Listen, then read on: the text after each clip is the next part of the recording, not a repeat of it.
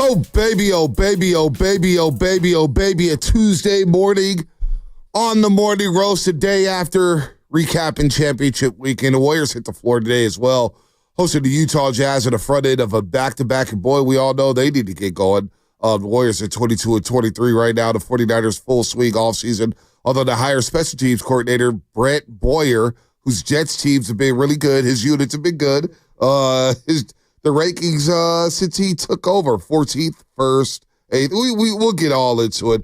Kickoff returns, the team rankings on return yards and kickoffs and all that stuff. But the Niners starting to figure out their staff, and then they'll get rolling here on an all-season plan. But good morning to everybody out there. Get off the graveyard shift. If you're at work, what is happening? If you're getting ready for work, what's happening? We got a fun show planned for you. Brian Baldinger will join us at 7:30 to recap the championship weekend. And Mike Pereira, Shasky, former vice president officiating in the National Football League and current rules analyst at Fox Sports. And we'll get into some of the controversial plays over the weekend, including the one where it's like, hey, you can be awarded a touchdown if you continue to jump over the line of scrimmage, Washington. I had never heard that one before. Never in my life. Never in my life. But we'll talk to Mike Pereira about the obvious spot in Kansas City and the Dalton Kincaid spot and what maybe Buffalo could have done and what we could do in the future about this. But fun show planned here, man. And, it just sucks, man. As Carter walked in and he was just saying, I can't believe we got this Super Bowl matchup. I can't believe we got this matchup. And I can, Chasky. Well, I was thinking about, just the overall legacy of Patrick Mahomes and how rare it is for him to go to this many Super Bowls. And, not a lot of quarterbacks have had the opportunity to be in a position where not only are you an all-time talent, but it feels like you have an all-time coach. It's just very rare. Michael Jordan meets Phil Jackson. Right. Michael would have been some version of Michael, but being able to play in that system absolutely accentuated the best attributes of Michael Jordan. Kobe Bryant obviously got to be with Phil Jackson, and I think that accentuated all of his positives. Tim Duncan playing with Popovich and the evolution of Popovich's offense over the years. And, sometimes you do get lucky. And I was just thinking about it I love John Harbaugh. I think John Harbaugh's a really good coach. But when push comes to shove, Lamar Jackson is kind of on his own. Most people don't know who his offensive coordinator is. Right. When Josh Allen is reeling, he looks over to Doug McDermott. Doug McDermott's a defensive guy. Right. And it's tough. It's just really, really tough. And who's he going up against? Spagnuolo. Yeah. You got Patrick Mahomes, and in times of crisis, he looks over, and not only does he have an offensive guru in Andy Reid, a quarterback specialist in Andy Reid, who's calling all the plays. Mm-hmm. And I think about Joe Montana and Bill Walsh and that synergy between the two of them and how perfect that match made in heaven was. And there are just certain times in life where the right coach meets the right player.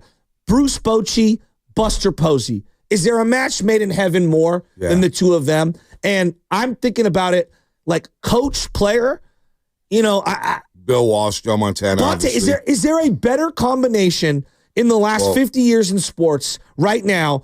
And I know it's prisoner of the moment. Mahomes, Andy Reid. You get Lombardi, Bart Starr. Okay. You get, even though they didn't get along, but Noel and Terry Bradshaw, 4 championships. I don't want to dismiss Belichick, Brady. You get Roger Staubach. You get Tom Landry. Obviously, you get Montana, and you get Bill Walsh. You get Phil Simms and Parcells.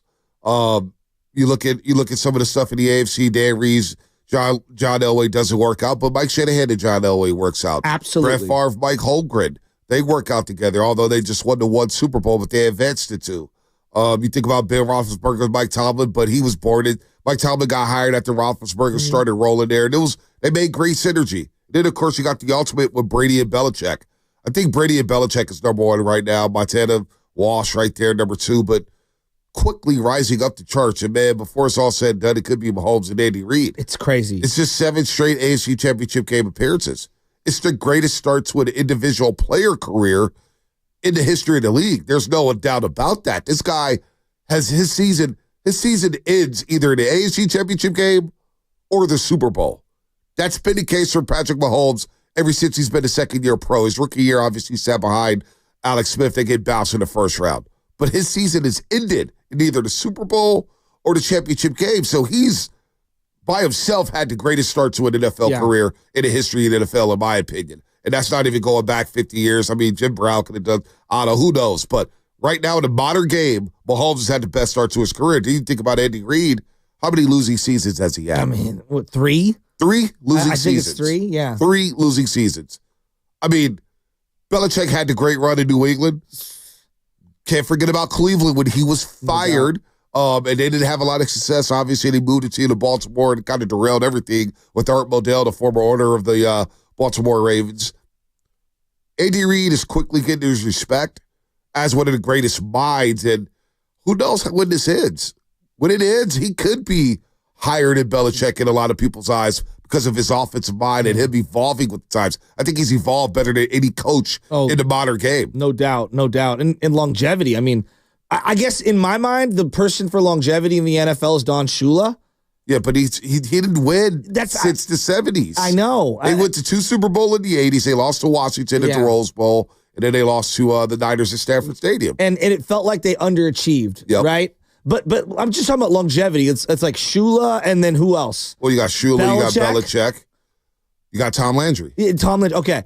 Yeah, Andy Reid's excellence is on a very short list. And I think I might, like when Belichick and Brady were separating, I was thinking to myself, like, I think most sports fans, no one's ever going to touch that. Right. No one. You went 6 for 9 in Super Bowls. Yep. 6 for 9? And now we're sitting here and I mean, are they going to get to 7, 8, 9, 10? They might.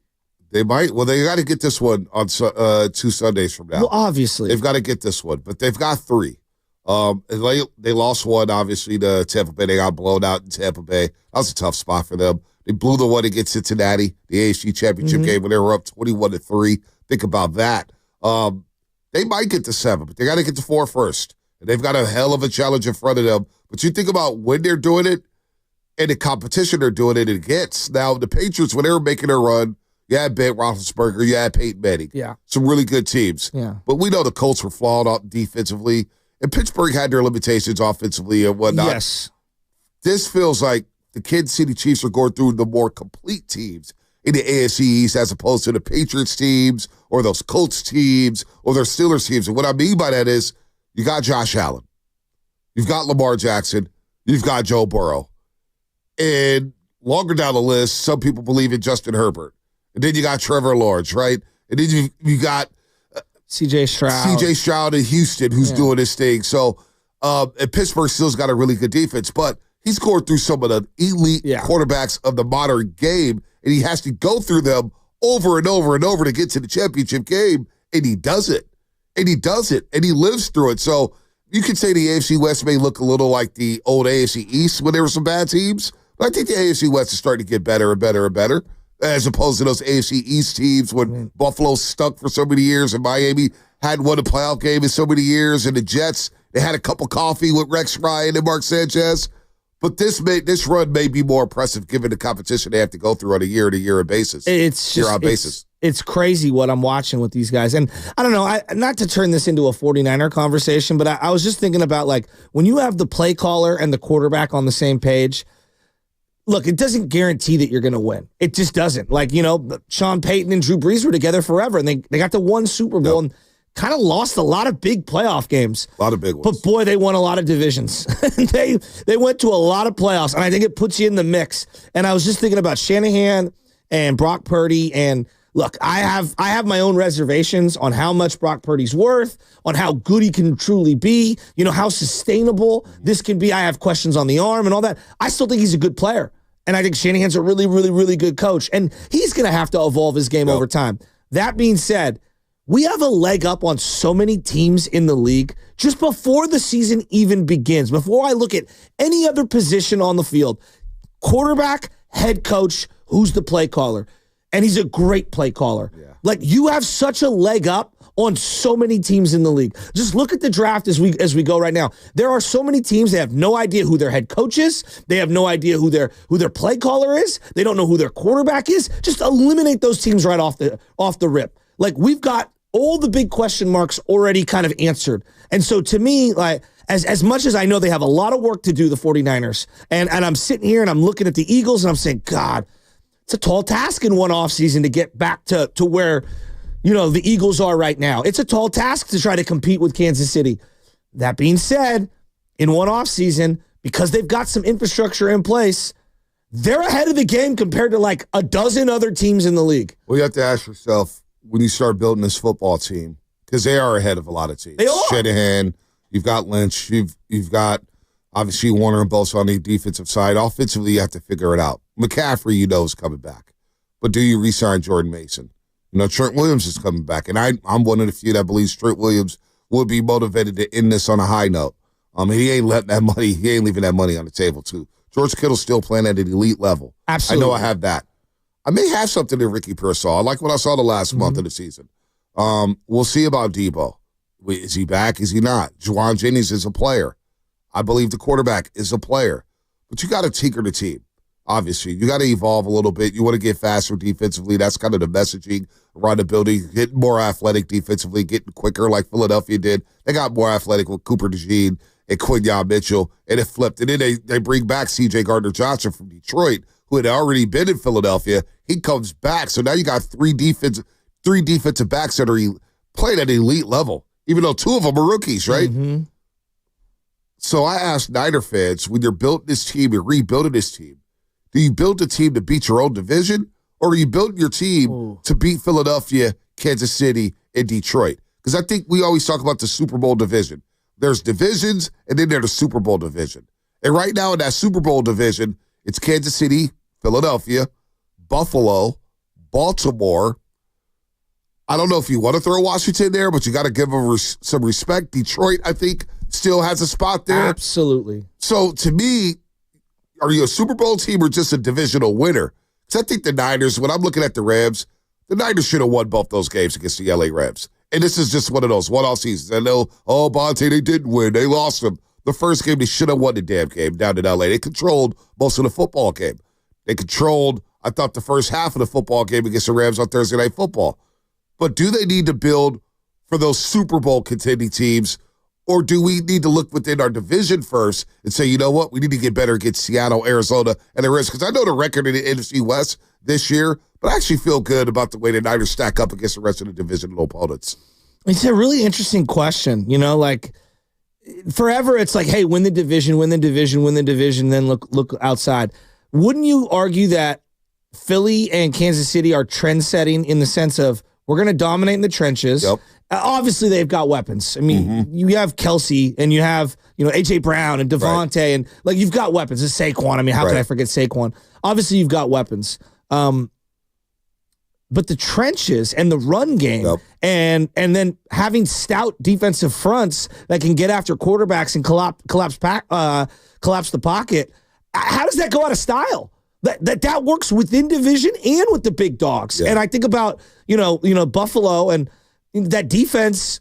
I don't think it got after Patrick Mahomes in that game the way that they wanted it to. No. And I look at their run game; they kind of got away from James Cook and some of their special run game that I thought they had during the regular season. Mm-hmm. So I always will go to, I'm building my team for the whole conference to try to win in the playoffs. And what wins in the playoffs? Physical defense, run game. It always does. It's funny. It's funny. And then situational quarterback. Yeah, no doubt. We go through the season, every season, we go through this NFL journey. We're always talking quarterbacks and wide receivers getting separation, run game, who's explosive. Oh, I need another wide receiver. I need another running back. It always comes down to the trenches and dominating the line of scrimmage and not making mistakes. When we watch these two teams in the Super Bowl down in New Orleans, it's going to be like, damn, okay, who's not playing well in the trenches? It's probably going to decide the football game. So it decided the football game basically in between Buffalo and Kansas City. One team could get fourth downs, the other couldn't. The other team couldn't get a 4th-and-1. Whether or not you say the ball was not spotted well, I'll put that on Buffalo. And we'll get into that with Mike Pereira because I thought they just rushed the entire process and botched it, especially with a 22-21 lead. It was like they were trailing the way they were moving. You're leading the game. Chill out. Just wait a second here. Challenging can game play. So we'll get into that with Mike Pereira. But Also, Philadelphia. They convert 3rd and 2s. Yeah. They convert 4th and 1s. And another thing is, too, is we don't talk about it enough, is stay ahead of the sticks. Staying ahead of the sticks. Are you facing 3rd and 9, Shasky, or are you facing 3rd and 3? Are you facing 3rd and 11, or are you facing 3rd and 2? These teams, Kansas City and Philadelphia, and even Buffalo, they stay ahead. They stay ahead of the chains. Yeah. How many times do you see 2nd and 4, 2nd and 3? When the Niners this year was 2nd and 9, 2nd and 10, 2nd and 7. Staying ahead of the sticks in the playoffs is so important. It absolutely is. And I would say that the one element that I thought both Patrick Mahomes and Jalen Hurts really utilized, especially in those championship games, their legs. Their legs. And I think Brock did a good job at times with his legs. I know we had Steve Young on the station last week. Well, I think it was Willard and Dibbs. And he was talking about he wants to see Brock run a little more. I'm kind of with him on that. And I don't mean like run, because he does this spin move where he goes to the left. I'm talking about like just take the free yards that are in front of you, especially when they're going to be in press man across the board. You're going to be able to have free chunk plays underneath. And I think that Jalen does a great job identifying when to run and where to run to, which is to the outside and stay to the sideline so that he's going up against smaller guys. And then Patrick Mahomes, it felt like it's so random. He felt like in case of emergency break glass, he hadn't run like that all year. Right. And he was running with reckless abandon in that playoff game. The legs of the quarterback are such a weapon. And I feel like Brock has that in him. Well, and I'd like to see him utilize that. See, I heard a lot of Brock's running too much this past season. I think to pull it down and run in like zone situations. You want design runs? There are specific times when they've been in man, and it's like, dude, tuck that thing and then take off instead of tuck it and spin backwards. Right. I think he used his legs backwards a little too much for me behind the line of scrimmage. Well, he was one of the more efficient quarterbacks when it came to scrambling. Yes, he was. He was top 6, top 7 in that category when it comes to efficiency while scrambling. So I think Brock has that in his game. I think, too, you don't want him just bailing right at it. The offensive line at times is just was not good. You've got to improve. But that goes back to trenches. You got to improve the offensive line. Like, that's got to be numero uno, number one, protecting your assets. I did think that when he made that diving touchdown where he stuck the ball out, I think something happened with his back. Maybe. He just didn't move the same way. I'll say this, though. I was just looking at some numbers with Patrick Mahomes and Andy Reid. Since he's taken over in the regular season, and I know he's missed a few games here and there, but Kansas City overall, they're 90-26. Oh my God, they're that's 90 like the Warriors and 26. record with I just can't believe it. 90-26. Wow. Since 2018, they went 12-4, 12-4, 14-2, 12-5, 14-3, 11-6, and 15-2. They're 90-26 in the regular season. That is insane. That's just insanity, and it's not going to stop. All right. More coming up. Baldy 7:30, Mike Pereira 8:30, 888-957-9570 is a number.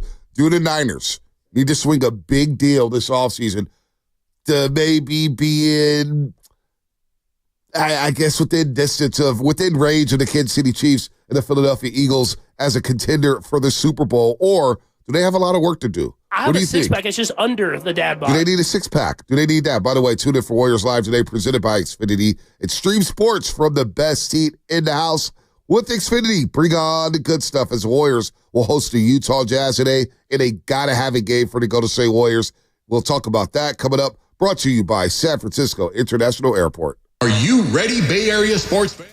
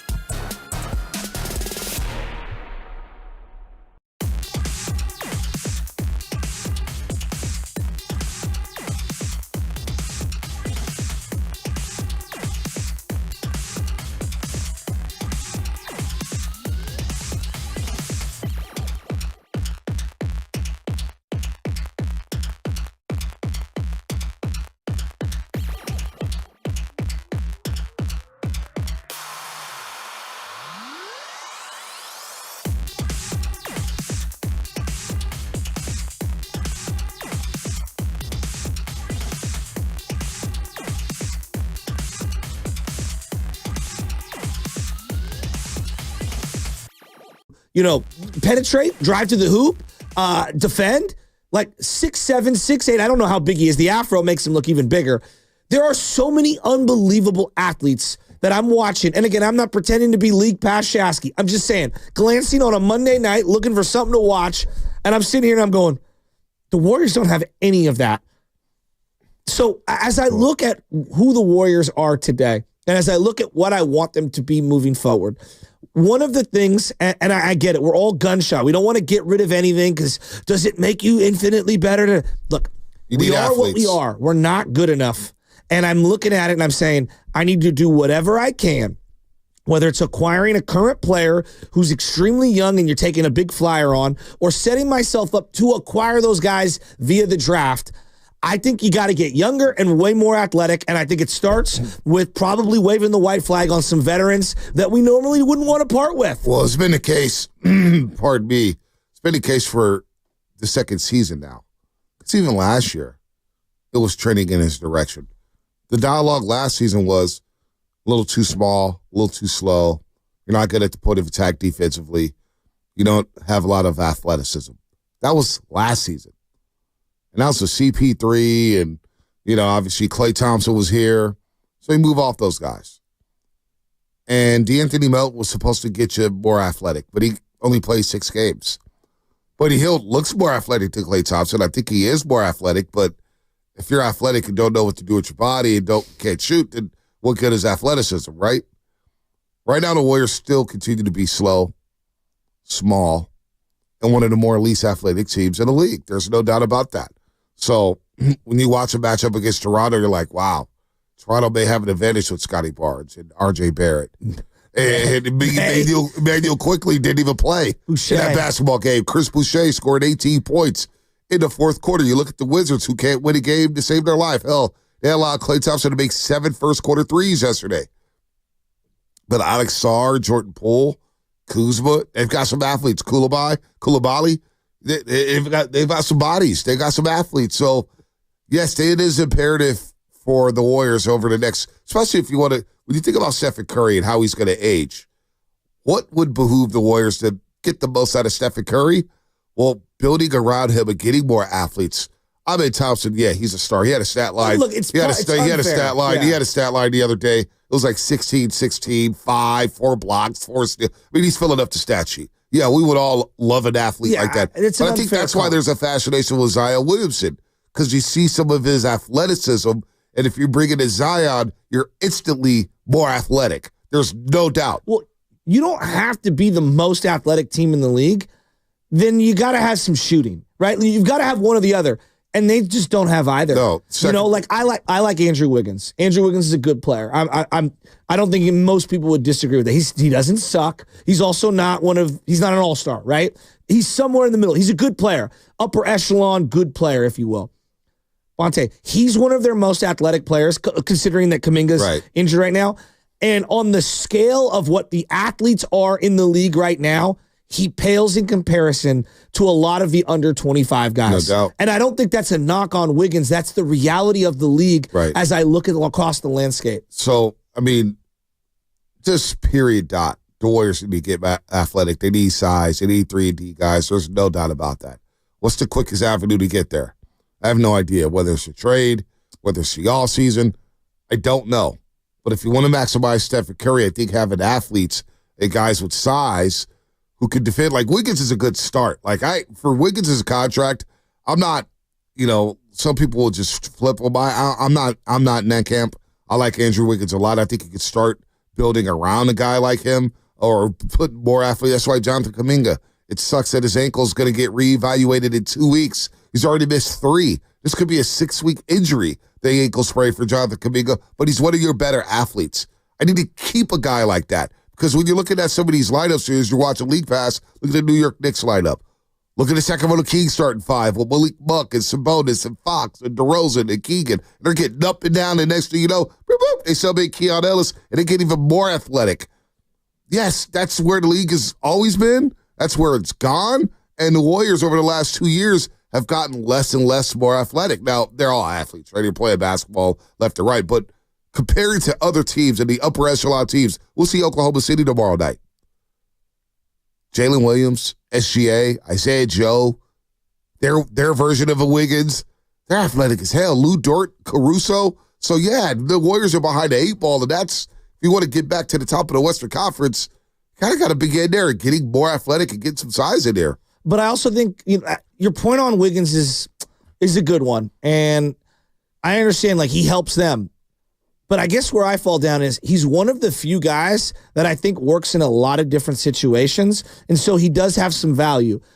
So you have to give to get. You do. Like, sometimes we say, like, he's got such a team-friendly contract. But Monte, that team-friendly contract to me only is value to you if you're competing for championships. No doubt. Right? No when doubt. you're not competing, when you're like in no man's land, right? I view it as this, like, hey, I have $1 and I have water, all right? I'm the Warriors in this scenario. I like my $1. It's all I have. It's all I have. But if I could go buy 3 lemons with that $1 and then I could use that water and then mix it up and maybe I can make lemonade, that's better than having the $1 burning a hole in my pocket. And then hopefully I can sell the lemonade down the line and make some money.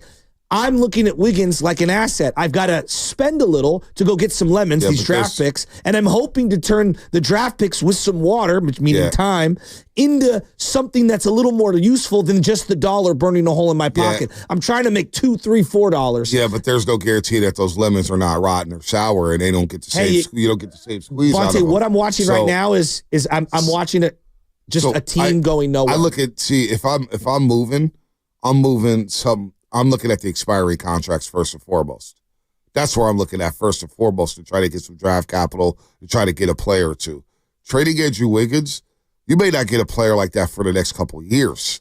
And that's the risk here. But standing pat might get you the 16th pick, and I don't think that does it. Nobody is saying standing pat. I'm not there. I didn't say that. Standing pat. I don't think anybody's saying that. Wiggins. Well, I think building around him and Steph and bringing Wiggins back with that team-friendly deal, you can revisit something like that in the offseason. Right now, you trade Andrew Wiggins, boy, this is your second-best player right now. Now where do you go? Do you really think they're going somewhere with him? You might. You just might. But the bottom could fall out if you trade a guy like that. And then all of a sudden you're basically telling everybody we're waving a white flag. But if ever there was a year to do it, but I watched Cooper Flag last night. Like, this is no, he's good. But are you guaranteed to get into the top 5? No. You're not even. You're like, it's a long shot to get. But Cooper you're also Flag. not guaranteed any contention with the current roster. No doubt. We're in a very damned if you do, damned if you don't situation. Right. So I don't think there's a right or wrong. Let's go. We're gonna go to break. All right, we got a break here. Details on Knockout coming up on the other side. Baldy at 7:30. That's all brought to you by Fremont Bake. Here for you. Here for good. Are you ready to take your business to the next level? Meet Viant AI.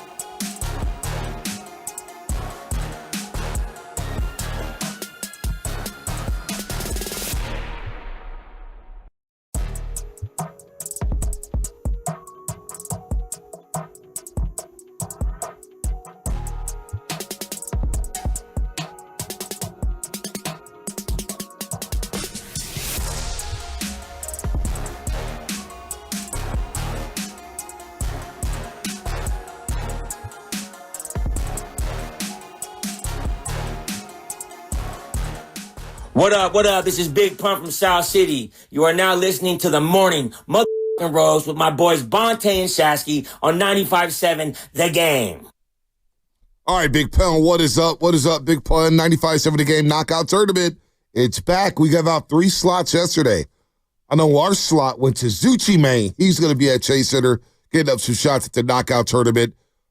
We will give out a keyword sometime between 8 and 8:30. And at some point between 8:30 and 9 o'clock, you're going to hear this sounder. Be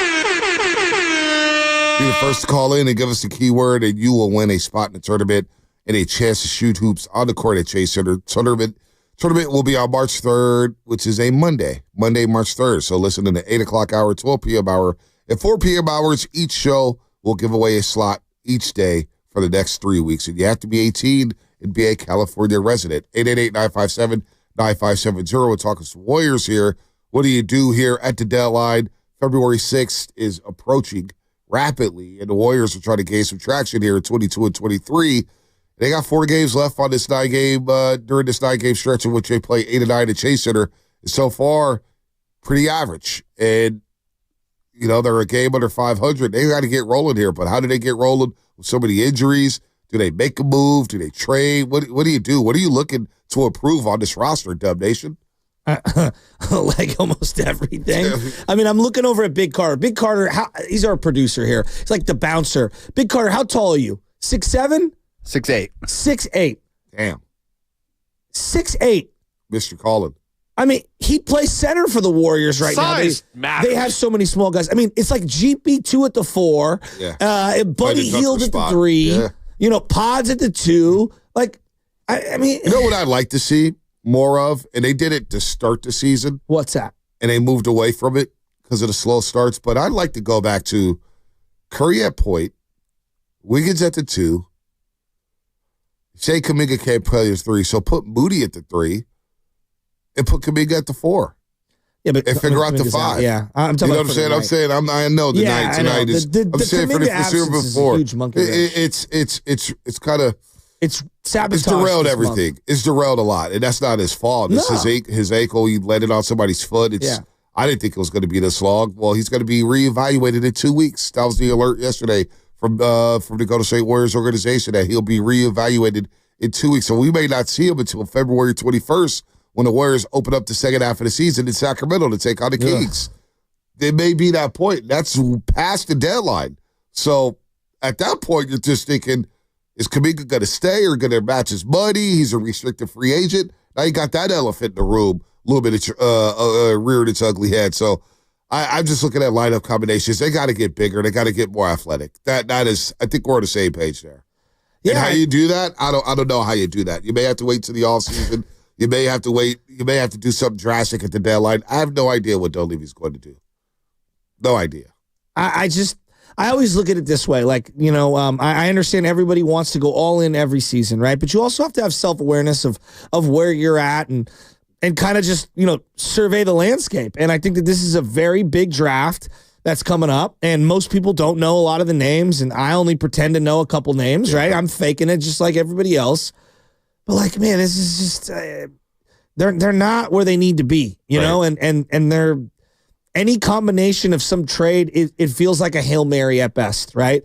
And so I would try to be a little more pragmatic about this. And your point on the expiring contracts is something I've been kind of hammering out. But you got 2 multi-year contracts that I think are going to be very difficult to move. And that's, you know, Kyle Anderson and Buddy Hield. So I don't know who or how you staple those deals to. And that's why I keep coming back to someone like Andrew Wiggins or Draymond Green, because those guys are desirable for a contender. And so when you want to get something or unload something, sometimes you have to staple something that is valuable to you, and you have to do a cost analysis. Like, hey, I might really like this player, and I'd love to keep that player, but to be able to get something in return, you got to give to get.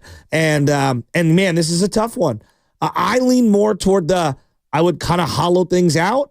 But I'm not mad at fans that are out here saying, we're really close. The West has one good team. Everything's wide open. Why can't we be the team that makes a big deal? I understand that sentiment. I don't think Jimmy Butler's the answer. I don't think that there's a guy available right now that's going to swing the pendulum for this Warrior team. You got to ask yourself then, You got to ask yourself, if you trade Andrew Wiggins, all right? Because I'm not subscribing to that. I'm just gonna play this hypothetical out. You do that. Now here's a conundrum: the Steph Curry timeline. The Steph Curry timeline. If you move said player Andrew Wiggins in this equation, and you're getting back draft capital, well, how does that help Stephen Curry within the next 2 to 3 years? Or is it about helping Stephen Curry? Because now you run the risk of losing a Stephen Curry if you say, you know what, we're going to hollow it out. We're going to go get youngsters. You're going to get younger? You're going to go back to the draft? We're going to look to try to get more players in the draft? Well, how does that help you winning in the next 2 to 3 years? And that could be the problem because youngsters, it usually takes them a couple years to win in the NBA. It's just a fact. You look at all these teams around the league. Look how long it took Cleveland kind of turn that corner. They didn't make a move for Donovan Mitchell. Orlando, it's been taking a while to turn that corner. Well, they finally did it, but you take your bumps and bruises for the first couple seasons, and then by that point, Steph may be 38, 39. Then what? Is it about Steph? Is it not about Steph? Is it just about getting ready for the future? Are you thinking about moving Steph? The reality is to me that you're not competing for a championship with Steph as your sole number one. But I have a quicker avenue to winning and playing for something with Andrew Wiggins as opposed to trading Andrew Wiggins. You've gotten worse 3 years in a row. You've gotten worse, but that's not Wiggins' fault. No, I didn't say it was. Right. I'm saying like that's the reality of your that's roster. the reality. That's the reality. But you're not going to get better by trading Andrew Wiggins. You have a quicker avenue of getting better with Andrew Wiggins, in my opinion, than without Andrew Wiggins. I mean, right now, what are we, the 12th seed? Well, right now you're 11? the 11th seed. You're the 11th seed, but we're talking about trading your best individual defender. Okay. Who is, some of these guys are coming in here. Wiggins is turning off the water, and then you're talking about a guy who's dropping in 17 while defending the top opposing wing player on the other team. Like you're trading that, which is a valuable asset. You trade that away. Number one, who's guarding that player? Number two, who's picking up 17 points per game on this roster? So I like Wiggins where he's at, and I like his contract. That's a contract to try to keep. Because say if Andrew Wiggins opted out this season, I think that guy could get $30 million a year. I really do. If your avenue is trying to get better, there's only a handful of players that do bring something back like that other teams want. Whether it's a deal for a player or picks down the line. Like Andrew has to be a part of these discussions to me. I don't know how they get better, infinitely better, without including him either in some sort of trade package to get picks or to get a player. It sucks. I agree with you. Like he is a useful player, but I also think that you have to, kind of weigh all the options. And with him, you're the 11th seed. With him last year, you lost in the box. With him, you lost in the playoffs to the Lakers. But it's also context to this 11th seed. When you have guys out and you have 26 different starting lineups, which isn't on him, that is a problem. I get it. You're 11th with him, but I could see other avenues on why you're the 11th seed, and it's not because of Andrew Wiggins. My point is this: you move Andrew Wiggins, I think you signal to the fan base 888-957-9570 that you are starting over. And how does that translate to ticket sales? How does that translate to revenue? And how does that translate to Stephen Curry by trading a guy like Andrew Wiggins? You really think his name resonates like that? With what? Like with fans in the terms of like... I think if you trade that guy, Andrew Wiggins, that what we're seeing right now, I think it translates like, we're going to a full youth movement. See, I think it signals that, and I think it signals that, we're a lot farther away.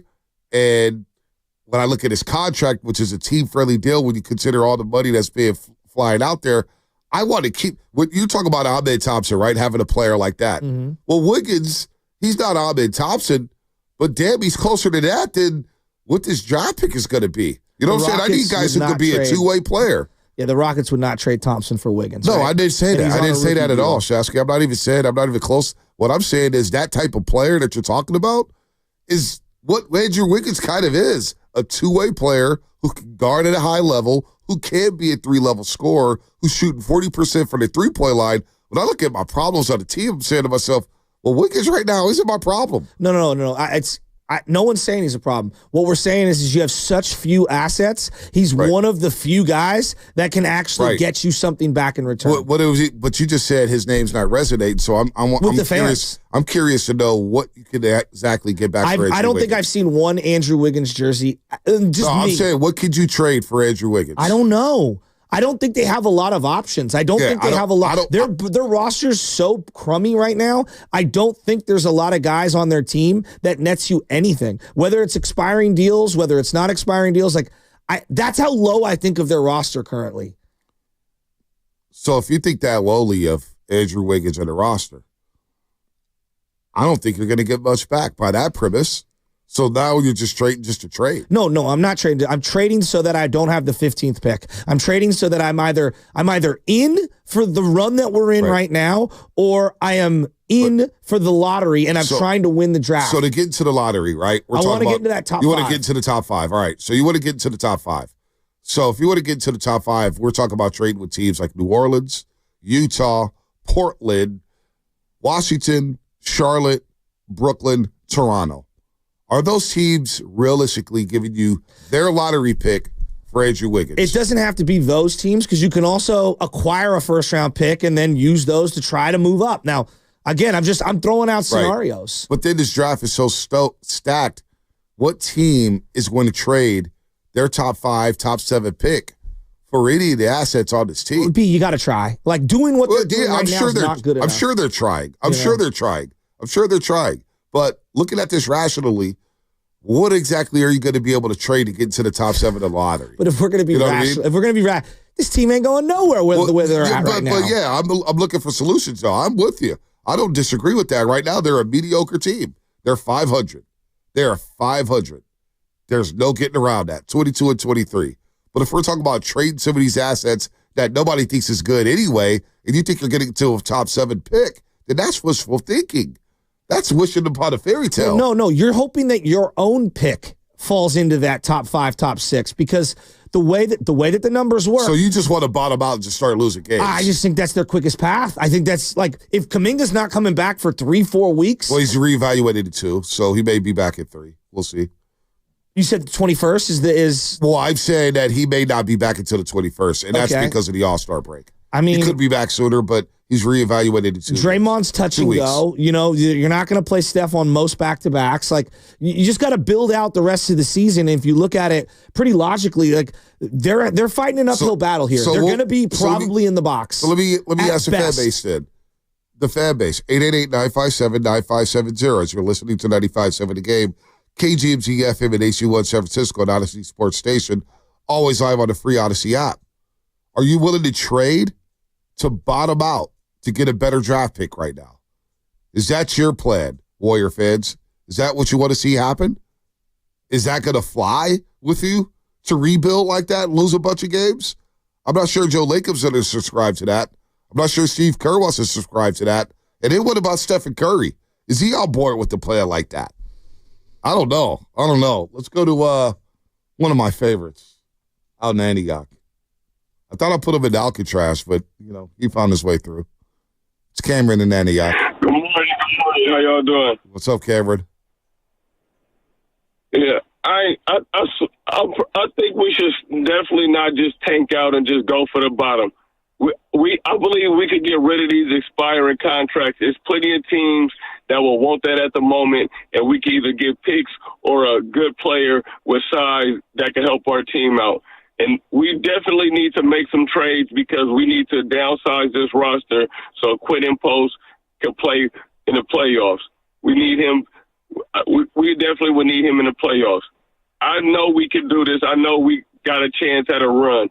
If we get Steph Curry, even a second scorer or a third scorer, just like when Buddy scores 18 points, we're undefeated.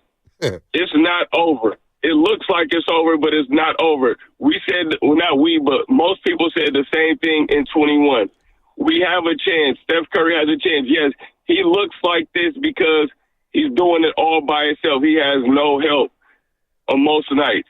Yes, we are a small team. We can get bigger. There's things we can do small. We do not have to tank out and ruin Steph Curry's last years. We owe it to him no matter what. And the 31 first round pick at 31, that's like a 5th grader or something right now. We could use that pick. We can make picks protected. We could do things on the margins. And like how you guys said, like GP2 at the 4, Wiggins at the 4. I don't want to trade Wiggins, but we can trade these other players on expiring contracts. We can bring them back the next year. We can bring Lee back.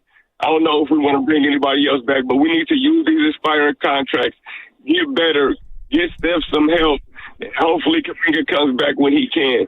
All right, Cam. Let's end the call while we're on a good note. We don't want to. We never know. Is he going to cry? Is that what you asked me, Spinoza? Yeah, he said it's not over. It's not over. He's hanging out for dear life. The trades are hard. Spotrac does they try to do a good job of kind of projecting where the cap's going to be next year. Like they're over the cap already for next year. Yeah. They have to have all those expiring deals come off their books at some point. So if you have those expiring deals and you bring something on, someone's got to go, whether that's Kuminga, because you won't be able to afford him, whether that's Kuminga or Wiggins or Draymond, like one of the expensive players would have to go. Listen, we may get into a point where it gets blown up. It may just be there. We'll see what happens. We may just be there because being in the middle of the NBA is not it.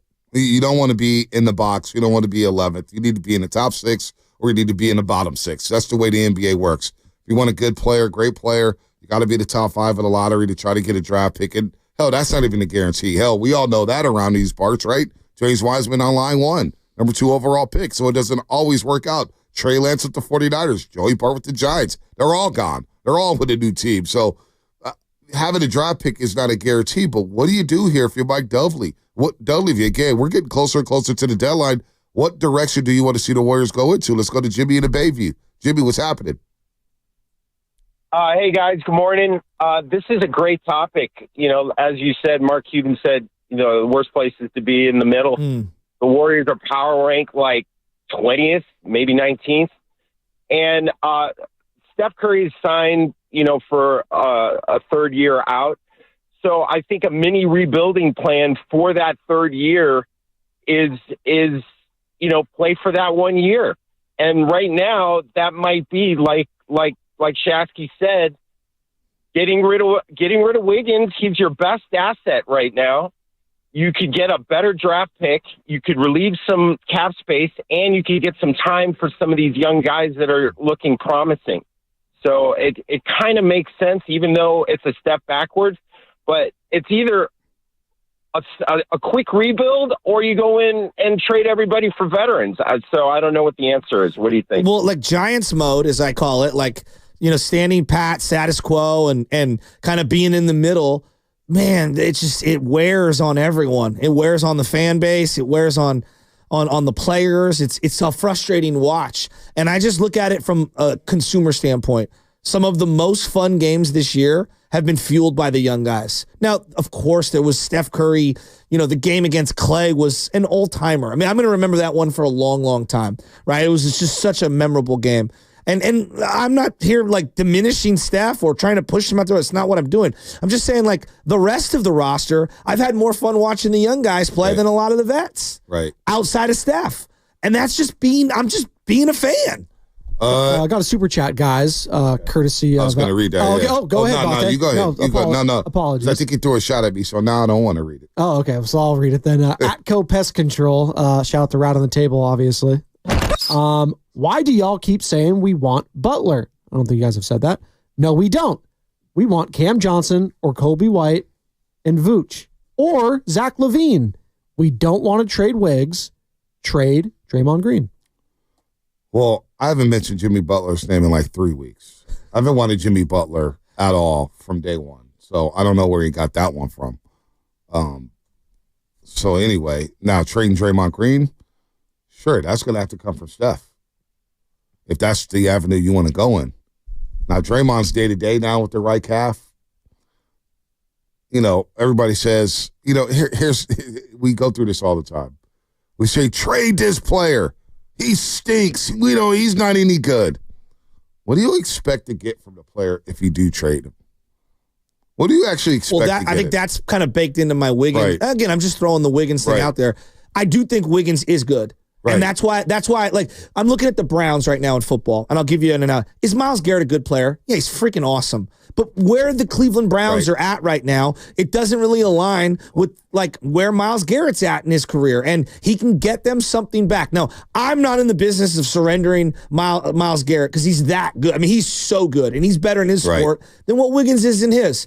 But I understand the philosophy of, look, man, we're completely resetting this. We've got like $80 million in dead money and maybe more in Deshaun Watson. Right. Let's get a bunch of picks and let's kind of like reset the Ducks. The difference is they don't have Steph Curry. Exactly. But I would say to you this, B. I would say this. And they haven't even come close to sniffing playoff appearances. But I think all of these conversations, like of movement in one direction or the other, either all in or kind of like resetting it, it's all baked into, like, I'm assuming they're having dialogue with Curry, and he's co-signing on whatever they do. I'm not saying Steph's putting his thumb on the scale on every move, but I do think they're running things by him. I think he has veto power, and I just look at his body language, and it looks like he understands, like, this ain't it. No, yeah, it's not it. It's not it right now for the Golden State Warriors. So if you do make that move, like, here's the deal. You trade Andrew Wiggins on this team, then you're going to lose a lot of basketball games that you're already losing, right? You're 22-23 after the 12-3 start. So that means you're what? 10-20 in the last 30? Not good. 10 games under 500. But if you get healthy, there's still a fan like Cam in Antioch, and there's a lot more optimistic fans like that who believe that what you get can be get back, you start rolling again. Now, that's a long wait. That's a long, long wait because you're going on the road before the playoffs. Great. The Browns were in the playoffs once. What have the Browns been in the playoffs twice in 20 years? Like, Cleveland Browns, you guys stunk. Twice in the last 5, definitely. Twice in the last 5. Joe Flacco. 3 times in the last 30. How many playoff appearances since their existence back in the early 2000s? I'm going to say 4 games they played. The Kelly Holcomb game. The Kelly Holcomb game when they lost to Pittsburgh. Yeah. The Baker Mayfield game at Arrowhead. They beat the Steelers. They beat the Steelers. Crushed and then what else? And then lost the Joe Flacco game last year. They lost to Houston. So they've been to 4 playoff games in 25 years. But I guess the point that I was trying to make is that, like, not all trades are I'm dumping you because you stink. Some of them are like, this isn't our moment. I just wonder, hypothetically, because I'm not in the business of trading Andrew Wiggins. I think I'd go a different avenue. I'll try to make this roster better by keeping Andrew Wiggins. But I do wonder what that market would be and what kind of pick would you get for that. And if that pick is not a top 12, top 10 pick, boy, that's a tough trade. Yeah, but it's not just that. It's also you might slide into that top 5, top 6. You might. You're crossing your fingers. If you just look at the numbers, like the team with the worst record does not get the number 1 pick. Yeah, no doubt. But that's a miracle. That would be a miracle for the Warriors to end up in the top 5. And Baldy's going to join us at 7:30, by the way. Brian Baldinger talking about the championship games. Back to the Warriors. That's all coming up, brought to you by Chilton Auto Body. Have you been in a car accident? Chilton Auto Body has 15 convenient Bay Area locations to help restore.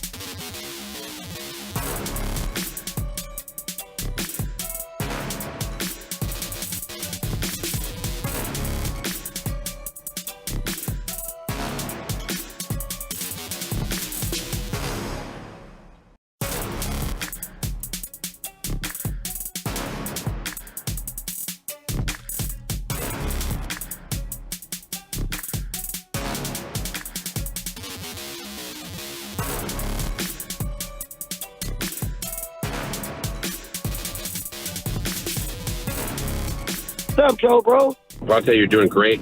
What's going on, Roasters? It's Brian Baldinger with the NFL Network, and you're listening to The Morning Roast with Bonte and Shasky on 95.7 The Game. Baldinger will join us in 12 minutes on the roast. 12 minutes, Brian Baldinger. Can't wait. He's live at the Senior Bowl in Mobile, Alabama. So we'll get to him on maybe some linemen who look good for the 49ers, some DBs.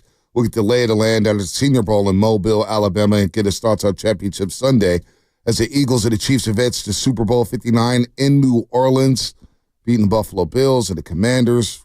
Philly looked really good, 55-23. Of course, Kansas City won a classic 32-29. Don't forget, 95.7 The Game knockout tournament is back with a chance to shoot hoops on the floor at Chase Center.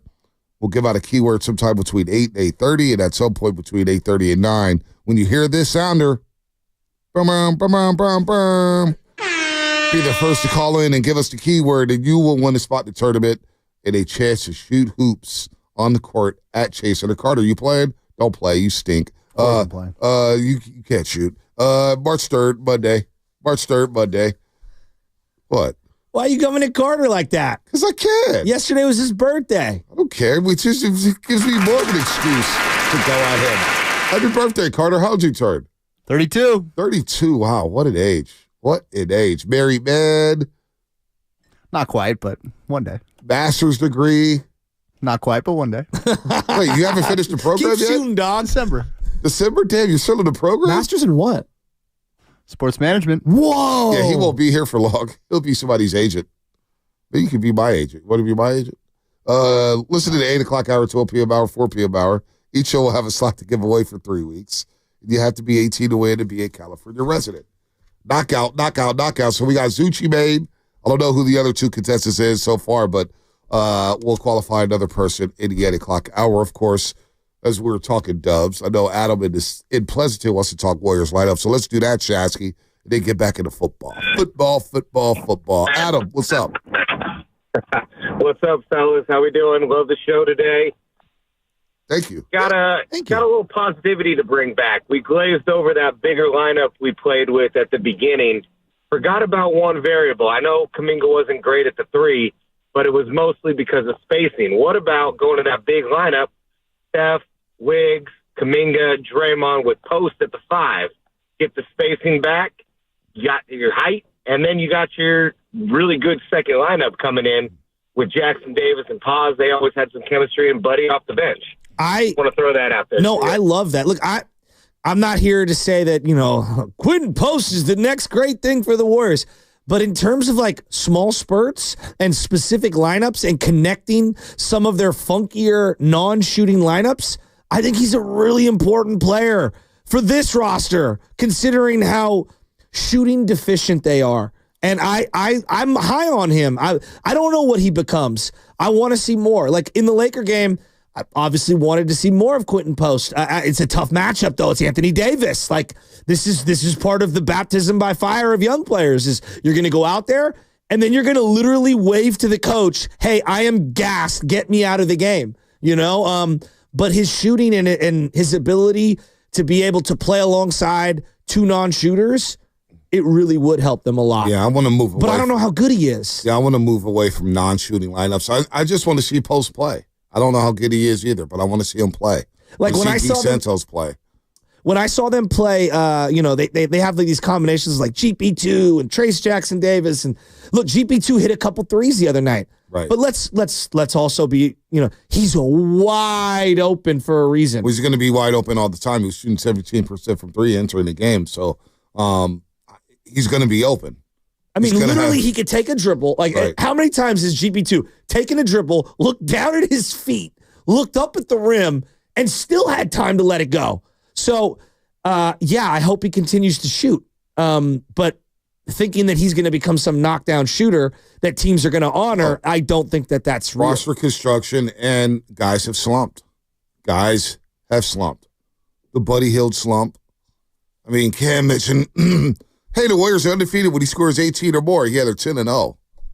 There was a moment, I want to say mid-fourth quarter of that Lakers game, where Buddy, they were moving the ball around and they were trying to beat the shot clock, and Pajensky had to hoist it up there in a shot clock violation. Yes. Buddy had a wide open 3. Passed it up. He passed it up. Passed it up. His That confidence. was wild. His confidence is somebody lacking. was on the dribble drive penetration and kicked it out to him. Was it Wiggins? His confidence is Maybe his Moody. confidence. Wiggins, yeah. His confidence right now, 31% from three since December 1st.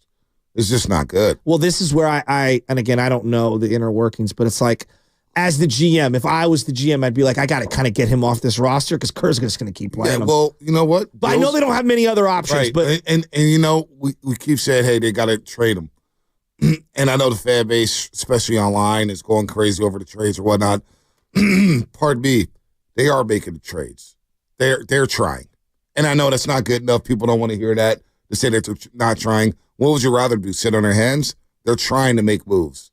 But when you have assets like this, and your own fan base says, well, these guys aren't any good. They're not any good. They're not any good. That's all we hear. They're not any good. You trade for these guys aren't good. They can't play on my roster. Well, if you don't think they're good, hypothetically, then what do you think these other teams think? Which brings me back to the Andrew Wiggins thing. That's why in the NBA, you got to staple something that you like to something you don't like. That's how it works. Yeah, I know. I just don't know what you're going to get back for that. I don't know if you're trading them to a contender. A contender's not looking to move major assets. A contender's looking to get better and save their assets. So I don't know what you do here if you're Mike Dunleavy or Joe Lacob. I really don't know what you do here at the deadline because you could wish for health, but right now you're not healthy. You don't know. Kuminga's not coming back for at least another 2 weeks.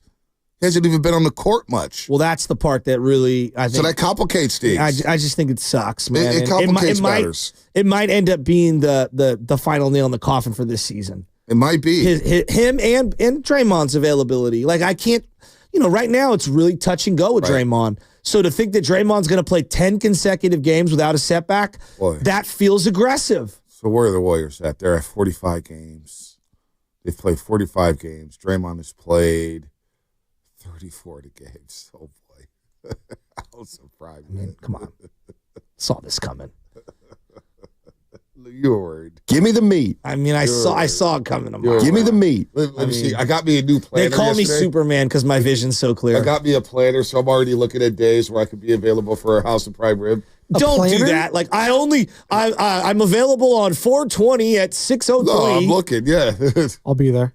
About to bring Benny and Nora too. I'll be there. I'll be there. Oh, you won't bring Benny and Nora. That's not happening. Well, don't schedule it on a Monday, Wednesday, or Friday. They schedule it on a Monday, Wednesday, Friday, knowing that you have to babysit and knowing that kids will not be allowed a House of Prime Rib. So that knocks you out. Told you my credit card limit is about $250, so I may be getting salads and greens finished, man. What is that? The under 16 credit card? Yeah, like, exactly. What is that? Exactly. What? Sort of $50 credit is that card, that man. Apple credit? Yeah, I'm telling you. So, you know what? What's drink, your credit rating? Like 200? Yeah, exactly. One drink, one cream spinach, one salad. Can't afford the King Arthur cut. Maybe I'll get one. Maybe I'll get one King Arthur cut. We could all split it. If it's the smaller version, yeah, they'll rename it to the King Bonte cut. Yeah, we'll do 4 pieces. Give me the meat. So that's where we're at. I'm very uncomfortable with you continually playing that drop. Give me the meat. That's your best friend right there. Give him the meat. Give him the I got meat. a big ass. I don't know what's going on in that show. We'll get to Baldy here in about 3 minutes. He's down there at the Senior Bowl. We'll get back into the Golden State Warriors because I think it's some interesting stuff there as they take on the Utah Jazz today and then the Oklahoma City Thunder tomorrow night. We're going to talk about Athletic. That team is up and down, running and gunning. They're the number one team in the Western Conference. But tonight they got to be the Utah team that's lost 9 of 10. And I don't think Utah's trying to win any games. So you got to get this one if you're the Golden State Warriors. The Niners, as we think about the Super Bowl and Baldy's down there at the Senior Bowl, and we talk about the needs. Were the Niners' problems last year, Shasky, deeper than the injuries? Did they have problems deeper to just say, hey, this guy got injured, that guy got injured? Deeper than the injuries. The injuries were one of the biggest problems on the team. What if I said to you, it wasn't the injuries? I think that the roster they put together was kind of overrated, and specifically on defense and that front seven. Like, forget the injuries. You knew heading into the year, like, I'm talking about the injuries that occurred during the normal course of an NFL season. Before the season even started, you thought Devondre Campbell could offset the loss of Dre Greenlaw for a little while, yeah, that was not a smart decision. That was a roster decision. You knew coming into the year, Greenlaw was probably going to miss a big chunk of the year. Okay?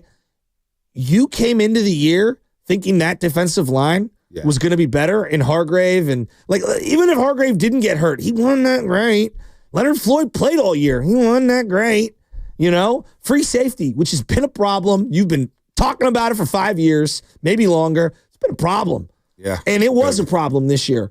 Those are personnel things that you headed into the season with. Center stayed healthy all year. He's just not that good. That's a personnel thing. Now, do I think if I just waved the white magical flag and CMC was healthy all year, they'd be better? Absolutely. I do believe they would have been better. But I don't think that they would have been able to cure their fatal flaws of the personnel that they had last year. I didn't think the personnel was NFC Championship worthy. I did think if you had CMC healthy, you're a playoff team. Are you 9-8? Yeah, are you 10-7? I do think you are. I lean injuries. Okay. I lean injuries because I do believe you had the personnel to not only win the NFC West, but looking at the way the NFC playoffs have shook out. I mean, CMC's healthy. Ayuk's healthy. Trent's healthy.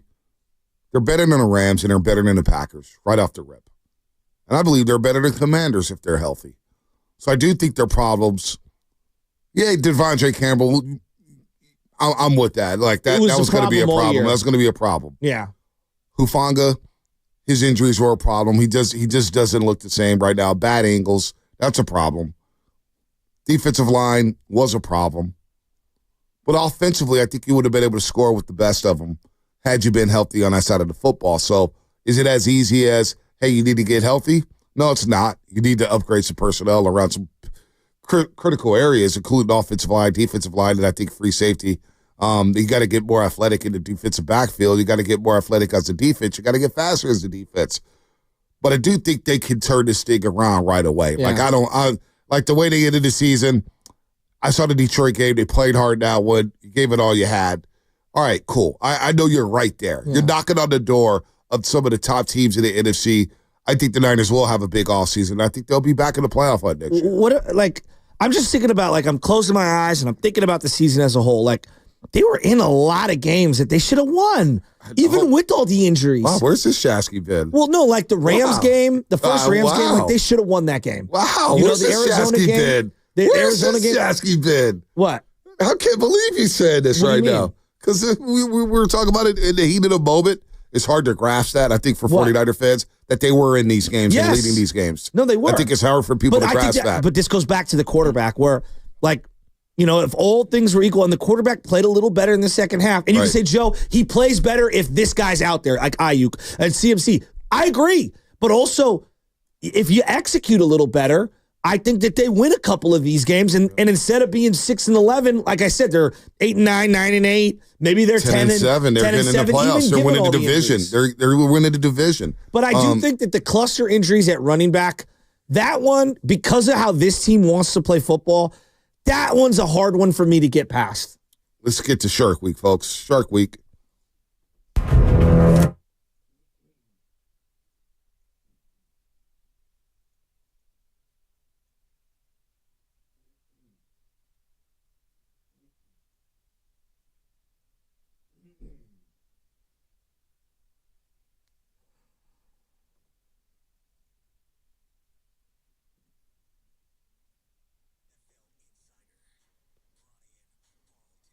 That's right. Brian Baldinger, our Odyssey NFL Insider, the Best Football Show podcast. Brian Baldinger, NFL Network, at Baldy NFL on Twitter. Joins us on the River Islands guest line, and also presented by our proud partner, Golden State, serving the Bay Area for 3 generations. Building better starts with Golden State.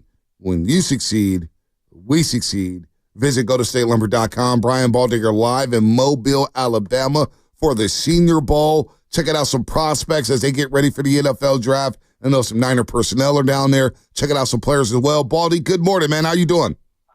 Good morning, Bonte. Joe, it's good to be with you guys. I am down here on the field. Just saw Jim Nagy, who runs the Senior Bowl. Just saw a bunch of ex-GMs, Thomas Dimitroff and John Robinson. So, it's the who's who down here right now, and practice is just beginning. What are they talking about when it comes to Championship Sunday? We got some great games, right? Chiefs, Bills, we're going to get into that one, and the 4th and 1, and some of the things that Mahomes does and win a football game. Then you got on the other side, the NFC Championship, Baldy. Philadelphia scored 55. Saquon doing what he's doing. The Eagles playing power football, forcing turnovers. I mean, this team is loaded. What's the big takeaway down there in Mobile, Alabama when it comes to Championship Sunday? Well, I mean, that's what every single, GM and coach and scout and everybody is here for, to see if they can load their rosters up the way both Kansas City has, whether it's through the draft and, drafting Creed Humphrey and Trey Smith and going out and getting DeAndre Hopkins and, Juju Smith-Schuster and just filling out the roster when things weren't going well. And for the Philadelphia Eagles, I mean, hell, they drafted Georgia players, and all those players have developed, and they're all a foundation to what this team is right now up front with Jalen Carter and, Nolan Smith. I mean, they built through the draft and they developed. And that's really what this whole Senior Bowl, the All-Star games are all about. Like, where can we find the next star players that we can develop and turn into some of the guys that we're going to talk about in 2 weeks at the Super Bowl? God, I can't wait for the draft. I'm so pumped for it. It feels like the Niners have been drafted so low for so long. It's been difficult to understand. Are they going to keep the pick? Who they're going to go with? It's just tough to project. I'm pumped for it. Baldy, I'm looking at the Eagles and the Chiefs here. Obviously, unbelievable front offices, unbelievable coordinators, whether it's Vic, whether it's Spags, Andy Reid, obviously Kellen Moore. Why are these two teams representing the NFC and the AFC in the Super Bowl? Well, I mean, they've got elite rosters. They develop their players. They do it differently. Andy Reid's been doing it for a long, long time. They were there 2 years ago.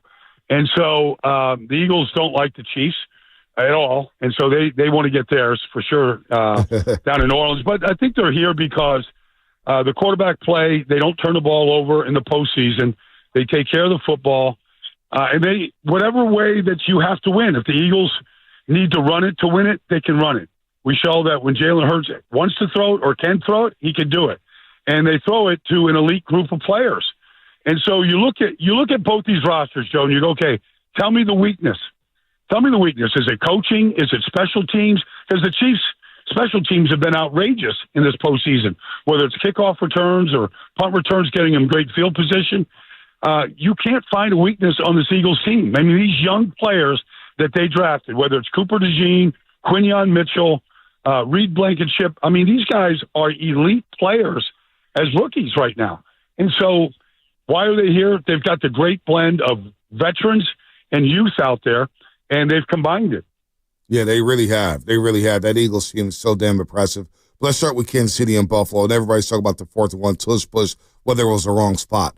But what I don't hear people talking about, Baldy, is the 3rd and 3 play to Dalton Kincaid. Now, maybe I'm wrong here, but I thought, okay, maybe he gets the first down. But I thought Sean McDermott was a little late in maybe trying to challenge it or asking for a measurement, because what Buffalo ended up doing, Baldy, was they snapped that 4th down play with 26 seconds left. Now, I'm not sure if they tried to dummy count or what, but that play was so damn important, and it almost looked like Buffalo was playing it as if they were behind. They were leading 22-21.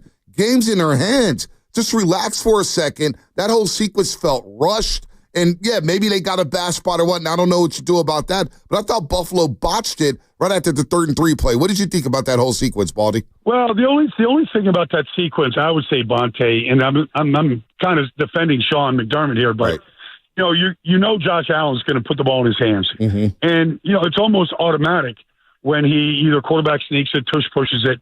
And so I just think they thought, okay, even if we're 6 inches shy, could we challenge it? Yeah, but we've got Josh. And I think in Josh we trust, and that's kind of what they thought. Mm-hmm. We'll just, put the ball in his hands and we'll get it. Now, the play on the tush push, the one that they missed on 4th and 1, it's a difficult play for me to understand sometimes of how it's officiated, because they told me years ago when Philadelphia became popular with it that they would blow the whistle if the player carrying the ball, usually the quarterback, starts going sideways. And that's what he did. He started going sideways. He clutched the ball to his chest. And I don't know, because I can't hear the whistle, I don't know if they blew the whistle before I think he got the momentum and got that first down. Obviously, it's a huge play. It's controversial. to this point is still we're still talking about it.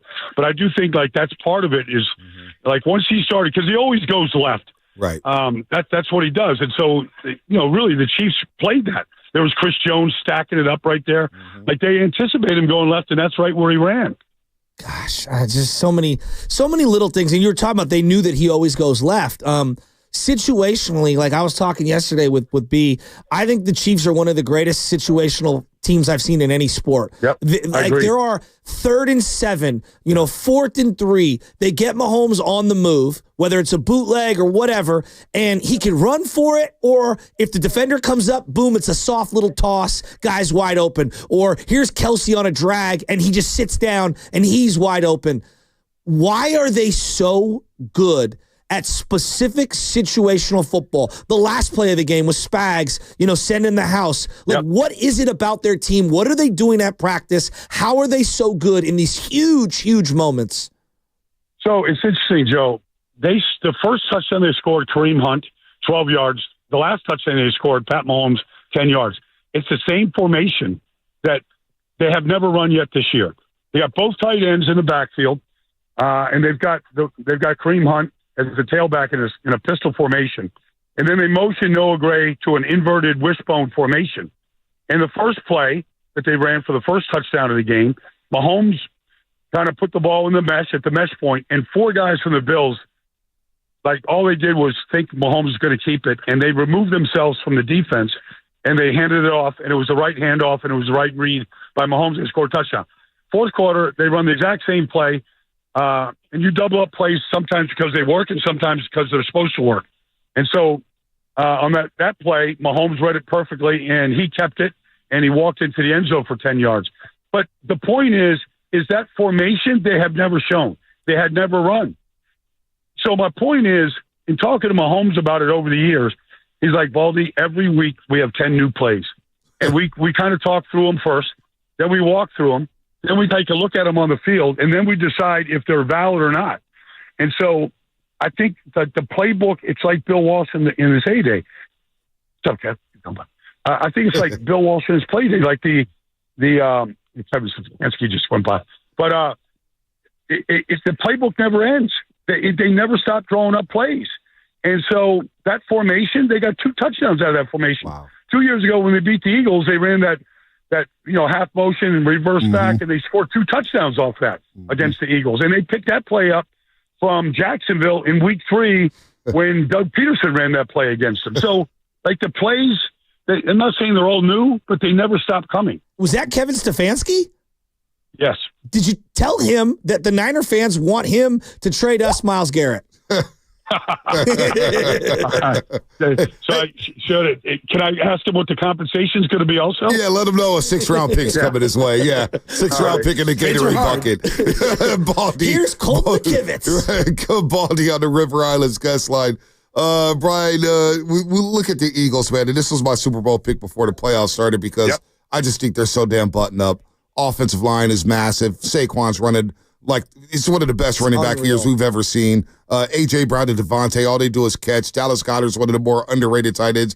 Jalen, for whatever reason, gets all this heat, but he doesn't turn the ball over. He just makes play after play after play. And for whatever reason, there was this knockout Jalen Hurts. But then that defense, you brought it up already, but Quinyon Mitchell, Cooper DeJean, Blankenship, Gardner Johnson, they have the goods to beat Kansas City. But how are they able to reload after last season, starting 10-1, and then coming back this year with all the noise again about Sirianni and some of the offense, and yet here they are back in the Super Bowl again with a great shot to win it. What is the secret sauce out there in Philadelphia?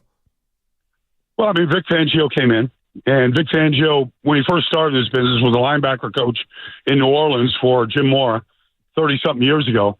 He coached the Dome Patrol back then. Yeah. And so, like, he's a linebacker coach at heart. But, they went and fixed the linebacker position, number one. I mean, nobody knew that Zach Bond could be, in my mind, he's the best defensive player in this league. He never misses a tackle. Wow. He's filled up the stat sheet. He forced a fumble the other day. He recovered a fumble the other day. He led the team in tackles. He does that every week. But, whether it's the Kobe Dean, they picked up Oren Burks, from you guys. And, he's filled in very capably in what he has done. But they play a very simplistic scheme. But they play it really, really fast. They rely on the front four. They've got a good rotation there right now. They've stayed healthy over the year. Nolan Smith has gone from a kid that had a rookie last year, had a sack and a half, counting the playoffs right now. He's like at 11 sacks, and he's a force. And, he ran 4.3 at the combine coming out of Georgia, and now you see that speed show up, and now you see the confidence of the development that he's done. You look at they don't beat themselves. They don't give up big plays, yet they've got 10 takeaways in 3 playoff games. 10. And so they're punching the ball out. It was a difference in the Ram game. It was a difference last week, and being able to put up a 50-burger. So it's defensively, there's no weakness there. They've got a good defensive tackle rotation right now. And so, and they're well coached, and they're very, very disciplined about what they do, but they tackle extremely well. Yep. Very well. Maybe the best tackling team I've seen in a while now. Baldy, the tush push. I'm very conflicted on it. On one end, Philly's so good at it. They clearly have an advantage, and that's great for them. And they run it better than anyone. No one gets as low as Jalen. There's a variety of reasons why they're the best at it, and I don't want to take that away from them. Simultaneously, I get frustrated because I watched Deshaun Goldson get adjudicated out of the league. Guy gets held up. He come flying in, whack that guy, personal foul, get out of here, right? Yet I can see tight ends, running backs, wide receivers can come in and push a guy even though he's held up to move that guy's momentum forward. And I feel like all the rules are slanted toward the offense here. Center can kind of play with the ball a little. Quarterback can bob his head a little before that play. Defense can't move at all. Where do you stand on the tush push? I'm frustrated with it as a fan of football. So Jeff Stoutland's the offensive line coach in Philadelphia, and I asked him about it one day. He said, well, let me ask you this, Baldy. When Carson Wentz was our quarterback, and we didn't do the tush push, we were 36 out of 38 on quarterback sneaks. He goes, you tell me what we're doing. I mean, Jason Kelce was the common denominator. Now Cam Jurgens is. It starts with the center. And can he get underneath guys? And Cam Jurgens can. He's got very good, even with his bad back that he has right now, he can still get underneath people. So I think it does start with the center. And then, Jalen does deadlifts 650 pounds. He is extremely strong. So, I think that's kind of the starting point. But look, it's a very difficult play. You actually can't practice the play. All right, you can't assimilate it in practice, but the Eagles use the games as practice for it. And so everybody that tries to copy it, they don't have nearly the conversion percentage that the Eagles have. I mean, Frank Louvu is like flying over the pile to try to stop. But you're never going to stop the quarterback who's going underneath you by flying over the pile. It might look good on TV. I might do a breakdown on Frank Louvu doing it. But at the same time, it's a totally ineffective move. That's not the play. They're not going over the top the way Tom Brady did. Baldy here on the River Islands guest line live at the Senior Bowl, Mobile, Alabama. Speaking of the Senior Bowl, because we are kind of draft mode out here in San Francisco. We know the trenches. Anybody learns every single year. It seems like we talk about this, Baldy, but nobody wants to give it credence.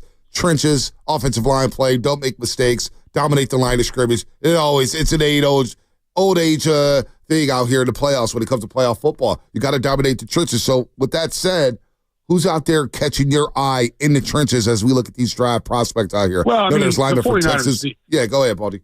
Well, the 49ers need pass rushers, man. I'm looking at Mike Green right now, Marshall. He's 6'4", he's 255 pounds. He played at Marshall, but he's a dominant player. He's going to test extremely well. I don't know if he's going to get out of the first round. I don't think he will. But, you look at, Booker from Alabama at guard. That guy's not getting out of the first round at offensive guard. But, the Eagles pay their guards, and they've got probably the best tandem of guards in football. All they do is move people in Landon Dickerson and Mekhi Becton. There's players here that can go in and like Pooney did last year, come in and start and elevate your team. So it's just a question of, where's your draft position? How early do these guys go? And can you get in a position to get some of these guys? Yeah. Bonte and I are probably in alignment. I'm sure you are. The defense needs major upgrades for the 49ers. Yep. So that starts, no matter who the coordinator is, they need major upgrades. That being said, Do you like Robert Saleh, and how is Robert Saleh different now than as opposed to when he was the 49ers DC a few years back? What's changed for him? Not much, honestly. Like when their front four was deep and good, the Jets defense was very good. And when they weren't deep and good like they weren't this year because of injuries and because they signed some players like Kinlaw and Solly Thomas that aren't, they're just not great players. They're rotation at best, but they had to play a lot of snaps this year. And when they didn't have a good anchor at defensive tackle, they gave up a lot of rush yards and they kind of collapsed. It starts up front with Robert, and he doesn't want to be a guy that has to blitz a lot, just like Philadelphia doesn't. But he doesn't have the creativity of a blitz the way Steve Spagnuolo does. He's front four dominant type of a defensive coach. He's going to get those guys coming off the ball and getting upfield, and hopefully they're 8 deep the way he likes it. When the Jets were like that, they were a very good defense. They were a top 10 defense. But I don't see the creativity and the pressures the way you get from Spags or Brian Flores or some of these other coordinators in the league right now. And you know what, Baldy? That's Shasky and I have been kind of in lockstep with this. One, Saleh's going to be fine. Obviously, you just mentioned the personnel has to be strengthened, no doubt, with the 49ers. They need to get some players in here. But that was disappointing because we started thinking about Lou Anarumo, who got the job in Indianapolis, and Wink, I think, is still in Michigan, and I know he wants to get back in. We wanted something exotic. We wanted to see some different blitzes because we see Spags on the most crucial 4th and 5. What does he do? Blitz Josh Allen, corner blitz, sneaky good. Vic Fangio has that in his bag.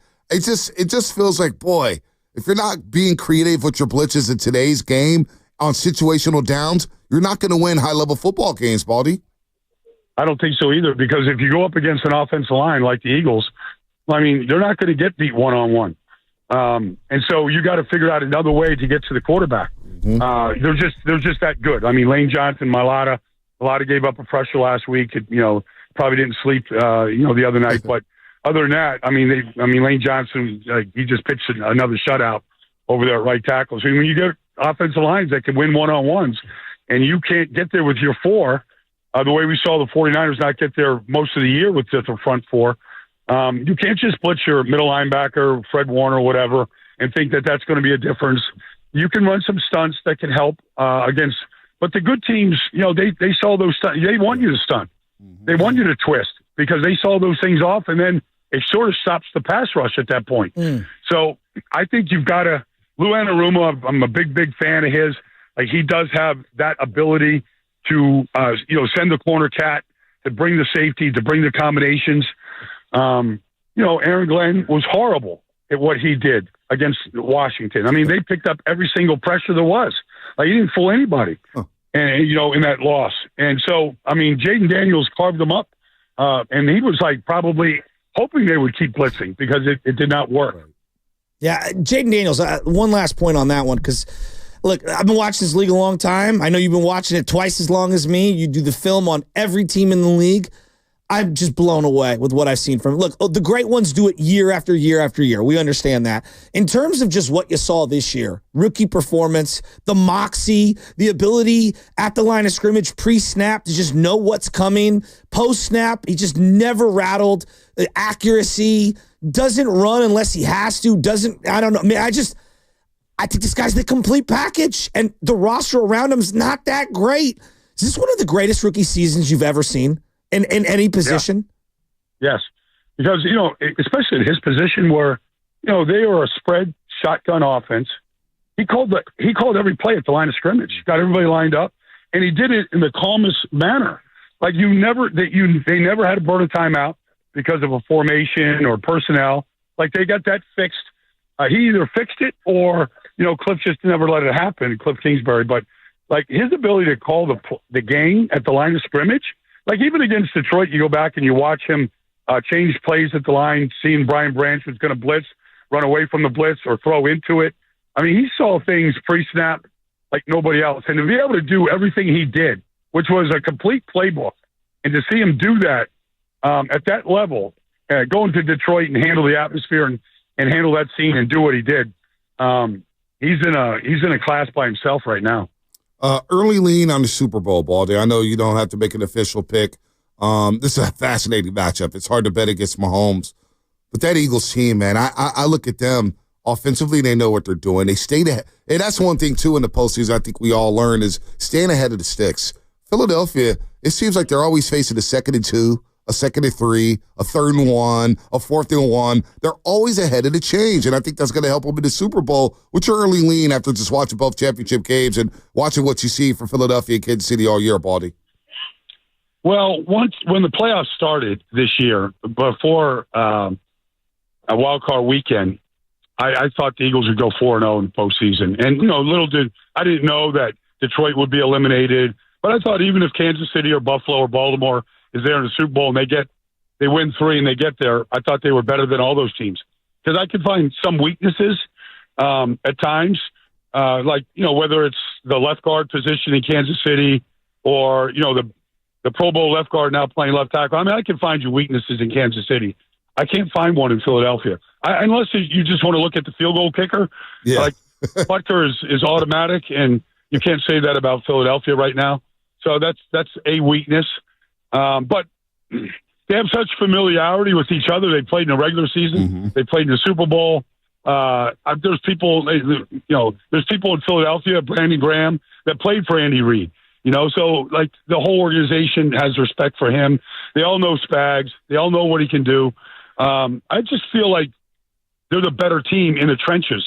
And I thought they were the best team in the trenches all year. Andy Reid, you brought him up before we let you go, Baldy.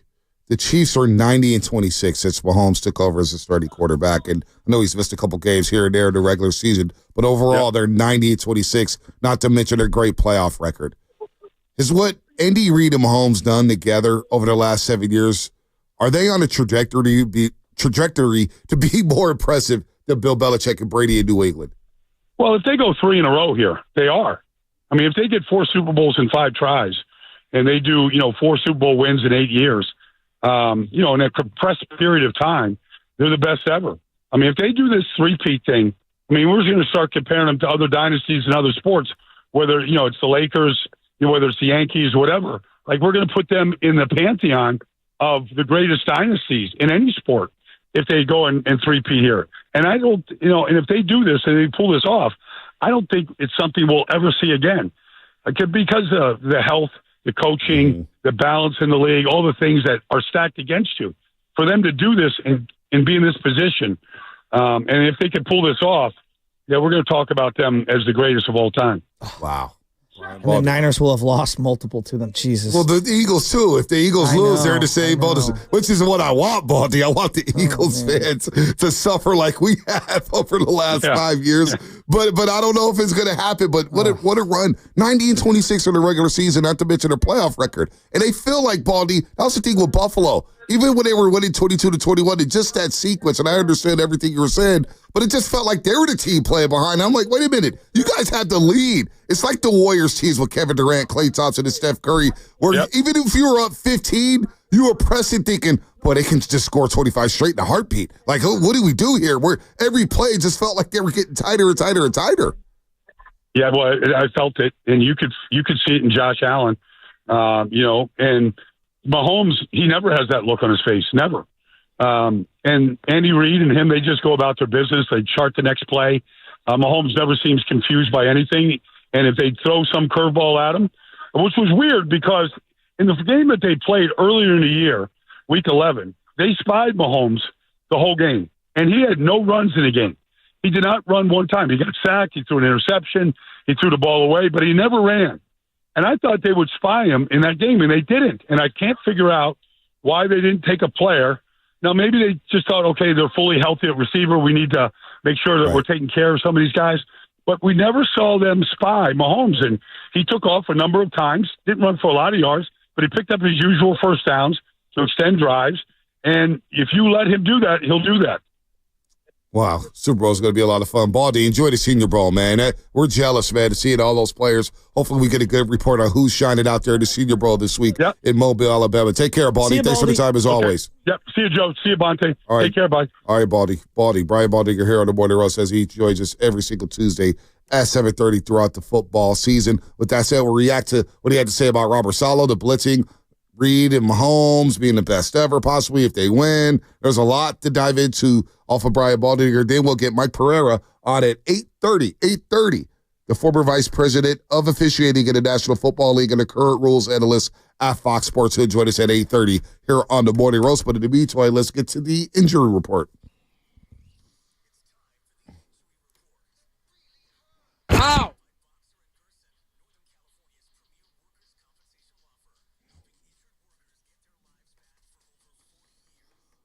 All right, Draymond Green, pardon me, had a strain, left calf reevaluated yesterday. He's making good progress. He's expected to rejoin practice later this week and will be monitored day to day. Jonathan Kuminga, recovering from a right ankle sprain, was also reevaluated. It cleared to begin on-court activity. He will be reevaluated again in 2 weeks, JK. 2 more weeks. He's already missed 3. What an injury, man. Talk about bad timing. The injury report brought to you by Boxer and Gertzer, Northern California's premier workers' compensation law firm, helping injured workers get their lives back for over 40 years. 888-957-9570. If Reid and Mahomes wins the Super Bowl, they're the best ever. Simple question for the roasters out there, 888-957-9570. Plus, Robert Saleh. We haven't really dove into the Robert Saleh hire. Are you high on that, Shasky? Are you a little disappointed with the Saleh hire? We'll get into that as well. 888-957-9570. That is brought to you by Fremont Bank. Here for you, here for good. Where can you kick off the new year?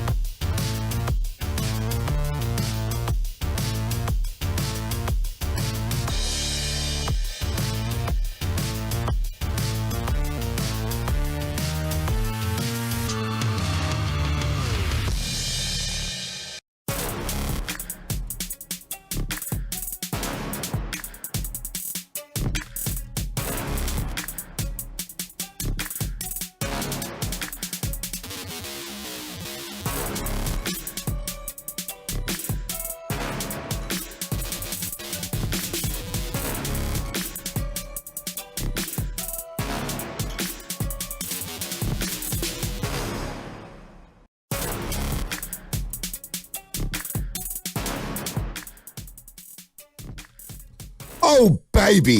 Oh, baby. Oh, baby. A Tuesday morning. We're going to get into Larry Bear in the 9 o'clock hour as well. We didn't revisit that as much yesterday, but he said a lot of stuff about the Giants. We'll get into some baseball. We got the Warriors and the Utah Jazz later on today. The front end of a back-to-back as the Warriors are 22-23.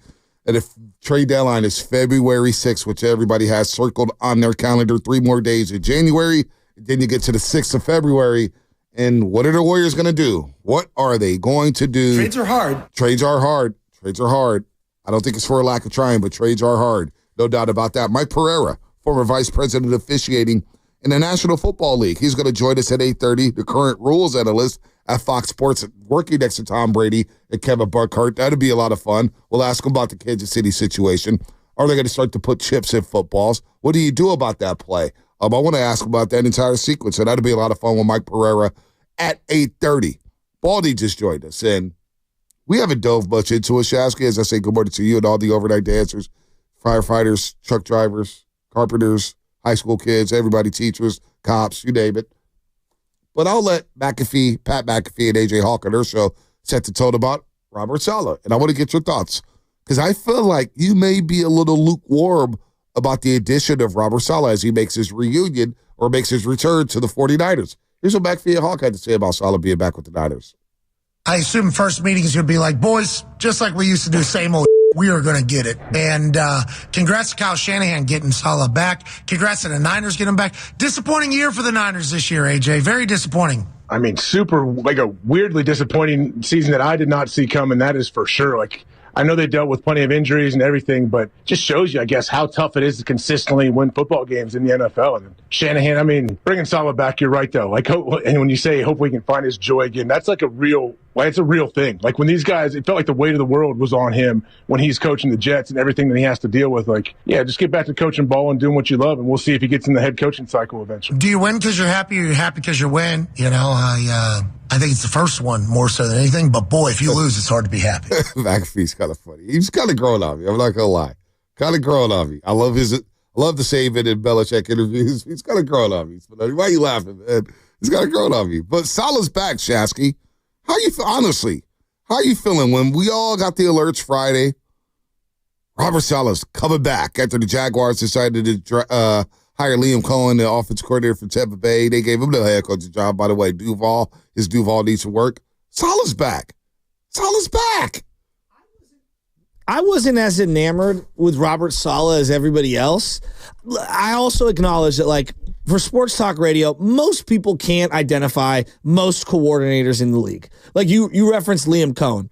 Liam Cohen could have walked into this room, shook everyone's hand, told us what his name was, and none of us would have any idea who he was. Let's be 100% candid. Very few of us have recognition on most of the coordinators. Yeah, the Spags and the Dick LeBeaus and stuff like, yeah. So Robert Saleh being here and being a fiery guy on the sideline, that like resonate with people. I thought he was awful in 2018. No, I'm calling it what it is. I thought he was awful in 2018. How was the talent, though? Bonte, I thought he was awful in 2018. Okay? Period. I didn't think that they blitzed ever. They were garbage. They got Dee Ford back being healthy. Obviously drafted Nick Bosa. Everything changed. They moved Eric Armstead a little inside, a little outside. It was a combination that year. Everything hit, and that defense just took off. Obviously, Dre Greenlaw and who was the guy that got hurt prior to that who had signed as a free agent? Michael Smith? No, the other guy. Who played for New Orleans as well. Quan Alexander. Quan Alexander. Yeah. Quan Alexander was good, then he got hurt, and then Dre stepped up, and then Quan ended up returning, and Sherman had a great year. But I thought that they caught lightning in a bottle. And they were a very, very, very good personnel in terms of their front. And yes, it was an exciting defense. It was like a 1-year thing, though. Now, the next year, Bosa goes down, and I thought they played admirable. But defense played well that 2020 season during the pandemic. I thought teams they played well. I mean, there were certain games. I remember Ryan Fitzpatrick looking like Joe Montana against the 49ers in that one. So, well, they had that number 47 playing corner. War of attrition. No, seriously. You got to have, listen, I think what you're explaining and what I think it's a very good litmus test to how we talk about Purdy. You need good personnel. You need the personnel. You need players. good players, talented I don't players. think it has anything to do with Purdy. No, but I'm saying no. I'm saying Purdy. When people talk about the struggles, okay. Well, look at the offensive line. Do you have any good players on the offensive line? What trait goes down? Well, you have Purdy. That's about it, right? And then you look at the wide receivers who can't get off of press man coverage. I mean, so at some point, other players got to make plays. So to this point that you're making about Robert Saleh saying that he was lukewarm in 2020, that team dropped like flies. That team, how many different defensive personnel units did they have that When year? you watched him, did you think, wow, next level DC? I thought he was very good. I thought he was very good. I thought he was solid. I thought he was very good. I thought he was solid. I thought he was very good. Look, I don't think he's changing the fortunes of the 49ers from, oh my God, now all of a sudden they have a schematic advantage week in, week out, whatever. Is he better than Nick Sorensen? Boy, yes, absolutely. Nick Sorensen he's a special teams coach now and somewhere else. He's not even a hireable DC. Right. So is this an upgrade? Yes. I don't know how much. I really don't. Sorensen, I think it's a tremendous upgrade over Nick Sorensen. Sorensen is who's the bread and breakfast guy calling players for the Raiders? Tom Walsh? I mean, we're talking about Saleh's light years better than Nick Sorensen. Not even close. They're the same stratosphere. So let's not go crazy over that. Now, I want to go back to 2017 when the Niners lost 5 straight games by 3 points or less. And they had 2 players on that defense, in my opinion. DeForest Buckner and Eric Armstead. Now, Jimmy Ward started playing better that year. You didn't know about the other personnel. But I thought they played I thought they were a hard-nosed football team that year defensively, considering the personnel that they had. I mean, think about it. They had Dante Johnson playing quarter starting 16 games. Dante Johnson, special team star. Well, they were an expansion team. They were an expansion team. And I thought they held up. I thought they held up very well. They had Eric Reid playing middle linebacker, Reuben Foster dropping every single game. So, look, I hear you on Saleh. To say all that, I don't think Saleh's a bad hire. However, me personally, I want a Wink Martindale or Lou Anarumo. I want some exotic because why them I want over exotic blitzing. I want something different. The Y9, I don't want to stick to the Y9 because you run in the Y9, you're so hell-bent on having the right defensive tackles, and they have to stay healthy. You have to have the DJ Joneses. You got to have the Buckners. You got to have the Armsteads. Right now, that's not on this football team. So baked into it, and everybody in the league knows Niners are drafting interior linemen on the defensive side of the football. Again, we're going down this road again. You know what I'm saying? So that kind of bothers me.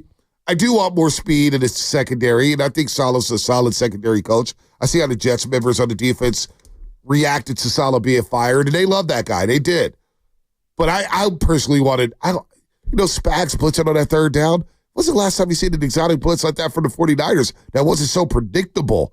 I want exotic blitzing. I want less predictability on the defensive side of football. And I think bringing Saleh back, it's a good hire. It's obviously better than Sorensen, and there's no excuses on whether or not you have a familiar guy, Robert Saleh, for Kyle Shanahan. All right, Shanahan, you got your guy now. You got your guy on the defensive side of football. But I wanted something unpredictable. And this is just too predictable to me. Now, they may ball out next year with the right personnel, and we'll be saying, boy, it was great to bring Robert Saleh back. Awesome.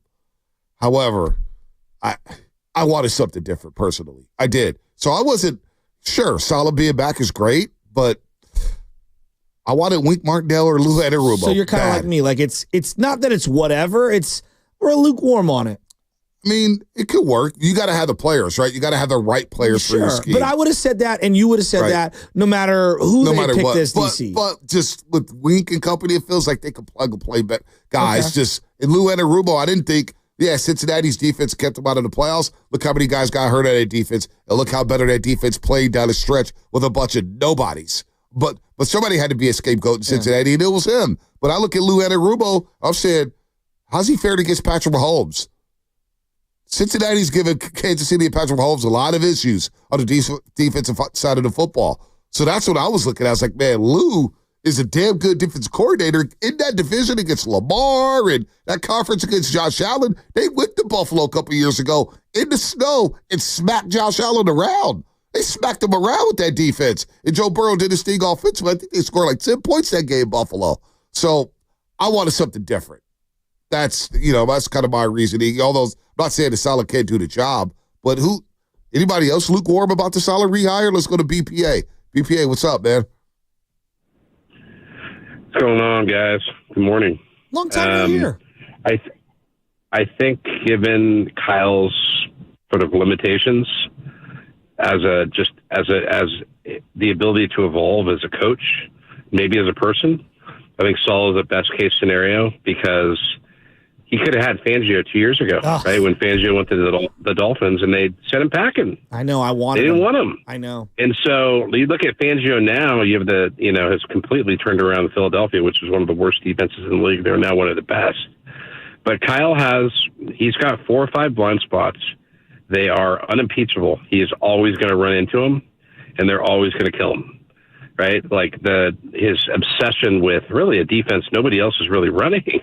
I don't know anyone else running a Seahawks cover 3 wide 9 defense from 12 years ago. Certainly, when you have no defensive tackles, yes, you have like 15 yards in the middle of the field that's just wide open to run in, and so. Yeah, his blind spots they're predictable. He's always going to go down on his refusal to address the offensive line, his refusal to fire Jake Moody when everyone on earth knew that was the obvious decision. His blind spots are his blind spots, and there's a reason why he hasn't won a Super Bowl. Yeah. Anyways, have a good day, guys. Yeah, he makes a lot of good points. And here on the 510 Shasky, very lukewarm about the same defense. Again, no smart schemes, no disguise blitzes. It's just that's for the 510. Can I ask you this then? Yeah. Was he the best available candidate? Forget what Kyle wants to run. Forget all that. I'll take a step back.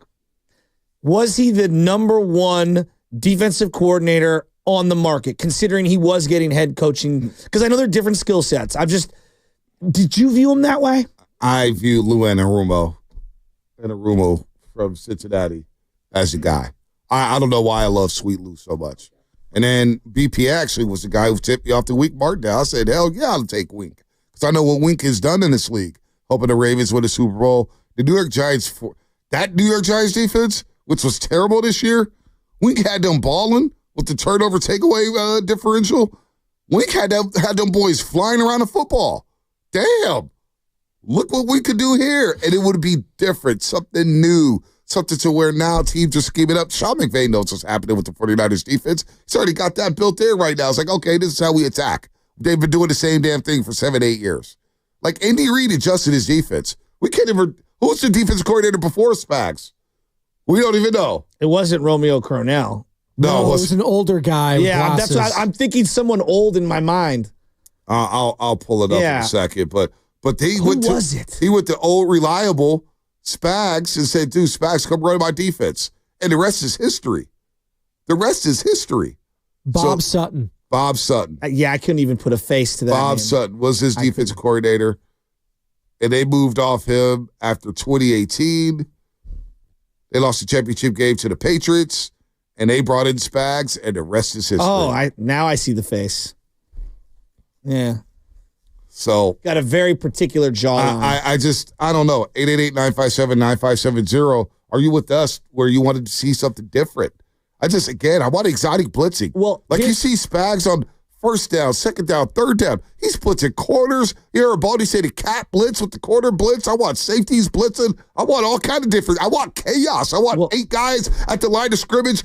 In the A gap, mugging the A gaps, mugging the B gaps, mugging the C gaps. I want guys bailing, blitzing. I want you just confused. This is NCAA football where I got 6 guys on the line of scrimmage. Who are you going to block with your 5 offensive linemen? Who's coming? Who's going? We're not going to get that with Robert Saleh. At least we don't know that. Maybe we do. But I want it just, you don't know what the hell's coming. I got guys walking around like Troy Polamalu. Hey, am I coming? Am I going? Am I playing the deep third? Am I going on the deep hash? What are we doing here? I wanted something a little different. Let me play the other side of it, even though that I think we're in agreement on being lukewarm. Robert Saleh did, go up to Green Bay this year and was part of their staff. I'm not sure his exact role, influence, etc. Green Bay did a lot of random stuff this year on defense. They hired a guy from the college ranks. Boston College. He's Maybe he incorporated, anytime I've taken a big setback, I've learned from those lessons, and I've tried to bake that into my next move. Maybe he learned some stuff. I mean, that's wishful thinking. I'm just throwing it out there. Maybe he did. Maybe he did. And maybe we will see some more exotic stuff from the 49ers defense. By the way, it's time to give out the keyword you need to know to win a spot in the knockout tournament. The keyword is blue.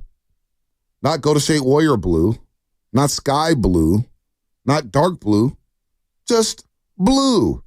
Again, the keyword is blue. And in case you have difficulty spelling, which is, understandable, B-L-U-E. B-L-U-E. Blue, like the color often seen on certain Warriors jerseys. Listen between 8:30 and 9, and when you hear this sounder,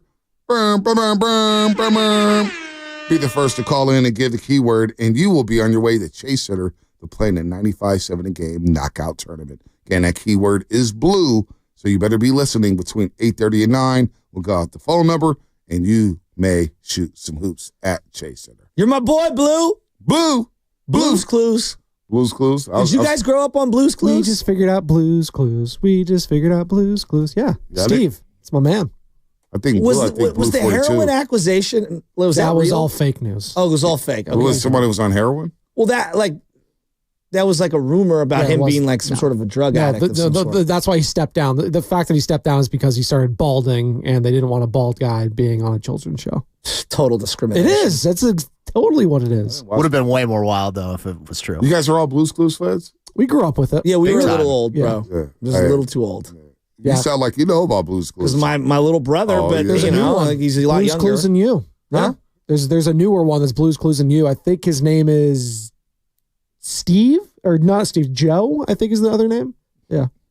It's Filipino. Oh, really? Yeah. Very cool. Let's go to Ryan at San Bernardino. San Bernardino, home of the San Bernardino Valley Wolverines. Ryan, what's up? Hey, my dudes, how we doing? Good. Great. Good morning.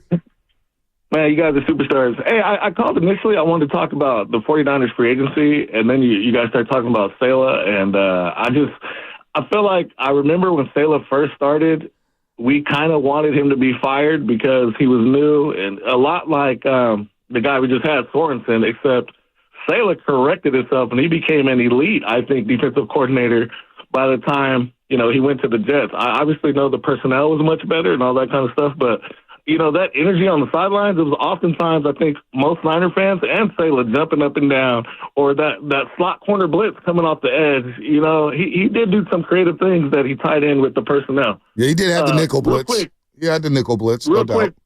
With the free agency, I think these are the Niners that go to the Super Bowl. These are the Niners that rebound. It's the Niners that their back is against the wall.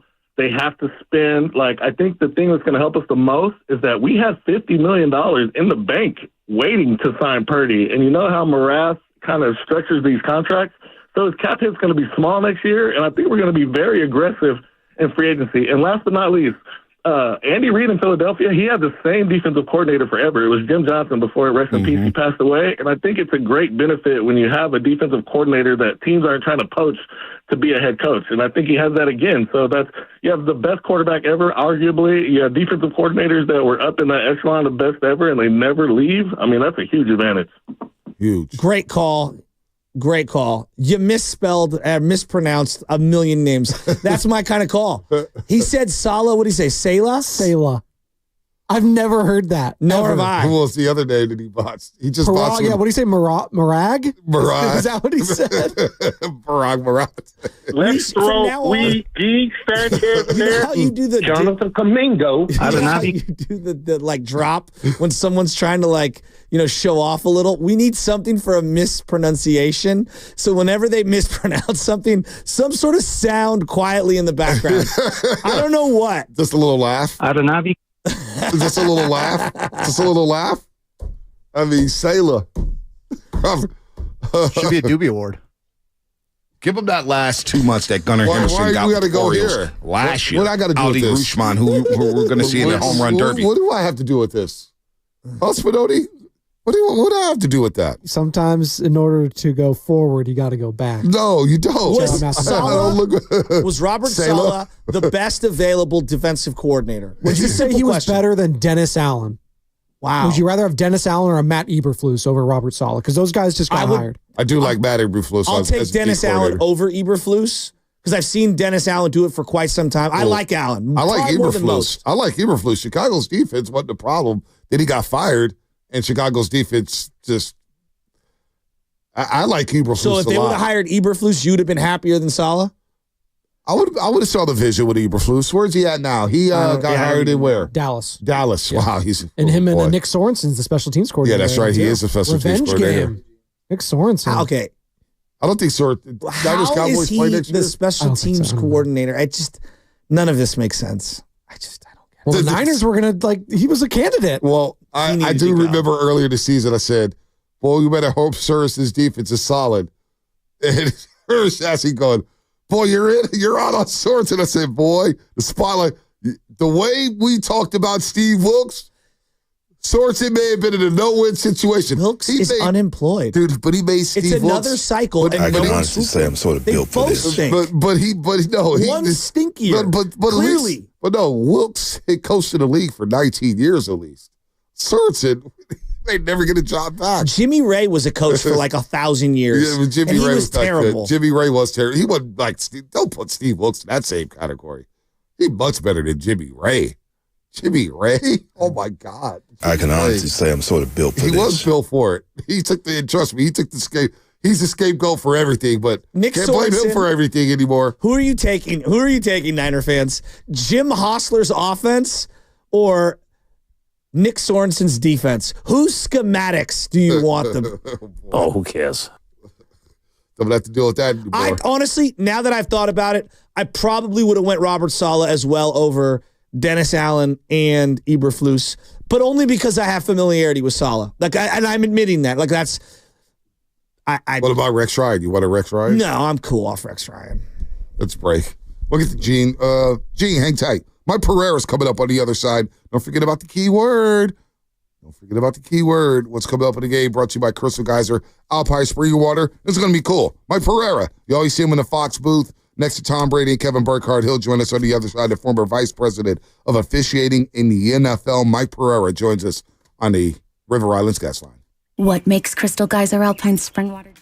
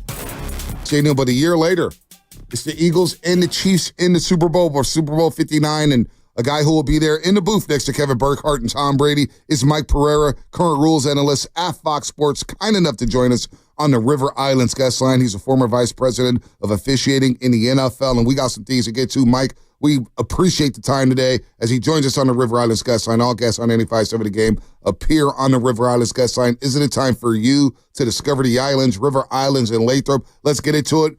Mike, Bonte Hill, Joe Shasky the Butcher, we appreciate the time as always. We know you're a busy guy, so let's get into it. Obviously, a lot of controversy in the Buffalo-Kansas City game about the tush-push. But I want to go to a play before that, Mike. Don Kincaid catches a pass at 3rd and 3. He gets tackled. Maybe it's at the first down marker or whatnot. But in that situation, I wonder, because Buffalo rushed to the line of scrimmage and snapped that 4th down play with 26 seconds left. How can you go about getting a measurement on the field today?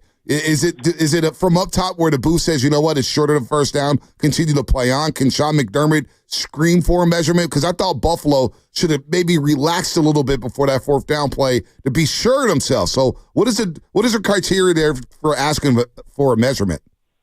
Yeah, I mean, it's where have the measurements gone? Right. I mean, you don't see them very much. I always love those old guys running out in the middle of the field, you know, and handing the rods to the official and put it down. Mm-hmm.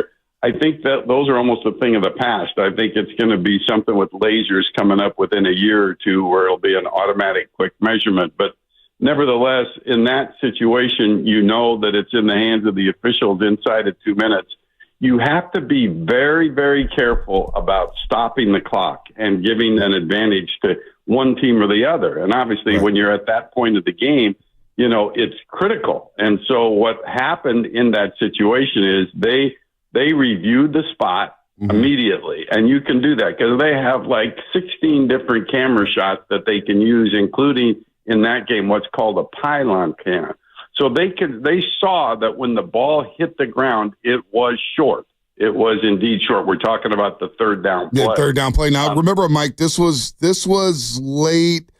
This was early 4th quarter. This was about 9:22, I want to say, in the 4th quarter when that happened. Yeah. Oh, that's true. That's right. I'm sorry about that. Remember the tush push with Josh Allen? Kincaid gets tackled on 3rd and 3, and this wasn't under 2 minutes. So I was just wondering, can McDermott ask for a challenge? Because Buffalo's all scattered. And even if he doesn't ask for a challenge or be asked for a measurement, can he challenge that play? Because there was so much time left in the game with Buffalo up 22-21.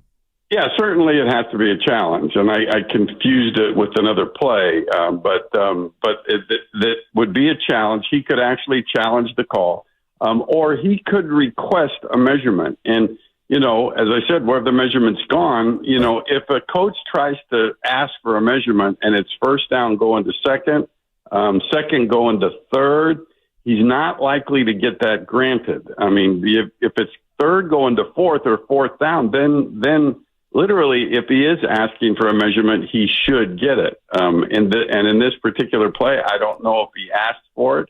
And I know that the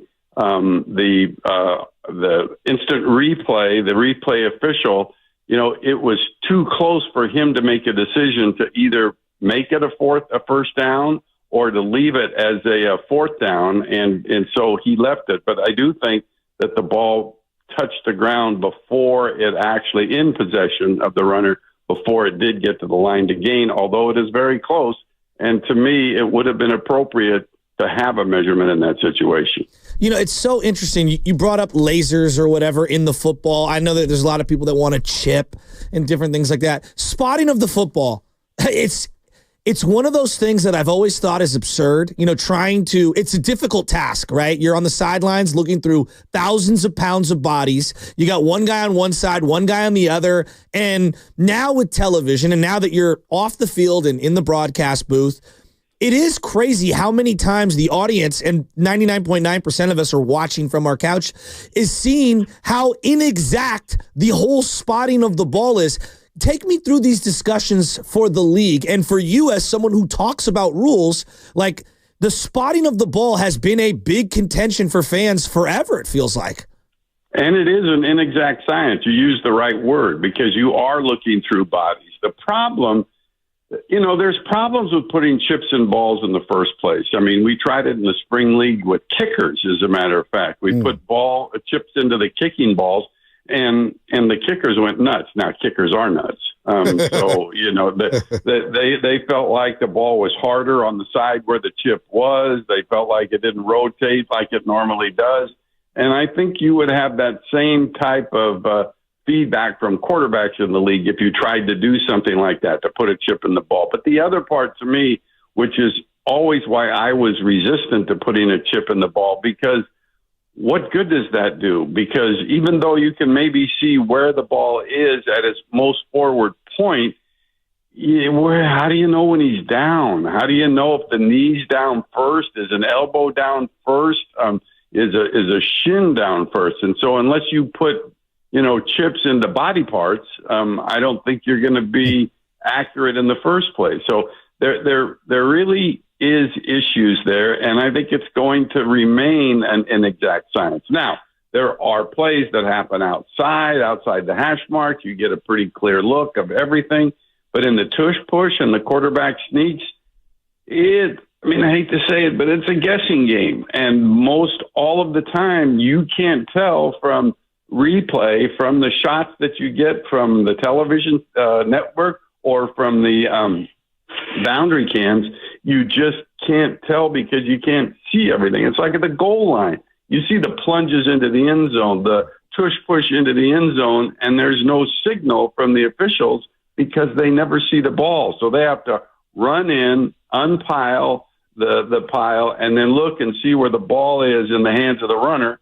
And then they make their signal based on that. It is inexact, and I don't know how you can make it exact, period, without further complicating it. I'm thinking, again, whether it's lasers, chips, whatever, you're syncing it up with video, and you're trying to be as precise as possible. But we all agree it's difficult. But I'm watching this game, and I keep coming back to the broadcast stuff because I've been going to games my whole life, and I'm sitting down. I had never heard of the officials saying they could grant a touchdown because of behavior off the field. And like all of America, I was like, whoa, didn't know we could do that. And then there was like a blended clock, and I was unaware of that because sometimes the play clock isn't synced up with the game clock.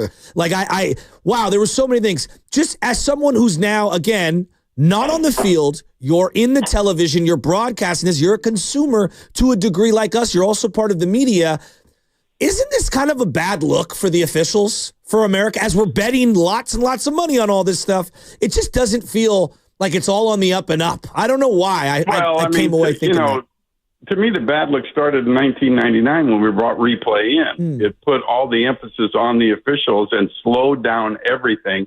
So they exposed their mistakes more than they've ever been exposed before. Now, they make mistakes. They make mistakes in every game. I mean, in our game, they missed a holding call on Barkley that should have been called. They had a touchdown by Washington, and they had two linemen 4 yards downfield in the end zone. Officiating's never going to be perfect. Everybody's got to realize that. I don't care how much we continue to expand instant replay. It's never going to be perfect. Just like players are never going to have a perfect game unless you don't play. And coaches are not going to coach a perfect game. It is a human game, but we don't want to accept that the fact that officials make mistakes, that standard is higher for them. And they accept that and they understand that, but they also know that, on field level with 22 guys running around, big, great speed, it's impossible to be perfect. But, when it comes to some of the obscure rules, like I've been waiting 15 years on Fox now to say that that's a palpably unfair act. I was dying to say that, and I finally got my chance because I knew if I said palpably unfair act, everybody was going to say, what? It's like I'm waiting for somebody to stand under the goalpost and on a field goal attempt, jump up and bat it to keep it from going over the upright or the crossbar. I'm waiting to say that's a foul for goaltending. I'm waiting for these opportunities. And finally, I got the palpably unfair act, which is really what it is. It's more designed for if a substitute comes off the field and tackles a runner that's headed down the sidelines, then that's palpably unfair for that to happen. And the referee can do whatever he thinks it's equitable. But this rule book is complicated. Yeah. It's long, and there's a bunch of things in there that are reactions to one play that maybe happened in 1942. And then lo and behold, something crops up that, we have the palpably unfair situation in Philadelphia. I bet you Bill Belichick may be the only guy in America who knew that, Philadelphia may be awarded a touchdown if the Commanders continue to do this, because he knew the rule book inside and out. Other than that, we were all lost, Mike, as we're talking to Mike Pereira here on the River Islands guest line on the Morning Roast, obviously in the Fox booth, current rules analyst at Fox Sports. We'll get to Brady in a second because I know it must be cool to be in the same booth as him. But real quick, back to the tush push. How big of a talking point is that in league circles? And what do you do about this play? Because it feels like it's going nowhere. Instead, we're seeing teams evolve with it, playing tight ends at the quarterback spot to go in and get a quarterback sneak there to 3rd and 1. How difficult is this play to officiate? And what do you do about the tush push at all if you do something? Well, certainly it's impossible to officiate. It's tough even on the lineups of the teams, offense and defense, because they crowd the neutral zone. And, you don't call offside unless really the helmet gets like more than halfway beyond the neutral zone into the neutral zone. And then the ball disappears. So it's really brutally difficult. What could they do? I think it'll get discussed again. Is there injury data that says that the play is unsafe? If there is, then they could ban it. And the question becomes how. And so the answer is to go back to where it was illegal to push a teammate forward in the field of play for a score or to reach the line to gain. Similar to what you have on defense, on the defensive side of the ball, on kicking plays. The defensive team cannot push a teammate into the offensive formation. That's a foul for unsportsmanlike conduct. Mm-hmm. So they could go back and do that. That, to me, is the only way that you could get rid of the tush push. It used to be that way, but they banned that because sometimes in situations, who are you pushing? Are you pushing the runner, which was the foul, or are you pushing a teammate that's in contact with the runner? Wow. Do you think that will moving forward, Mike? You think maybe that's back on the table with the running backs not being able to push their quarterback in on the tush push? Yeah, that's certainly possible, but I think that we'll have to see, to me, whether the injury data, whether that's overtaken by the ugliness of the play. And certainly it got ugly down at the goal line in Philadelphia in that situation. But there was sentiment to change it last year, but there was not enough support, to get the required number of votes to figure out even how to get rid of it, period. But I think it may get a little bit more support. But let's face this, too. It's been a pretty effective way to get a first down or to score a touchdown. And let's remember that this league is more concerned with offense than they are with defense. And so, to me, that might be an element that sways them not changing it. You eloquently bring me right to one of my favorite points. I just feel like defense, it's impossible to play. It's impossible to play in this day and age. These guys are engaging in routes and they're making contact, and you touch a guy a little and boom, it's a defensive hold or a grab or a PI. We want freedom of movement. I understand all that. I get really ticked off now with the sideline stuff. And you talked about it. Hey, they could pick up. This was a Saquon Barkley run off to the side where his foot is landing out of bounds and the DB is hitting him late and whatever. And I just feel like I've seen Patrick Mahomes do it to the Niners. I've seen other guys do it where they pretend like they're going to go out of bounds. The defenders ease up. That guy plants his foot in the ground a half a centimeter away from the out-of-bound line and then jumps back and cuts upfield and plows an unsuspecting defensive back. It's just really hard to play defense. And now I understand the guy's foot's falling out of bounds. But why is the sideline such a safe space? We want guys to stay healthy. We want them to stay upright. We want to protect our quarterbacks. I think it's impossible to be a DB in this league nowadays near the sidelines when guys are coming at you. And I had a real problem with that Saquon Barkley penalty. Yeah, I understand 2 points there. The first point is it's impossible to play defense. I got in a little bit of a ruckus with Richard Sherman when the Niners played in the Super Bowl in Miami, I think it was. And I said something inappropriate on an interview about him when I thought that he had said something inappropriate about the officials in a game that the Niners were in. And so we met face to face, and we had a great conversation and settled the air. But the point was talking to him about offense versus defense. He said, if my kid was going to play, what would be the first thing I would tell him? And Richard Sherman said, play offense. That it's just too impossible. And then the second part on the hits out of bounds, at least the league did put in the fail-safe this last year to where if they call a late hit out of bounds and the foot is not down out of bounds, which happened in the Mahomes case a year ago or whatever it was, now the league can actually use replay to pick up that foul and to take it off. So it is a fail-safe for that reason, but it has to be clear that the foot is not down out of bounds. And also, if the foot touches out of bounds and then the runner continues to run upfield after a step that foot touching out of bounds, then that's not to be called. It's only when the player is headed out of bounds. It's tough, but player safety, we talk about offense, right? We talk about offense versus defense. The league likes offense. The same way with player safety. We have bent over backwards to protect players, whether it's quarterbacks, whether it's defenseless receivers, or whether it's players out of bounds. But that's just the way that the league has turned, in my mind, since 1994 when they put in further provisions to protect the quarterback. We've been headed in that direction for a long time and probably will. I mean, we're going to see pretty soon where it's just going to be illegal to block below the waist, period, whether it's in the tackle box or outside the tackle box.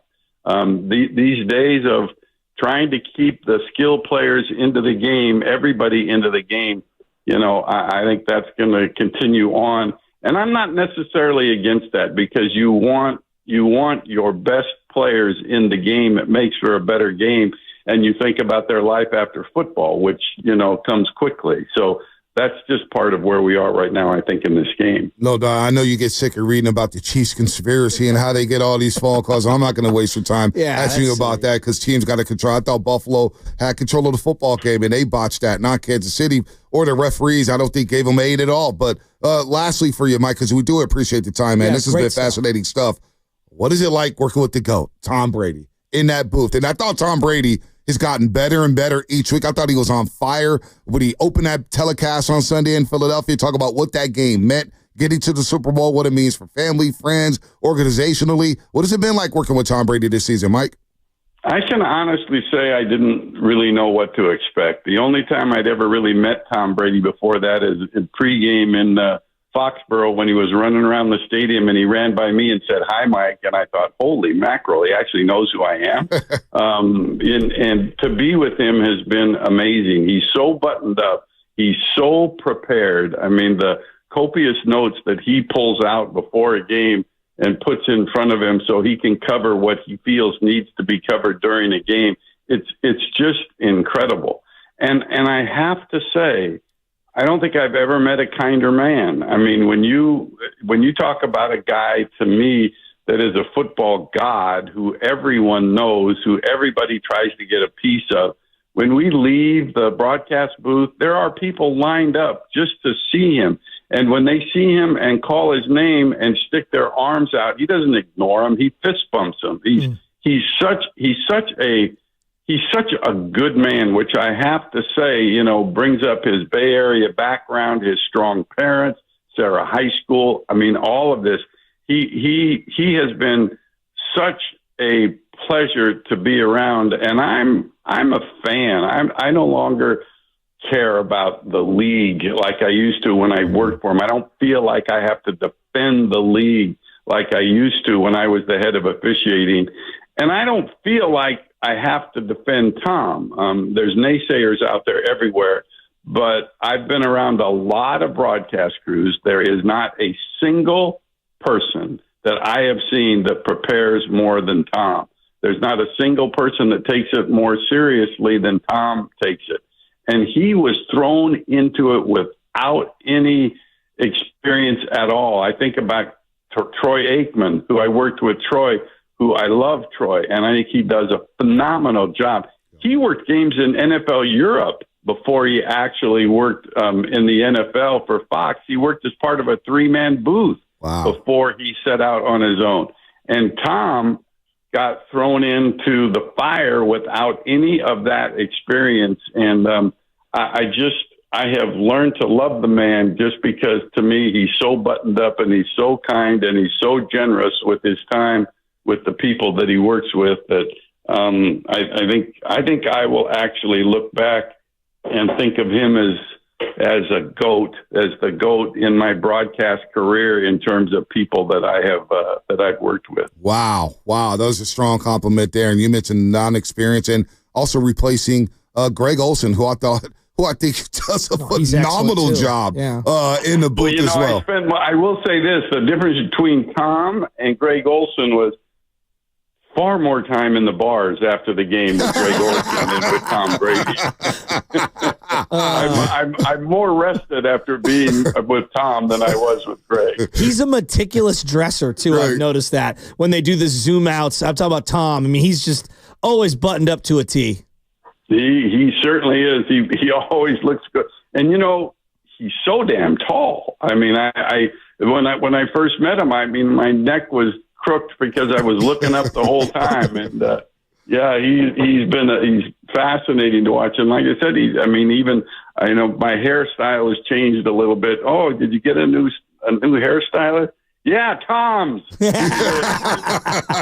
Alex is on the road with him, and so she kind of fixes us all up a little bit before we go on air. Oh, that's awesome, Mike, thanks for coming on, Yeah, this was awesome. You get a lot of flack because obviously all the officials always do, and we appreciate you coming on here. We love hearing, right from the source of someone who's knee-deep in it and has been for his whole career. So thank you for coming on the Bay Area airwaves with us. You got it, guys. Take care. Anytime. Mike Pereira, River Islands Gas Line.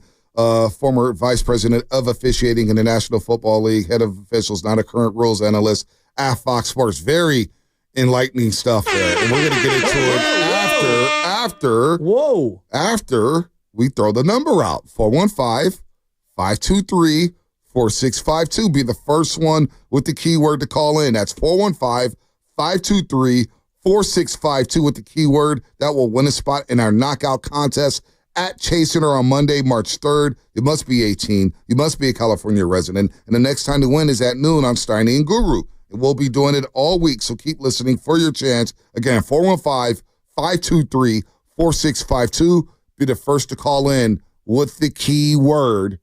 And you, my friend, may be shooting some basketball at Chase Center, March 3rd. When you are an official, on every call, I don't care if it's youth, high school, college, professional. On every call, half the place hates you. Every call, okay? So I understand, baked into the job, you're going to be unliked. Like, it's the most thankless job ever. I freely admit that. I would never, I was covering the Pac-12. A ton of games. Yeah, I was covering 6 the other day. Covered Pac-12, yeah, God bless your soul. I was covering the Pac-12 tournament back in 2013. Yeah, no flexion. Vegas, MGM Grand, and Arizona's playing UCLA. Arizona's got Aaron Gordon, Nick Johnson, Kyle Anderson, Jordan Adams, Zach LaVine's on UCLA. And I watch these referees walk in the tunnel, and the Arizona fans is hanging over the tunnel. Double birds, calling them every name in the book, and these officials just got to walk through the tunnel, head down, while getting berated with all kind of slurs. I mean, it was unreal. At that unreal. And at that time, I said, I would never do that job. Well, look, that's tough. And I'm not saying it's not a tough thing, but at that point, it does become a little like white noise. Yeah. When you're in an empty gym with a bunch of third graders and parents are berating you, and you can literally turn and look and stare them in the face, that's just as demoralizing to me, if not more. Probably. Like, 19,000 people, 12,000 people screaming at you, and 50 people screaming at you. The fact is that you're going to get screamed at as an official. But that being said, the one thing that I think that the NFL should really look into, and I mean this with all my core, they've got to get, and I specifically want former defensive backs and wide receivers as officials, because I think that when I think about the sidelines and all the contact that's going on with these guys, there's the letter of the law and then there's the spirit of the rule. And I think too many times we see the letter of the law affecting a play that has no business affecting the play. There's not one person in the planet who thinks 3rd and 20, 5-yard hold should be an automatic first down. Nor do I think pass interference should be a spot foul. I think they need to go to the college rule where it's 15 yards unless it's the obvious, egregious pass interference that enables a team or limits a team from getting a touchdown. I'm open to that. I'm open to that. Yeah, Because sometimes you see some ticky-tack pass interferences, like, wow, that's a 50-yard penalty? Come on, man. You're flipping the game. On something that's very bang-bang. And, I keep coming back to the sidelines because I'm saying, look, man, I get you want player safety. Dude, I get it. Nobody wants to see who's the backup for Mahomes right now. Is it Carson Wentz? Carson Wentz. No one wants to see Carson Wentz versus Kenny Pickett. Ooh, we want to see Jalen Hurts wait a minute. versus Mahomes. Carson Wentz, revenge game? Carson Wentz, Oh, revenge that would game? actually be quite the storyline, right? Oh, Carson Wentz. Okay, I'm actually only kind of Bonte selling Hill, on that now. diehard NFL Red Zone fan wants to see that. But point being is nobody wants that. But, no. Some people would want that. But I mean, we like drama in America. How hypocritical is it for the NBA? Like, hey, if the foot is 1 inch off the ground, you can hit that guy. But if it's it's on the ground. The toe is barely touching. Do you know how bang these things are on the sidelines? You know what though? Mike said it. By the way, I got some breaking news in just a minute here. But I just don't think Mike said it. It's hard to be perfect as an official. How could you? The tush push is a mess. No one's saying punting the ball is a mess. You got to try to get it right at all times. And that's why you guys kind of laughed at me, but I would rather the call be correct, get the call correct, as opposed to, hey, let's just guess, let's just do something. I'd rather spend a couple minutes to get the call correct. It's about fair play. Well, this is what I would say to you. I could look at that catch the other day where two guys caught it simultaneously. I watched that for a minute and a half. I had no idea. I don't even know. So I guess going with whatever was called on the field, I guess. And you know what? I bet if I pulled 100 people, we'd have 100 different versions of what they saw on that play. By the way, 12:30, February 23rd. Not to divert from this conversation because I want to continue on this conversation, but Andre Iguodala will have his number 9 jersey retired February 23rd at Chase Center. Wow. And it'll be on the same day, 12:30 p.m. afternoon tip, when the Warriors play the Dallas Mavericks. And Iguodala told Anthony Slater in a quote, it'll be the 7th jersey, by the way, retired by the Golden State Warriors. He'll join Al Attles, Rick Barry, Will Chamberlain, Thomas Sherry, Chris Mullin, Nate Thurman, of course, Thompson, Kevin Durant, Draymond, Steph. They're all going to get their numbers retired one day. But Iguodala said, I'm just the oldest. Mark Jackson's favorite line was, Father Time is undefeated. It worked to my benefit this time in terms of being the first one. So I want Iguodala. He says he remembers his first press conference like it was yesterday. Remember what he had on, the questions, the responses. He said he was the second-tier free agent waiting on Dwight Howard, so I'm not even thinking it was going to be headline news for the press conference nationally, maybe just locally, but I remember one of the answers I said, we're not that far away. They took the Spurs to 6 games, real close games. Steph was coming into his own, and I used the word championships. And Iguodala wasn't wrong. They won 4 championships as he joined the Golden State Warriors. So, I'm like a number weirdo? Yeah. Can you name any other Warrior who wore number 9? I probably can't because I'm not a one. I have a go-to every time. I'm not a number weirdo, but let me guess. Because NBA is probably more obscure than the others. Yeah, number 9, Warriors history. Number 9. I only have a couple, so if anyone has others, I'd love to know them. Number 9, Golden State Warriors. I am drawing a blank here. Number 9, Carl Landry wore 35? Or was he number 9? He was 30-something. Yeah, he was double digits. Yeah, I wouldn't know number 9. Give me some number 9s. Off the top of my head. Diago wore number 9? Number 9. Was he number 9? Absolutely. I thought he was double digits. Starks wore John 9 Starks for the wore Warriors. 9. And Ronnie Cycli, for Ronnie a small period of Cycli, time, wore number 9. Then he moved the only reason I know Cycli for sure is because I had a card my grandma glued to a box that I had forever, which was like a trading card box she made for me, and it was a Ronnie Cycli number 9. Give me some. Ike Diago was 9, right? J.R. Bremer. I don't remember him. I don't remember. And Ryan Lorthridge. I don't remember that. Was Ronnie Cycli 9? Yep. Okay. What about Ike Diago? Yep. Okay? With Starks? Yep. And then you have to go again. Anyone else? Yeah, but you have to go back to the 60s. And, Wow. So it's really not that... Not a popular number. Wow. Bill Frazier, Connie Deerking, George Lee, Frank Radovich, Joe Grabowski. Yeah, I would. Don Lofgren. It's a great name. Jerry Fleischman, John Murphy, and Ralph Kaplowitz. The great Ralph Kaplowitz. So it's an ABC game. I remember talking to people at NBC about this. NBC game, or ABC game, I should say. So it's going to be on national television. So locally, if we carry the game, I know the ceremony would be viewed. I'm not sure if the ceremony is going to be televised. I'm not sure if it's going to be televised for the Bay Area fans. It's funny that this is happening right now because I saw a post last night. Was it Whistle Sports? I don't know. What the hell is Whistle Sports? It's like one of these Instagram accounts. You know what I mean? Like it'll pop up when you're just scrolling. And it said something to the effect of like, Vince Carter got his number retired for the Nets. Yep. What's the criteria for you as a fan for someone to get their number retired? And I thought it was a fun, interesting conversation. Right. Someone like Andre Iguodala, I think he deserves to have his number retired. I do. I think that you can't talk about the history of the Golden State Warriors without a giant chapter or 2 or 3 on Andre Iguodala. Yeah, I'm with you. It's a no-brainer to me. It's a no-brainer. The question is... It's really cool. I'm really happy. The question is, will he get a statue alongside Steph, Clay, Dre, or who are the statue guys going to be? I think he falls short of statue. Yeah. And that's not a knock on him. I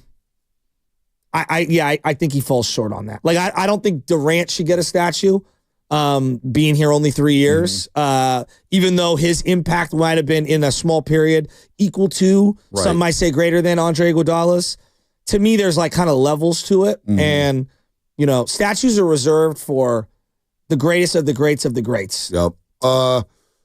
Iguodala's talking about the Bay Area and how much he loves the Bay Area. He goes, man, Bay Area fans voice their appreciation.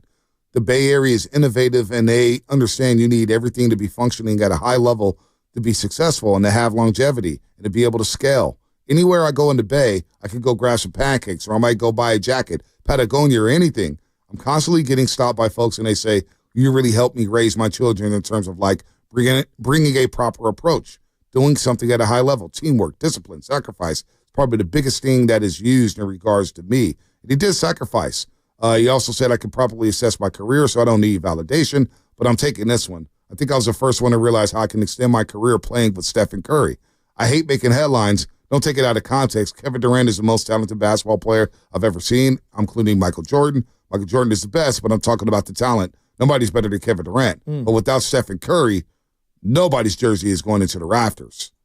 Very well said by Andre Iguodala in the story with Anthony Slater. So, again, he's going to get his jersey retired February 23rd on a Sunday. So get your tickets. Get your tickets. Well, I think it's actually an interesting conversation to have right now because I've thought about this about like specifically Clay and Dre and as they've aged, you know, how should their role be? What should their importance be on the team? And look, there were some strains with Iggy. I don't think it was perfect. There were times I think he wanted more money from the team and the team wanted to lowball him for X, Y, and Z reasons. I bet there's times that he thought his role should have been bigger than what it was as it diminished over time. But I kept coming back to, like, I know Clay and Dre viewed themselves as something. I don't know exactly what because I don't want to speak for them, but bigger than whatever it was the Warriors maybe wanted their role to evolve to.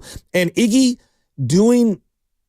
evolving the way that he did, I think I have a greater appreciation for, having seen how difficult it's been for Dre and Clay to kind of evolve their careers. I think we always say, hey, take less of a role. It's a lot harder to actually do it. Yeah, no doubt. And that's why I appreciate Andre Iguodala. It's a hell of a question as you're listening to 95.7 The Game, KGMG FM, and AC1 San Francisco and Odyssey Sports Station, always live on the free Odyssey app. Your 415 asking the question, whose basketball career would you rather have? Carmelo Anthony or Andre Iguodala? Iguodala. Wow. Yeah. You said that with no hesitation. Well, you're going to make a lot of money. Like, let's call that number one. Both sides of it. You're going to make a lot of money. Look, Carmelo is, a cult icon, I guess, if you will, when it comes to the culture and things like that. I'd rather be Iggy. Like, you're a winner guy. You're the glue guy. You have an MVP in a finals. You're You're the selfless guy who went to the bench and helped enable one of the greatest dynastic runs of all time. This is the famous would you rather be Barkley or Robert Horry, right? That's a little more, I don't know, wide of a scatter shot on that one. But like, yeah, I personally would rather be Iggy. Wow. And I think it's easy for me to say that because I'm emotionally attached to Iggy. Right. I wonder here you go. Would you rather be Jorge Posada or Bonds? Wow. Bonds more prolific in his sport. That's a hell of a question. Than Carmelo. Posada's got the championship. That's what I'm saying. He's a Yankee. Probably rather be Barry Bonds, but to your point, it made me think. I'm not hesitant. Like I'm hesitant to say, ooh, I don't know. Because I value championships. I'm a guy that values championships. Like if you're Iggy, right? For the moment, like Iggy can go anywhere he wants, and it's, oh my God, four-time champion Andre Iguodala. Yep. Like anywhere in the Bay Area for the rest of his life. I'm sure Carmelo can do some of that too, but like, I don't know. How's Carmelo viewed in Denver? They liked him, but I think one day he'll get his jersey retired in Denver. They love him. Jokic? They wore the same number. They wore the same number. So I know I'm a number guy. They did. They wore 15. I know that about Melo because I had one of his jerseys, but it was an iconic jersey. You have to, if you're Denver, you have to retire Melo. Like, you just have to have Carmelo Anthony, and you just have two 15s up there. But the fact that somebody wore 15 after Melo is kind of wild, right? That is an interesting one because Carmelo has none of the team success. But Kevin Durant's going to wear 35. I mean, he's going to have his 35 it's not going to be Brian Cardinal. But didn't somebody wear 35 after Kevin Durant? Oh. I want to say somebody wore 35 on the Warriors after Kevin. Eric Pascal was 7. Maybe. I could be completely off on that one. Let's look it up. Well, let's look it up. Numbers. As we look at the Golden State Warriors. Andre Iguodala. Nope.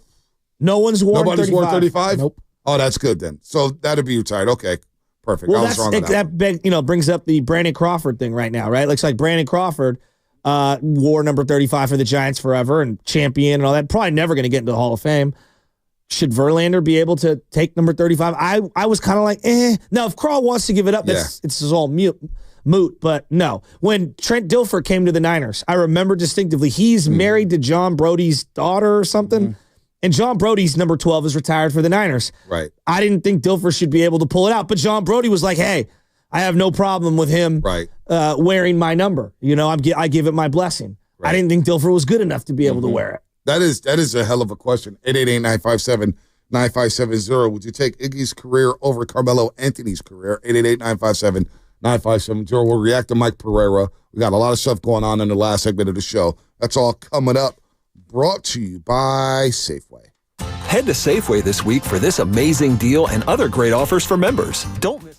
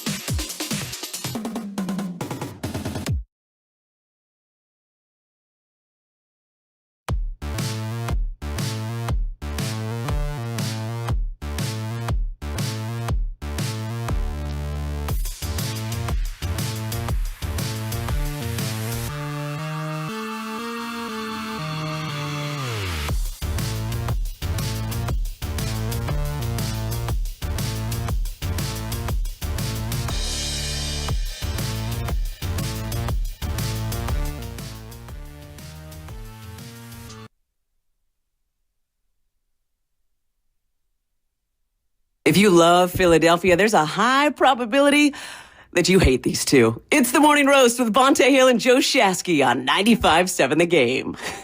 Love you guys. Most of the time. I got a DM from her yesterday. Oh, yeah? Yeah. How does that go? She's like, she always does this to me, because I was like, we hate you Chiefs, blah, blah, blah. And this is the worst possible, Super Bowl matchup for Niner fans. You love this Philly team. It's everything that you love about football. And I know the fans, you have a misunderstanding, but they're more like you than you want to admit. Like, no. I saw videos of two poor Washington Commander fans leaving the parking lot. Yep. And look, everybody's teasing them. That's one thing. Then I watched someone grab the guy's hat and steal their hat. I'm like, why do we have to go to putting our hands and touching people? Just stay out of people's faces. Stop touching them. Stop throwing things at them. If you want to trade some barbs and laugh and okay, fine. Look. Stop touching people. Every sporting event, stop touching other people. Look. Just go to the games. You can root and cheer, a couple of jokes here and there. Why does it have to turn to grabbing people? I don't get it. So, Kate's talking about, you will love this team and blah, blah, blah. Look, they have a lot of likable players. Jalen Hurts is a likable guy. Saquon Barkley is a likable guy. Devontae Smith's a likable guy. I love me some Jalen Carter. I love me Cooper DeJean and Quinn Mitchell. They got a lot of players that I'm jealous of. But their fan base are scum of the earth. They're scumbags. Straight up scum. And when people bring it up to me, I put myself back into that situation. And everybody said, well, Bonte, you told them where you were sitting and you thought they were both. No. What a guy told me was that if I wear my jersey, I may die. So that was, okay, then I'm going to see him when die then. I'm wearing my Ronnie Lott jersey. Kill me. Kill me in Philadelphia. Let's see what it does. Let's see what you guys are all about. And all the homophobic slurs, all the things that they said, racial slurs, that they were just peppering us with. You can't. I will never be able to erase that from my memory. So the hell with the Eagles, the hell with their fans. Sure, they got a lot of likable players, but their fan base are full of scumbags. And I saw the video with the Commanders. You're touching people. You're spitting on people. Why are they touching? Why are you grabbing my hat? Why you got to touch me? Don't violate me. You want to talk trash? Talk trash. And to the Commander guy's credit, as he's walking, he just walked away. And you know what? He's a bigger man than me because the touching, that's where. And you remember, you said it to the guy, don't touch me. Yeah. It's like, don't. There was a guy in my seat. There was a guy in my seat. I was like, relax. Well, no, I was fine. But the guy, they scored a touchdown. They went up 7-0. And he's grabbing my shoulder, shaking me, and I just turned around and said, hey, you can celebrate, bro, but don't touch me. He didn't touch me the rest of the game. A lot of people flipping you off, and you just stop and look at them. Hey, man, it's just a game. It's just a game. But the hell with Philadelphia. That's what I want. The Eagles I want them to get routed in the Super Bowl. I ain't gonna lie. Did you see what's floating around the internet this morning? Jimmy Butler. Yeah. Yeah. Well, you say that with a smile on your face. Man. Kevin O'Connor, your favorite writer at Yahoo Sports. Kevin when O'Connor. I think of basketball in the gym, I think of Kevin O'Connell. Kevin. Is that his name? Is it Kevin No. KOC? We'll do that mispronunciations too. Is it Kevin O'Connor? Yeah, that's what I said. How many times have you actually dribbled the All right. basketball in a real competitive game? Well, I've never asked him.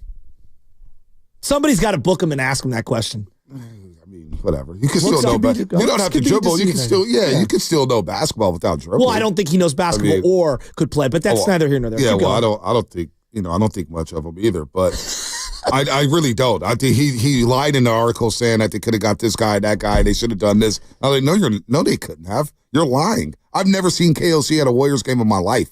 Yeah, you're at all of them. I mean, who the hell is KO anyway? He floated it. Brian Windhorst said the price has dropped for Jimmy Butler because Jimmy Butler walked out of practice yesterday and he was suspended for a third time, suspended indefinitely. So the price tag has dropped. So are Warrior fans still interested in Jimmy Butler? Sign me up. Here's what I would trade. Oh, boy. What? What? Oh, boy. We're either all in or we're all out, right? To me, look, if I staple Draymond's contract, some draft picks, a bunch of expiring contracts, let's do it. Why not? Why not?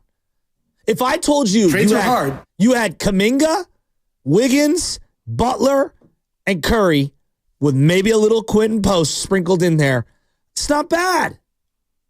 For this year, I think you can get out of the box. Let's see. 888-957-9570. Are you back in on Jimmy Butler? Well, we got to do something here. I agree. I'm not. It's the less. There are other options. I'd rather roll with Draymond. I'd rather roll with Draymond than Jimmy Butler. I'd rather roll with Draymond. Jimmy Butler's got a $52 million player option. I'll worry about that in the offseason. Oh, now you're worried about it in the offseason, mister. Oklahoma City needs to worry about their books 23 months from now. Now you're going to worry about it in the offseason. Different organization. Know your owner. New information. Reacting to new information. We'll see if this offseason's price is the same as it is today. The price for Jimmy Butler went down. Maybe the contract extension goes down. Maybe playing alongside Steph Curry, he realizes, like Andre Iguodala did, I can make money off the floor here. Oh, my God. Maybe we can offset some of that contract. We'll play that with David in Maryland. I'm just going to do what Steph wants me to do now. Look, if Steph wants it, you do it.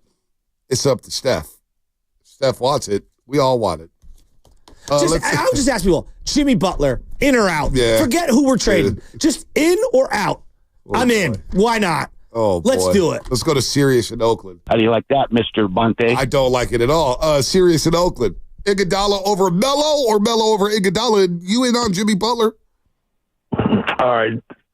Let's just do one thing at a time. First of all, I have to say, Mr. Hill, Mr. Shafsky, I listen to you guys every morning. You guys always make the brain meat go up. Shafsky, even though you sometimes out of the box, you in this Draymond thing, I don't understand it, but all right, I feel it. My point is that I want to take Iguodala over Melo, not because I don't respect Melo, even though I felt like he should have did something when he was in the Nuggets with Allen Iverson and J.R. Smith. He should have did something there, and he didn't. Now, Cedric Ceballos was a really good garbage player, right? And what I mean by garbage, I mean he picked up all the things that nobody else do. And I think Iguodala did that for the Warriors. He was like one of the greatest players to like take the parts nobody else want to take, which we're looking at Guy Santos doing that kind of stuff. Good call. You know what I'm saying? I love Ceballos back in the day. Man, Ceballos was a player that didn't get his Lakers, ring. Right? Yeah, he was nice. I agree with you. He was nice. Right. So I had to go with Iguodala because not only is he a champion, first of all, because even Barkley can talk crap about the Warriors, but he ain't got no rings. So your statements are paper thin, Charles. It's all good though, Chuck. But the point is that I believe that Iguodala was like the embodiment of what the Warriors' heart is. We need another player like that. And I think if we put certain lineups in, like earlier today, y'all said a really good lineup about Quentin Post, Draymond, Wiggins, Kuminga. Yes, Steph, that sounds really good. And another thing, I don't want us to really trade none of our players. I think that our players just need to have a little bit more development, a little more time, get a couple more reps in. Like, I get mad at people talking about Brock Purdy. I get mad when people say things like, and I'm not even a Niner fan, but I love Brock Purdy. Is this Filmo Mike? Man, get that boy his chance. Huh? Is this Filmo Mike? No, I'm serious. That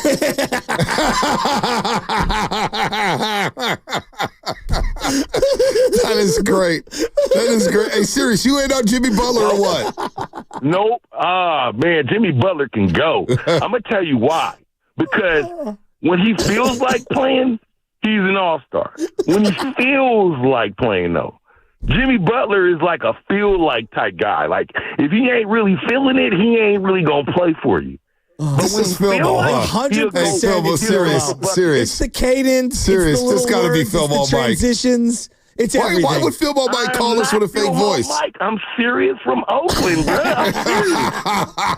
That's really my name, serious. I'm not even giving you a moniker. Okay, Tiago. No, you know what? You might be serious. I'm kind of buying it, man. But Shasky, not all block dudes sound alike, all right? I didn't say that. Yeah, all right? It's just serious. When he went in on, defending Brock Purdy, I was like, this has got to be Filmo Mike. Filmo defends Brock Purdy? Well, yeah. He should defend I Brock heard him Purdy. coming at Guru multiple times about arm strength. I'm happy with Brock Purdy. Yeah. He's seriously serious. Serious. Just to set the record straight. No, I'm serious. Yeah, it's hilarious. It's so good. 19 seasons. That's not Filmo. Why would Filmo want to call in with a fake? Like, I don't get that. All right. How many? Did he get banned? Did Filmo get banned and I didn't know about? I don't know. Over under $200 million for Andre Iguodala career earnings on the court. Oh, he made over $200 million. Nope. He didn't make $200 million. So let me see. Hold on. $185 million I'm looking at. So he right had the 3 year 40. Damn, that's it. I mean, that's it. I mean, are we? What? Damn, that's it. What are you talking about? $85 million, man. He was drafted in 2004. Yeah. All right. Carmelo Anthony. Over 200. Okay. Oh, he's made. Carmelo made over $300 million, right? No. He didn't on the court. Close. 262. Okay. Really, 262. He's got another 300 probably off the court. I'm sure you guys know what we've all heard Jimmy Butler, his career earnings. You guys know what it is? $450 million. Lower. 300. Closer. A little over. 400. 320. Close. 312. He's made $312 million. Jimmy Butler. 8 teams for Carmelo Anthony. That's kind of crazy. 8 teams. Wow. Melo ended up playing on 8 teams. Let me guess the teams. Okay. Denver. Mm-hmm. The Knicks. Mm-hmm. OKC. Yep. Portland. Yep. Lakers. Yep. Houston. I don't see Houston. Yep. 1 year of Houston. You said 8. Yep. The Hawks. Yep. That's it. You said 8 teams. That's 7. One more. Oh, Sorry. one more team. Warriors just played them. Oh, Warriors just played them? I said Lakers. Nope. The You already Bulls? said them. The Bulls. What? When did he play with the Bulls? The Bulls retained 34 years old in 2018. Hawks, Bulls, Rockets. Wow. Bulls. Forgot about the Bulls. Melo was a really good player, but Iguodala's career worked out pretty well. He's going to go to the Naismith Memorial Hall of Fame one day. He was traded from Houston to Chicago for 2 guys that most of us have never heard of. I can't even pronounce their names. Please try it. Tadija Dragovic and John Diebler. Let's throw Guy Sanchez in there. Jonathan Kamingo. I don't know. That's great. Tadia Dragovic. Dragon Petrovic. Is that a Harry Potter spell? Once I figure, it's like Shlito, Zarko Chabarkabo. Once I learn it, I'll remember it, but I don't know. Look at this trade. Do you even here. know who that guy is? Yeah, I've never heard of this guy. I've never even heard of John Diebler. A Slava Medvedenko. Well, there's the guy for the Bulls right now, number 14. I like him, and I want to bring him up, and I don't know how to say his name. Oh, he's going to be in the sled dunk contest. He's sick, though. Yeah, he's going to be in the dunk nice. contest. He had a jam last night. Yeah, he did have a jam last night. Oh, man. I'm looking for that Bulls trade. Gosh, I can't see that Bulls trade. Where's the Bulls trade at? When did he get traded to Chicago? Also, if I'm the Bulls, go back to the Chicago cursive across the jersey. That's the font you need to go back to. They need something. They need to do something. They need a team. They need to figure out a direction. You want to talk about a team that needs to figure out a direction? Let them figure out a direction. Man, where's this Bulls trade at? I don't even see this Bulls The trade. Bulls guys pronounced Modest Buzelis. Modest Buzelis. He's athletic as hell. Modest move. He's going to be in the dunk contest. Buzelis. How you guys feel about Mac McClung being in the dunk contest? Is he even in the league? No, he's in the G League. I mean, what are we doing? He's playing next to Patrick McCaw. What are we doing? Delaware. McCaw's in the G League? Yeah, playing no with the, way. yeah, McCaw's in the G League. 3 consecutive ring. Patrick McCaw. Patrick McCaw's in the G Yeah, League. Mahomes is trying to do what Patrick McCaw just did. Let's go to Oscar. I remember he was starting in an NBA Finals game, and I was like, "Oh, we've got our 2-guard after Clay." Like he had a great game 5 of the finals when they won the championship. Layup over LeBron, was defending LeBron. Was McCaw the one that got hurt from Vince Carter? Vince Carter, yeah. The undercut. He was never the same. Never the same. Hey, for real though, he's lucky he didn't get more hurt. That was one of the most violent. It's clearly an accident. Warriors were pissed, and I was pissed. They were pissed. End the guy's career on that play. Vince should know better at that age. And he was old. Yeah, he was very old. That was Vince post Memphis Grizzlies. Oh, did Priest call yesterday? He did. What did he say? No drops, but Priest says a lot of things. Would he be in or out on Jimmy Butler? He was preaching. I can't stand to see greatness rot before my eyes. Is he a Palo Alto? Oh, yeah. He's Palo Alto. He's Palo. He's deep. Let's go to Oscar Stockton. He's deep in Stockton, the 209. Oscar, what's happening? What's going on, fellas? You guys, man, hey, I've listened to y'all all morning, but shouts to you something else. But one thing about it, you said one thing I do is watch league pass like your son. And I watch a lot of basketball. The Warriors, if we don't make a trade, man, we got to stand still, let our youngsters play, like you guys said, let our youngsters play, and we got to look to move some of the expiring contracts in the summertime, because right now we ain't going to get nobody on the trade market that's going to take us to the 6th spot. So what we have to do is do like Steph said, stand still, and like Sirius and another caller said earlier today, don't panic. And with that lineup, with Post, Draymond, Kuminga when he come back, Steph, and Wiggins, we got some talent on our team, man. And I'm watching, the league around, and I know if we stand still and let us play through this, we don't win championships every year, man. We got to stand still and stick with the program and don't sell our farm for everything, because we're not going to win it this year. If we just let it play out and we make the playoffs, if we don't, I'm good with that until next year. We got a good owner and a good coach, man. Let them do their job. And everybody stop panicking. And like Sirius said, I'm not a 49er fan, but the same thing with Purdy. Man, Purdy is a real baller, man. Come on, let's give him some time. Oscar, you guys, you man. in or out on Jimmy Butler? Oh, hell no. I'm definitely out on Jimmy Butler. Man, don't bring no... Man, look at here. He wearing yellow, green, and all that stuff in his hair. Man, anytime somebody wearing fake braids and all that, he got a fake attitude. We don't need him in the Bay. Keep him where he's at. Straight up. Dennis Rodman was a little out there, and I had taken him on my team for a long time. Probably would have. Jimmy Butler, DK in or out on Metcalf him? is definitely not all there, and I'd take him on my team. Well, Steiny, I guess, was in the green room, because he needs a script from Dehegan. I guess he was thinking about what they were going to talk about today. He's not here. Well, guess what? Well, Dehegan's not here, but Steiny's got a lifeline. Because Kevin O'Connor, the great Kevin O'Connor, has tweeted out sources. The Warriors are one of several teams back in the mix for Jimmy Butler now that the Heat have lowered their asking price. So he's making how much? How much is he making? Butler. How much is he making? Jimmy Butler. $48 million. 48. So player option for 52. They have $32 million in expiring deals, right? Yep. So even if you put all the $32 million in expiring deals, it doesn't add up to Jimmy You still Butler. need something else.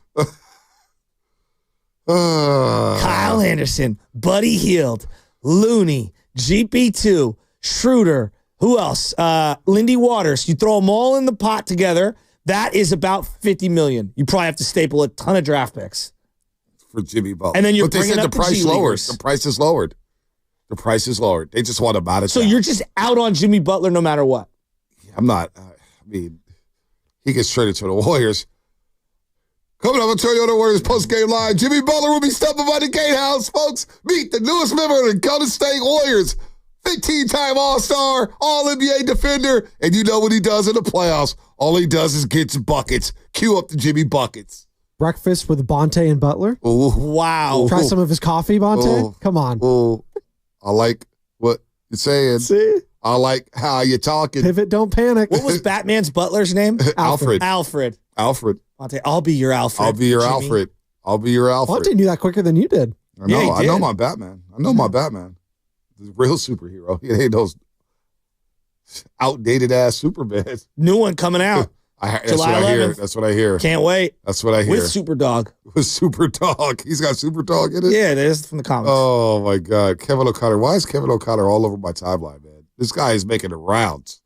He's like the Warrior fan on social media. He's like their favorite beat writer now. Oh, yeah? Because he's like just attacking people. Well, I call that the Hulk Hogan.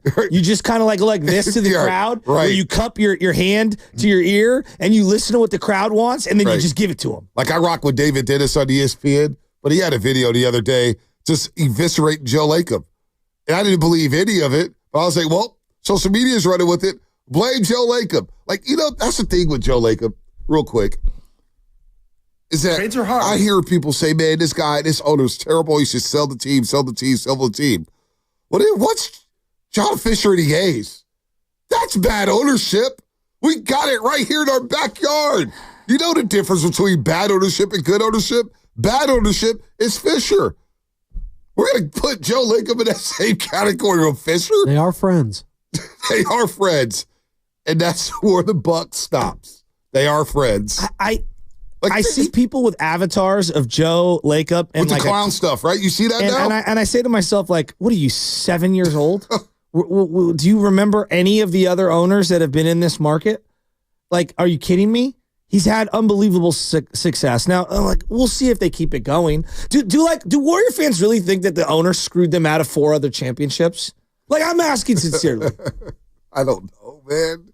Now, here's a Barry Jackson. Maybe we could book Barry Jackson. From the Heat. Yeah, Barry Jackson. You know about Barry Jackson? Yeah, 35-year-old Miami Herald veteran. Yeah. He just tweeted out, we are told Heat has begun showing willingness to at least consider taking money past 2025-26 if it's not an outrageous contract. You could make a case that Wiggins at $30 million and an expiring is not blatantly bad money. Preference remains assuming shorter deals. Now, would Warrior fans be willing to part ways with Andrew Wiggins in I'd a rather deal? keep Wiggins and move Dre, but if I had to move Wiggins, God, as much as it pains me, ugh. Are you here for Draymond and Jimmy Butler on the same roster? I think you can only have one of those guys on the team. I don't think you can have them both. I really don't. By the way, slam dunk contest. I got to do this. A slam dunk contest. This is big time. You want to talk about a contest. The knockout tournament, I'm glad everybody's qualified for that. By the way, who won today? Who won a spot today qualifying? What's the name on that guy or girl? Javon Shannon. Oh, that's illegal. He played for City College in San Francisco. Who cares if it's Bill illegal? Shannon's kid. He said you would freak out when you found out. Dude, he's a 100% free throw shooter. He doesn't miss his free throws. Steph Curry's not even 100. No, this guy's better than Steph Curry at the charity stripe. His father, Big Bill. What up, Big Bill? Javon Shannon. Now we got former players, and he's got stamina. He's got endurance. So what? He's part of the light skin coalition. The hell with Javon Shannon. Why Get him are out you of so here. upset? Because I'm looking at the competition here. I'm sizing him up. Zucci, man, I'm not worried about. He's going to break the backboard. Honestly, he's going to break the backboard. Know how soft is calling the Masters the best weekend in sports of the year after watching championship Where does weekend. that come from? That is the softest, Mr. Softy Carter. By the way, someone is going to win travel accommodations for 4 to Las Vegas, plus $5,000 for each guest, equaling $20,000. That's right. Travel accommodations for 4, winner plus 3 guests, plus 5 G's for everybody. You heard it right. $20,000. It's the ultimate viewing experience for the first 2 rounds of the college basketball championship, and winning is easy. You know how to win, Chasky? Just download the free Odyssey app right now. Log in and listen each day for a minimum of 1 hour for your daily entry, and this is a national contest. So download the Odyssey app now, and you might be headed to Vegas in March with $20,000.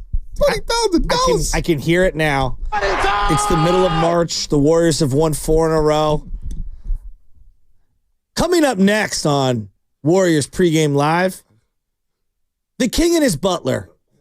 We're going to break down Jimmy Buckets over the last couple of weeks and what he's brought to the table. You're in and out on Jimmy Butler, Dub Nation. 888-957-9570. In or out. I don't care who's out the door. In Just or do out something. on Butler. I'm so bored by this team at this point. Just anything. You're not bored. This is entertainment. Oh, come on. Come on, man. You're bored watching Quinn Just Post? make a move. You're bored watching Quinn Post is the best part of the team. You're bored watching Guy Santos? That sentence, if you asked me that a month ago, is just insane. What? You're bored of watching Quentin Post. I mean, come on. You're bored of watching Guy Santos Pods is back? Let's throw Pods, we I mean, defense. stop I am trying to so say bored of Pods. watching pods. I can find entertainment in struggles. Buddy Hield shoot 31% from three since the 1st of December. Sometimes the struggle is entertaining to watch. It's like, how's this guy Except the struggling? Giants. How's it? No, the Giants was. Oh, I have my. I would favorite rather be the team. White Sox. You know, that's one of my best calls on the show. The Giants, boy, 8 games on 500. This is boring. They're I'm not going going to anywhere. let you be a White Sox fan because they have 7 players in the top 100. Oh, I'm not a White Sox fan. That was a joke. I'm not a White Sox fan. I do like their hats though. But guarantee Ray Field, one of the most sterile stadiums in all of America.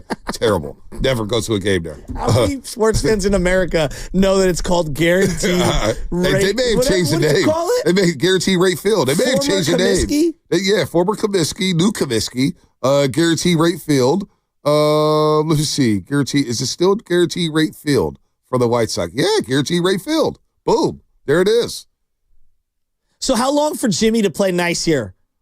3, oh gosh, 4 games? Oh gosh. Oh gosh. Steve Kerr, Jimmy Butler would be hilarious. Oh gosh. You're in on Jimmy. You're playing center. You're in tonight. on Jimmy. We're going to the You're in on Jimmy. Has Kerr coached him before? Has he done like Olympic I don't basketball? think so. Maybe He might have. Like, Well, as I an remember assistant on Butler the was staff. guarding Clay in like the 2016 Olympics when they were all throwing the football around. Or was that? that was a FIBA. That was a 2018 FIBA, right? FIBA. Okay, why did I think I was 2016? Let me see. Butler. Was it 20? Jimmy Butler. So he was part of Rio. I don't know if Steve Kerr was on the staff then. He may have been on the staff. Assistant? Okay. me So see. maybe he's coached him. Let me see. Rio games. The team. And here's the team. Could you imagine Steve Kerr? Tonight's lineup, we're going to go with GP2 Oh, no. Pods. No, it was- we're going to start Guy Santos. Jimmy, you're coming off the bench. Coach K, Jim Boeheim, Tom Thibodeau, Monty Williams, and Jerry Colangelo. Jimmy Butler, by the way, he's born the day before me, September 14th. Oh. So he is a Virgo. He's a Virgo. But Virgos usually don't act like that. You know, he's a different guy. He's a different breed, man. He's a rare breed. I like that you know all the astrology stuff. Hey, man. You think a little Why deeper you into think he's so Bonte in on Hill, Tony? you'd be surprised. Virgos usually don't act like this, man. I hate all of You this think stuff. Lakeup wants Jimmy Butler since he's, quote unquote, so meddling? Like, yeah, well, can we, the whole meddling thing. No, just put that to the side. No, Do you no, think I Lakeup just wants Jimmy? Like, Joe Lakeup looked us in our face at the old studios back in 2020 and said, yeah, I'm part of every decision. I'm in a group. I'm part of the think tank. Yeah. I'm there. What's new about this? We had Bobby Marks on. He said, I saw my owner once in 5 years. Yeah, would you rather have that, John Fisher? Or would you rather have Lakeup? Come on, Butler. man. Gosh, Jimmy Butler would be fun. It would be very interesting. Are they a better team if I swapped Wiggins out and put Butler in? I think they're the same team. Butler's better offensively than Wiggins. They both average the same. He's They a just better do it- closer. They're doing it in different ways. He's a better ball handler. Better ball handler. You don't think that Butler's better than Wiggins? Not by much. No. And the maintenance matters to me. There's a lot of maintenance when it comes to Jimmy Butler, man. Not trying to get Steve Kerr stressed out here. I get it. Well, I mean, Steve, come on. I mean, just come on. Come on, man. Get Steve Kerr stressed out. I mean, isn't that the job of an NBA coach? It's to be stressed. Oh, man. Oh, some schedule changes. Spadoni, in or out on Jimmy Butler? In. What? In. Is he better than Andrew Wiggins? His career, yes. Maybe right now they're probably closer than what they've ever been. I'd still take Butler, though. I would, too. Because I like his mindset more on a day-in-day basis. Mindset? Yeah. His mindset? Yeah. He just quit on the Heat culture. Yeah, killer instinct. Quit though. on him. They need it. They quit on actually them. need Killer the instinct. emotion of Yeah, the Jimmy Butler. you're right. Because there's a lack of emotion with the I would agree. team right He's now. got a killer instinct, all right. Kills organizations. Yeah. Also kills brought them to teams. finals. They Kills should be seasons. so lucky that they had Jimmy Butler. It's true. Oh, my God. They might have beat the Kings last year if they had Jimmy Butler. I knew that would get you so angry because you hate the Kings so much. I love the Kings. Hey, you're not hearing much from Sacramento these days. They beat Brooklyn, but they lost. They got blown out by the New York Knicks, and they got blown 41 out. double-doubles? Yeah, he's balling. Wow. He's actually a different player this year. Wow. But they got blown out by the New York Knicks Saturday night. There weren't much happening there. But Draper was all in his. I don't know if you follow Draper, but he No, was I at the don't. Garden. Sorry. He was at the Garden. He was taking selfies with Adam Sandler. Oh, he was at Madison Square The Garden. NBA has a problem right now, ladies and gentlemen. He had his best suit on. You know, he only brings that suit out for big games. He had that ready for New York City. Oh, drapes. All right, let's go. Oh, my God, this call is going to be great. Oh, this is going to be great. Oh, yeah. Luis in Richmond, Virginia. Luis, what's happening? How you doing, man? Oh, I'm doing all right, man. Yeah, I've been watching some of y'all YouTube stuff. You like it? Yeah. It's not bad, huh? Not bad. No, not bad at all. Yeah, not bad. We're trying. What you got, Luis? I think the Warriors should bring back PBJ. PBJ, Patrick Baldwin Jr. Yep. Why do you think they should bring him back? Because he can shoot the three. He's not a bad defender. And I don't know why they let him go. Yeah, they He's traded him. looking for shooters. Yeah, they're looking for shooters. Just to let you know, he started 0 games this year, played in 20. He's averaging 2.2 off the bench. Yeah. That's for Washington. Washington in a rebuild. Yeah, they're in the rebuild. You're right about that. 4 minutes a game. Washington in a rebuild. He's not going to get time there. In a rebuild. So you know what? Maybe he just needs an opportunity, Luis. Is that what you're saying? You see a good player there, huh? Well, he can help them. I'm not saying not a starter. He can come off the bench. He's 6'9", and he doesn't play bad defense. Yeah, I'm looking at it from a defensive standpoint. There you go. Yeah, no, I feel you. Hey, Luis, appreciate you watching us on YouTube, man. Hell of a suggestion. We haven't gotten that one yet, but Patrick Baldwin Jr. Very interesting. Like, he's on the Wizards in the rebuild, and he came and playing the team in the rebuild. A grand total of 87 minutes this year. And the Wizards, how many wins they had? Six wins. I want to look at here in the rebuild. He's attempted 18 threes and 12 jumpers. Hey, man, I'm not mad at Luis. I told you that was going to be a doozy, right?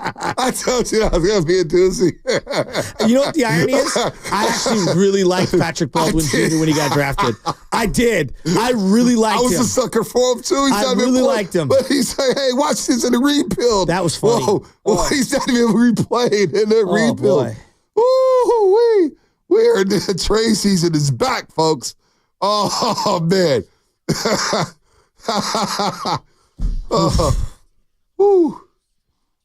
Oh.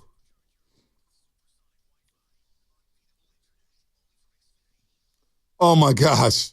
That was one for the books. That was one for the books. YouTube's having some fun with that.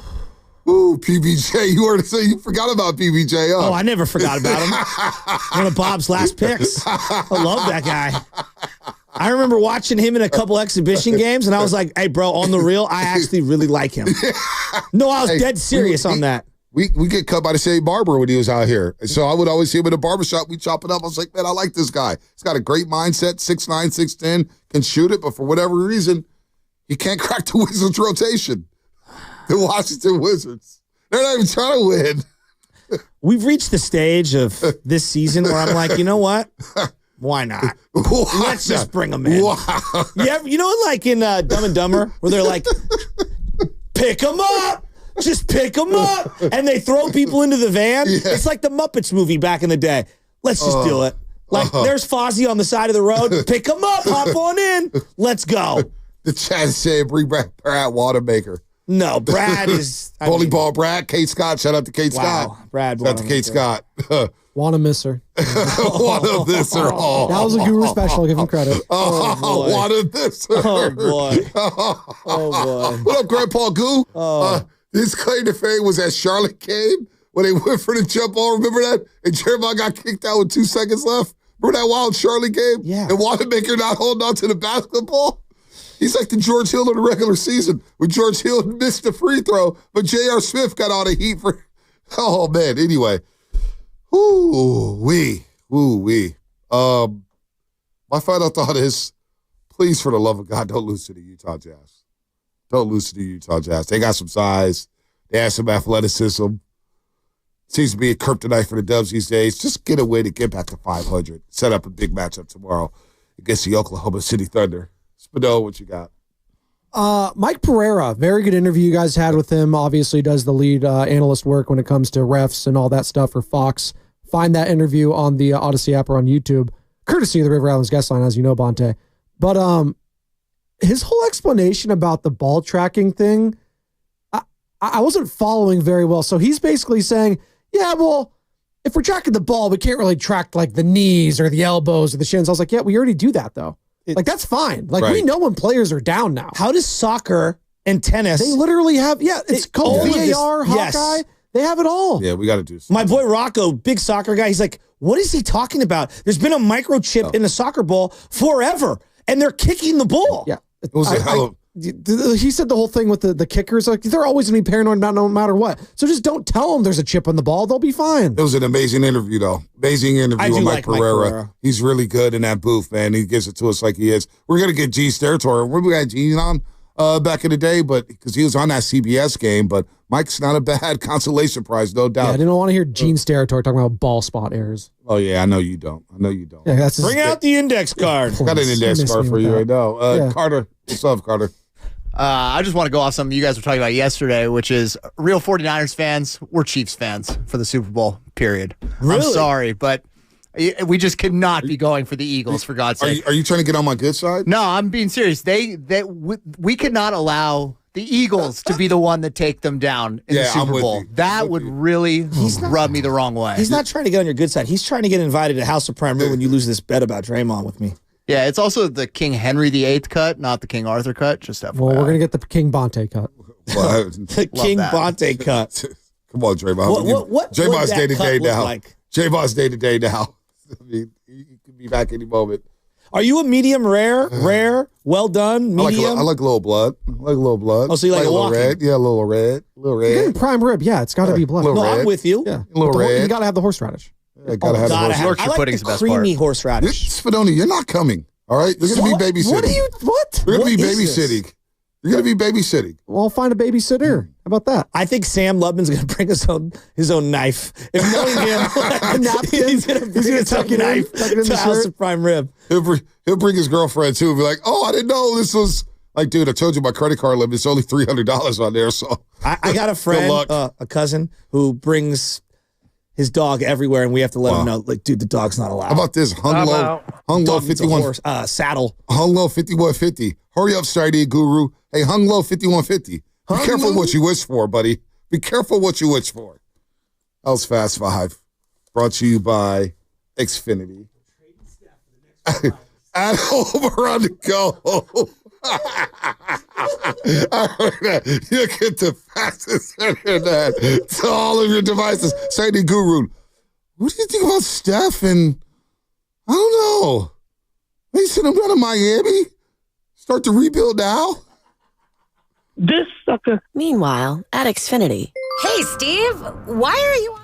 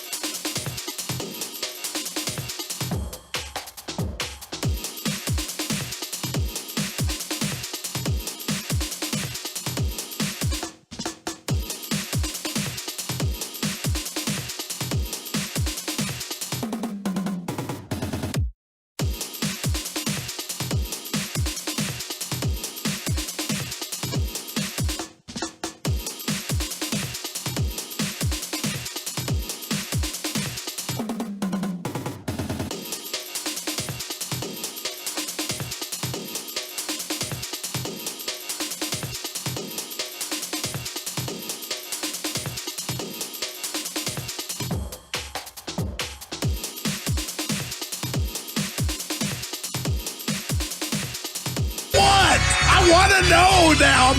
I'm mentally invested. Don't tell me to pray and you don't say what for. He brings the perspective. Yeah, I think they both have a great point. Get off me, text line. He's truly one of a kind. That is wow. Oh, my God. Oh. And he's doing a great job. I need you to man up and say what you really want to say. Simon, you're doing a great job. And together, they're Steiny and Guru. Yeah. On 95.7 The Game. Well, Evan's back. Evan is back. Yes, sir. And you know who else is back on the table? Jimmy Butler. Let's go do it. Yay!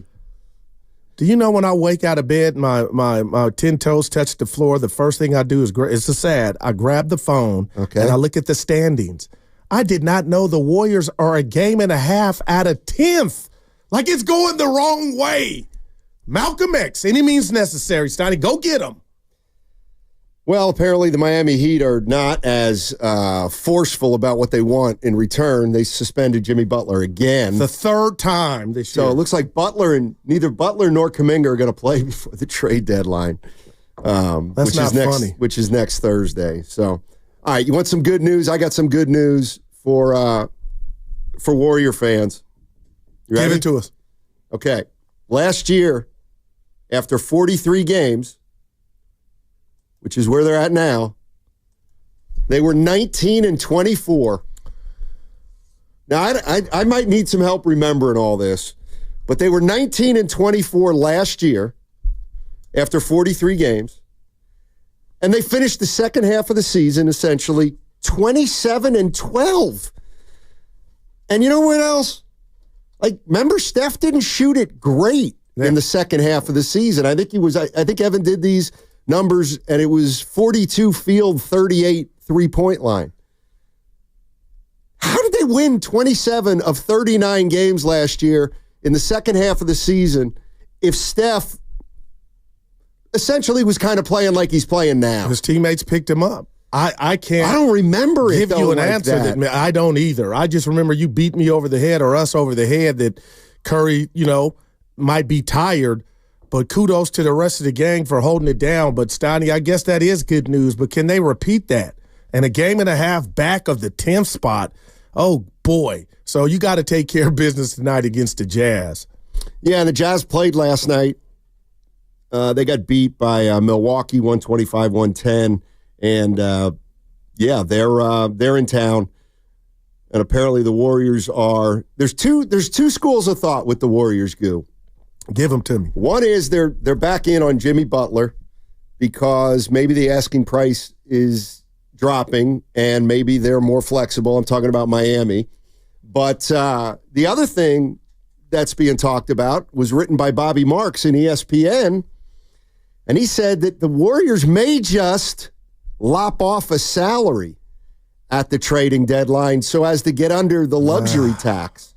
And Bobby Marks is saying, ESPN's front office insider, that the Warriors may just make a move dealing either Looney or Gary Payton II and essentially getting a minimum contract back.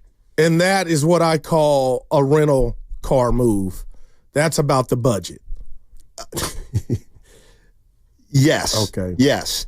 The Warriors have been paying this luxury tax penalty for, I want to say, 6 of the last 7 years. Got to give it to Joey Lakeup for doing that. And if they get under the tax, it means they'll save a bunch of money and they'll maintain some flexibility. So it looks like they're, the funny thing is when we talk about the Warriors, and I don't necessarily mean this as a negative, but I don't think they know their direction right now. I think they've, wow. You know what? It's like you know how the 49ers don't audible? They have multiple options off the same play. It's built in the play. Yeah, I think it's built in for the Warriors right now. But that's not a positive though, Steiny. I don't know. And I'm not blaming anybody. They thought they could do some things and it's obviously not working, but well, let's talk about it for a sec, because if Jimmy Butler's out there and they like the deal for Jimmy Butler, then go do the deal for Jimmy Butler. No doubt. Okay, but if Jimmy Butler's on the trading block, but they don't like to trade for Jimmy Butler because they think they're giving up too much. Well, maybe at that point they say, we're not going after Jimmy Butler. He costs too much, so let's do plan B, which is let's get under the luxury tax. Because the only way we want Jimmy Butler is if we think it's a good deal, and we haven't seen a good deal yet. Okay, let me say this to you. Austin and San Jose love my budget reference that he gave me a 4, but I'll say this to that. Real quick, just back to last year, we can't hate on Klay Thompson. He went to the bench and was playing his best basketball in the second half. Kuminga start popping, so maybe that's what we saw and didn't even realize it. But for me is, if you're going to talk about different plans, you went in for Paul George. You went in for marketing. I'm telling you right now, if you could get Jimmy Butler, that's better than those two. So what has changed, Steiny, in regard to the asking price or what you're willing to do if you're hemorrhaging now just as a ball club in regard to wins and losses? Why wouldn't you pull the trigger if you don't have that same mindset? It's Jimmy Butler would help Steph and the Warriors more now than anything that's out there on the basketball bingo card. Even if it's just do it. We can't continue this. We're both in black today, Stoney. Oh, yeah. So the Warriors were 19-24 last year. They lost that double overtime game to the Lakers, 145-144. Remember that game? Yeah. Then they won 10 of 12. And I was looking at the box scores from those games, and Steph was good. Okay. Steph was still, he was pretty good. But Wiggins was pretty good. You know, Klay shot it better in the second half than the first half. And the other guy whose numbers jumped out at me a little were Kuminga. Like, he was helping him the second half of last year, at least at the start of the second half. So do the Warriors...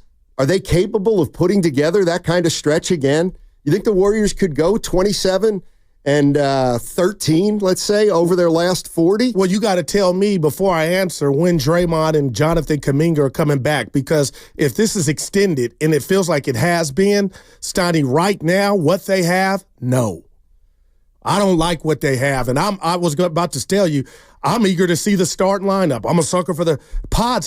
I can't see, and I like Hield and I like GP2, but they both can't be in the starting lineup at the same time. So who's that? Hield and Gary Payton II. Oh, yeah. How was that Laker game even close? 1 point lead. Well, didn't Gary Payton make a couple threes in the beginning? But it's one of those. Is that a good or a bad thing? Because when a guy that normally can't shoot, made more than one in a game all year. Yeah, that's probably good. I would think. And what I hate about tonight is tomorrow, Annie. They got OKC, so if you win tonight, it's really going to be tested tomorrow. Sure. Then you really see that's the fun part of basketball, though. The games keep coming. Well, when you win, you can't rest on your laurels. Yeah. And that's where the Warriors are. So, Warrior fans, you got a back-to-back coming up tonight at Chase. You got the Jazz in town and then Oklahoma City. I'm wondering, what happened last year after the Warriors started 19-24, and Steph had a second half of the season not off the chain. In fact, we were talking about how he didn't have a great second half, and yet the Warriors found a way to win a lot of games. And sometimes I'm wondering, why is this team, how did that team do it, but this team can't? Is it just because they had Klay and Chris Paul? The two guys that, you can frown your nose and your face all you want, but what does that mean? Like foo-foo them, their contributions last year, but they were a big part of the team. No, they were. I just, to the point to where we don't vividly remember that stretch. Yeah. And Klay got hot. All right, 888-957-9570 is the number. Do you get excited, Warrior fans, hearing that the Heat are more willing now than ever to move off Jimmy Butler and that the Warriors are back in the picture? Trade deadline's next Thursday. Man. Doesn't look like Kuminga's going to play before then. In fact, he won't for sure. Man. And Draymond Green's going to miss the next 3 games at least. He's going to get reevaluated on Saturday. And then last but not least, we got a piece of fun news on the other side. we're going to tell you about. And we may even allow Guru to have a victory lap about it. What's coming up next on The Game is brought to you by Fremont Bank. Here for you, here for good. That segment was sponsored by Saramonte Ford. Where can you kick off the new year with big savings on?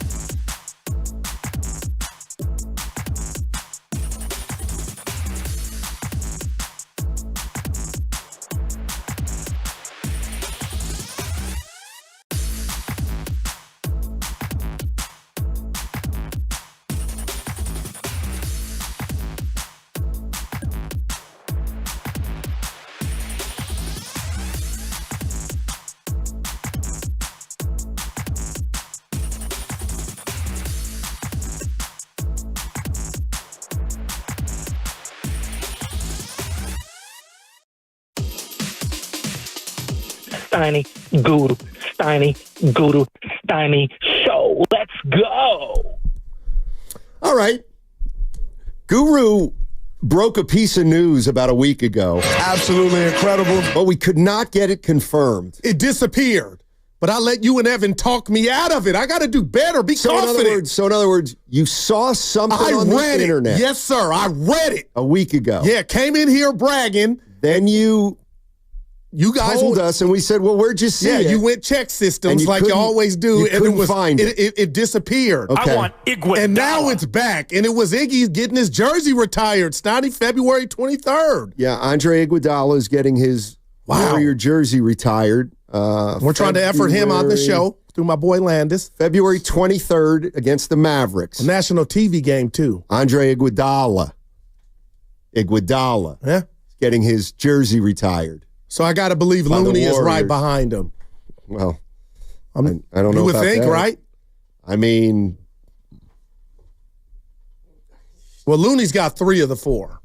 I mean, Looney's been here since day one. No doubt about it, man.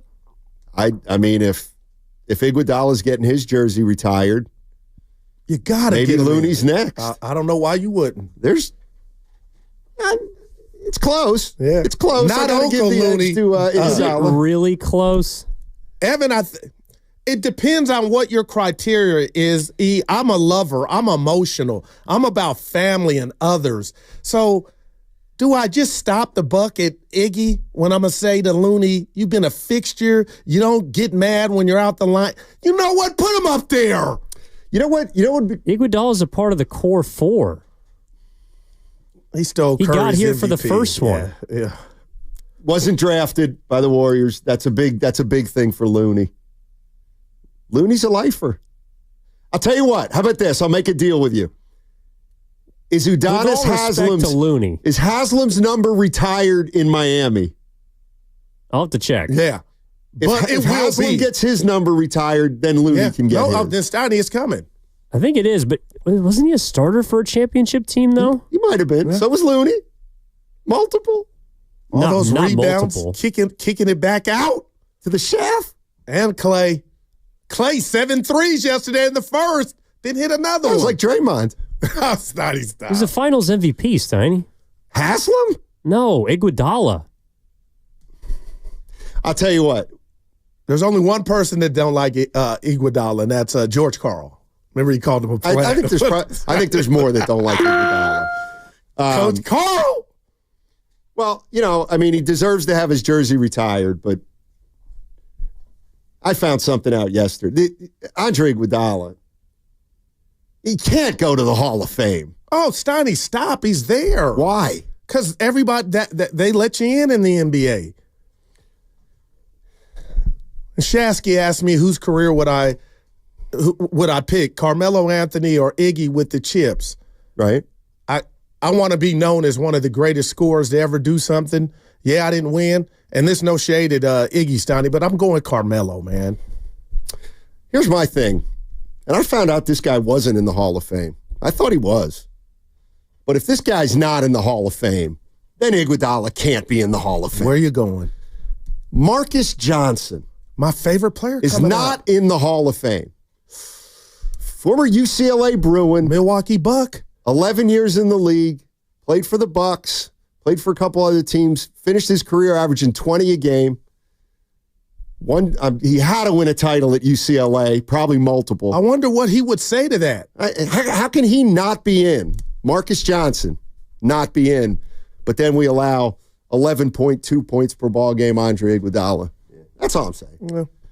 And well, he was done by the time he was 30, right? Yeah, he had some injuries. Yeah. But look at those numbers. Johnson was the man. And he's an actor, Steiny. He was. He was. White men can't jump. 888-957-9570 is the number. And the good news for the Golden State Warriors and their fans is they were 19-24 last year at the 43-game mark. Now they're 22-23 at the 45-game mark. Last year they went 27-12. They still didn't make it. They didn't make a trade either at the deadline. Yeah. Well, no, who's that backup they might have gotten rid of? Corey Joseph. Corey Joseph. Yep. That's the only move they made. So Jimmy Butler, it looks like the Miami Heat are getting more and more flexible. And does that mean you want to get back in the Jimmy Butler business if you're a Golden State Warrior fan? Yeah, I my hands up, Sonny. Another clueless basketball's more than points, Steiny. Clean it up. Okay. Oh, they're talking about Iggy, I guess. Yeah, no, I'm saying Iguodala should have his jersey retired, but I don't know that he's a Hall of Famer. By the way, that's just me. Do you know what the Warriors did with that pick they received in the Corey Joseph trade? Posty? Quentin Post. Posty? My man. Posty? Yeah. Huh. Interesting. So the Jimmy Butler price is coming down. The issue is he's still going to opt out, apparently. Like, I wonder if the Warriors could get Butler to agree to not opt out. Well, how would that look? Well, Butler's told the Heat that he's opting out. He's under contract next year for $52, but he said I'm opting out. I'm going to be a free agent. So, in theory, he could say, I'll give you my word right now. I will opt in, so you'll get me for the rest of this year and all of next year. You won't have to worry about paying me for a year. But he said he's not doing that. And the other thing that's also going on is it's going to be really hard. He wants to go to Phoenix, but it's going to be really hard because Bradley Beal has a no-trade clause, and he'd have to be included. And one of the places that Beal would get to would be Chicago, but he's not. He said, I'm not playing for Chicago. The great Rich Michnin is paying $1.99 super chat on the YouTube chat. Trade Kuminga and others, and he paid $2 for that. Trade Kuminga and others. I mean, I do think that like the injury to Kuminga hurts from a timing standpoint because you're at home for 8 of 9. But I mean, I think if you're an NBA team and you have interest in Kuminga, you're not going to not want him just because he's got a sprained ankle. He's 22. He's going to get reevaluated right after the break. He's probably going to be back in mid-February, you would think.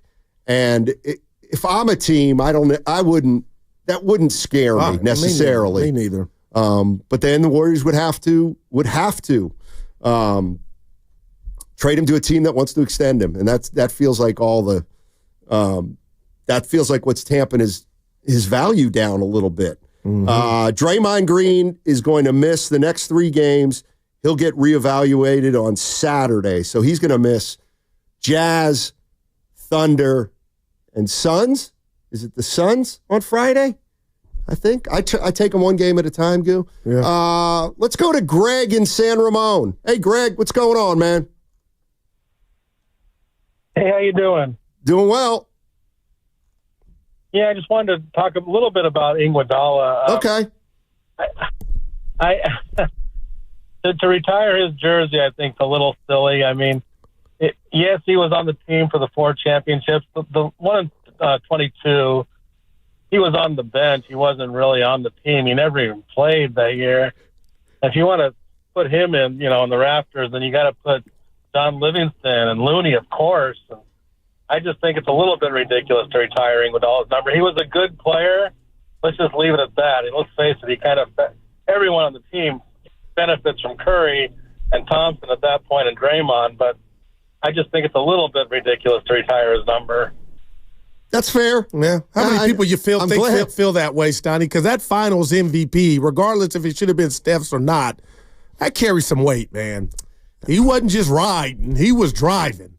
Well, this is one of those things to me I don't have a strong opinion on, believe it or not. But you're smiling. Yeah, because I absolutely agree with the caller. There's a little much? Yeah, I do. That's me. But it's a Warrior culture. And he's right. Like, if you're going to, okay, so Curry, obviously, Clay, obviously, Draymond, obviously. Check. I mean, KD's got to be, you got to retire KD too, don't you? I've come around on that, yeah. Okay, so that's 4. Iguodala's 5. And all I'm saying is he's right about the 2022 championship. Oh, no doubt. But he was there for like he was coaching. I mean, All I'm saying is, yes, Steph, Clay, Draymond, and you want to throw Durant in there, I'll give you Durant. But then you go Iguodala, I do think you're opening it up for Looney then. I wouldn't necessarily say Sean Livingston, but I get the segment. I mean, I get the sentiment, rather. And the bottom line is nobody cares what you or I or any fan thinks. The compliment to Iggy is the organization thinks you're worthy of that. Mm-hmm. And the 23rd, who'd you say it's against? Dallas. Oh, Dallas. So Clay will be here. And it's Phoenix Friday here. I mean, the one thing I saw on Anthony Slater's story about Iguodala, and if you're just joining us, Andre Iguodala getting his Warriors jersey retired in late February. And the one thing that Joe Lacob said in the story to Anthony Slater was that Iguodala set a tone when he came here by going to the bench. And that tone that he set was important and instrumental to the Warriors' success about how they had to go about winning a championship. So that's one of the reasons I think they're doing it. He was obviously a terrific leader. He has the 4 rings, and so good for Andre Iguodala. I talked to you last night off the air after I need you right now. Here, Evan was out yesterday, so he does not know what you and I and the boss experienced with 2 microphones in front of us because we're going to be out and about in Emeryville, Bay Street, Emeryville, on the 6th of February to watch the Lakers-Warrior game. And, Steiny, we tried to record something, and it was embarrassing, but I thought nobody else would be in on it. But we're going to share it with the listeners because the boss put some stuff to it. But, man, I don't know if I'm going to be able to handle it with all our imperfections. But the bottom line, partner, is you asked me, Goo, yesterday before I hung up the phone with you, give me some of your most improbable championships, just sports across the board. And we'll get to it later, but I'm going to shock you with my all-timer. Okay. Number 1 on it. So this is the biggest upset in a championship game? Or the one that you didn't see coming. And I'll give you major 4 sports? Yeah. Okay, I would say this is number 1 on my list. Thank you, Evan. I know what it is. Go ahead. The Warriors in 2022. No, it's their first one. Oh. Year 1 after they lost in the 7-game series to the Clippers under Mark Jackson. I get they were coming, but Steiny, this is not Villanova against NC State and Houston in the college tournament because it's 1 game. You got to win 4 of 7. And to watch that Warrior team go shock the world. That was their first one, right? Their first one. Come on, man. Isn't that the one where they got every break in the book? Oh, here we go. And 6 guys on each team were missing. They took advantage of kidding. it. I know. Calm down, Warrior fans. But, man, that's got to be up there, right? To go from a first-round exit, Here was the premise. They won like 60 games that year. They were pretty damn good. Here was the premise. The premise is, and I kind of got it from Willard. Willard came in yesterday, and he's like, the Chiefs, you can't beat them. Yeah. I agree. I think there are a lot of football fans out there that are saying, Eagles aren't going to. It's just the Chiefs. They're going to win. The Chiefs are going to win. They got Mahomes.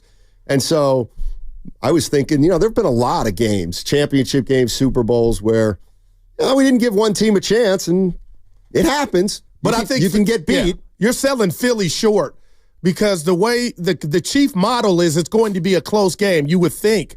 Philly almost beat them in this game a couple years ago. So, Steiny, I get what you're saying about Willard and myself, but the Eagles got a chance, Donnie. I think more than you think people think they have. Yeah, maybe. Well, we'll see. Maybe. What do you think about this? Evan brought this to my attention before the show. This is basketball related. And he showed me a tweet from NBA Central. And they had a summary of what the Heat are thinking. Okay, a summary. All right. And this is the kind of thing that I think should be on the Warriors' radar if they want to go this way. Here it is. According to a source, the Miami Heat also feels like it should receive a carrot, like a draft pick, if it takes players whose contracts run through next season. In other words, the Heat don't want a long-term deal for a non-all-star. It says taking on non-All-Stars whose contract runs past 25-26 has been a non-starter with Miami, which is positioned. Miami is positioned to have more than $80 million in cap space that summer, 26-27. And they're going after Luka Doncic. Like the Miami Heat right now are trying to set themselves up to get Luka Doncic at the end of next year. I love the verbiage. Okay. My question to you is, would you want to see the Warriors do something like that? Oh, my gosh, yeah. Position themselves, but it means that there's going to be pain the next year and a half or two. Well, we're experiencing pain now. Right. And last year, too. Okay, so if the Warriors made a move and they offloaded some salary that another team takes on and the Warriors get some expirings so that they can create space in 2 years for a big boy free agent, and there's a couple out there in a year and a half. Well, it's not just the LeBrons, the KDs, but it's like Kyrie, Trae Young, Doncic, De'Aaron Fox. Like there's a lot of players that are entering their prime, more the latter half that I just mentioned, that you could try and go get. Right.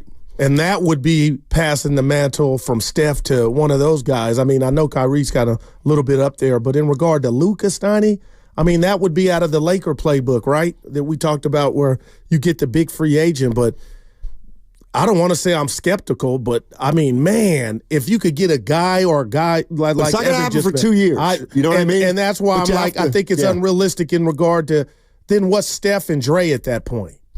Well, or you're building around your new tool. I mean, I think if you were to try to do that, and there'd be no guarantee that you could get a Doncic, but if you try to do that, you're getting Doncic for when it's over. What's Giannis' situation? I think he's got this year and two more.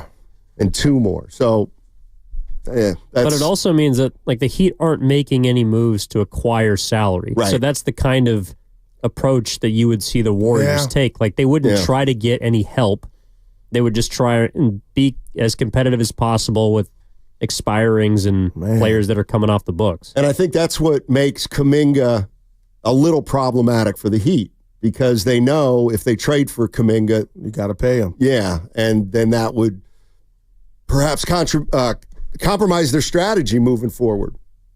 But, you know, Evan just said to me, hey, Steiny, would you take 2 more years of kind of this or worse for a chance to get Doncic? The other thing is you have to think, I mean, could you get him is the question. And I just think he's a lifer in Dallas, but you could try. I mean, if he doesn't win a title in Dallas, would he leave?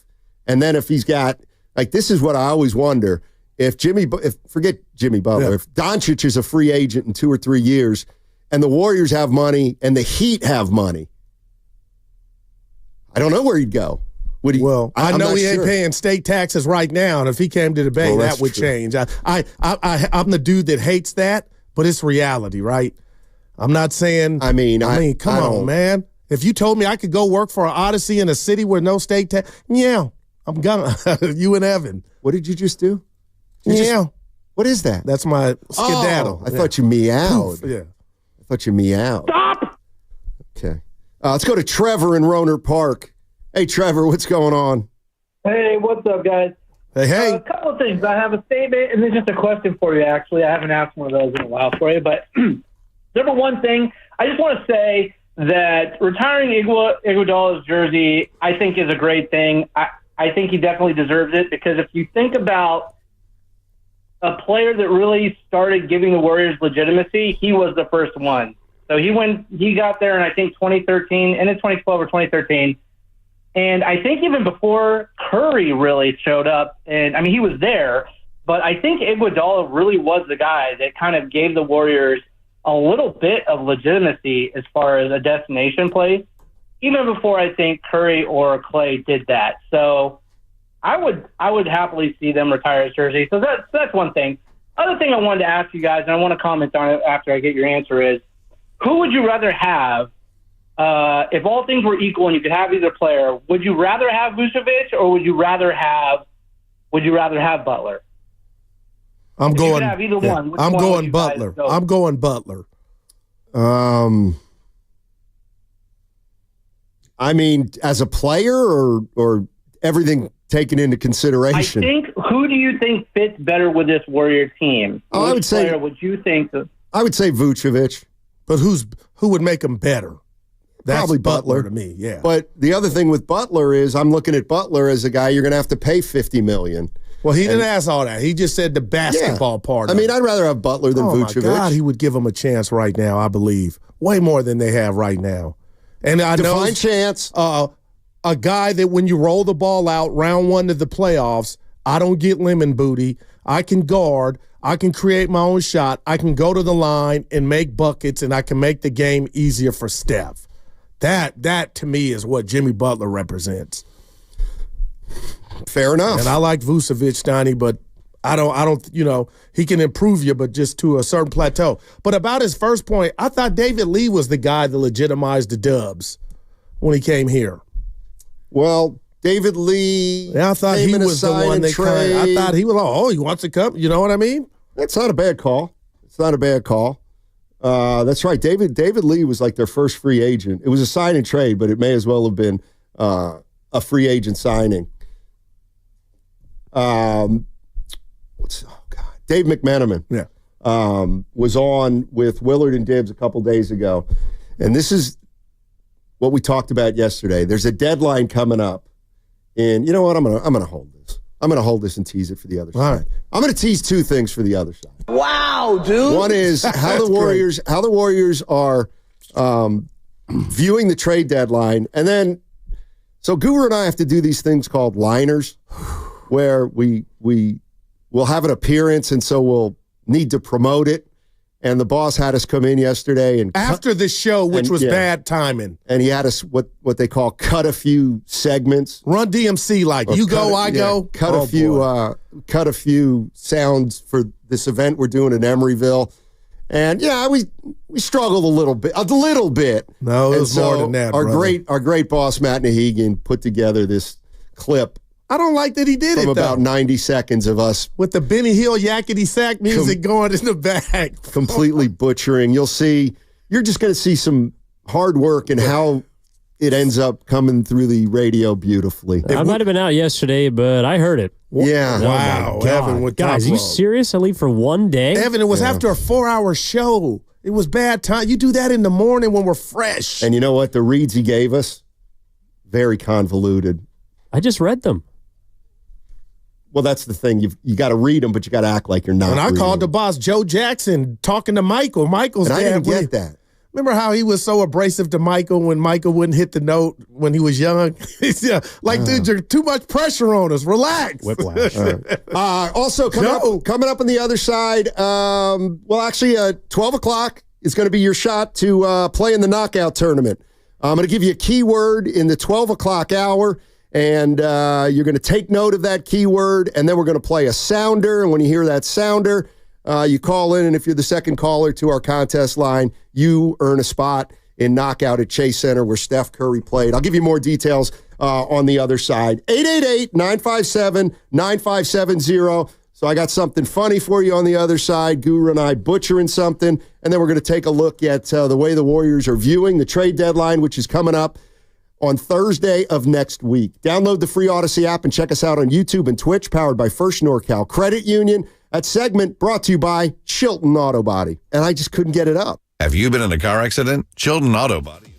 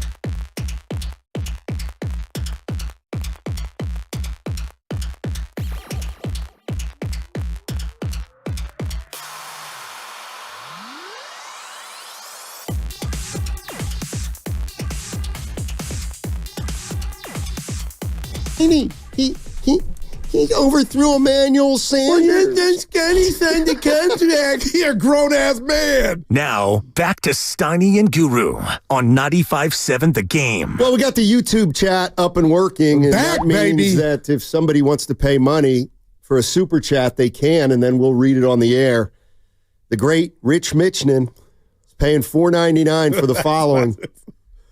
Kuminga's career stats, 34% from 3, 69 from the foul line, 5 rebounds a game, 2 assists, and then in all caps, and he wants to take $35 million or more from the payroll. No, you've got to trade him.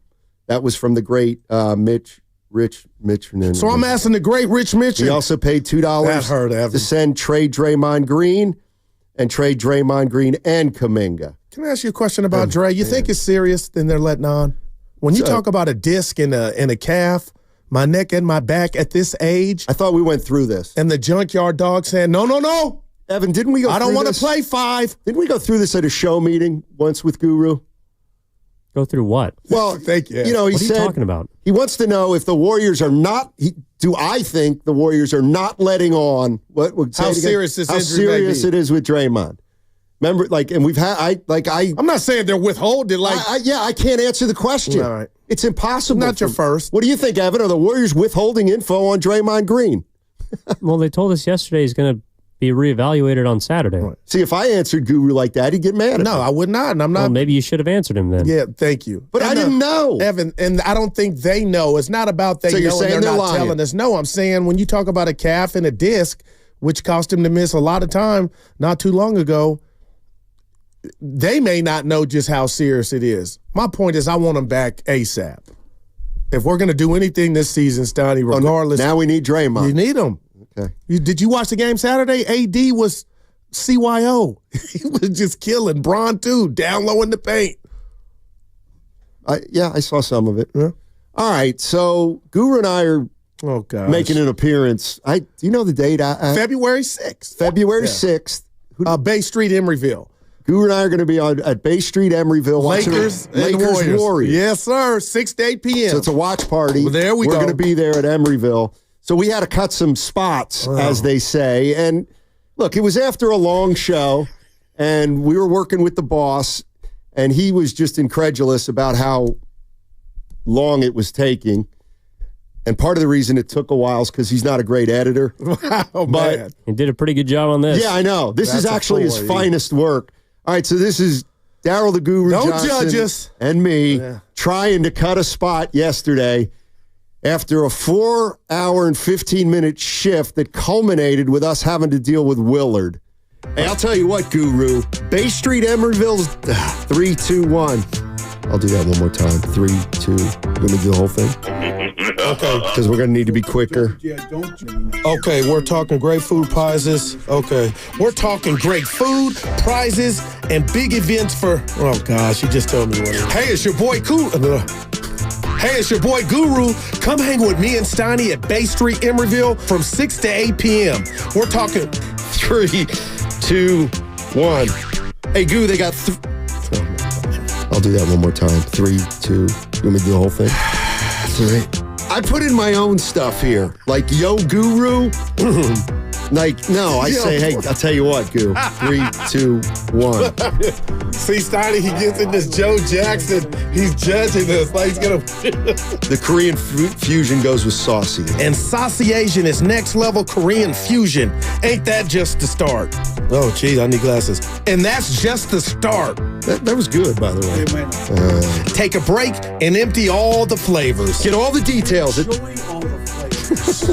I need Monday through Thursday, lunchtime, 3, 2, 1. They've also brought to you by the all-new Bay Street 321. Oh, my God. Oh, Steiny, lunchtime. Oh, boy. I couldn't see a damn thing. I need glasses. The font were too small, man. Boy. I mean, that wasn't Run DMC by any stretch, man. The bottom line is that's what he gets. He didn't hire a real host. I said empty all the flavors. No, it's enjoy, fool. The funny thing is like I got this stupid tick. Whenever I do that, I always go 3, 2, 1, like to count them down. And Well, how about you saying that sounded good? No, that one did sound good. Not to the boss, though. You got to put the Asian fusion with saucy, and it was a little Korean. Oh, right. Yeah, Korean, rather. Anyway, we're going to be at Emeryville in a couple of weeks, so join us. Hopefully this will be like when we were at the veranda last summer, Stoney. That's true. Well, not last summer, except they're watching the Niners Seattle. Yeah, perhaps. Ernie Chavez says that he might pull up. Of course he will. Yeah. Well, he said he might. What the hell else is he going to do? He's got a life. You know what? He uses the Odyssey calendar as his own personal calendar. That's awesome. Like when he sees Summit, it just goes right on to Ernie's. I bet he's got a receipt of you burying Damian Lillard. We got to get to that. No. We got to put some respect on Dame Dollar, man. So I say this to Evan last night. I'm like, by the way, you know who's having a great year? Damian Lillard. And he goes, you buried him 2-3 weeks ago. That's my man. I didn't. That's my man. Because you said don't write the obituary, and I said you already did. Oh, my God, no. I don't remember that, neither does Goo. He's 34. He's too old. What's he averaging, E? 25 and a half. And what's he shooting from deep? 38 from and three. Evan said he's taking like 10 a game. 45 from overall. Stoney. Austin in San Jose on the chat says you stole the 3-2-1 from Radnich. No. 3-2. Wow. I'm just I've been reading. doing that since my days at the Reading Times in 1987. Take that, Austin. And you know what? Okay, 925. You poor babies. After working only 4 hours, you had to do some things after work. Please, try working 12 hours of backbreaking work. Hey, 925, I did that. I paid my dues. We both did now. I got blue-collar roots, and everybody knows it. Hey, but let me throw this at you. Text line 925. You know, here's what you don't think about. This is what you don't think about. So it's Sunday, okay? It's 2 days ago. There's no show. Right? Playoff. There's no show.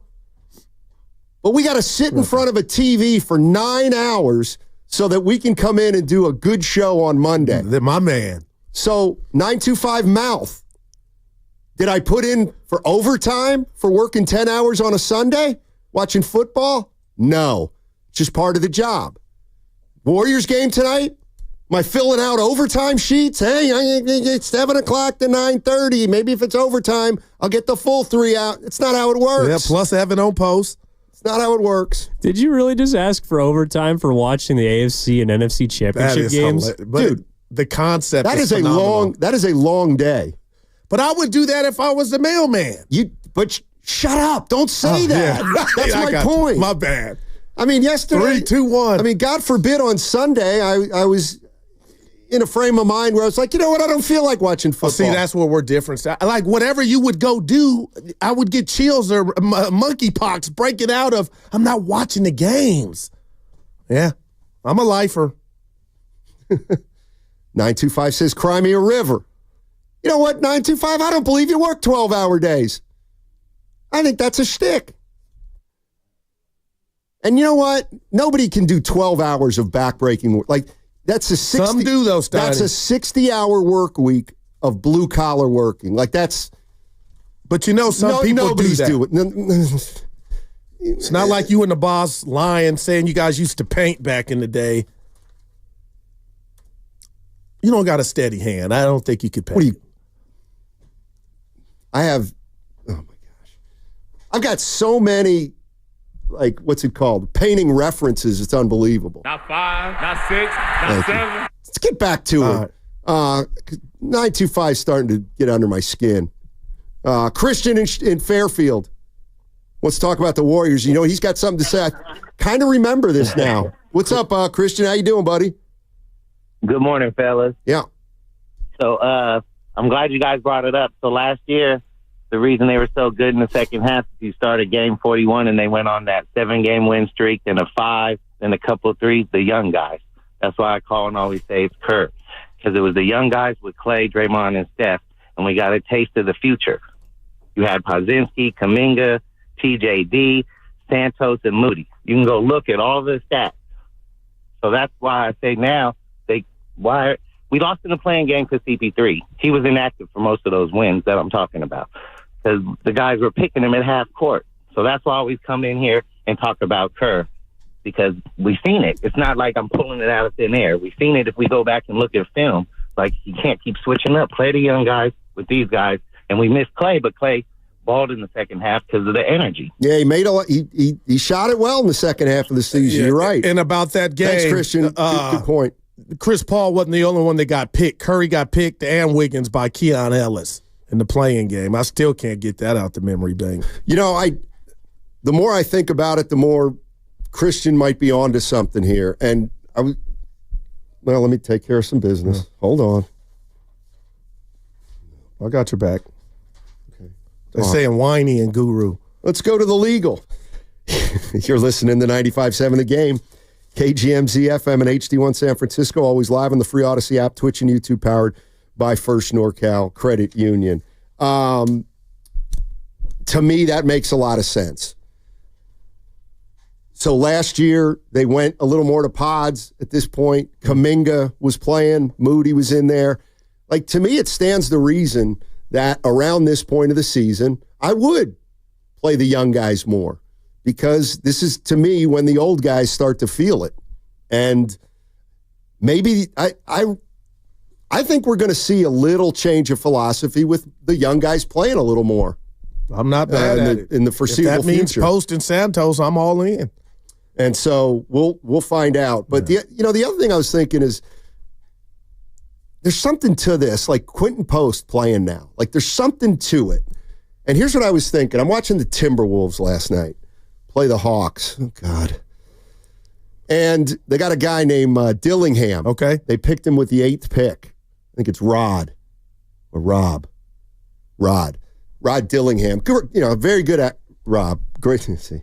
Really good athlete. Hadn't been playing much, but he's starting to play now for the Timberwolves. And I'm wondering, I wonder why he's playing now. And to me, I think you play rookies now because they've had a full half year to learn the system. And now after 40, 45 games, they can give you an infusion of energy. Like, I look at, Anthony Edwards or Gobert or Julius Randle, and just like I would look at Draymond and Steph and Wiggins, like they need an infusion of energy right now. And that's one of the reasons I think the Warriors should, start to rely a little more on their younger players because it's harder for their older players to, play intense basketball at the level they need for 32, 34 minutes. Well, yeah, they got to figure something out. And I think we're past the plateau, Steiny, of trying to Draymond's not even out there, but Steph Curry and that minute allocation, like, in order for this team to reach its goal, I don't see how he can't play 30-plus minutes a night. And obviously, if Kerr's listening, no duh, Goo, but, I mean, it's on, Steiny. I mean, the margin of error is thin, and it starts tonight against the Jazz. Dave McMenamin works for ESPN, and he was on with Willard and Dibbs a couple days ago, and he was talking about the Warriors' philosophy as the trade deadline approaches.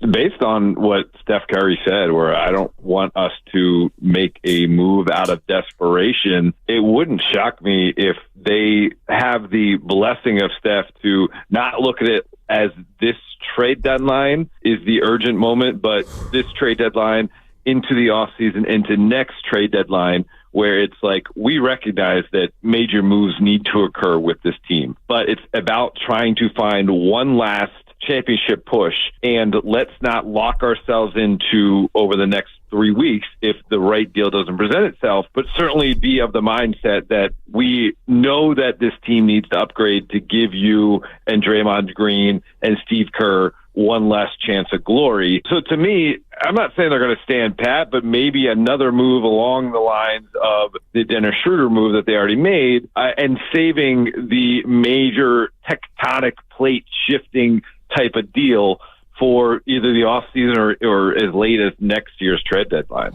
All right, so that's Dave McMenamin talking to Willard and Dibbs.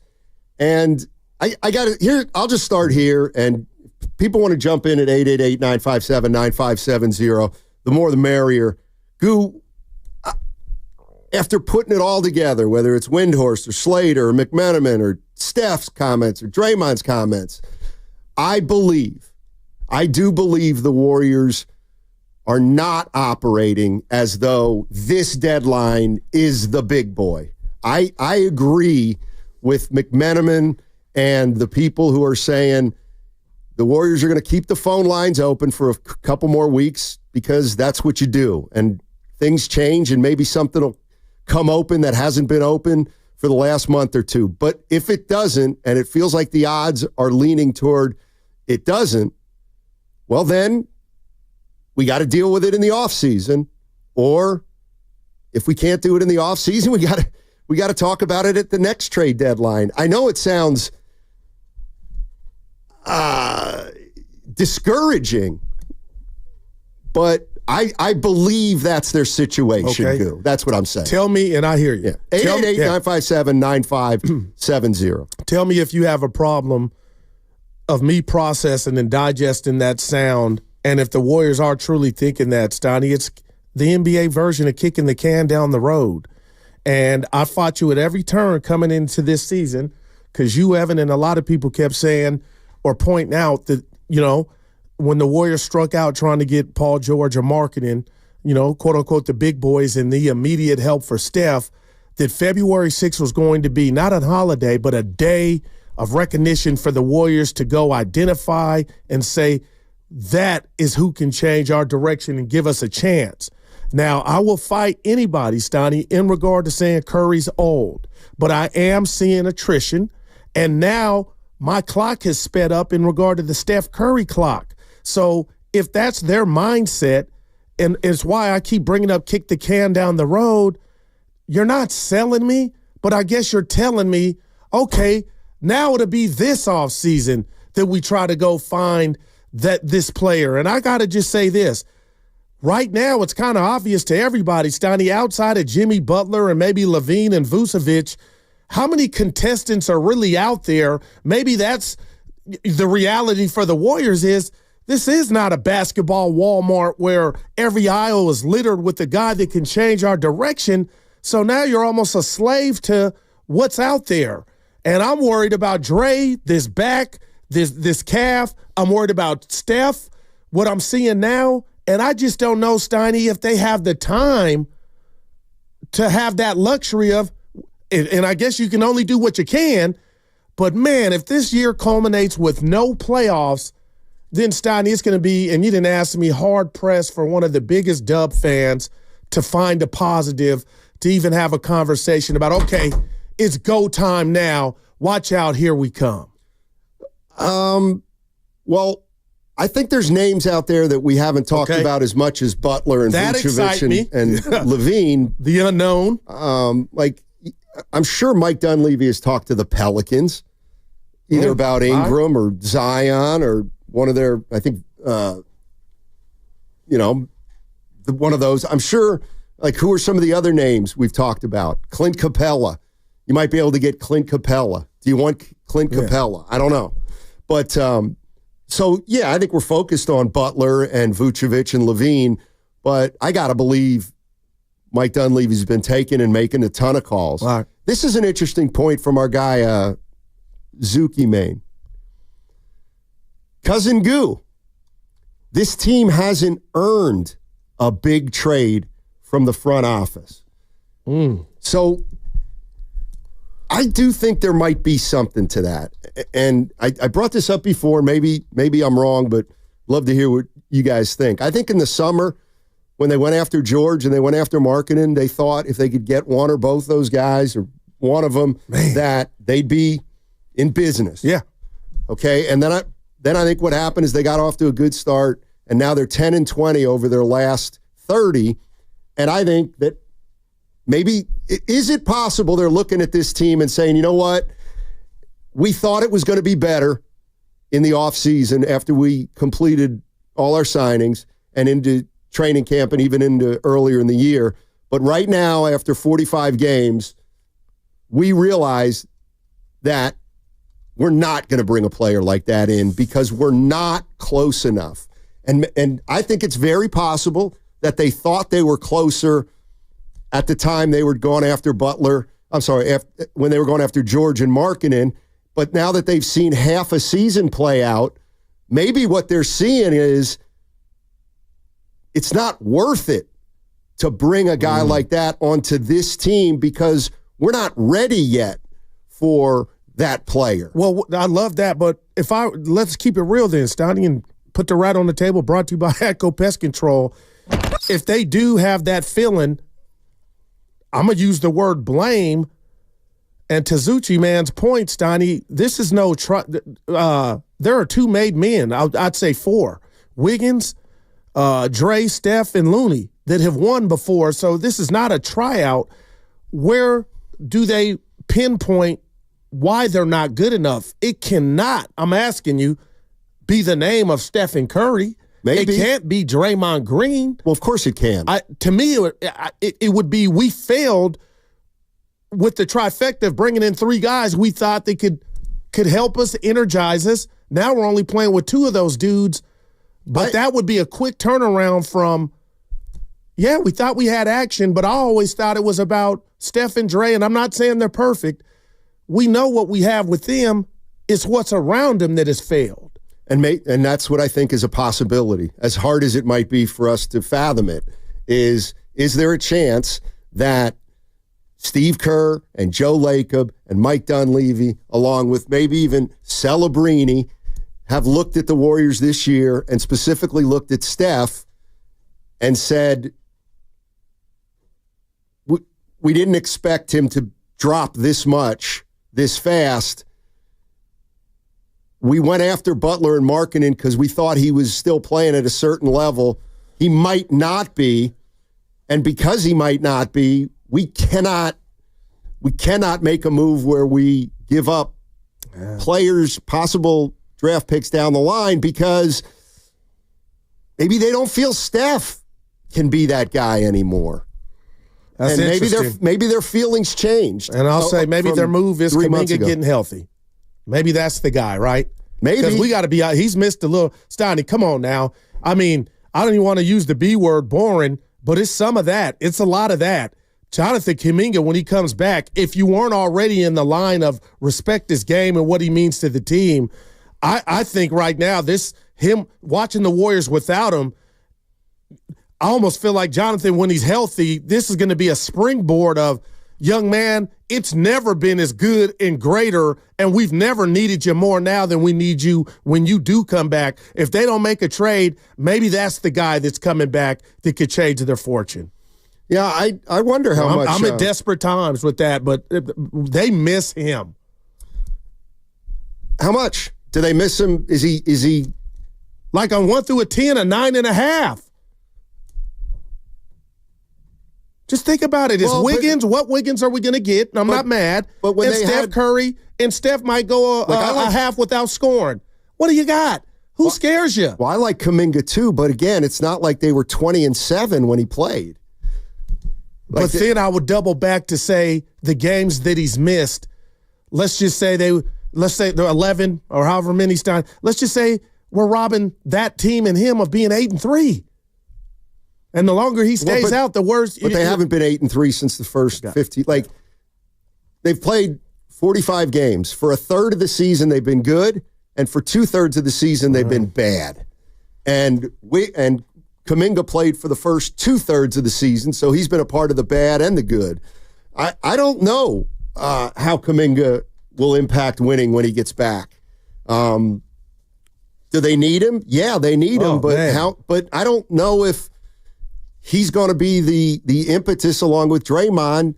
Again, this team won 10 of 12 games last year after it fell 19-24. They went up 10-2 then and got right back over 500. Is this team capable of that? 888-957-9570. I also want to play for you something Tom Habistro said about the Warriors situation. A lot of people are talking about it. Download the free Odyssey app and check us out on YouTube and Twitch, powered by First NorCal Credit Union. 888-957-9570 is the number. That segment also brought to you by Life Source Water Systems. New year?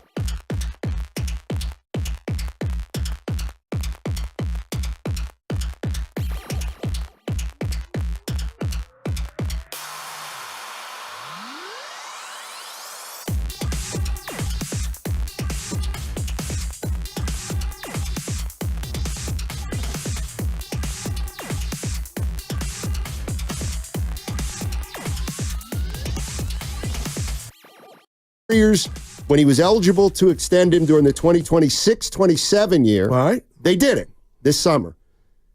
Wouldn't it have been smart for Joe Lacob to say to Steph, hey, look, we're going to get you that year, 26-27, okay, which means you're going to be here. Let's say he's talking to him before the season. So you're here for another 3 years, all right? Steph, we're giving you 26-27. At $63 million, you're going to be 38, 39 years old. Can you work with us if we do that? What do you mean?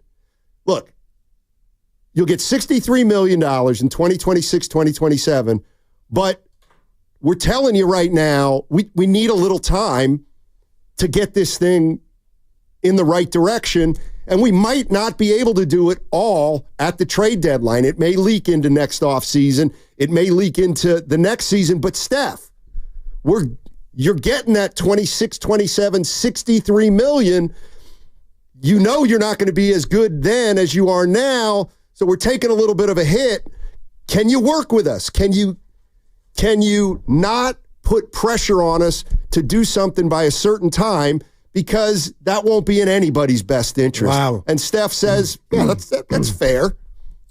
Well, I'll say this to that. It sounds like Joe Lacob is telling Steph, I'll pay you 62 M's to be okay with losing. And I think his mere presence and his brand and him filling up all the seats at Chase Center currently, Steiny, like, I think there's just a natural pressure. Like, there's not even I might lightweight be offended, with my owner asking me that, because there's a natural pressure of, what you're getting with me. There might be some slippage, but at the end of the day, I can't go out like this.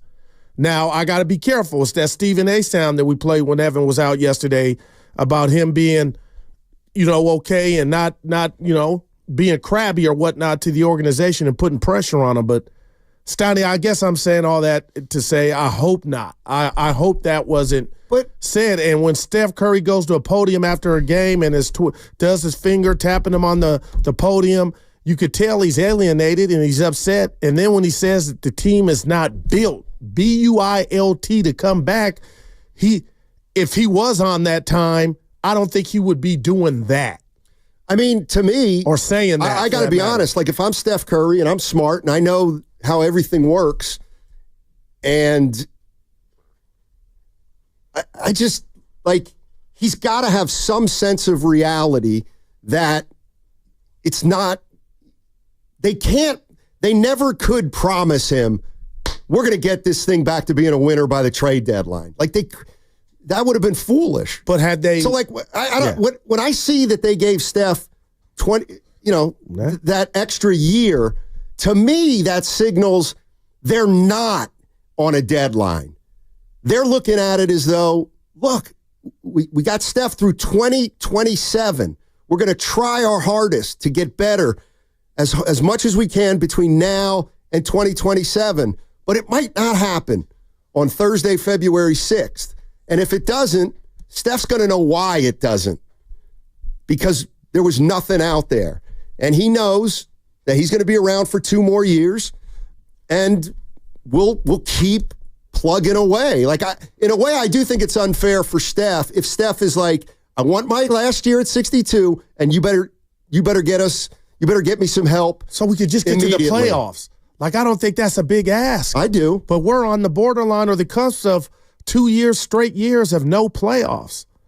And if that year, Steiny, was enough for Steph Curry to be like, I'm not tripping, shout out Too Short, then I'm wrong. I just don't think what I'm hearing and what I'm watching with the towel over his head, even when he's been at what I deem his lowest in regard to, gazing up into the sky after some games, I just can't believe a man of that stature, a man that's made the money he's made, would be okay with just not having a chance.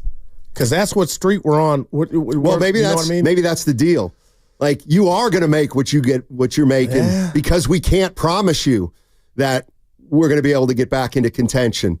So here's $63 million for when you're 39. But let me throw this one at you. This one came up. # random. This one came up during the break, and I thought of it, but it might Let me put it this way.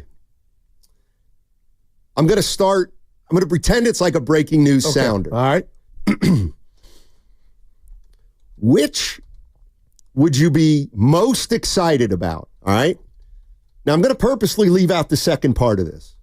Okay. The Golden State Warriors have traded Steph Curry. The Golden State Warriors have traded Jonathan Kuminga. Nice. The Golden State Warriors have traded Draymond Green. The Golden State Warriors have traded Andrew Wiggins. Which is the one that would excite you the most? Draymond. Without getting into what we're getting back. Draymond. That's what I think most Warriors fans would say. Well, no doubt about it. If the Warriors announced in the next week that they've moved Curry, Kuminga, Draymond, or Wiggins, one of those four, would everybody be okay? If it feels like, Evan, if you heard those four names, and obviously you got to wait for what's coming next, but how would you feel kind of about each one? That we're getting worse. Without knowing what's coming back? Even for like a Wiggins. No, I'm saying if you told me that Draymond's getting traded. Oh, okay. Gotcha. Okay, so... Like, you might be excited that the guy is gone, but I would assume that nothing worth much is coming back. And that's kind of why I left all that out, just to see if there's a guy that the Warrior fans would least like to see go. Obviously, it's Steph, you would think, but there's something about... I bet you there's a larger contingent than you think that would want Kuminga gone. Do you really? Yeah. What about Wiggins? Who do you think? I think people are like Wiggins, indifferent. Wait, people are indifferent to Wiggins like Wiggins is indifferent to basketball, essentially? Yes. 888-957-9570. I think of those four. I'm not ready to move Curry yet. It feels like that's something they're going to talk about in the offseason. This continues, it really does. And and wouldn't you understand it if you're Steph Curry? And I know you're hard on him. Steiny, you ain't hard. You just really think 37. I get, but Steiny, come on, man. The competitor that I think I know that Stephen Wardell Curry is, this can't keep going the direction of back-to-back no playoffs. Why? Because he's Tom Haberstroh. Get to know him. I think it's interesting. Bob Myers leaves the organization. Most of the brain trust has been gone from, peak Golden State Warriors era. What if they look at the Lakers in those last Kobe years, and that's worst case scenario for them? Like, they look at that. We don't want that. And so to me, when I see these quotes from Draymond and from Steph and then the news reports, it makes me feel like everyone's acknowledged this isn't going to be a long-lasting partnership anymore. I think Kobe and Lakers fans would acknowledge that was tough to watch at the end there. And I feel like when you look at the Stephen Curry Warriors, I don't think that they want that, where it's like he's carrying them to 20 wins every season. So I do think that, like, Denver's interesting. San Antonio, not looking at the contracts right now or what those proposed deals were, but I certainly think from an NBA perspective, having Stephen Curry back in title contention is what they need. All right. So that was Tom Haberstroh on the Kevin O'Connor podcast. And what do you think? I'll say this. Well, last year, the Warriors were the Kobe Lakers. Okay. They didn't qualify for the playoffs. That on a Richter scale, to me, a basketball Richter scale is like a 9.8 in regard to how Steph Curry's processing that. So how? But and if you're going to follow that up, then what you're trying to avoid, Tom Haberstroh, is already here. Well, but it's how much did Kobe have to do with that? I mean, there's two Kobes. Once he tore his Achilles, he could never be this. So that's different. Is it different? He's just talking about the last 3 years of a guy's career, and what I'm getting at is that they like having. Here's what we found out, or we're finding out. Just having Steph doesn't get you to the playoffs. And when the Lakers had Kobe at the end, just having Kobe Bryant wasn't enough to get him to the playoffs. So I hear you, man. You know what I mean? Like what I'm getting at is everybody may have the best intentions, but if it goes 2 years in a row without making the playoffs and Steph's got 2 more years left in his deal, there's no guarantee that they'll make the playoffs in his last 2 years if they don't make a move. And that's why if I were Steph, I would come talk to the organization and we'd have to have a real conversation about, is it in my best interest? I want to. I love you. I love the fans. I love the Bay. But is he going to be that patient or is he okay with that? And that's the part of this formula or equation that I really think we should already know the answer to. You could say what you want about Steph and the pretty boy looks, but Steiny, he's an alpha male. I don't think he wants it to go down like that. But kind of coming into the season knowing, of course, he doesn't. Steiny, our resources are limited. But we're stuck. Did Kobe go down without a fight? Like, what was he? I can't remember. What was Kobe doing when the Lakers missed the postseason? I feel like was he saying, "Get me out of here"? No, I think he was fighting himself, knowing he wasn't what he was, just like Klay Thompson. So that was half his battle outside of the games. Right. Like, I don't think Kobe was throwing chairs and mad because he wasn't prime Kobe. And that's what I'm getting at. And maybe he didn't throw chairs because he knew he wasn't prime Kobe. And Steph's not prime Steph right now. But he's getting paid like it. And that's the problem. That's the biggest issue. And that's what happened in L.A. too. You had a player who was making exorbitant amount of money, but just wasn't quite the player he was.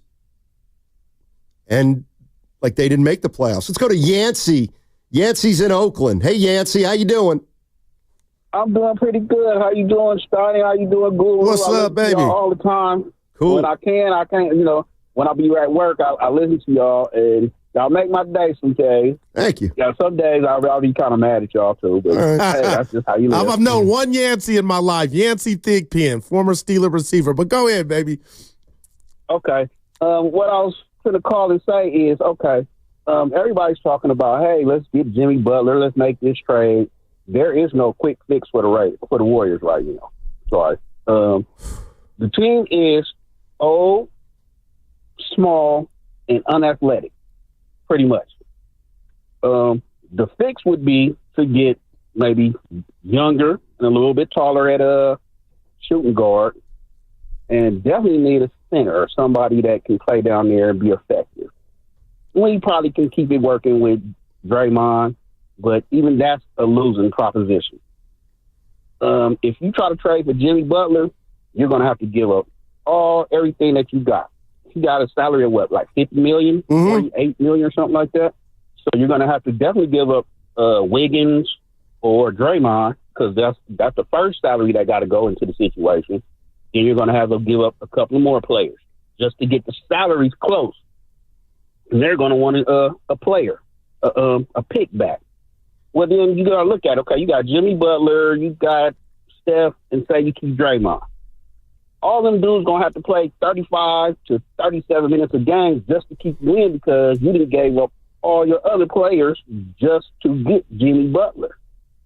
That's not, you're going to kill them before the playoffs even start. Yeah, that's what I'm worried about too, Yancey. But they're not going to just have five guys on the roster, Stoney. They're going to have a filled-out roster, and he is right about old, athletic, and small. I mean, man, that hurts to hear. But the bottom line is, if you're just something you said previously, when has Kerr ever deferred to the youngsters? Remember, since we were doing the pre and post on the Warriors, you're like, Goo, after they won the chip, I think next year they're going to start and they're going to kind of, let the youngsters carry a lot of the weight early to preserve. I mean, this is going back to 2017 and 18. And to be honest, we've never, ever seen that. I disagree. I think, and that's what, I forget who the caller was. Yancey. Christian, before. Like, they did use their younger players more than they had been the second half of last season when they went 27-12. Like, I was just looking at the box scores. Kuminga was entrenched at that point. But Draymond was gone and Curry was hurt. Exactly, and they still won. And Curry was pretty healthy for the second half of the season, but he's kind of playing like he is now. What I'm getting at is, and now, like, I kind of remember saying this a few times, that, the reasons the Warriors were in it last year as much as they were was because their young guys were giving them some energy. Pods was a positive. Moody helped him here and there. Kuminga was like the reason that the Warriors went 27-12 in the second half of the season was everybody was chipping in, including the young guys, and it allowed them to change the fortunes of their season from 19-24 to 27-12. So maybe we're going to see some of that this year, where he's going to rely more on the youngsters. Because I do think that's like all you can do at this point, Donnie. The way I look at it is, I don't think there's if you go into the postseason old, you're at a low seed. I just think you're done. And what I mean by low seed is like a 7 or 8 seed. Like, I just don't think a team with Steph, Draymond, and Butler can make a serious long-term playoff run for 6 or 7 weeks. That's just me. Other people feel differently, which is fine. But I'm also concerned with the year after this year and the year after next year. And, a first-round exit, you're sitting with Jimmy Butler and you get a first-round exit, and now he's not re-signing, but you've given up Kuminga and some picks. Boy, now... Well, yeah, that's worst-case scenario. Well, but what if they go get Jimmy Butler, trade some picks, lose Kuminga, and make the playoffs and lose in the first round? I'm just saying all these, they've got to run down all the scenarios and figure what they can handle and what they cannot. Go ahead, E. Speaking of roster additions, the Warriors have added Jackson Rowe to their vacant two-way contract slot. His 6'7" wing has been playing well this season in Santa Cruz. That's according to Anthony Slater. Jackson Rowe. He's a 28-year-old. He's been shooting like 44%, averaging 12, 13 points a game for Santa Cruz this year. Okay. So start him. Maybe we'll have a new fave if he gets some court. I'm sure we will. As soon as he makes his first 3. He's going to be like every Giant rookie who gets their first hit going to the Hall of Fame. What did you make a post against the Lakers? It's fine. Yeah, no, exactly. Like, I'm not nor less excited. I'm just glad he got to go out there against Anthony Davis and LeBron, but it wasn't 5 threes, but I'm not over it. You know what I mean? I want to see more of him and Santos. Yeah, that's my biggest question, 415. What happens when we trade Kuminga and some picks for Butler and he walks? What's the plan then? Yeah. I guess the plan then would be to get under the cap as fast as you possibly could. But Alex and Marin. What's going on, Alex? How you doing, man? What's up, Steiny? Hey. What's up, Goo? Love the show. Thank you. I've been listening to this whole conversation, how to fix the Warriors, for some time. And Steiny, I'm with you. I think it's over for right now, and I think it could be over for the next couple of years. Unless something major happens, like, number one, get a superstar. Well, Jimmy Butler is not a superstar. He's not in a good mood most of the time. He is not going to be a good addition to this team right now. We would not win with him. And yeah, we could hope for a Giannis, someone like that caliber, but it's really unlikely he's going to come available. And even if he does, are the Warriors really the team that he would want to come to at this point? With Steph's age, the rest of the supporting cast, I don't really see that happening. Number two, keep the draft picks. But as you know, the draft it's hard. It's hard to find really good talent. And even if we kept all of our firsts and we find some good young players, they're going to be 19 years old. They're going to be 20 years old. They're going to be kind of similar to Kuminga. They're going to take 4 years until they're an actual quality, reliable player. Number three, trade Steph, trade Draymond. Try and get as much picks as you can. Try and build for the future. Really love the show. Thank you for taking my call. I think it's going to be a tough couple of years, guys. Thanks, Alex. Appreciate the call. Because it's been a tough year and a half. I am scared. Yeah, I am, Evan. It's been a tough year. If we just keep it real, it's been a tough year and a half. And we ran off Chris Paul, and I was all for it. We ran off Clay. We had salary concerns. Yeah, well, we ran off Clay. Ran off Clay? He wanted out of here. Yeah. And you know what? But I guess my point is nothing's gotten better since those two have departed. That's all. And if you're right, and I know and things really didn't get worse either. Well, yeah, they thought they were better. And they may be, but right they now thought the players they got were better. Yeah. If the Warriors were sitting with Clay and Chris Paul right now, I think they'd be 22 and 23. I mean, you could be right.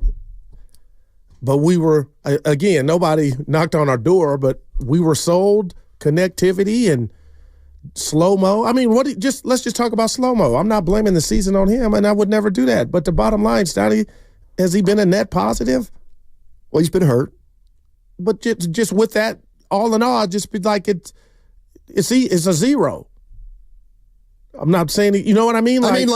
Was Chris Paul a positive last year? He started opening. I'm reaching, but he started. Well, he was better than he was helping Clay and TJD. But I get you. What happened on that playing game in Sacramento? I mean, to me, they looked old. This is the risk of a Kyle Anderson. Is if Kyle Anderson's not on a good team, he's not going to really help you. And he probably thought he was going to play more than he was when he came here.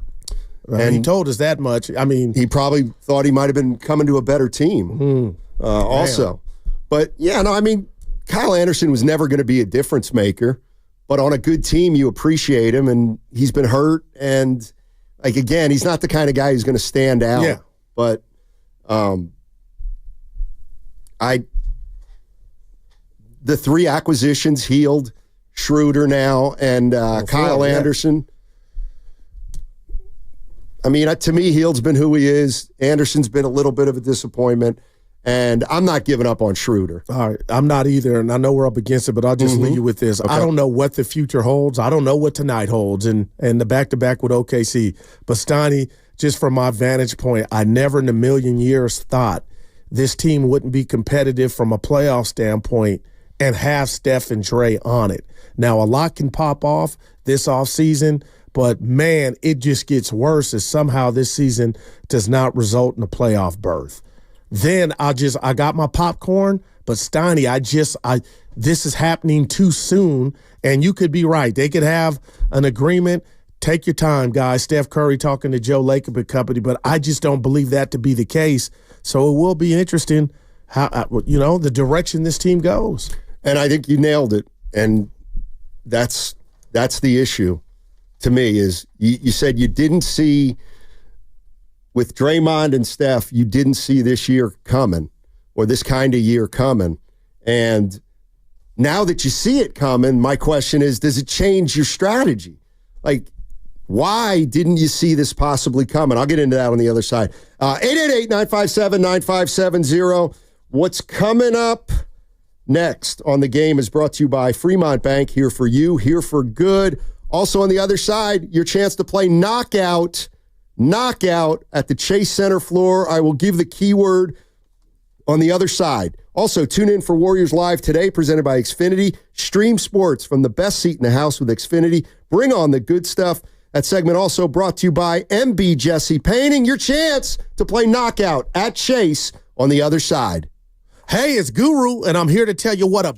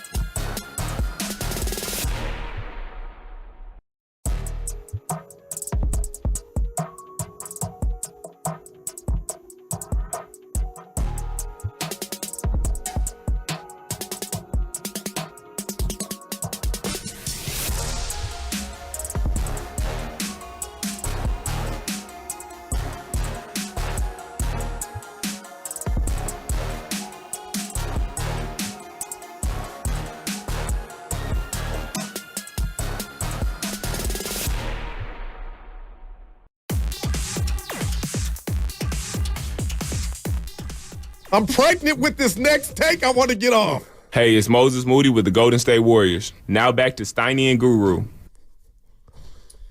All right. Coming up in 20 minutes, I'm going to give you the keyword. We'll see. No, I will. I promise. He got it. This is one the boss wanted executed in I made it a big way. Oh, boy. So it don't put extra pressure on about yourself. 12:15, I'm going to give you the keyword to use for a chance to enter into our knockout tournament, which you'll get to I'm play winning at the Chase Center. You will win a spot in knockout. What did I say? Not a chance. You will. I'm not laughing. Like, I seen you throw pick sixes. That's why we make a great team. I fumbled. For your chance to play. Yeah, they're going to get a chance to play. Is that everyone has a chance, but if you win, you're in. You're in. Yeah. So if you win, you got a chance to play at then you'll get your opportunity.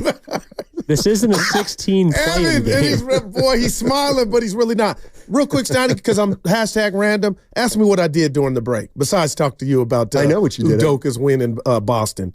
Okay, what'd you do during the break? I wrote down the starting five I'd like to see. This is what. Can I just read it to you? Wiggins, Kuminga, Green. They're not playing. Post. Pods, Curry, Wig, Santos, and Post. Yeah, that don't give me Hield and GP2. That team will score 68 points. Oh boy, Steiny, that's the five. You know, I'm sick of people saying, "Oh, Steiny doesn't have any ideas." Yes, Who I said do. that? They want solution based. Like, come up with something. I have multiple times, and they've been flexible, and I like the optionality that I'm employing. Here's what I would do if I were the Warriors. Joe Lacob. You're Joe Lacob. I'm assuming Priest. So I'm operating under the assumption that you ain't getting Butler or Levine because the price is too exorbitant. The one thing I would do, pretty sure, and this is also because to me it's becoming more and more clear. Trades are hard. I know that, Joe. Just from everybody's input, all the pundits, I do feel like the Warriors and Curry at the end of the season are going to regroup and talk. Yes, and talk. And whether they make the playoffs, they don't make the playoffs, a play-in, play-out. I don't know how the season's going to end, but it does feel like more and more writers and media people are saying, in the summers when the Warriors are really going to, ask the tough Steph Curry question. Okay. And I believe that. I don't think he's not going anywhere in the next two weeks. Right. The one thing about this team that is going to be a challenge moving forward is if Draymond Green and Steph Curry are both on the team. Because they're declining, they make fair money, but it's more than that. The Warriors' identity is still Steph Curry and Draymond Green. And I think as long as they're on the Golden State Warriors, the Warriors will always have that as their identity. If Draymond Green is a Warrior and he's playing 25, 30 minutes, and Steph Curry's a Warrior and he's playing 30 minutes, those two players will define the team. And that's why, personally, I would look to come off Draymond Green before the deadline because I think it's going to be hard to move forward with both him and Curry because of just how vital they are to everything this team does, offensively and defensively. And I just with Draymond here in particular, I'm ready to move on to something different. And that way, when the summer comes, if you're going to talk to Steph about all this stuff, well, Draymond's not part of the equation. You know what I mean? Draymond's just not part of the equation. He's not here anymore. So we can have that discussion with Steph without Draymond being in the building. But that's what I'm doing. But doesn't your core and every signal, even from the chef, and the only time I ever get basketball mad is at the chef, is I felt like he's had too much unconditional love for Dre. But Steiny, I've even seen don't you understand? As long as Steph's here, Dre's going to be here. Well, I'm like that's the one thing that like what you kind just of said infuriates melted me. I'm like, I'm with you. Okay, but it's not going to happen. Okay, well then what you're doing is you are limiting your options. If you're not, forget Steph for now. If you're not even open to trading certain guys on the team, then you aren't going to have as many options as to what you can do. And you know what? Like, I'll be honest with you. The idea that, well, Draymond's just going to be here because Draymond's like, I don't disagree with anything you're saying. I'm just telling you, I quibbled over here when you were like, as long as you got Dre and Steph, then you went on to say they're the identity. But Stoney, there's a segment, a fraction of Warrior fans, and this is what I have trouble dealing with now. I thought that was you got action. What? You could assume the playoffs. And that's why and like, that's this come is our crashing down. This is our fundamental difference. Yeah, it is. When you say, Steiny, I didn't see it coming. I never thought you could have Draymond and Steph on a team that didn't make the playoffs, let alone 2 years in a row. I say, okay, well, I didn't go that far, but yes. And I would say, what's the biggest reason you're 22 and 23 as opposed to being better? And unfortunately, my answer would be Steph and Draymond. And your answer is everybody else. Only because there's a caveat, Scotty. I don't want to say they run it, but they got the most power, those two. And it's time to, I hear that. But until they show us that they're ready to go down that direction, the team, then it's all about what's around those two. Am I wrong for that thinking? No, but then if you're still going to do that, well, then I'm with Slater. Buckle up. Buckle up for the next couple years. Well, I think we've already had turbulence on the Warrior plane. And that was last year. And this is where I got news for you. And now we're this one ain't under. Rock bottom. You're still a 500 team, essentially. Oh, man. And again, why would you think next year and the year after are going to be better? Like, that's the part. If you bring Kuminga back, he'll be ready to take that next step. If you're unwilling to get off, Steph and Draymond, you're not going to do that, okay? How can you get better over the next 2 years? Because the guys you have got to get better. I think they're declining more rapidly than the young guys are getting better. That's just me. That's who I was talking about. The young guys, especially Kuminga, would take bigger steps. Right, but so they take bigger steps, but how are we making up for Steph and Draymond walking backwards? 888-957-9570 is the number. Let me read something to you real quick from the chat. Bee's Knees. Steiny, this is worse than rock bottom. No, it's not. Rock bottom allows you to develop the young players and stack picks. And that's all that I've been saying. Like, you can't do both as currently constructed with Dre and Steph on the team. And I stand by that. Can't do what? Think about the future or rebuild with those two. Do I dare say in the way? Well, but I thought they're a lottery team with them. Like, that's like, everybody says, well, like, they're a lottery team right now, the Warriors. And Steph's been relatively healthy. Let's go to Scott is in Marin. Hey, Scott, how you doing, buddy? What's going on? How you guys doing? Great. I'm doing all right, man. Hey, what I was thinking about listening to all this is people I think we're discounting the fact that the Warriors and Steph Curry he's the number one draw in the entire sport. You just don't willy-nilly get rid of the best, your best draw. It'd be one thing if they were winning with 20 games a year. That'd be a different story. And he was Willie Mays after 40 years old or something. But that's not the case right now. He's not as great as he was, obviously, but he's still pretty damn good.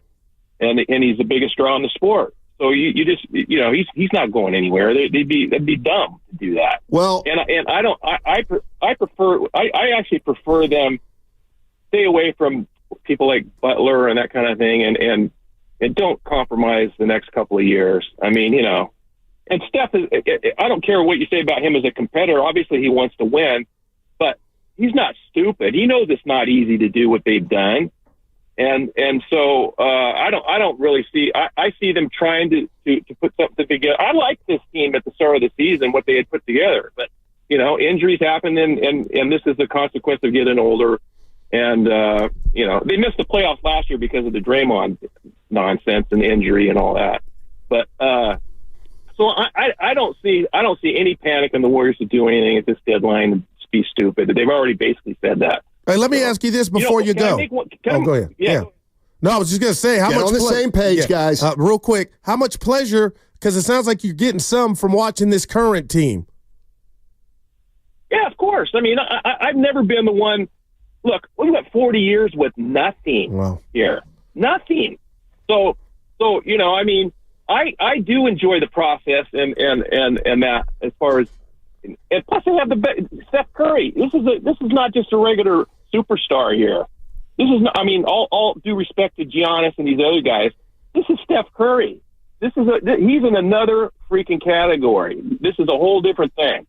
So, but anyway, I just wanted to ask you guys if my buddy sent me a link to Sleepy Floyd in 1987 when he went for 29 in the fourth quarter against the Lakers. I don't know if you guys remember that. Yeah, white uniforms. Entire fourth quarter. What an amazing freaking, a feat he did. 29, he didn't attempt a single three-point shot. In fact, there was only 2 3-point shots taken in the quarter, and they were both by Michael Cooper, and he missed them both. It's to watch that and to see a completely different game. It was a much more entertaining thing to watch. Wow. The game was more, was played below the 3-point line, and they were still scoring like crazy. That's that 29 points is still the record in a quarter in the playoffs, and he scored 39.5, which is still the NBA playoff record. And he didn't shoot a three. So I mean, the pace of the game was absolutely insane, and it was so much more entertaining than what you're seeing today. It's just got you. I'm about to tear up. Appreciate it, Cotton Fitzsimmons, Donnie. What about him? That's back in that era. Dan Issel, Doug Moe. They played the Lakers. No, I'm just saying the style of play, running gun. You got some middies. Get us back there. Okay. He's happy with what I that's major perspective. He's looking for 40 years prism.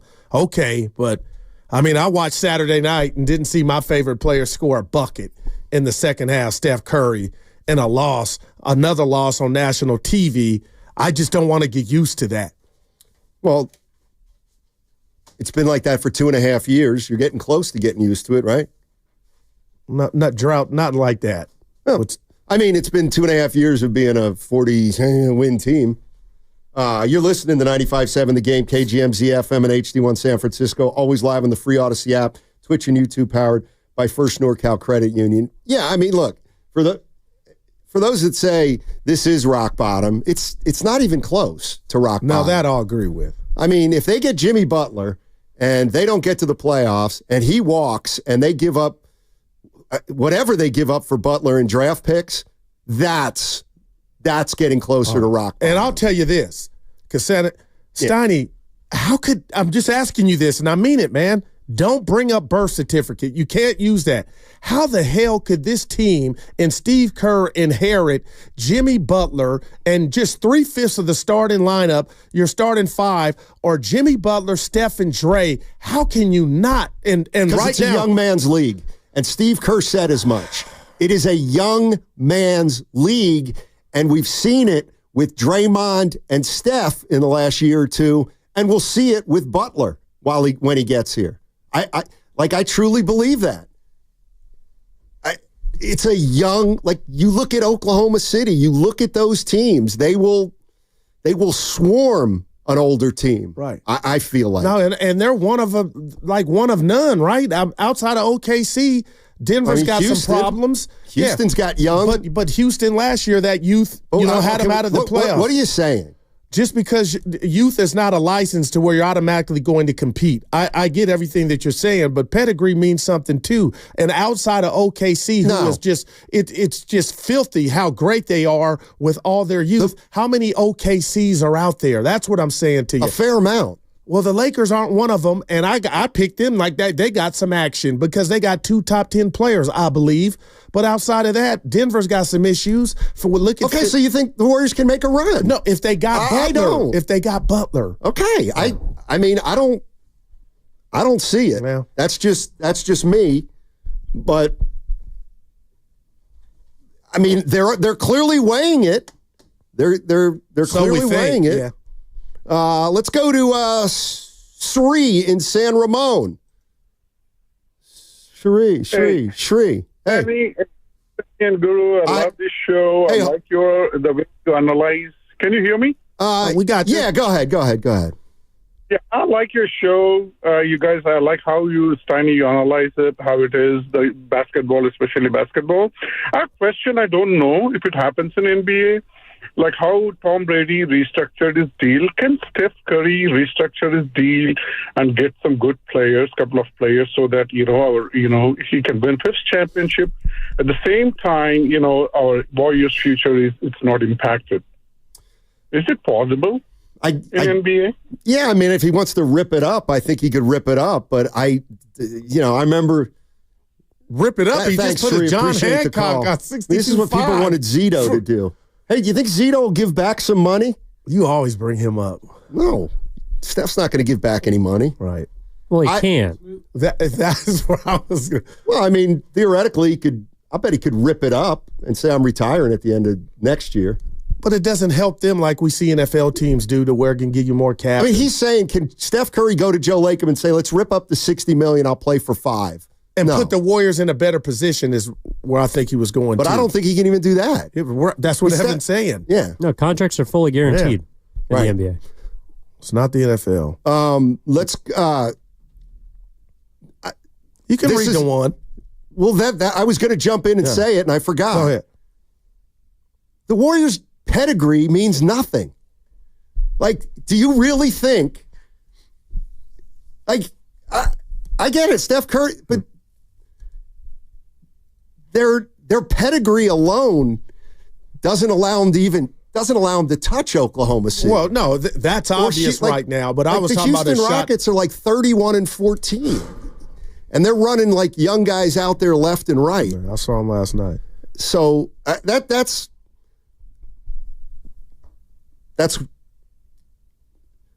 like we were talking about pedigree. Like the year they won the title, or maybe the year after. Well, it wasn't 99% pedigree. It was going to be pedigree meets talent. Pedigree's working against them now because everybody wants to kick their ass because they've been on top all along. Outside of Looney Wiggins and Steph and Dre, how many of the current Warriors have it? Having what? Pedigree. To know what it takes and, I mean, I think Kyle Anderson has pedigree. Well, he does. But, I mean, what does that get you if you're overwhelmed athletically? And that's what it feels like, man. What a way to say it. All right, so then I would just say this, and I'm not. Why would you get if you're getting overwhelmed athletically? Why would you get Jimmy Butler, because 35-year-old? Stoney, he's not in a wheelchair. I get the 35, the Ricky Henderson, the Kevin Durant number. I get that. That's not working in our favor. But when you watch him play ball, I'm not watching a guy like he's at the top. Well, we haven't because he's been suspended, but.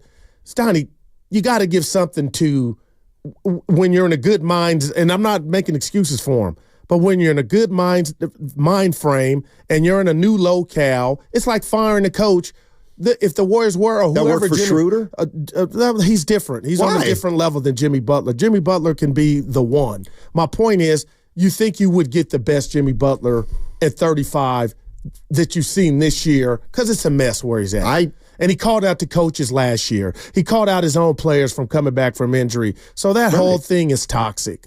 But I know he knows. So Miami, the team with one of the strongest cultures. That's I haven't even talked about Jimmy Butler, like what he's pulling right now in Miami. No, it is, man. But what is it? The next man's trash is the next man's team's treasure. I'm sure, like Jimmy Butler's got a reputation in this league, and I know. Oh my gosh! I know a lot of people are going to disagree with me.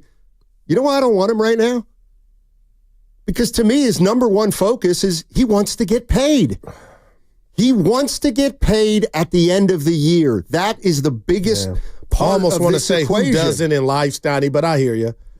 Well, the Warriors have to weigh not only acquiring Jimmy Butler, but re-signing Jimmy Butler. Ugh. I mean, we got some breaking news, Steiny. Oh, we do? 95.7 The Game breaking news. I don't know what it is. The Rising Stars player pool you are has such just a been tool. announced. It's unbelievable. Evan, this hurt me.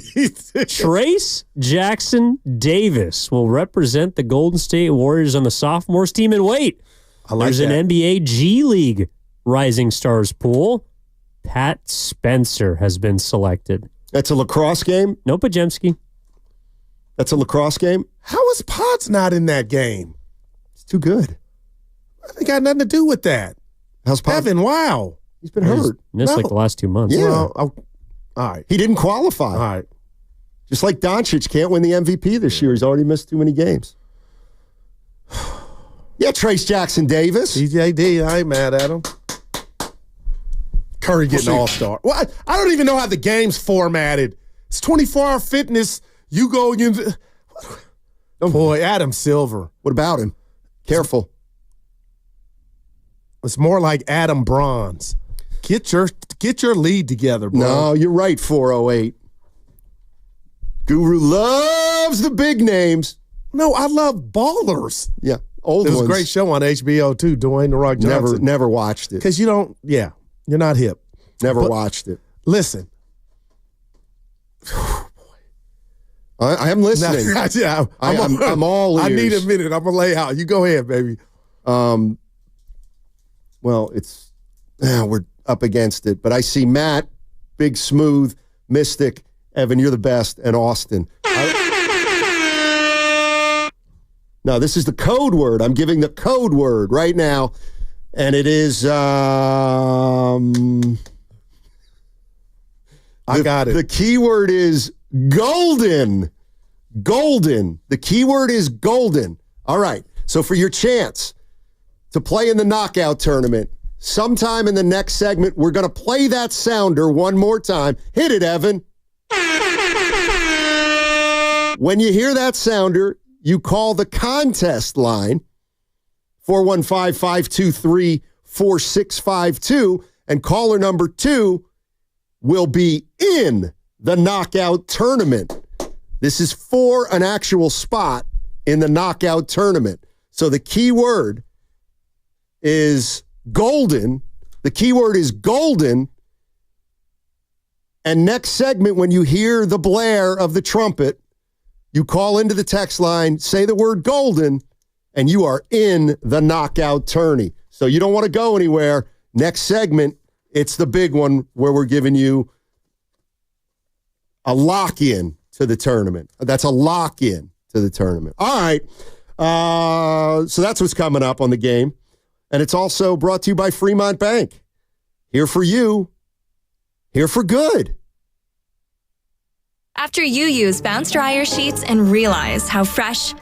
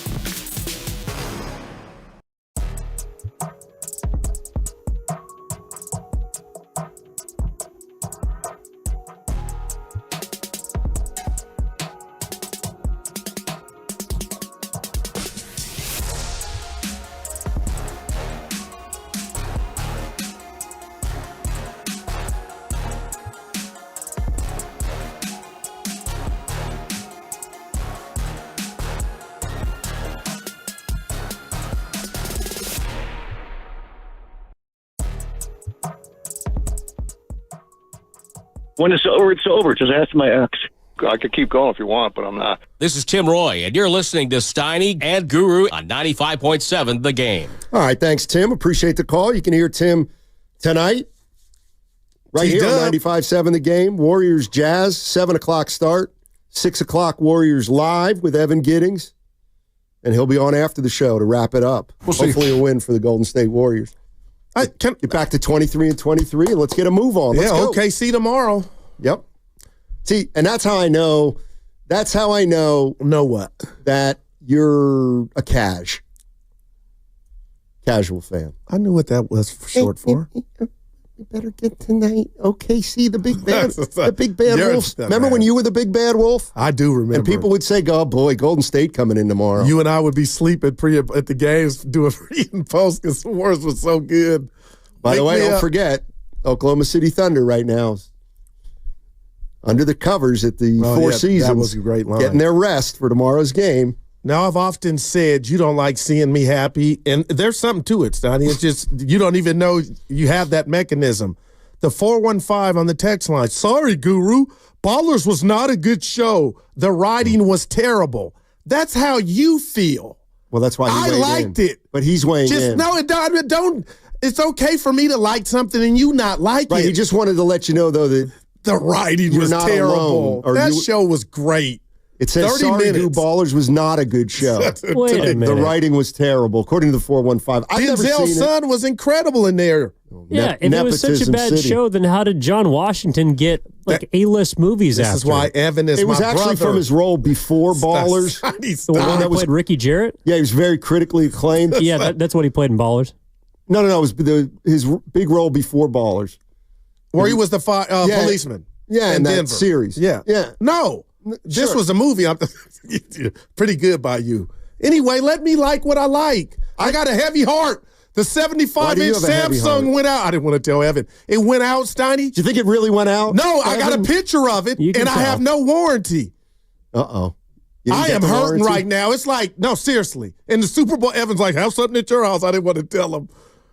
Well, you said I should have something in my house. Yeah. You got a big enough room? No, I don't. Outside, you put the TV on one of those things they do? Yeah, but then we're at the mercy of the weather, and it'll be February. We're in California, bud. It could rain. Could rain. Said no one ever. What? Willard's house, it was when we went to watch the Super. Why do I keep bringing? I had a good time. My furniture's really nice.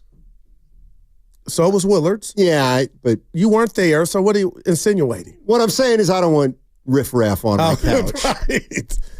Well, Evan's going to be house sitting soon. I'm coming over. I don't have a room inside my house that we could sit 8 guys. You could split them up. I'm not. That's dumb. I don't like doing that. Hey, I'm having a watch party. Yeah. 4 of you in the basement, Right. 4 of you on the second floor, and then 9 of you rounds. outside. Yeah, I don't. Old ship going to have something? Yeah, they'll have something. Tony said it was the slowest day of the year. Huh? Super Bowl Sunday. All right, let's jump into some calls. Let's go to Mystic in San Francisco. He'll break it down. Hey, Mystic, how you doing?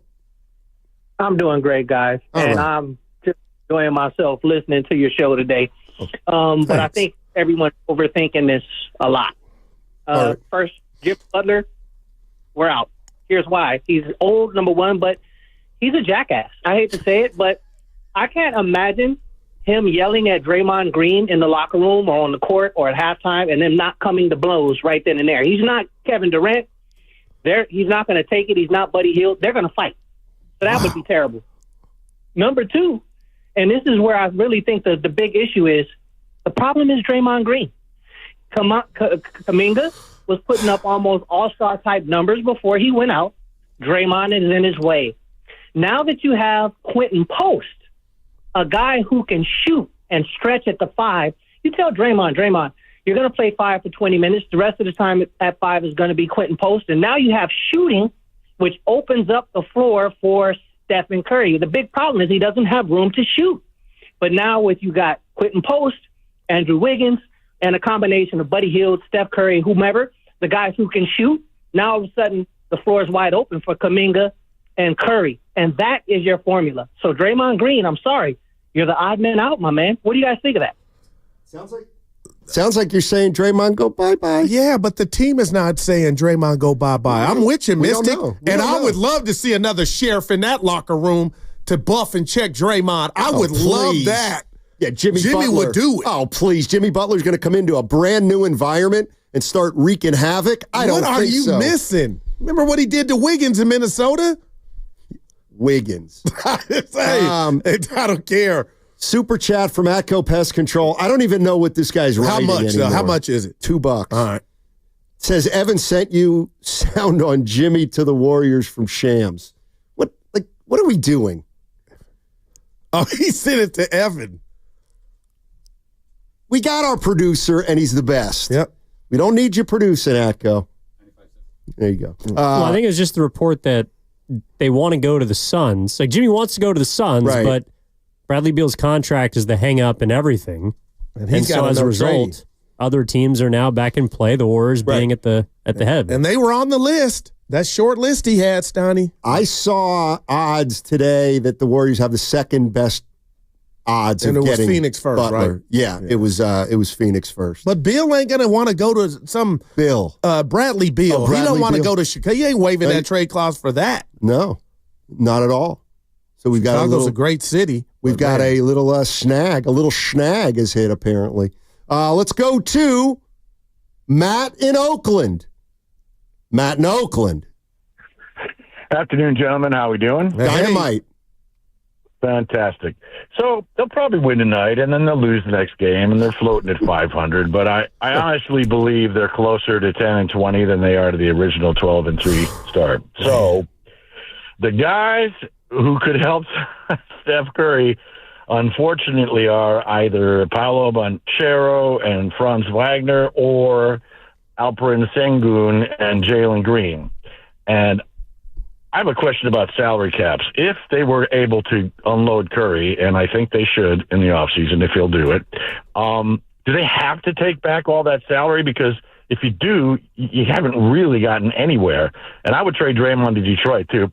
This team's 5 years away from another championship, and the sooner everybody realizes that and moves on, I would get as many first-round picks as you can. Butler, oh, my God, absolutely not. That's not going to get you anywhere.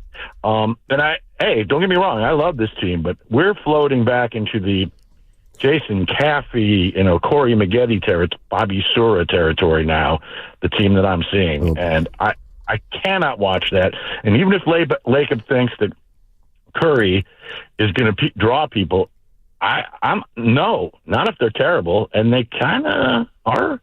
So what? Do they have to take all that money back in salary? I don't know what the deal is, and that's my question. I want to know what you guys think. I mean, they could take less salary back, but that would mean that the team trading for him has room. So that would be very unlikely. But the other thing, what was I going to say? They're not on Austin San Jose saying they're unwatchable. Caller is on to something. They're on the cusp of that without Kuminga, but they're not there. Come on now. And Steph has the number one selling jersey in the game. He's still box office.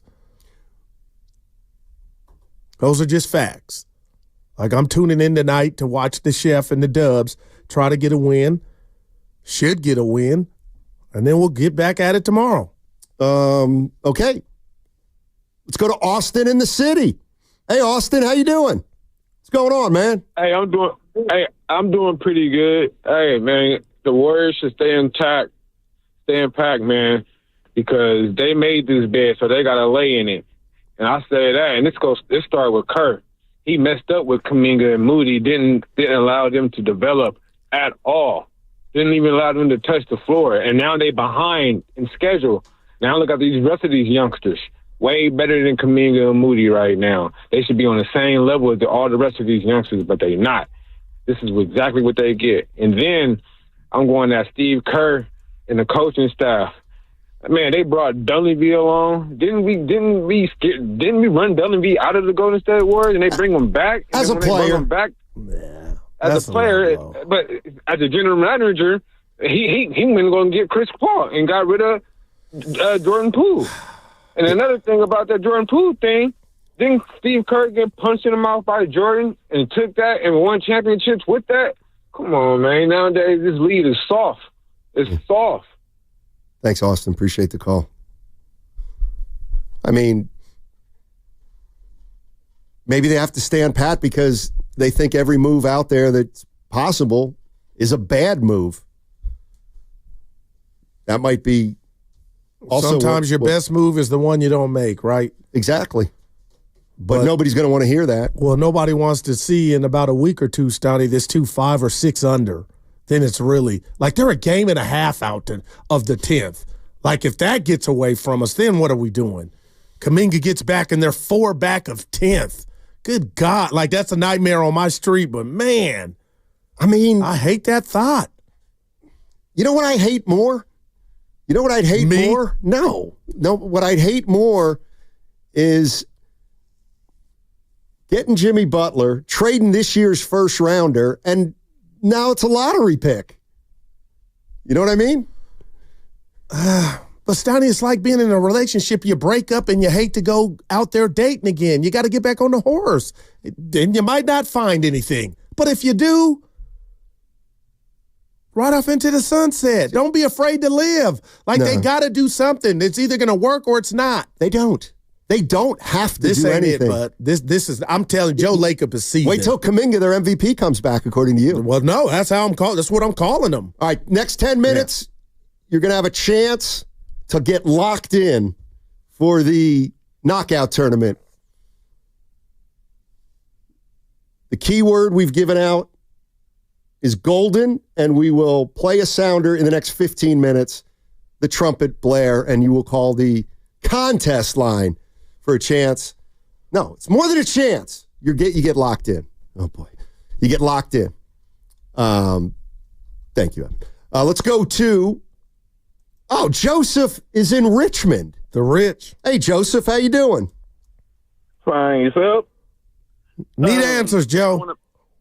I want to piggyback off the last caller. Yeah, Kerr really did stunt these players' growth. And if you think about it, go back to the first championship.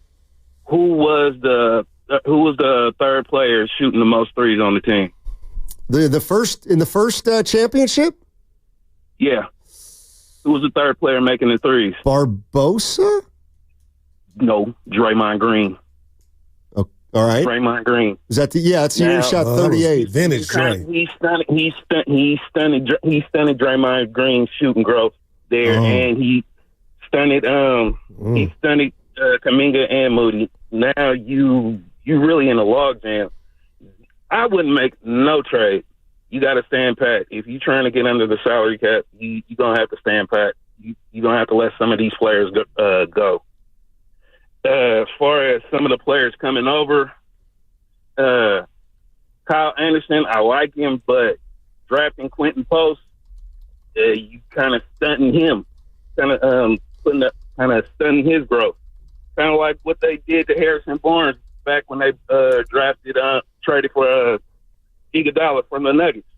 I mean, wow. Joseph, I appreciate all that. Because that's what got right on the table, brought to you by Echo Pest Control. That's what Dre and my sources tell me. Steve Kerr, the disagreement was Dre didn't like him shooting. Dre thought the coach, Kerr, didn't like him shooting threes the way that Luke Walton was letting Dre let him fly. But to hear that say he stunted it, wow. Yeah, and you know what's funny is I referenced this story a lot from Ethan Sherwood Strauss on his Substack, former Warrior beat writer for ESPN, and now he's a freelance writer. And he was just talking about Warriors fans on social media and how they are unbelievably negative at this point. And he just kind of wondered, why would they be so negative after the run that they had? And I'm talking about the Golden State Warriors. And he spent some of the time asking a question of, do you blame where the Warriors are right now? They're 22 and 23. They're 2.5 years removed from their last title. The situation is the situation. Like, do you blame anybody for them being in this spot right now? I do. Who? I got some blame going to Steve Kerr. Okay. I believe they would have already signed Jonathan Kuminga had he been, committed to, along with Moses Moody. more so or faster than he has. And now you got to double back and depend on those two.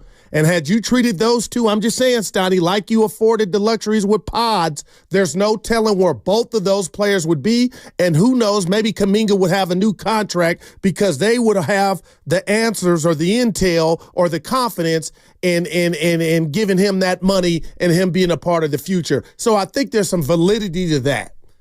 But they can still re-sign him. Like, they didn't lose him yet. He's still on the team. But I guess what I'm talking about is the popcorn could have been ready for us sooner than how we're getting it right now. And now all of a sudden you need Moody, and there's nothing wrong in that, but I feel like he's been jerked around. And again, this is not an argument of what we think about Moody, but I think that Ty Jerome and Anthony Lamb, even though, Stoney, you say, they had to do that to get to the playoffs. I mean, that word stunt hit me. And then I would tell Sherwood Strauss this. I feel what he's saying in regard to what do you think was going to happen, but I would tell him, hey, we thought at least we would be good enough to get in through the play-in to the playoff. Nobody saw it getting what it is and what it looks like now. That's what I think Warrior Twitter's going crazy. And as far as Adam Silver, why would I bring him up? Stoney, the league needs Steph Curry in the offs. No, they don't. Yeah. I mean, it wasn't the same without him. And hey, I watched every game. Come on, man. If he's not good enough, he's not. No, it's they. Right, they're not. Yeah, and he's the best player on the team. I just gave you my two with Kuminga and like that's some of the blame. It's not all of it. I mean, I would blame Joe Lacob, and I'd blame Draymond Green too, running off Poole, hitting him.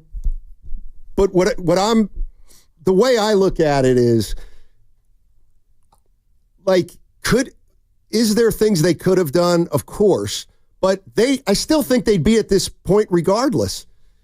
To me, even if they had LaMelo Ball, all right, they still are facing the biggest challenge, which is Steph is turning 37. And like no player that they would have gotten, or had they not re-signed Draymond Green when they had a chance a couple years ago, or I'm not sure they wouldn't. I don't know that there's a great position they could have been in had they made different moves. I mean, yeah, would they look better with LaMelo Ball here? They probably would, but we'd still be wrestling with the fact that Curry's not playing forever, and we got to figure that one out first and foremost. Yeah. But Dre gets a lot of that blame too, Stoney. I know you asked me, I gave you one, but Dre is right behind it. Yeah, and Lacob rewarding Dre for all that he's done. See, that's on Lacob to me, not Dre. But what could he have been? I'm just being real. What could he have been thinking?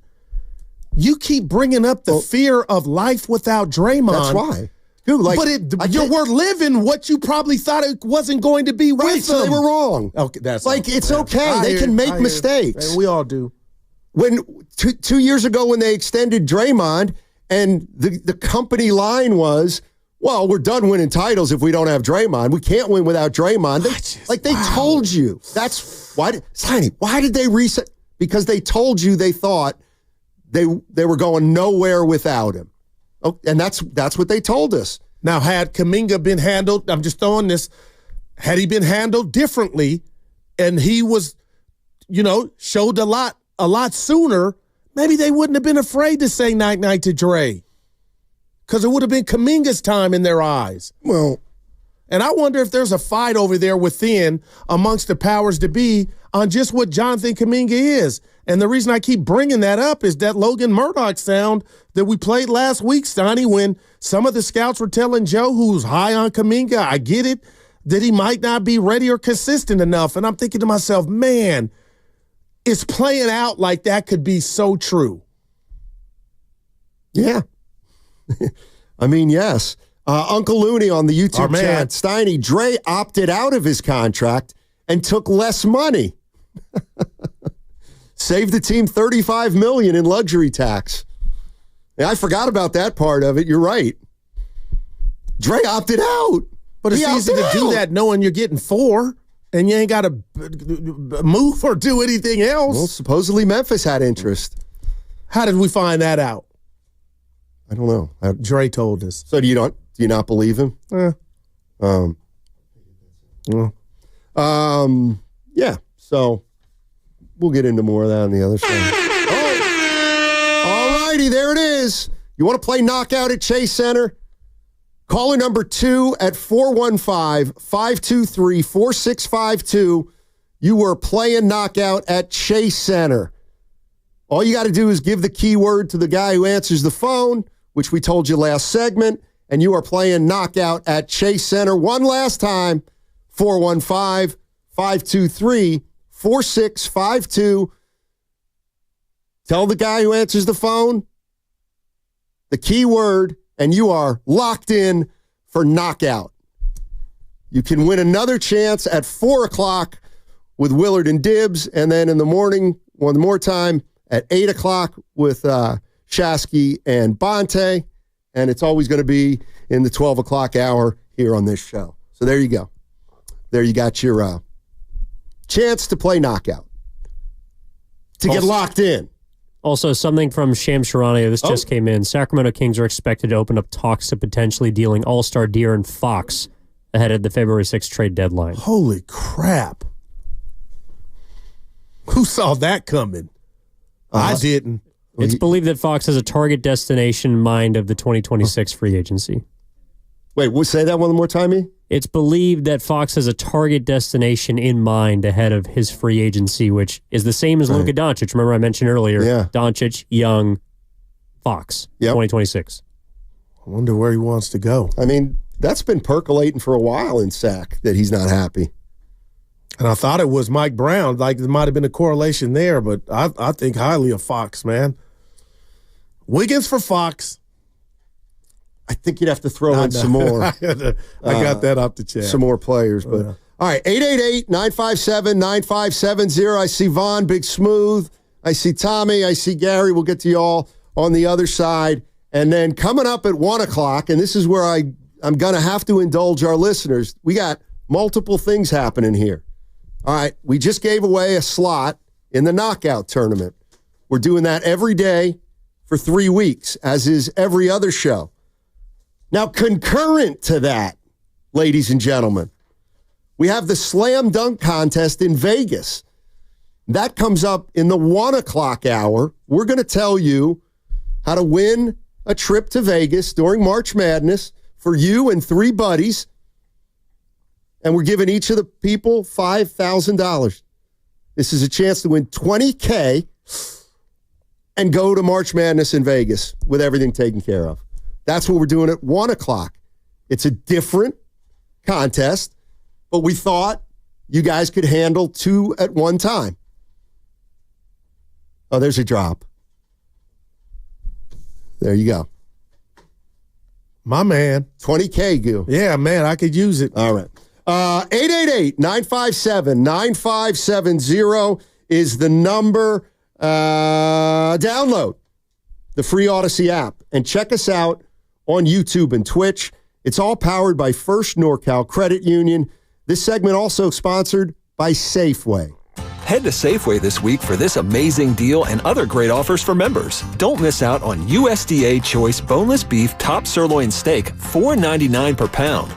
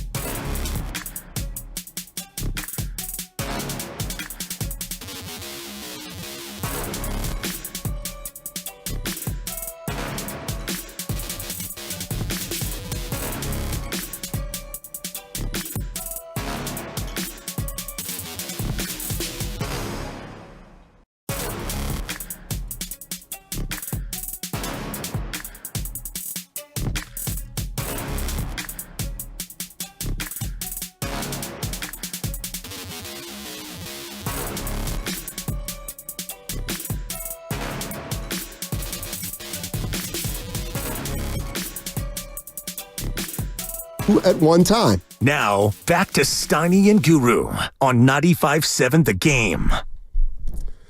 That was big news from Evan, from Shams. De'Aaron Fox is a player, man. Shams Charania of ESPN reporting that the Kings are opening up trade talks for De'Aaron Fox. Here's my question for you, Goo. How many of these trades are going to happen in the next 9 days? I believe this is going to happen.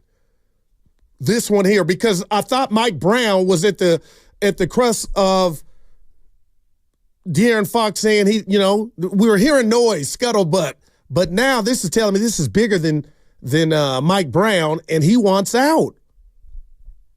He ain't old. This is not going to happen before the deadline. I almost want to say you want to bet. I'll bet you on that. Because this could tear a team apart. Like, why would this get out? They've won 10 of 12. No, but D. Fox is saying... But there's been rumblings all year about Fox wanting out of Sacramento. But now this is like a billboard. If it was just about the team that you're currently on. Evan? Can I get in on this bet? Oh, no, I'm not. I got Yeah. You already won your one bet for the year. Evan, wow. Well, no, but it is the kind of news that sets the stage for the summer. No, well, yeah. Like, I don't think it happens at the deadline, but now everyone knows that Fox wants out. Right. Man. I agree. I'm starting to think, like, if you had to make a bet, you get to pick one player who will be traded before now and Thursday. Who would it be? Jimmy Butler. Somebody's going to bite. I almost forgot about him. Yeah. So that's what I believe. Yeah, you're probably right about this last suspension. Here's my prediction. Put in the cap. Butler's going to be the only one traded. It's going to be the only trade deadline trade between now and then. Who's the player on the Warriors that's most likely to get traded? Gary Payton II.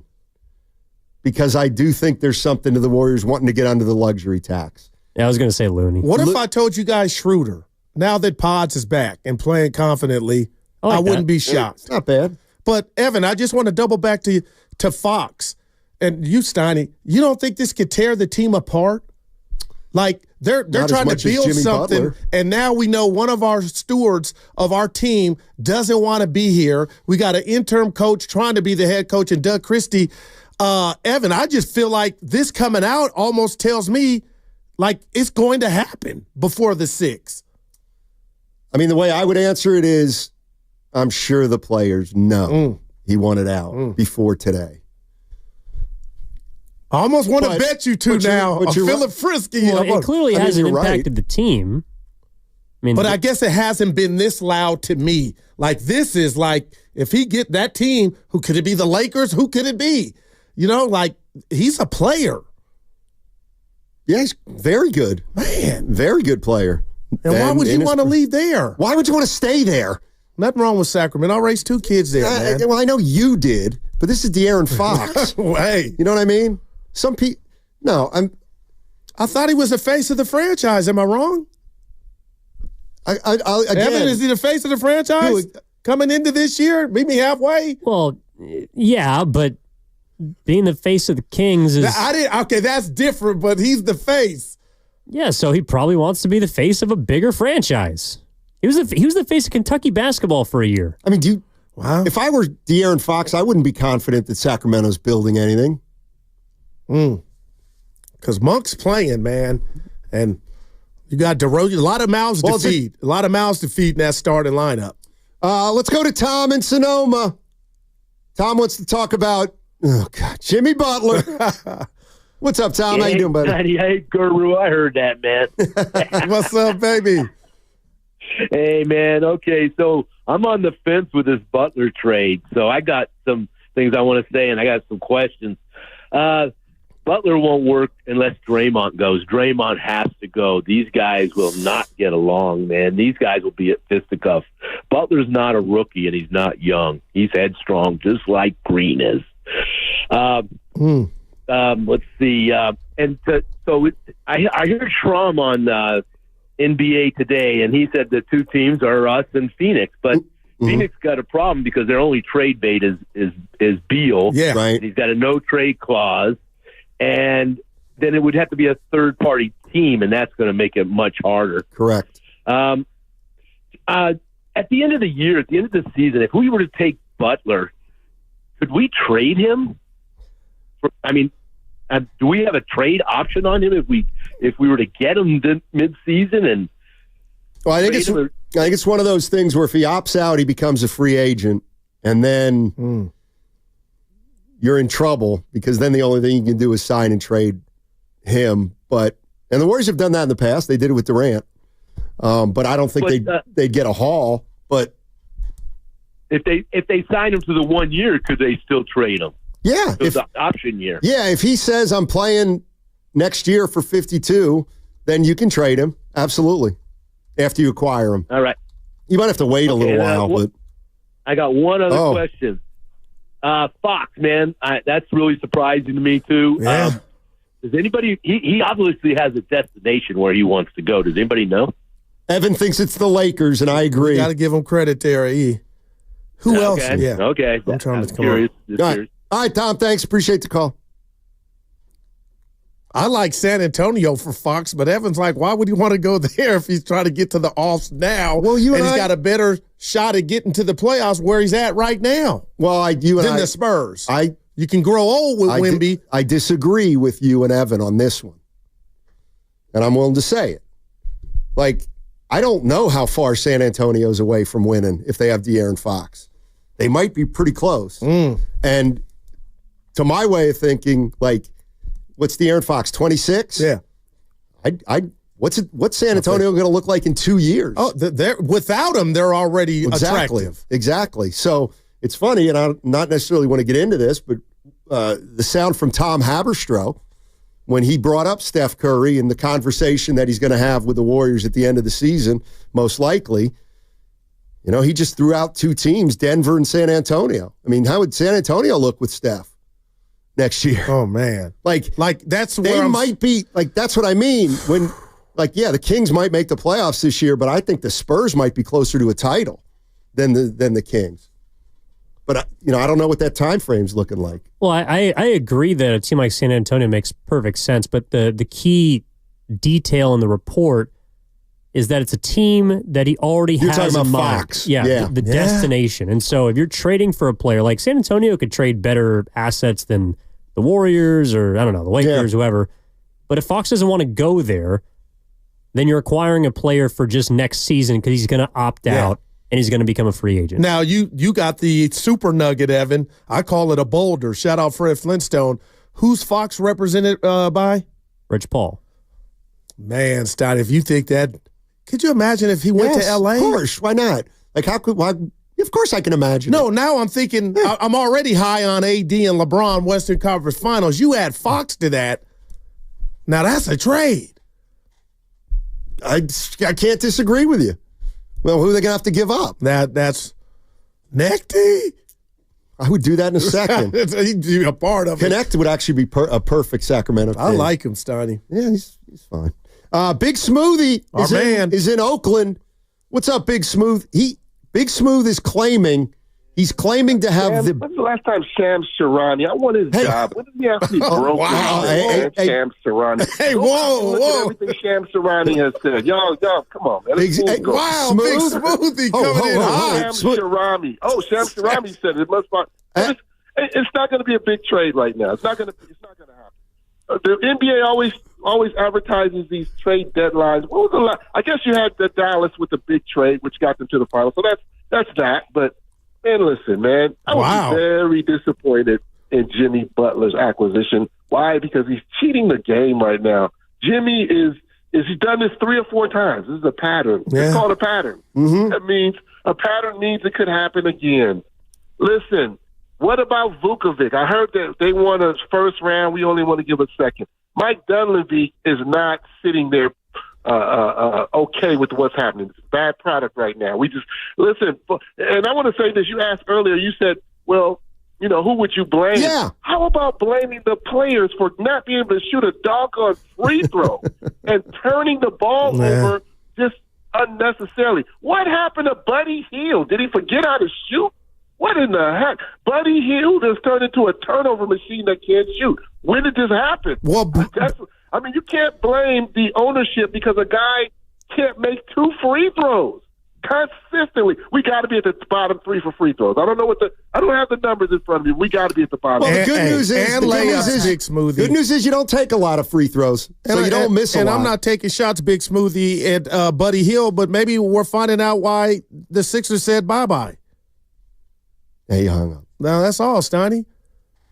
And he's got a point about the layups and free throws. The Warriors are at the bottom of both. That's personnel. That's not coaching to me. That's personnel. I guess that's what I'm saying, but it's your reality.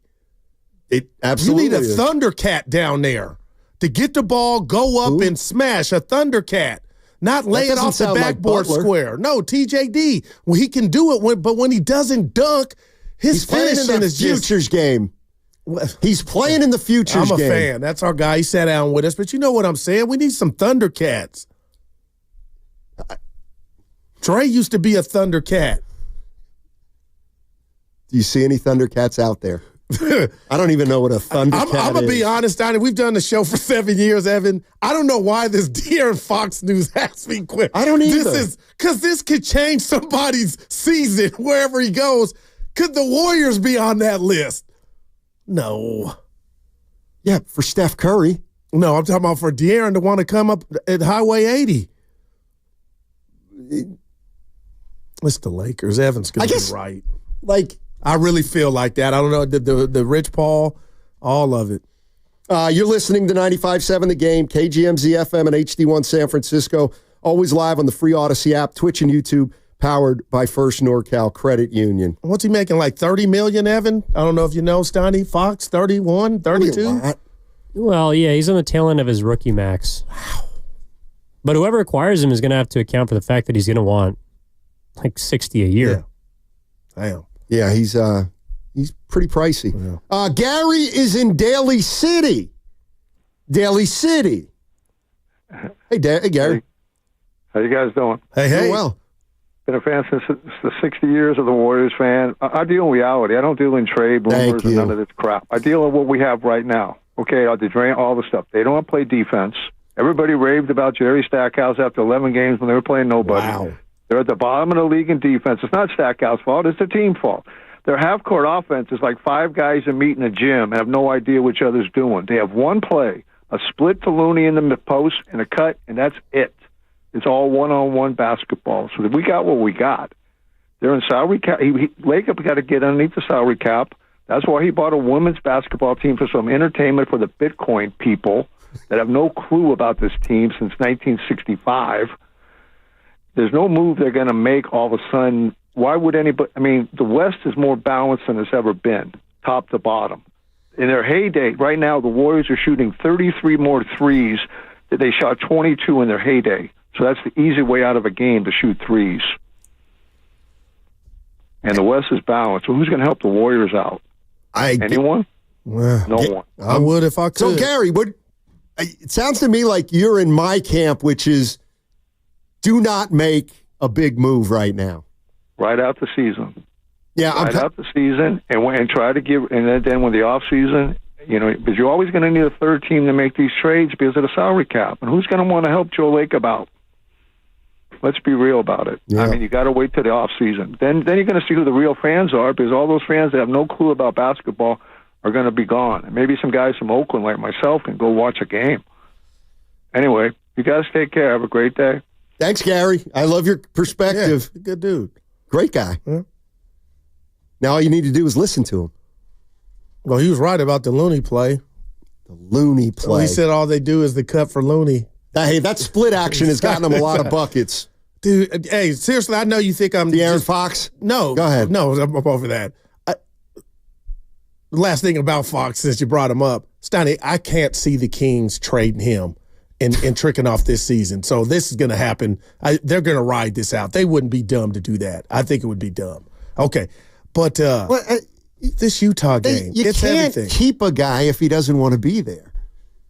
You know what I mean? Well, I'm not going sure this to appease you and hurt my bottom line. You with us. This one you got to deal with reality. Dude, they're 500. Like, they're not gangbusters right now.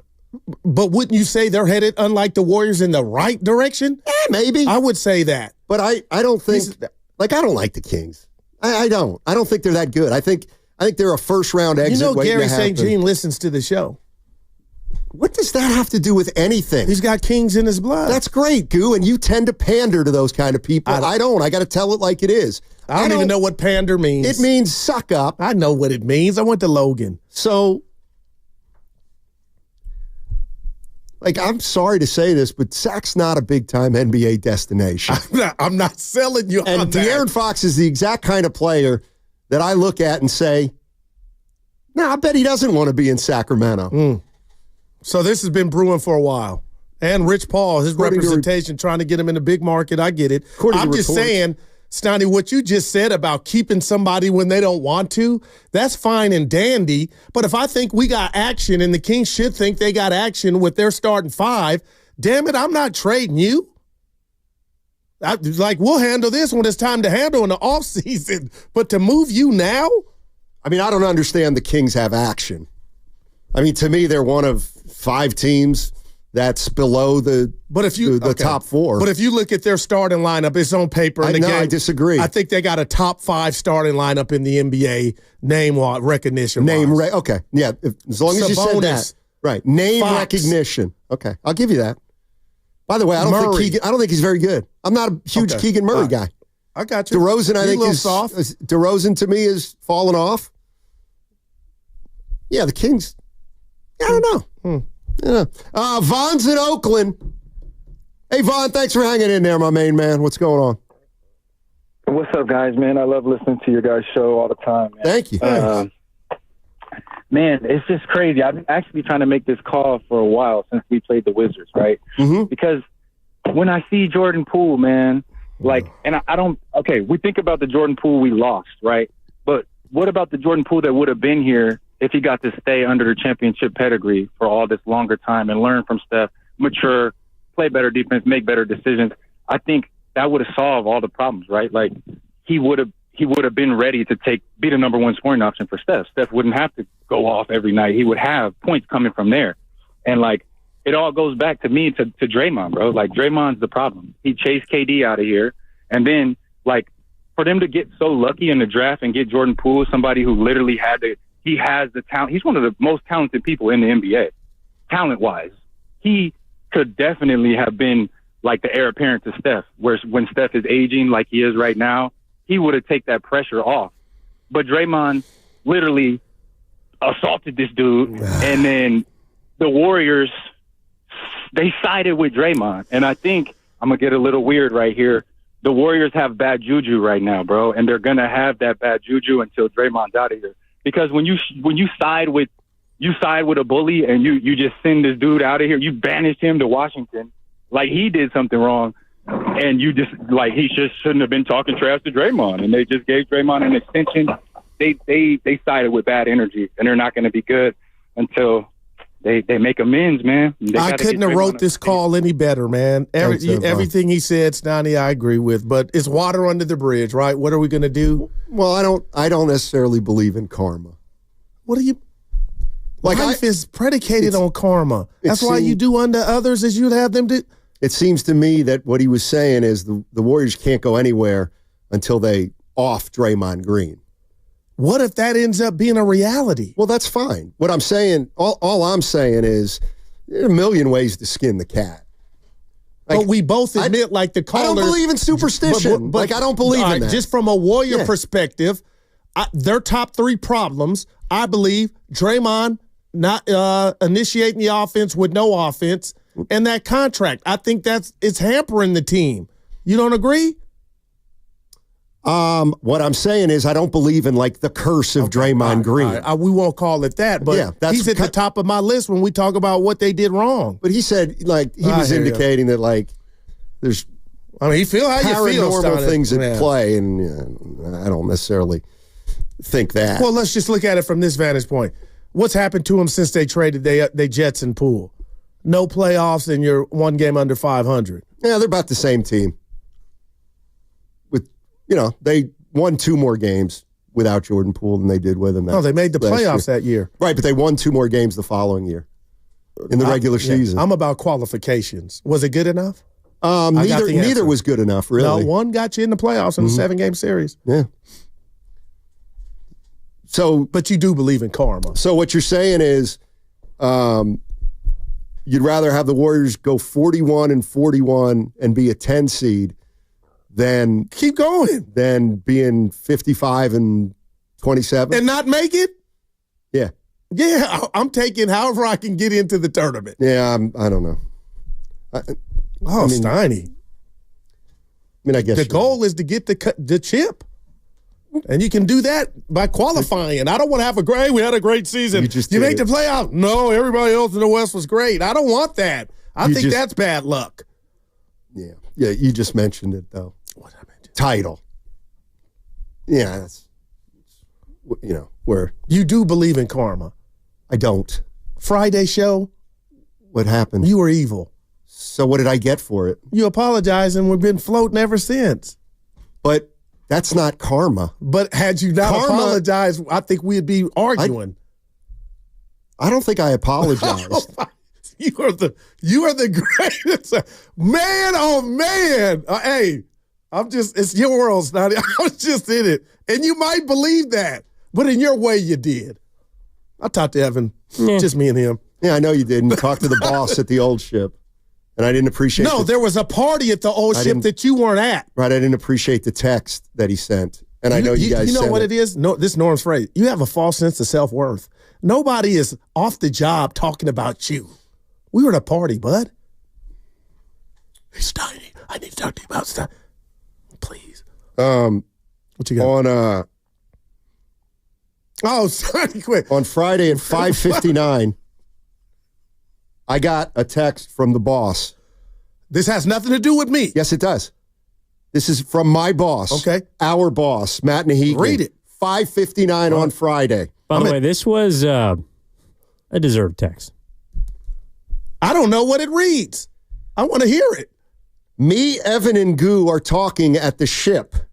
All three of us agree you were kind of an ass today. Oh, okay. He was having fun and showed us that, and we all, Evan, we signed off on send it just to ruffle his feathers. And what I realized on Friday is that nobody here's got my back like I've got everybody else's back.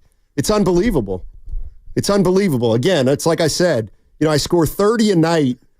For 12 straight games. You don't score 30. I score 30 a night for like 12 straight games, and then I go for 23, and everybody's like, boy, I didn't get 30. This is phenomenal. And I'm like, dude, I'll get 30 the next 12 in a row. And they're like, it really is funny. But you don't go for 30. Ask Evan, Ken. The second half of Friday night, you didn't really score anything, just like Steph. Just turnovers and evilness. Is that why you're so hard on him? Who? I'm hard on Steph because I love him. You see a lot of yourself in him. I scored 30, 12 games in a row. That is true. Steph and I have a lot of similar attributes. Currently. We do. Both of us scored 0 points in the second half against the Lakers on Saturday. Steiny, that was odd. What? No points. And you're going up against your brother. It's not odd anymore. They're happening more and more frequently, Goo. Well, actually, no, they're not. No, they're not. You know what? He's coming into his own. 888-957-9570. Also on the other side is I'm going to give you your chance to go to Vegas for March Madness with 3 friends and $20K in your pocket. I'm not kidding you.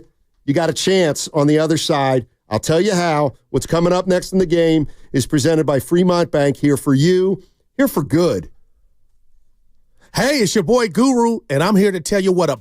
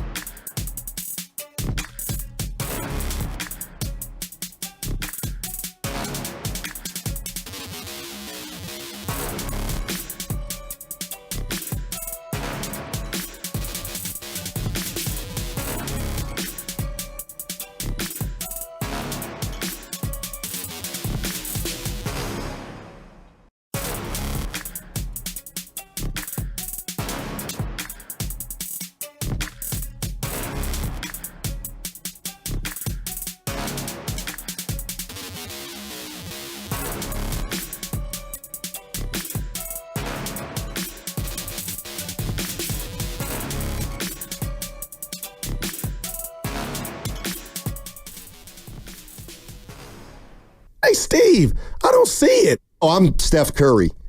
Don't interrupt me. Now, back to Steiny and Guru on 95.7 The Game. All righty, here it is. This is a big one. Let me clear my throat. Our Slam Dunk in Vegas contest is officially on. Check this out. Somebody is going to win travel and accommodations for 4.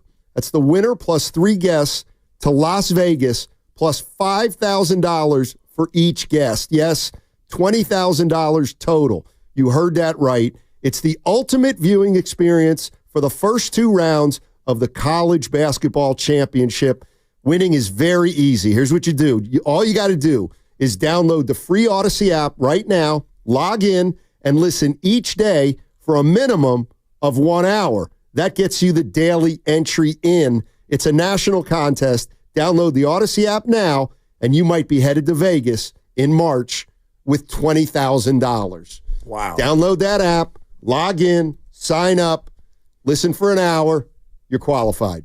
That was your best read ever, man. Well, it says stick to the script. Maybe that's why. You did a great job. Thank you very much. And you guys, I didn't like the break, the way you were talking about me.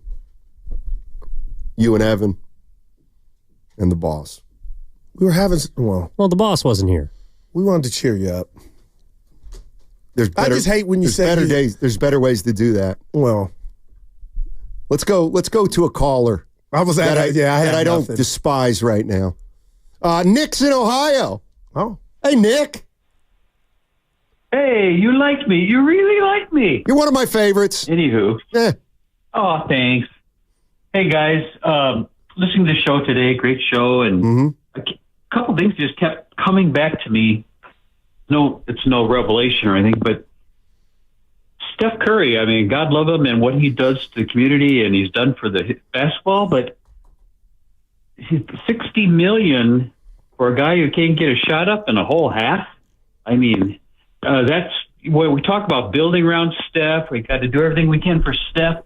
He's got to do something for himself. I mean, I know he's double teamed and everything, but good God, a whole half and no points. My second thought today is I wonder if Warriors are having some trouble getting players because nobody wants to come and play with Draymond Green. You know, you think about in the past when they've had their championships, so many players, I was surprised so many players didn't re-sign when they had a chance to stay with a perennial winner. Right. I just wondered, man, the caller that called the other day ranting about, he was wonderful actually, about Draymond Green. We got to get rid of him. Yeah. I think he's the biggest waste, the biggest stumbling block, the biggest problem the Warriors face besides they're getting older. Anyway, that's my thoughts for the Thanks, for the Nick. day. Appreciate Thank you, it. guys. Thanks, Nick. Appreciate it. I mean, everybody's, I think, is on. I respect everything Dre's done, Stoney, but I'm mad at him, and I'll just leave it at that. Sounds like in a way, that's not fair to Draymond because he hasn't done anything this time. Like he's unavailable. No, but you can't. He signed for $400. No. He got suspended 25 games in year one of that contract. It still counts. No, you can't be mad at him now. If you went off here at the job and did something and almost got fired a year ago, you got to file, bud. And if you do it again, you're out of here. So, but you're holding it against him now? No, like I can't. I don't know. I'm not. He didn't do anything. He's hurt. I look at the whole enchilada, as you can probably tell. Come on, Sty. Look at everything, man. They know a year ago, man, you ruined everything. 20-point scorers in D.C. because of your actions. And then we think you mature, and then you tell the dude, hey, let it go. Let it go. Yeah. Like, come on, man. He wants to get over it. You arguing with the dude's dad? Have you ever heard of the legal term double jeopardy? Yes. It means you can't. I watch Law and Order. You can't be punished more than once for a misdeed. In other words, Draymond Green did what he did. What happened, happened. And now you can't be mad at him anymore. The ramifications are for others that the workplace is still suffering. I don't know. It's not about what happened to him. Would the Warriors really consider trading Draymond Green? Dave McMenamin, ESPN. I would say I would still be mildly surprised if it occurred, but I wouldn't be shocked. And to me, if that does occur, that's a signal that there is some plan that the Warriors front office have subsequent to that to rebuild this team on the fly around Steph. And so if I'm a Warriors fan, of course it'd be tough to see Draymond Green go because he's been so involved with winning. But the whole coming back to the Warriors, I imagine, would be with a plan in place to even add further pieces in the offseason, maybe next year's trade deadline, to re-envision the team around Steph. Now, part of Draymond's problem is he hasn't been able to be on the court as much over the last couple of years because of the situations that he wrought upon himself. The infractions, obviously the suspensions, we're all aware of that. He, though, is in a spot where if he is brought in to a veteran group and just asked to bring his competitive fire, his smarts, and really just push his body for, 40 games of the regular season plus a playoff run, I mean, he could be a game changer along the lines of, Derek White going to Boston midseason, Rasheed Wallace back in the day going to the Detroit Pistons, and all of a sudden a group that was thinking about maybe able to make a run in the playoffs now finds himself in the conference finals or the finals. Yeah, maybe he's like a Lively or Gafford last year for the Dallas Mavericks for another team. We're talking about Draymond Green. Man. You know what's funny is remember the Mike Sutcliffe where he was off. He was a baseball and former pitcher, but then he was Rick a player. Sutcliffe. What did I say? Mike. Damn it. Thinking of Kruko. Okay, go ahead. Rick Sutcliffe, and he was an announcer, and then he came in on his night off, and he'd had a few, and the announcer said, "Hey, thanks for coming in. We know you're busy." And he goes, "Yeah, not that busy, man." That's what I thought of when he said, of course, for Warrior fans, trading Draymond Green, that would be tough. And I'm like, yeah, not that tough. I don't think Warrior fans, I think the majority of Warrior fans, if Draymond got traded, they would understand. I do believe that. The majority. And you know what? I got to put some respect on just his basketball savvy in his name. You don't really. We could say what we want about Draymond, but having you go there, Stoney, I don't think Dre would be surprised at this juncture if this thing doesn't improve if he were to get traded, just from a basketball standpoint. I know he told us he can't get up for meaningless games, and I understand that. And there's been like 3 years of meaningless games. No, the 2 years ago, Stoney. Lost in 6. Yeah. Brian's in Hayward. Hey, Brian. Hey, guys. Thanks for taking my call. Absolutely. Similar to one of the other callers, I've been trying to formulate my opinion and my feelings for this season so far. And today I finally got a chance to call. Draymond is giving me the feeling that he wants to win, but he's unfocused.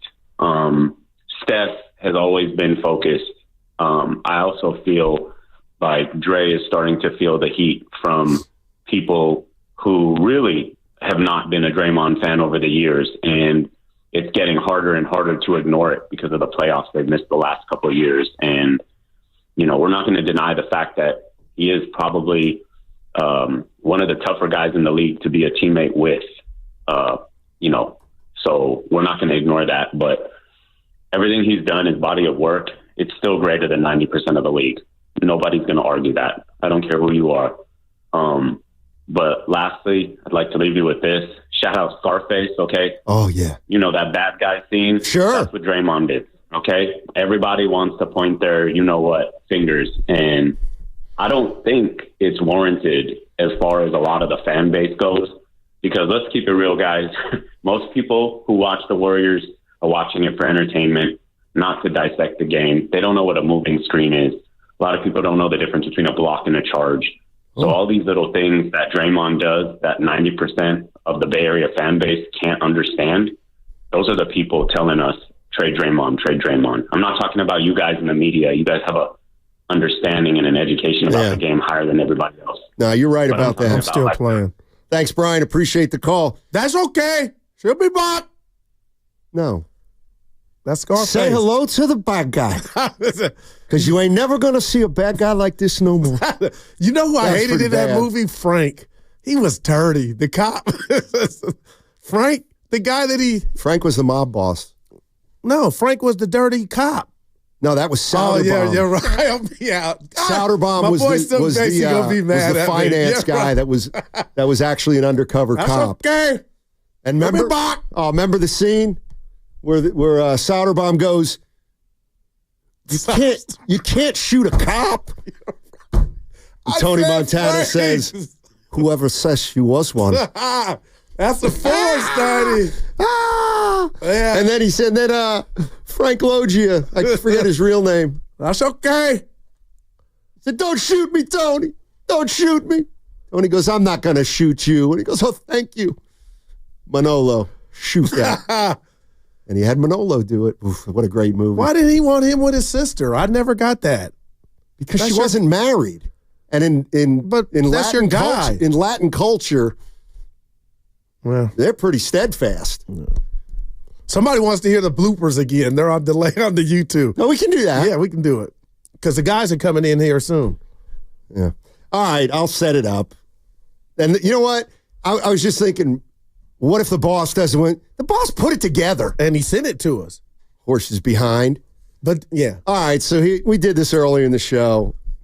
I'll give you some insight. This is bad. Guru and I yesterday, after a grueling 4-hour day, we had to cut a few spots for an appearance we're making in Emeryville 2 weeks from Thursday. February 6th. February 6th. That's actually the night of the trade deadline. So everything will be complete by then. But the Warriors play the Lakers, and Guru and I are going to be at Emeryville, the Emeryville Bay Street in Emeryville, to do an appearance, to get out there with the fans and the listeners and watch the Warriors. And so we had to cut some sound, as it were. You read some promos, etc. And you guys think it's easy, but the boss put together this sound of Guru and I trying to cut some sound. It's kind of funny. Hey, I'll tell you what, Guru. Bay Street, Emeryville's 3, 2, 1. I'll do that one more time. 3, 2. You want me to do the whole thing? Okay. Because we're going to need to be quicker.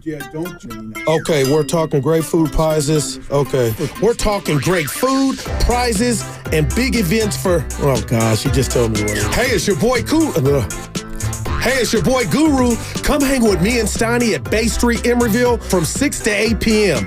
We're talking... 3, 2, 1. Hey, Goo, they got... I'll do that one more time. 3, 2... You want me to do the whole thing? Oh, no. I put in my own stuff here. Like, yo, Guru. Like, no, I say, hey, I'll tell you what, Goo. 3, 2, 1. See, Steiny, he gets in this Joe Jackson. He's judging us like he's going to... The Korean fusion goes with saucy. And saucy Asian is next level Korean fusion. Ain't that just the start? Oh, geez, I need glasses. And that's just the start. That was good, by the way. Take a break and empty all the flavors. Get all the details. I need Monday through Thursday, lunchtime, 3, 2, 1. They've also brought to you by the all-new Bay Street 321. Oh, we're fired, starting. Jesus. Anyway, that's a long way of telling you guys we're going to be at Bay Street, Emeryville on February 6th for the Warriors-Lakers game. Man. Oh, good job, boss. Yeah. That was a rough one. 15 minutes. I blew it, of course. The cop was Mel Bernstein. Soderbaum was the money guy. God. Yeah. Nobody caught it yet. Well, no, yes, somebody did. No. 510. Steiny the cop was Mel. God. By the way, the team that apparently Fox wants to go to, De'Aaron Fox, it's being reported by Sham Charania of ESPN that the Kings are opening up trade talks for De'Aaron Fox. Which would be stupid to me this season if they do it, but go ahead. And apparently ahead of his free agent date, he wants to get to San Antonio. Yeah, that's according to our sister station up in Sacramento, Odyssey 1320. I'm mad at them. And D-Lo came on last week and joined us. Okay. And then they made fun. They tried to call us during their show FaceTime. I'm talking to you, so you couldn't answer. I couldn't answer. And they did this little spoof about everybody at 95.7 The Game. Butcher was the only one that answered. He wasn't on air. I didn't like it. Wait, I got a call from... Yeah, FaceTime. You didn't answer. It's on their video. And they called me, but then I called them back when we got off, and I didn't make the cut. But now how they feeling? Dude, I'm telling you, if I'm De'Aaron Fox's teammates down there, I'm like, man, are you all in, or do you really want to get up out of here by the 6? And that would be... Vivek ain't doing that. Well, Vivek? I mean, again, it's not like today he said, I want out. Yeah. No. But the other was just coffee on the stove. Okay, This is like top ramen water. So you think right now somewhere Malik Monk's saying, oh my God, did you see De'Aaron might want out? Like, they know. They listen, well, that means they live with these then people. That's why Mike Brown got fired then, Steiny. Yeah, maybe it's not enough. I don't know. Let's go to Marvin Livermore. How you doing, Marv? Not too bad. How you guys doing? Doing well, thank you. Hey, Steiny, I agree with you. Warriors shouldn't do anything big, but I think there's two things that they should do. I called about a month ago and said, we need to go after Walker Kessler from Utah. He's a double-double machine, and he averages almost 3 blocks a game. Maybe send him pods and first-rounder because we need height, and we need a consistent scorer in the center position. I don't like Vukovic or those guys they don't play D, and they might stretch the floor, but remember, we had to take Bogut out True. at times as well. And then the second thing, if they're not going to sign Kuminga, we need to send Kuminga to San Antonio for a couple first-rounders and then put those with some expiring contracts to Brooklyn and get Cam Johnson. And then we can have a center. We have a tall three-point shooter versus these small dudes who get closed out too quickly in the Warriors, Steph included. And so then we can have some youth, three-point shooting, and some defense. And then we have our first-rounders and maybe trade Wiggins or somewhere if we're going to go big fish hunting and next year or something. But at least get Steph some serious help. Not this big give up the future. But, again, if you're not signing Kuminga, get some draft picks and put those together with expiring contracts like Looney and GP and bring Cam Johnson. I saw something about Cam Johnson that Brooklyn's he's been out asking there for months. He's hurt. Yeah. His asking price is pretty high. Two firsts. And Kessler is the center that AD wants. There's some rumors Lakers are looking at him. Walker. You're not going to be surprised. I don't like him. I mean, basically, what's the big reason? I have a rule that if you're 7 foot and white, I probably don't like you. Man, that's amazing. Now, does that go to your comedians too, or no? Are there any 7 foot comedians? No, white comedians. You like Jay Huff? Did you see him Friday, Jay Huff? He plays for Toronto Grizzlies. The Toronto Grizzlies. Who's Jay Huff? Hold on, let me hit the off button. That's not right. Evan, I'm still in Evan's material, not knowing. Foul on me. Foul on Goo. That's okay. Oh, gosh. Yeah. We got Willard and Grand. All right, Okay, I'm not going to say anything else from Austin and San Jose. Quit trying to cheer me up. But because I can't say this, what he said about Dibbs because he's not here. He said he steals from Ratty too. Who? Dibbs. Look, all the greats take from the greats. But is your 3-2-1 from Gary? No. Okay. I mean, he might have done it, but I didn't know that. All right. I believe I mean, like, I patterned a lot of my game after Larry Bird, and that's just what you do. D3? Yeah. Like, I can head fake with the best of them. Radnich has a patent on 3-2-1 before starting something? I don't remember it.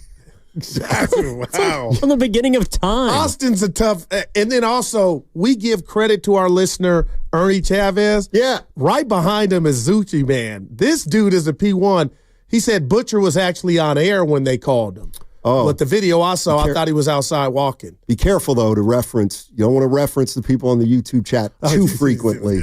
Help me out. Otherwise, the boss. By the way, did this guy also steal from Radnich? 3, 2. Yo, this is John Spider Sally, 4-time NBA champion, and you are listening to Steiny and the Guru on 95.7 The Game. Wow, man. Do you think he's coming to All-Star? I asked him. He didn't sound like he was, huh? Well, we got to get in there Barkley Saturday night, man.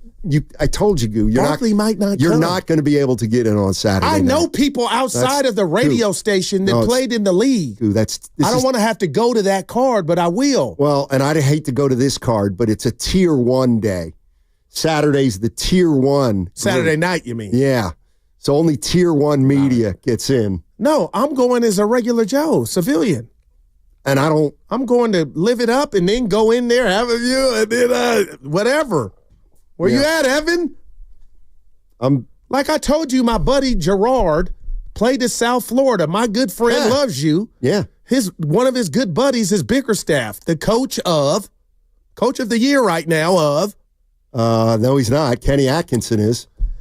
The team in D-Town, Detroit. I got plugged.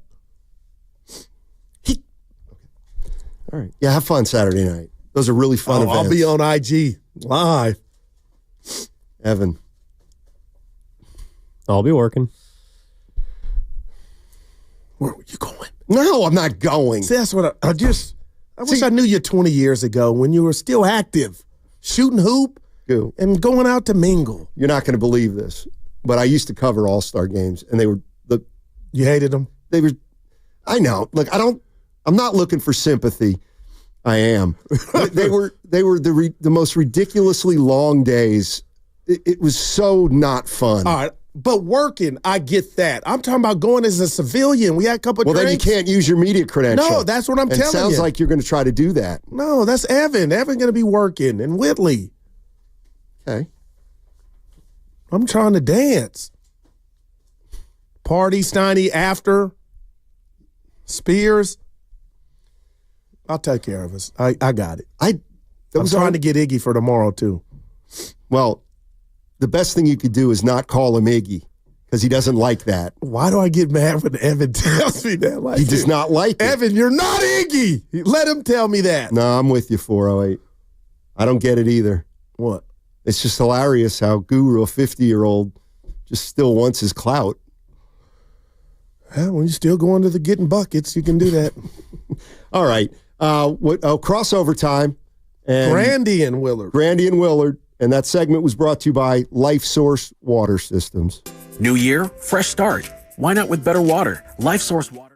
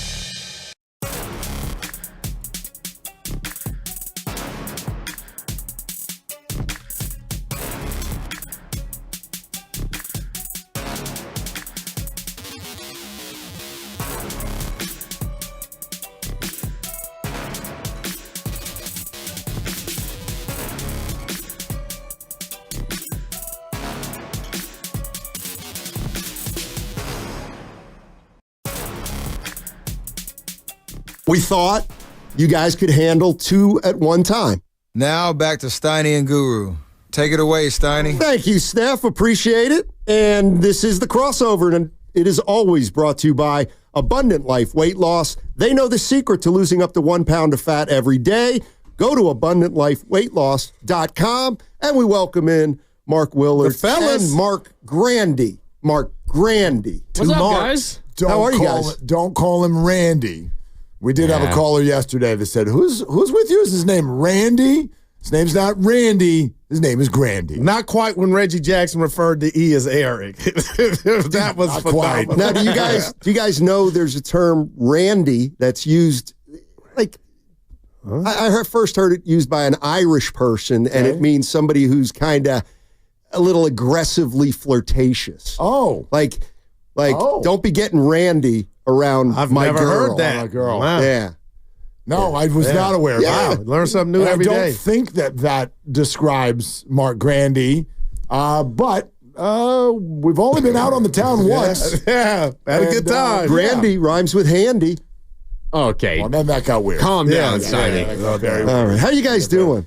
We're good. It's an interesting day on social media, isn't it? Well, how come? Because I really don't lock in during the show on social media. Just because, I think we went Exciting. went to bed last Take a night guess. and felt like it was kind of sleepy time in terms of the deadline is still 9 days away. Not hearing much. Warriors aren't really involved. I laughed with the guys earlier today because I'm like, man, it takes one sentence on the internet from a reporter from Yahoo, and his name is Kevin O'Connor, and all of a sudden everything changes. Your whole view on the deadline changes because, quote, the Warriors are now back in talks with regard to Jimmy Butler. And Willard, I'm in. Not to cut you off, I'm in. No. We'll get to that. But then it's like, okay, here's what's going on with Butler.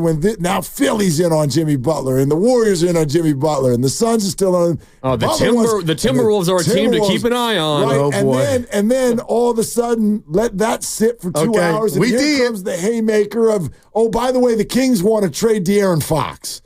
And you're like, we've been talking about that the last hour, man. So I don't know, man. We can get to all the obvious answers, but my brain goes to all these other places, which is first and foremost always, why do we know this? Who wants this public? Oh, Mr. Paul, his representation. Okay, you're talking about De'Aaron. Yeah, De'Aaron Fox. But the Butler thing, are a bunch of new teams involved, or are the Heat trying to scare Phoenix? I don't know. I'm going to go with the latter. Okay. Maybe. Yeah. Maybe. But it's just like, I always think about it that way because I think we go, ooh, news. Yeah. And I go, why? Why did someone tell all the reporters that? Yeah. Well, Playing the game. Yeah. Sales. Who wants that out there? Well, I'll say this, and I got excited. I have nothing to do with the Kings, but, the Warriors are 1 game under. I came in today, and I flip-flop, shocker, and I'm like, you know what? Get me ready-made Jimmy Butler. Yeah. I can't take any more halves without Steph going scoreless, and that's not all just on who he's playing with. But at the end of the day, just as a fan, in my blood, Grandy, when I heard Fox, if true, wants out, what if Golden State was on that list? And whatever team, if there is a trade, they're going to get a game changer. And it's just like, it quick as a snap of a finger. He'd be fantastic. That's all I guess I'm saying. I don't think the Warriors are where he wants to go. I don't think he wants to pair himself with a 37-year-old other guard, and then who knows what in 2 years when he would be when a new contract would start. Well, the other thing I'm remembering is if let's say De'Aaron Fox wants to get to San Antonio. Okay. It doesn't necessarily mean that they got to trade him to San Antonio. Because what some teams do that don't have, like what Sacramento did when they got Chris Webber. Remember, Chris Webber's like, I'm not signing here in Sacramento. And there was the whole thing about soul food. They didn't have soul food in Sacramento. What I'm saying is like, you could still trade for De'Aaron Fox and try to win him over in 2 years. You could. Second challenge. Do the Kings want to even take a call from the Warriors? Is that where they want to send De'Aaron Fox? I'm trying to think what they would want. It sounds like, and this is the other thing, this is another interesting piece to all of this. I'm getting the vibe that these teams that are trading these stars have no interest in the players they're receiving back. They just want expiring contracts and picks. That's all they want. Yeah. But Zach is on the cusp of. I told Steiny, I don't know if you agree. Are they? They got. They're on the cusp on of being on the cusp. computer, a top 5 starting 5 on paper, and Fox is a big part of that. But they're regressing. They're going the wrong direction. Well, they won last night, but I hear you. No, like they've had a good 3 weeks. Okay, right. But outside of that, since they lost to the Warriors in the playoffs 2 years ago, what? They've gone backwards. But I guess I would answer that, Will, like Fox is not at the top of my list on why that's happening. That's why they fired the coach. But, Grandy, I'm looking at De'Aaron Fox like I would want, get this, guys, this is off the top, a king's ransom. Thank you. Good job, Go. Yeah, Steiny didn't get it. Yeah. No, of course I did. Think he was listening. I mean, I was. I think if I'm the Kings and we're talking De'Aaron Fox to the Warriors, even though it's not the most realistic thing. I mean, I'd want 3 firsts. Oh, my gosh. From the Warriors. At least. And now we're getting into, now I don't know if I want to do it territory. And if you're De'Aaron Fox, who, according to reports, wants to go to San Antonio, it's pretty clear that he just wants to win because you pair him up with Wemby, and that's a pretty good duo. But that's going to take a little while, though, right? Oh, Wemby's already great. I don't know where you get this idea. Like, I think San Antonio, like, I don't know what they have. Yeah. Oh, they got a lot of young talent. Could be a year away. They have a much better future than the Warriors, and that's all that you need to say. Well, and if he is so much more concerned about winning as opposed to going to a big market, then the Warriors trade away 3 first-round picks for De'Aaron Fox, and in a year and a half he walks. Do you know how many players on the Spurs roster currently have the number 3 as the first number in their age? Oh, God. I'm going to say 2. That is correct. Is Harrison Barnes do you one? know who they are? They Harrison both have Barnes. Warriors Harrison ties. Barnes, Harrison one, Barnes. and Chris Paul. There you go. That's it.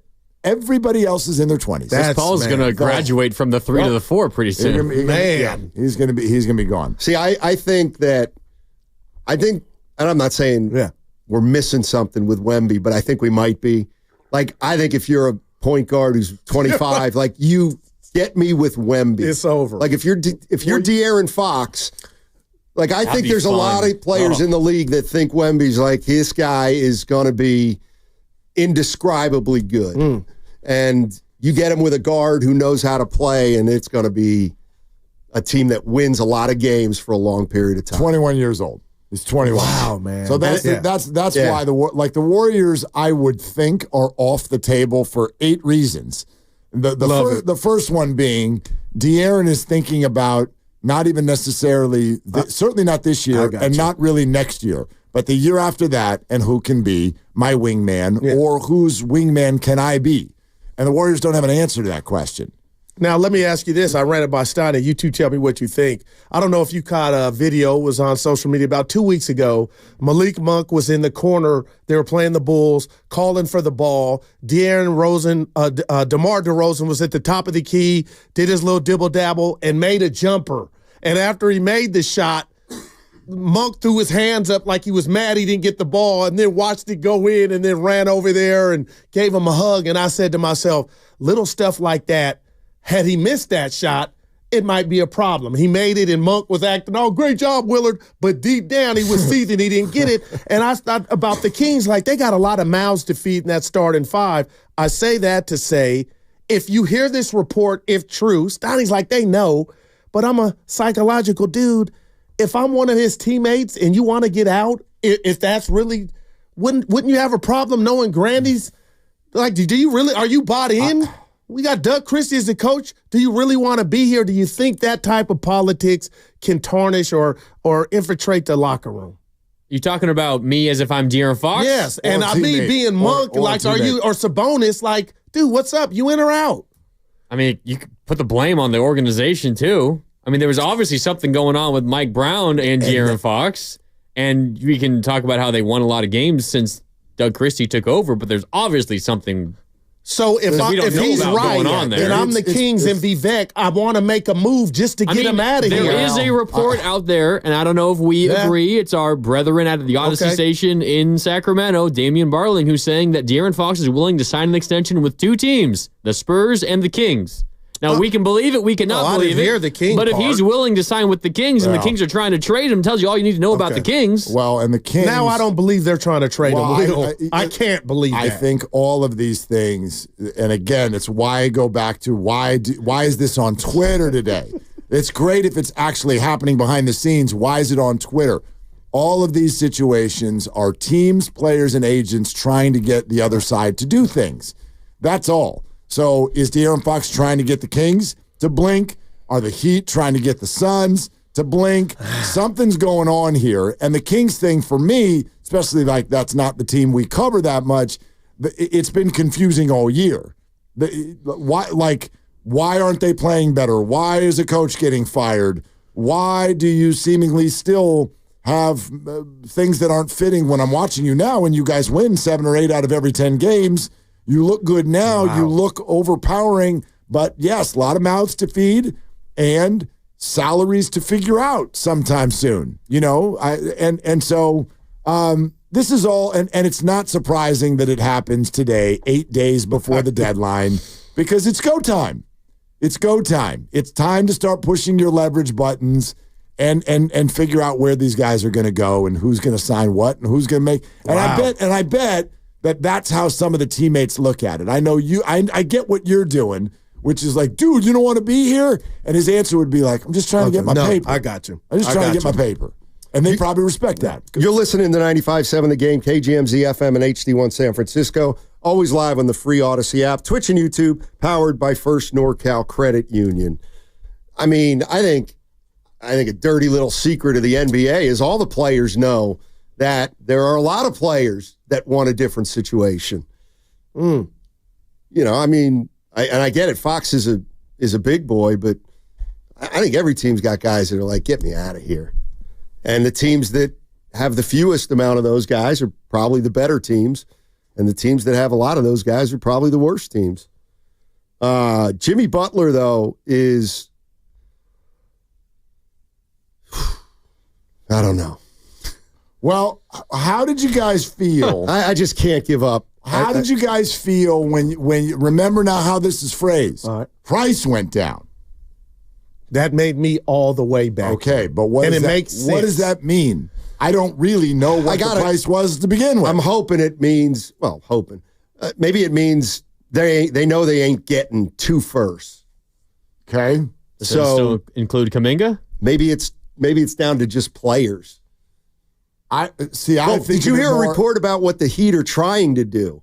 They don't want any long-term contracts of non-really good players. Go past next year. Because they want to go after Doncic. Which makes me sort of question the Warriors' involvement because, A, if the price went down, that means you could, forget Jonathan Kuminga. I'm not sending Jonathan Kuminga out there, and it doesn't do anything salary-wise anyway. If you want to do a pick and a bunch of expiring contracts, I might, if I'm the Warriors, I might listen to that. In other words, if you keep everything together and just add Butler, but there are problems with that. First of all, I don't see how the Warriors get enough salary going out to get him back without including Wiggins. And Wiggins has a player option that goes past next year that you just brought up, Steiny. And then my other question is, even though if somebody acquires Jimmy Butler, they cannot extend him. So you don't have to worry about this extension threat that he has. But he does have a very expensive player option for next year. What if he didn't opt out? Steiny brought that up earlier. And then what happens to Kuminga? If he opts in to $50-something million next year, can the Warriors afford Jonathan Kuminga? Because if they can't, I'm again out. Out. And Grandy over here is going to spend the next 4 hours telling you why the Warriors should get Jimmy Butler. And I think it's I'm with you, Grant. But I think it's because you guys are bored. I really do. Well, I am bored. No, but that's not a great reason. Butler for me is I'm out on Butler for 2 reasons. One is, I should say I'm out on Butler if I have to give up any first-round pick down the line. What if it's way into the future? No. You get it back. What if it's 2029? Steiny, they're 50-50 anyway. I'm with you. Don't give up next year. But what if it's 29 or 31? Like unprotected? I don't know. I'm willing to talk that out. No. And the reason is because I am convinced more that this is a basketball thing. I'm convinced more than ever that it is a young players league. And I don't believe for 1 second that a Butler, Draymond, Curry core could make a deep run in the playoffs. I just don't see it in this day and age of the NBA. I just don't think they're young and athletic and long and big enough. I agree with you, and we're leaving out of the conversation the obvious unknown. He's blown up everywhere he's gone. So he knows that actually doesn't worry me that much. He's not going to be here long term. Well, but okay. So he's caused problems everywhere he's been, and you don't know when he would cause problems. But he knows the gig is up on that. Plus, I really wish Brock Purdy got looked at the way Jimmy does. I've never seen someone get so much credit for bringing an 8 seed to the finals one time. This guy hasn't done it before. Why is he just playoff gold? He's never done what we ask players to do to get that label. Yeah, he took Miami to the Lakers in the bubble, and then took them to the finals against Denver. And the ring total is? I will, but Goose. See, here we go. Goose. It's like ring or bust. No, right? yeah, but it's like Saquon Barkley. It's like Saquon Barkley with the Giants. That's a running back. That's a running back. But still, I'm bringing it up to point out that we don't do this with anyone else. Maybe Joe Burrow is the only other athlete I can think of who gets this much credit for second place. We don't do this with NBA stars. I mean, look at the roster that he dragged to the finals twice. I'm not saying he's not a good player, but we talk about Jimmy Butler like you listen to the reporters today. Oh, a proven playoff stud. No, really? No, yes, absolutely. Okay, absolutely. He single-handedly beat Tatum and Brown and Horford. He won a series you didn't expect him to win. No, but he could be the one to start. Curry's 1A if you want him to. Like Willard, he fits every description that this team at this juncture needs. And he's 35. And I'm gonna say this to Steiny. I'm not one of these spoiled Warrior fans. I knew the titles would stop. But I thought where Steph and Dre are at now, they could almost sleepwalk into the playoffs, and then you could convince me the play-in. I'm like, okay. But with last year not making the playoffs and this year early looking like it's got the ingredients of not happening again, you got to go take the chance on that. Well, I didn't see Steph and Dre's ending like this in Warrior uniform. Why not? I'd answer it this way. Why not? Because you think it's them two, like they're the biggest culprits. It's what's around them that's making that a trip. How did you see it ending? Them going to maybe the first round and getting bounced or getting swept. But that is so different than Steph not being in the playoffs at all. I'm talking about next year and the year after. How do you see it ending for Steph? Forget Draymond. If you get Jimmy Butler or another piece in here, okay, the playoffs, maybe first or second round. That's not this year. I'm not turning my back on Curry this year. Yeah. Okay. Then what do you see for the next 2 years?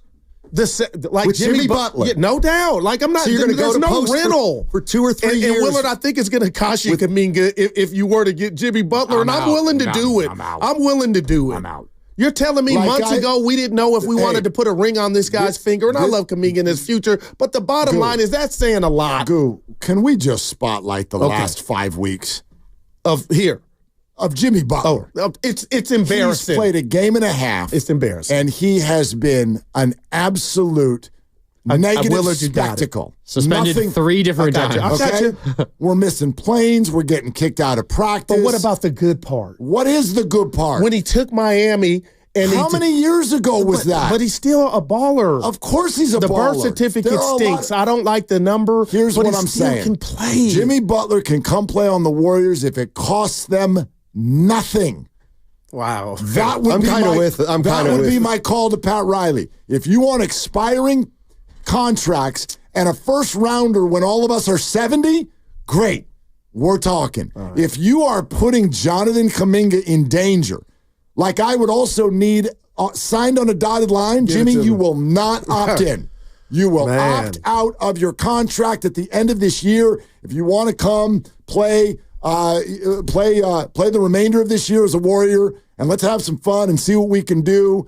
So are you okay with Curry just this being the norm, maybe? Not making the playoffs at the end of the back nine of his career, Grandy? I'm not. I don't know if that's the He's question. part of the reason. I don't know if that's the question. What do you like? This doesn't make that not true. This doesn't change that, in my opinion. If you got a player like Jimmy Butler, well, I would ask it you would guys improve the spacing for Steph to do what he needs. He's not a three-point shooter. Maybe. I mean, Grandy, you came in yesterday morning. We ended up doing all football. But you came in yesterday morning with a take off the Laker game that Steph Curry is no longer capable of being a 1. Not for a whole season. And no. so Jimmy is now. That's going to be his 1. And Steph will be the 2? Not a long-term thing, no doubt, but it helps take a giant load off of Steph Curry over the course of an 82-game season. And what are your options, Willard, to that 1 if it's not a guy like Butler? You don't have one right now. And that's what bothers me. This isn't one either. Oh, wow. This isn't it. This isn't it. My contention is this. I would be with you that the games would suddenly be more exciting to sit down and watch next week. Just because we're intrigued. But that's it, and that's not a great guy reason. that could get you 30 points on any given night in the playoffs. He can guard. Look at how many times he can score. He can make his free throws. You better get to the playoffs What first. are we looking at? Yeah. I mean, you got to go 27-12. Without him. Well, he did it last year. Jimmy Butler game log. Let's see the last time he scored 30 points in a game. Yeah, like, you know what? After just hearing all this, I'm firmly of this belief now. If I'm the Warriors, I would rather acquire a future first-round pick in a trade than give one up. Wow, I absolutely, I think there could be a move where they might move Kuminga and they get a number 1 pick. The Warriors. I mean, that's within the realm of possibility. So you guys are so ready for 2026, 2027. No, I'm just saying your options are limited. Yeah, I don't think this fixes it. This fixes our boredom. That's what it fixes. What does trading Kuminga for a pick fix? It gives you a better future. So you think. Is Kuminga not your future? Well, I don't know. They didn't extend him. They haven't yet, but they still can. He's made money by being gone, I believe, from this team. Right, but all I'm saying is if they're not totally married to Kuminga, then you move him, you get what you can to match the salary, and you see if you can get a first-round pick. What if it's this year? I mean, that could end up happening in the offseason. I wouldn't worry about that this week. But as far as the Butler thing, it's like 95%. I want to know what 99. I want to know what that price is. The price has to be all the way down here. Do not forget, as we talk about leverage, Miami's up a creek. I'm not sending you Jonathan Kuminga in first-round picks. You're up a creek. I agree with that. You can't give this guy away. Wow. I'm not sending you assets. Like, you think he's moved by the 6? But not the Warriors, any team? I think he's got to be. If Phoenix, if I'm Durant, I'm like, get him. He can come here if it's free, if it's a garage sale. Yep. I'm in for a garage sale. I'm out if you want anything that matters. What if it's Kuminga and all expiring for Butler? And no picks? No picks. No picks, but we'll give you Kuminga, and we'll add up the salaries. You know, they weren't expiring, apparently. The money would still have to be like Wiggins, and the other option is Draymond as the big money part of it. In theory, it could be GP2, Looney. I mean, Buddy Hield is making, like, you could get it to 49. You really can. If it's like 8 players. If it's like 8 while players. you've been doing this show, I've been on the trade machine. Sorry, Steph. You can't. Wow. I mean, it's just not enough money. You got to get to. It basically has to 50 include million. either Draymond or Wiggins. Or Wiggins. It has to. Kuminga, Wiggins, and filler for Jimmy Butler. I'm already out. Okay. The minute you said Kuminga and Wiggins, I'm out. All righty. I think we can let it there, but it sounds like a now you're out. fun conversation. Yeah. We'll be listening. And they play tonight. We'll have a game to talk about tomorrow. Yeah, who you guys got today? Any guess? Greg Cosell's coming on. Greg. We're pushing back a little bit because we want to boogie on this for a while, and we're working on. We're working on a lot. We're working on a lot. I like it. All right, so keep it locked on 95.7 The Game. Are they the smartest show in the Bay Area? You guys are an intellectual feast for the smart sports fan in the Bay Area. Wow. You're pretty much the smartest guy on the radio. I agree. Good Lord, how big is your ego? Are they the funniest show in the Bay Area? Give it a laugh. Come on. You're a funny guy. Come on. Give me a laugh. You are funny, dude. Hit that S again. Are they the coolest show in the Bay Area? And no white boys. They're cool. That's what people are saying. You guys are phenomenal. This is one of the most perfect ways that I could end my day, getting the chance to talk to Mr. Mark and Dan, you know? We'll let you be the judge. Oh. All I know is it's a couple of Bay Area boys talking sports. I know nothing. Thanks. It's Willard and Dibs on 95.7 The Game. All right, let's go. Let's go. There has been a tremor in the force, that's for sure. Woo! I texted you a few hours ago, and I'm like, man, that's all it took. Some cat that works for Yahoo goes, Warriors, Jimmy Butler. We're like, forget everything. Change the show. Let's go. And here we are, and the number is 888-957-9570. And obviously, today is not going to just be active with regard to brand spanking new NBA rumors, but as we have been doing, yet another qualifier to give out with regard to the knockout tournament. We'll tell you about that. Obviously, we will tell you about the unbelievable Vegas trip and all the cash that can end up in your wallet. And all you have to do is listen on the app for that. So more information on all that is coming up. But yeah, Jimmy Butler and the Golden State Warriors, according to multiple reports, and we will play some of those reports for you momentarily. But according to multiple reports, the discussions are back on, largely because whatever they were trying to do with the Suns has not happened. And right now, they sort of feel like is not going to happen. And that makes sense because the Bradley Beal contract is a mess and nobody wants it. And he's got a no-trade clause. So trades are hard, as has been said once or twice or 1,000 times around these parts. And so here we are. And my thing is this. I'm not going to put it in Sharpie and tell you that there's absolutely no way, no how.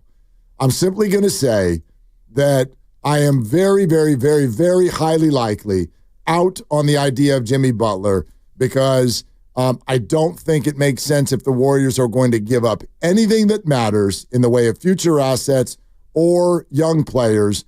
I think that road is filled with potholes as far as Jimmy Butler, and that has been proven, and it guarantees you absolutely nothing. So with all of that said, the Jimmy Butler thing to me does not make sense. And I largely think that for a lot of you who are in on the idea, you're just bored. You're just bored. Well, it's okay. This team is kind of boring. But that's not a good reason to make a trade. It's not the only reason. You're right. It would make this team a whole lot more exciting. I would be much more eager to tune into Warriors Jazz tonight if Jimmy Butler was on the floor for the Warriors. There's no doubt about that. Let me ask you this before we get into everything about Jimmy. Let's say the trade happened and just forget about what the cost would be. Just forget. Say he's a Warrior for the final couple of months of this season, and say he opts out of the final year of his deal. He's looking for an extension, whether it's with the Warriors or not. Would you want to give him an extension if you're the Warriors? I have no idea. Because you would still have like 2 more years of Steph Curry, and you still have another year of Draymond Green, or whatever the case is. Are you interested in more Jimmy Butler than just the next few months? I guess it would be possible. Because is the only way I can answer that, but I would need to know what did Jonathan Kuminga do the rest of this year? Yep. What is the going rate for him? Is he staying with the Warriors through restricted free agency? And I'd want to know what Jimmy looked like in his short period of time with the Warriors before I made a call like that. Yeah, because this is obviously really difficult. Jimmy Butler's 35, Steph's approaching 37, but it feels like kind of a waste to acquire Jimmy Butler and say, all right, try to take a team that's a game under 500 and make the playoffs, first of all, and then do something in the playoffs. And if you're banking on this big deal, which doesn't necessarily handcuff you for the future, but handcuffs you for at least right now, and as long as you have Jimmy Butler, you're kind of handcuffed because that's a lot of money to him. You already have a ton of money to Steph Curry. It makes it more difficult to do other things. This is clearly a very difficult thing, but I have a hard time thinking that Jimmy Butler, and I think we all agree, any move that's made, even if it is Jimmy Butler, doesn't transform this Warrior team into a championship team. There's no doubt Jimmy Butler makes them a whole lot better, well, I would think. But but who's leaving? How do we know that? It depends who leaves. Yeah, who's leaving? If Wiggins leaves, you add Jimmy Butler, that's the only major subtraction. I think they're better. Yeah, okay. No doubt. Absolutely no doubt about that. I would agree with you that if it's just Wiggins for Butler, then there's obviously other pieces money-wise, but right? it's and everyone wants it's like Looney and GP2. But everyone wants to throw Schroeder into this and act like that's not a big thing because he's been disappointing. And while I'll agree he's been disappointing, there was also a role and a reason the Warriors acquired him, and they don't have anybody else to do that role. So if he leaves, Jimmy Butler's not doing that role. Who's being point guard when Steph needs to sit down? Yeah. Are we back to Pods? Played good against the Lakers. Yes, but not in that role. Yeah. Not in that role. So anyway, go ahead. I'm just trying to think what would be best for the Warriors because you have a trade for a player who's likely going to opt out. Is all of this worth it for just a couple of months of Jimmy Butler?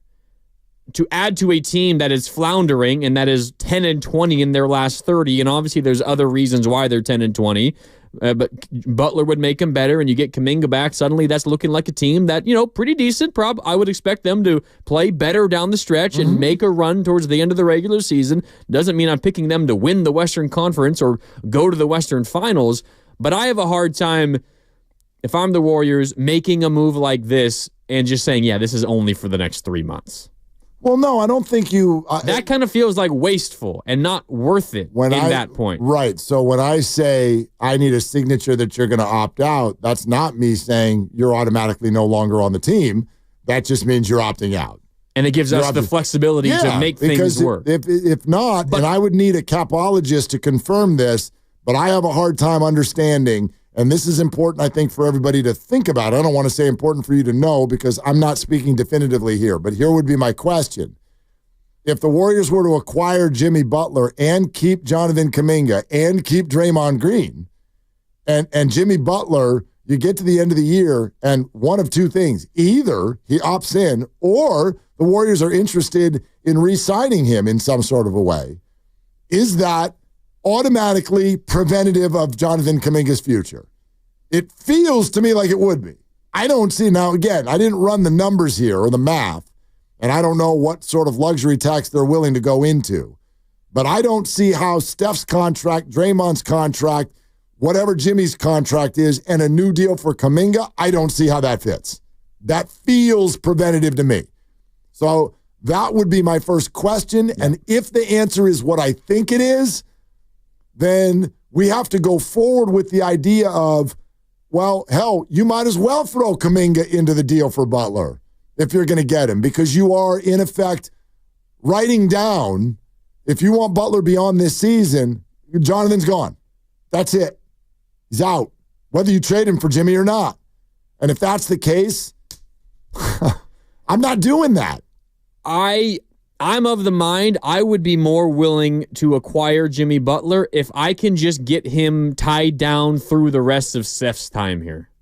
I feel it's more worthwhile that way. And if that means you're sacrificing Kuminga, I don't feel great about it, but I might be willing to do it because it gives Stephen Curry a better shot to at least go out on a little bit more of a competitive team. I don't want Jimmy Butler beyond Steph's time here. Definitely not that.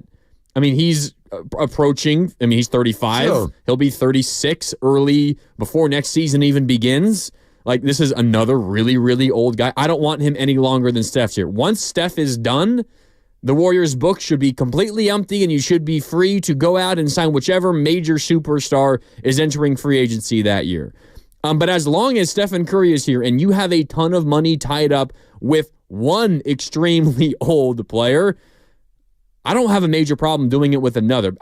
I am not so convinced that Kuminga is this superstar player. You know that I'm with you on that. That when Steph is gone and Kuminga is the flag bearer for your franchise, that doesn't make you a good team. So my holdup for what you're saying is, what are you really losing by not having Kuminga around. I know it's a positive asset, but it's not as if this is a guy that's going to be the MVP candidate that leads you to the postseason after Steph is gone. Agree with you. Totally agree with you. And it's funny, it almost feels like a role reversal here because I've been saying that on this show for the better part of a year.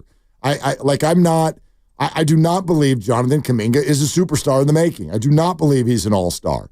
He's an interesting player. He's an asset. He's a good player. I don't know exactly how much it's going to grow. Maybe he will end up being like really good, but is he ever an NBA one? I'd bet against it. And so, no, I'm not taking him off the table. If you asked me if I'd ship out Jonathan Kuminga for De'Aaron Fox, I'd do that in a heartbeat. Oh, yeah. I would do that in a heartbeat. But if you're asking me, am I going to go ahead and basically renounce the rights to Jonathan Kuminga for somebody who's 35 so that we could chase a playoff spot? Starting position is you're 22 and 23. You're currently in the 11 seed. And oh, by the way, as soon as the deadline is done, you have a stretch of games from February 8th to February 23rd that goes like this. After a trip to Chicago, you go to Milwaukee, you go to Dallas, you go to Houston, you go to Sac, and you come back home for Dallas. The Warrior team I'm watching right now is going 0-5 in that stretch. I got them 4-1, Willard. And you out. So, Jimmy, if you acquire him, you better get here, you better be a good dude, and you better be amazing right away. Or else this whole get Jimmy for the playoffs thing is not real. It's get Jimmy to watch the playoffs with you. And then what? And then maybe watch him sign somewhere else in the offseason. If your goal is to make this current team as good as you possibly can, I don't know what the other option is. Agreed, but didn't Steph and Steve literally say to us 2 weeks ago, that's not the only goal. We're not going to be stupid about our future.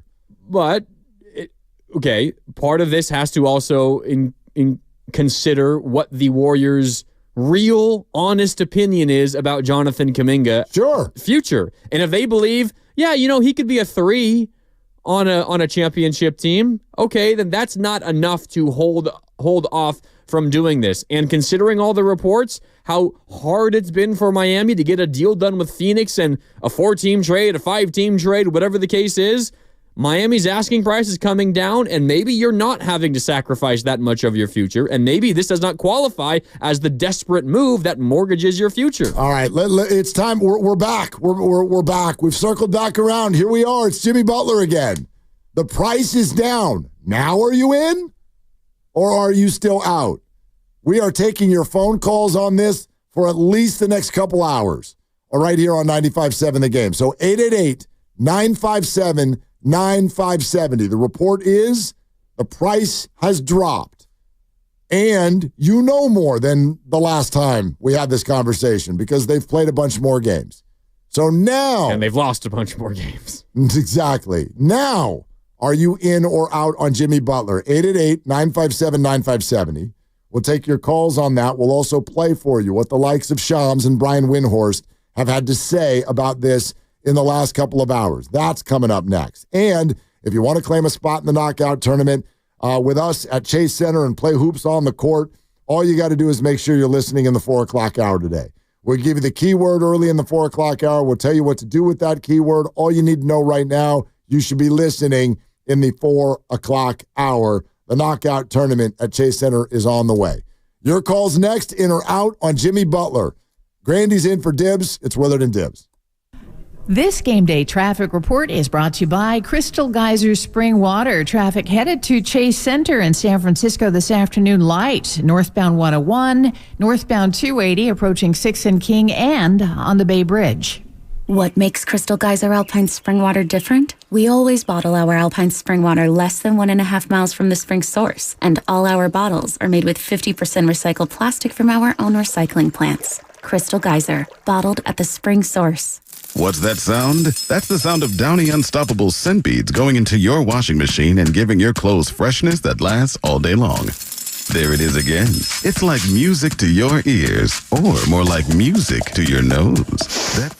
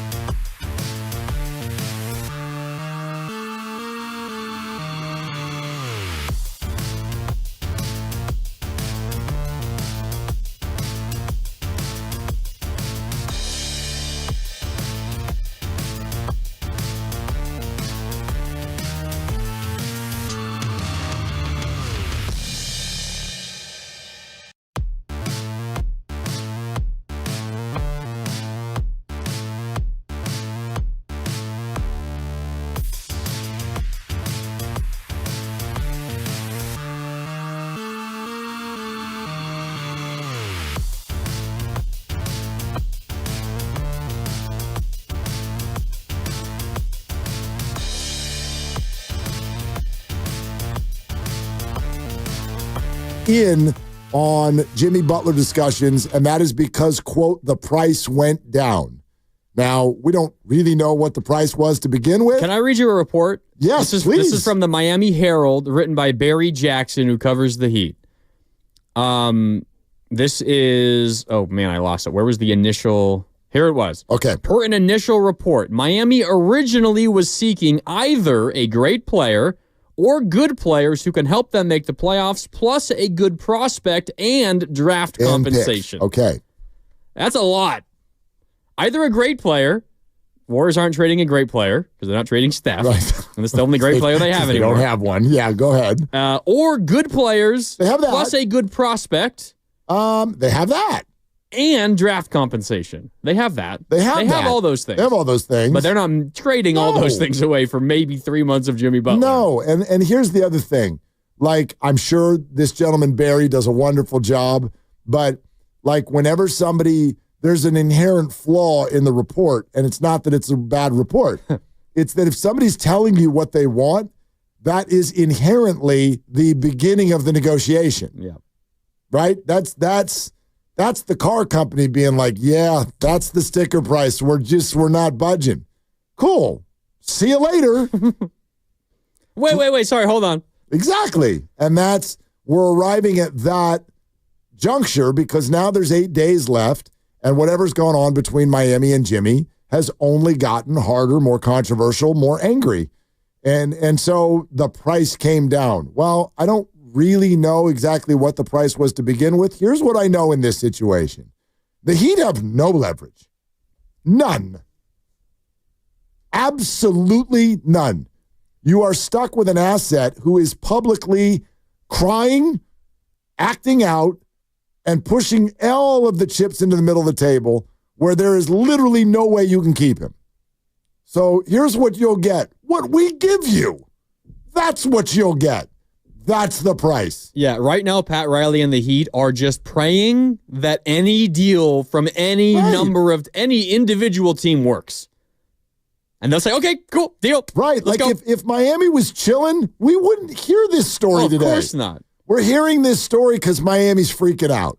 Because they thought, I think maybe a week ago or so, when Jimmy played one of his 1.5 games that he's played this month, and he played them in Phoenix Suns shoes, I think they thought, oh, we're probably going to get this done. Yeah, you're not getting it done. When what led to this most recent indefinite suspension was the Heat approaching Jimmy Butler after his other suspension expired, saying, you're no longer starting. We're going to start Haywood Highsmith. Haywood Highsmith.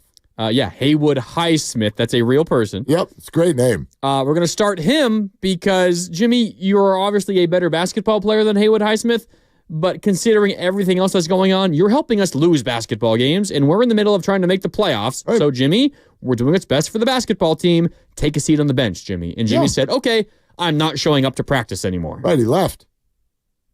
And now he's been suspended indefinitely. Right. No, there's nothing they can do.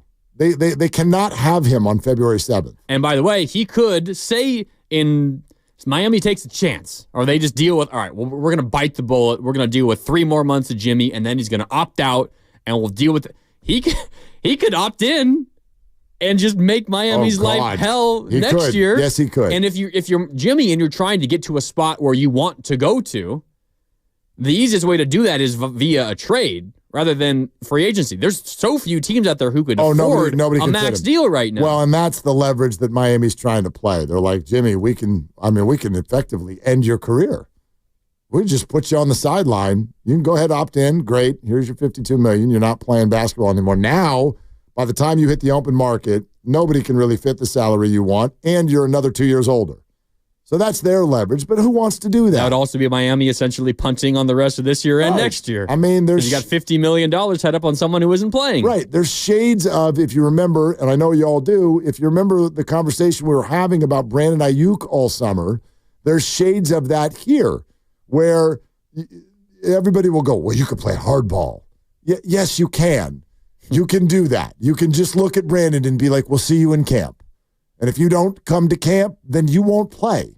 We're not trading you. We're not signing you. You're under contract. We'll see you week 1. And then Brandon can go, no, I'm not coming. And the Niners will be fine. Then we're not playing you. Now we have two people staring at each other. Nobody gets anything. The Niners don't get a good player. Brandon doesn't get any money. And everyone's like, yeah, play hardball. Well, everybody lost. And that's what will happen here if Jimmy Butler's on the team on February 7th.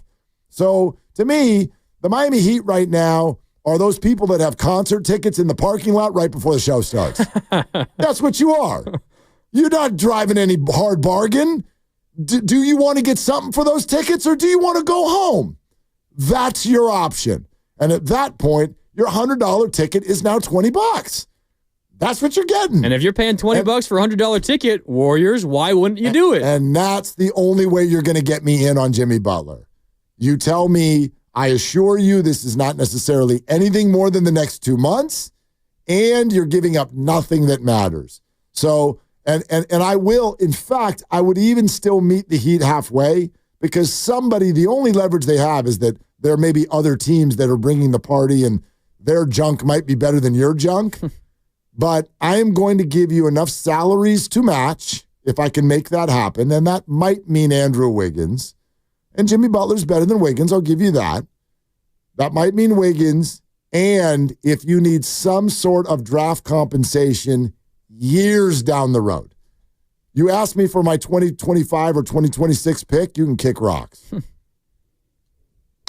That'd be my offer. And if they want to walk away, I'm willing to walk away. Let me ask you this, because I'm of the mind anything you can do that makes this team better, I'm within reason, of course. You're not trading away like 4 first-round picks every other year. Like, I'm not doing that. Within reason, everything you can do to make this basketball team better right now, I'm doing it. I feel like even if Steph isn't demanding it, I feel like you owe it to Steph, and you're doing this for Steph, and you're saying, all right, Steph, we're giving you a legitimate shot here. The roster we've provided you with this year, simply not good enough. We apologize for that. Here's some help. Let's see if we can get this thing done. And even if it's not a championship, maybe we get a playoff series. We get some home playoff games. We make some more playoff revenue that way. Maybe we win a series and we get 2 postseason series. Maybe that's the max that we can get. I think it's worth it. But let me ask you this from a pure basketball fit standpoint. Okay. What would say, Steph Curry, Jimmy Butler, Draymond Green, and, I don't know, Trace Jackson Davis foursome out of a group of 5? What would that look like? Can Jimmy Butler and Draymond Green work together on the floor at the same time? I think so. Is that too much? Not enough shooting? I mean... well, Jimmy can shoot a little bit. He's not a great shooter. Not a great shooter. So that's a very fair question. 33% three-point shooter in his career. How's he doing this year? 36%. Okay, so a little up. Was 41% last year. Yeah. He's commensurate with your average NBA three-point shooters now. But obviously, he can score in other ways. I think he helps you in those final 5 minutes that have been such a problem, number one. Number two, if what you're concerned about is shooting, then losing Andrew Wiggins, that's not a great shooter either. I kind of see him like Jimmy Butler in terms of three-point shooting. There are moments where it clicks and he gets hot, but largely he's not a great shooter. Good scorer. Jimmy is too. Good defender. Jimmy is too. He's got more presence on the court. I get that. I largely think that right now the Warriors need to surround Steph and whoever's on that wing with more shooting anyway. So, because by the way, 3 weeks from now, who's the 5th member of that group that you just mentioned? It's Kuminga. And my answer is no, that's not enough shooting. So that would be Curry, Butler, Kuminga, Draymond, and Quentin Post. There's your shooter. No, it would have to be. I'm not kidding. It would have to be. Like, you would need to start getting Post and Santos in there a lot more. You'd probably still have to bring Kuminga off of the bench, and you would have to consider that Jimmy being the 3 and a different 2 who can knock down a three-point shot. And whether that is... Who is that? I don't know. Podziemski, if he can get going. Schroeder, if he can get going. And some of these guys might be in the deal. Yeah. So... I only bring it up because it's not a seamless fit. No. Like, Cam Johnson is a seamless fit. You drop him in, he makes so many lineups and combinations work. Cam Johnson isn't a needle mover like Jimmy Butler is a needle mover, even at Jimmy Butler's age.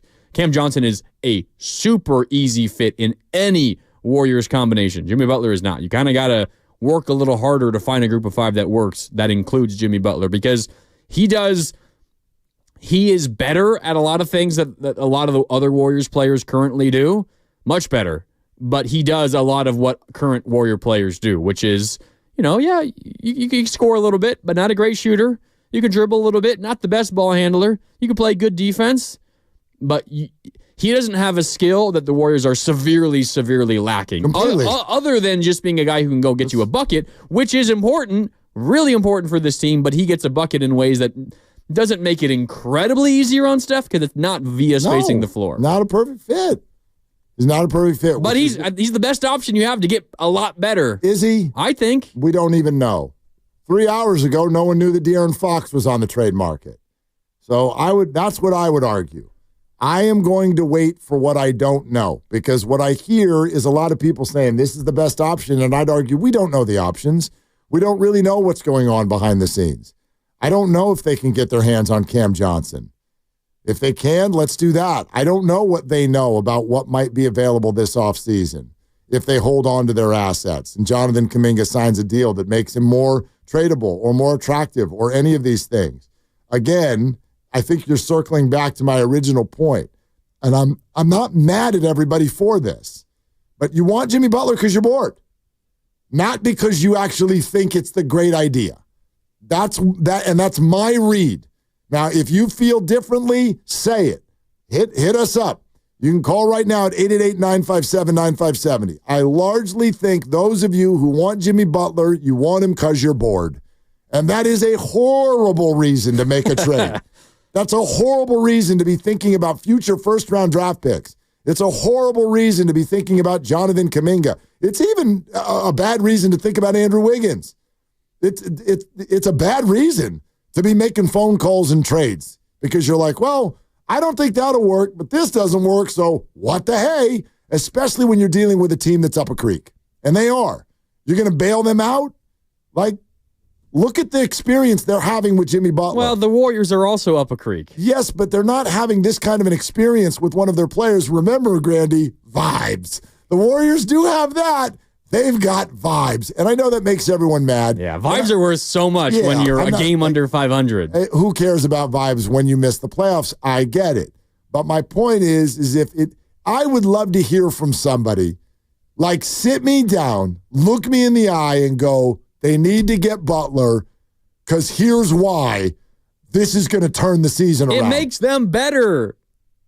Does it? Yes, it does. Jimmy Butler is an amazing basketball player. And I know we think of him, we have recency bias when it comes to Jimmy Butler. It was literally less than a year and a half ago when Jimmy Butler dragged the 8th seed Miami Heat through the play-in and all the way to the NBA Finals. Less than a year and a half ago.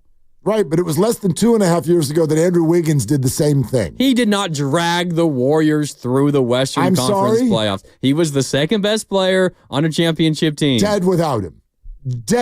Miami doesn't even sneak into the play-in without Jimmy Butler. So now that's our bar. Our bar is an Eastern Conference that had one good team. Oh, Jimmy Butler's never had a teammate like Stephen Curry. Correct. Jimmy also, so what we're focusing on a 6-week heater where he dragged a team through a bad conference, won one impressive series. I'd argue most people out there couldn't even name any of the other teams he beat, but he beat Boston and then lost, and now he's an icon and a statue.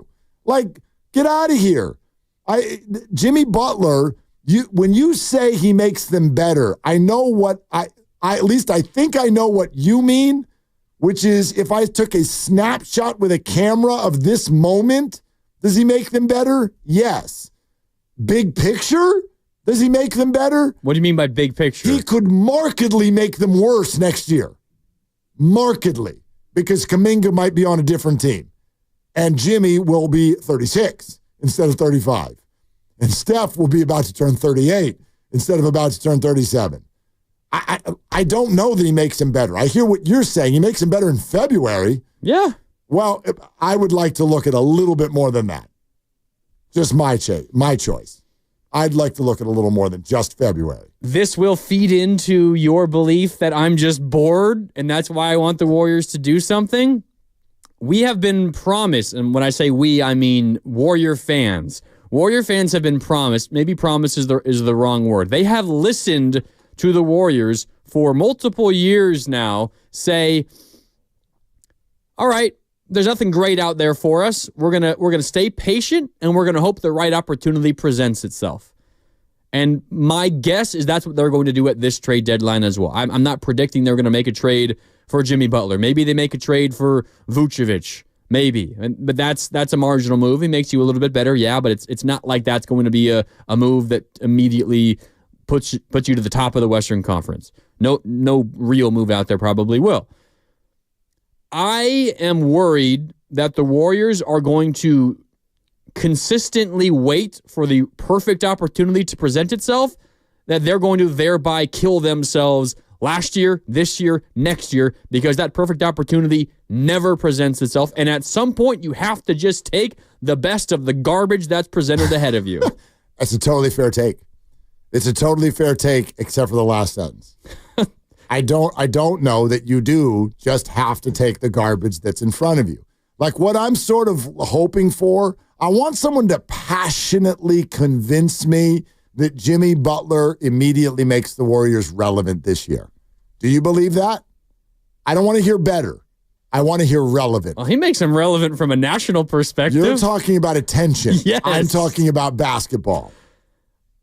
Okay. Passionately sell me that he makes the Warriors Western Conference playoff relevant upon arrival. I would not be shocked if the Warriors got Jimmy Butler, and if, say, in terms of major rotation pieces, it only cost them Andrew Wiggins. Okay. So you keep Kuminga. Kuminga comes back in a few weeks.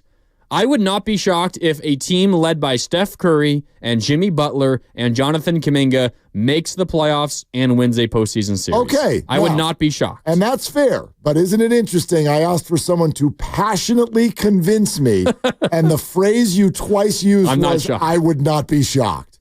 Like, but that could happen. That's just the reality I could turn right, and there might be another car there. All right, we'll see. Again, it's just the Warriors situation. You don't have a move that makes you the best team in the Western Conference. Right, which means you don't have to make a move. You don't have to. I mean, I got to admit, knowing you the way I do, I'm a little surprised that you're this, like, flimsy with Jonathan Kuminga's future. You like him. I do like Jonathan Kuminga. I think he's a good basketball player. This is potentially preventative. But and he might even be in the deal. If you are so convinced that Jonathan Kuminga is the next star to lead the franchise, then by no means don't trade him unless you're getting a De'Aaron Fox level player. Right. I don't think they are. I don't think they are convinced of that. So if you're not convinced of that, then what really is the opportunity cost that you're missing out on here? A quality player? Yes, sure, no doubt. But like there would have to be a lot of other stuff alongside Kuminga once Steph hangs it up for Kuminga to be relevant in the NBA at all. Let's sneak one in. Some people want to weigh in on this again. The new news is Jimmy Butler and Warrior talks are back on because the price came down. Pete in San Ramon. Hi, Pete. What's up? I would like to passionately convince you, not Jimmy Butler. Okay. Go ahead, Pete. I'm listening. If all you're going to say is maybe win a playoff, I don't want to be in the playoffs unless we think we have a decent chance of the finals. Other than that, play the young guys, get them more experience. Let's do it again next year. Thank you very much. Pete, thank you. Appreciate it. I mean, he does lead to what I think is the ultimate rub with the Warriors. This is a problem. There's no good answer to it. Here's the problem. The way Steph Curry views life, and he should, he's like, let's get to the playoffs. Give me a shot. Just give me that shot, right? And Steve Kerr said it. Just give him that at-bat. Okay? That's fair. This gives him the at-bat. Right, now, the other side is nobody thinks that he's going to hit a home run. So are you supposed to act on the at-bat where everybody thinks he's going to, at best, hit a single to right field, or not act on that, because if he does get there and just hit a single to right field, it's actually a net negative if you gave anything up to do it. Right? Don't we care about the journey? It's not all about winning a championship every year. Just presenting that. Yes. It's not Super Bowl or bust. I want it's not finals or bust. No, I want them in, but I don't even know if this gets you there. Brought to you by Fremont Bank. Here for you, here for good. 888-957-9570. In or out on Jimmy. Apparently the talks are back on. We got a few. Sam Amick, Shams, Brian Windhorst. You've got to hear what they said about this today. We'll do that immediately. Coming up next, Grandy's in for Dibs, Willard and Dibs. In the dynamic world of programmatic ad buying, Viant is your ultimate CTV partner. Target.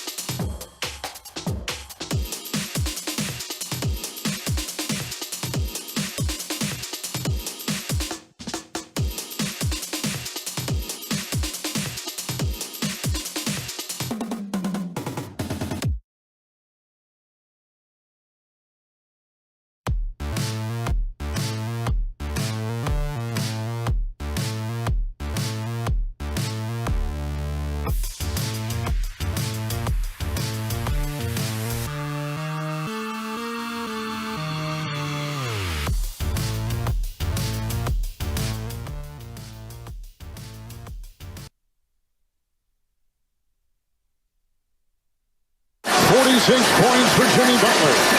Sets up a three. Good! Why not? Why not, Jimmy Butler? Butler's got 49 points. 14 in the fourth quarter. Butler on shot. Good! Jimmy Butler has done it again. Dub Nation, it's Steve Kerr. You're listening to Willard and Dibs on 95.7 The Game. Right between the eyes! I can listen to Kevin Harlan like read a menu to me. Anything. Doesn't matter. What do you want in your omelet? But few and far between. You know how many times this year, and I know obviously he's missed some games. You know how many times this year Jimmy's put up 30? He's played what, like 25 games this year? He's played 25. Let me look. Jimmy has played in a total. You nailed it. 25 games.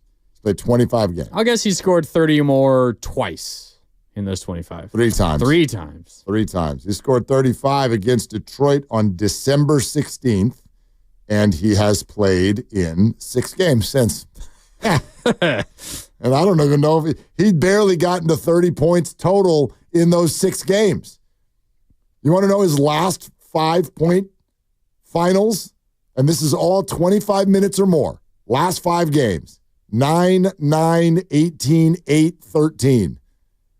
Andrew Wiggins is like, dude, are you trying? Oh, please. Please. Just saying. Wiggins went 1 for 11 the other day, all right? He did. Yeah. Jimmy is, look, I like Jimmy Butler. I'm not here to tell you that Jimmy Butler's not a great player. He truly is. He's a great player. As usual, though, I feel context matters. And simply just being like, add Jimmy Butler, like add water. There's a lot more to it than that. And I have a hard time right now envisioning a scenario where the Warriors don't get hurt by doing this in some sort of a way. Do they become a better offensive team? Sure. But it feels like there's no better defensive team too. Sure, but there's no avenue where it doesn't hurt them in some sort of a way. And I think you brought this up too. Like, don't we all agree that Steph needs to be surrounded by more shooting? It's almost like what you're going to get if you do this is like a steroided version of Andrew Wiggins. That's Jimmy Butler. So that's not a spot-up, knockdown three-point shooter. You won a championship with Andrew Wiggins as your second-best player. You did. With a lot of spot-up shooting surrounding them. Yep. A lot of spot-up shooting. Okay, take a listen. So, first of all, here is the Brian Windhorst cut from ESPN with regard to the latest on Jimmy Butler. Well, the Heat really are trying to move him. I think there might be a perception out there because it seems like it's gone on for weeks that they're not, but they are. And from the sources I've been talking to for the last really 48 hours, but definitely tonight, the Heat's price has dropped. They are willing to do more than they were when this all started last month. The Heat are trying to get this done. The difficulty, Scott, is the one team that really, really wants Jimmy Butler and the team that he really, really wants to go to is the Phoenix Suns. And the Suns have basically the most untradeable contract in the league, not just because Bradley Beal has a no-trade clause, but because how much he's owed on that contract versus what his production is. And even if you could convince him to accept a trade to a certain place, it's a hard thing to do. And so you're really trying to squeeze not just drops of blood out of a stone, you're trying to squeeze a gallon of blood out of a stone. And these teams have been running their heads into it for weeks, and it's not helping what's going on the court and off the court with Jimmy and the Heat. And the Warriors are reportedly one of those teams that are now re-entering the race because the price is down. Shams went a step further, also on ESPN. He named the Warriors. The Heat are engaged with multiple teams on Jimmy Butler, including, from what I'm told, the Phoenix Suns and Golden State Warriors. The Heat are operating in the landscape as a team that's motivated with interested suitors. And as far as a price tag on Jimmy Butler goes, it's been described to me in league circles that the Heat are looking for shorter-term contracts along with draft assets, and they have not yet received an offer that they're moving forward with. Now, this is also interesting. Sam Amick, FanDuel TV. This goes back to January 9th. So you got to run back now, almost 3 weeks. At the time, this was his commentary on why the Warriors were not interested in Jimmy Butler.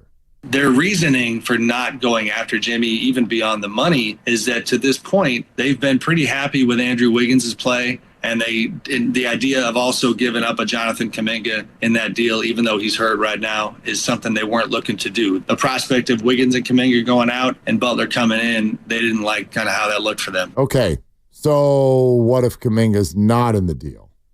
Now are you interested? That's probably the question that the Warriors are answering. Yeah, and I think they should be.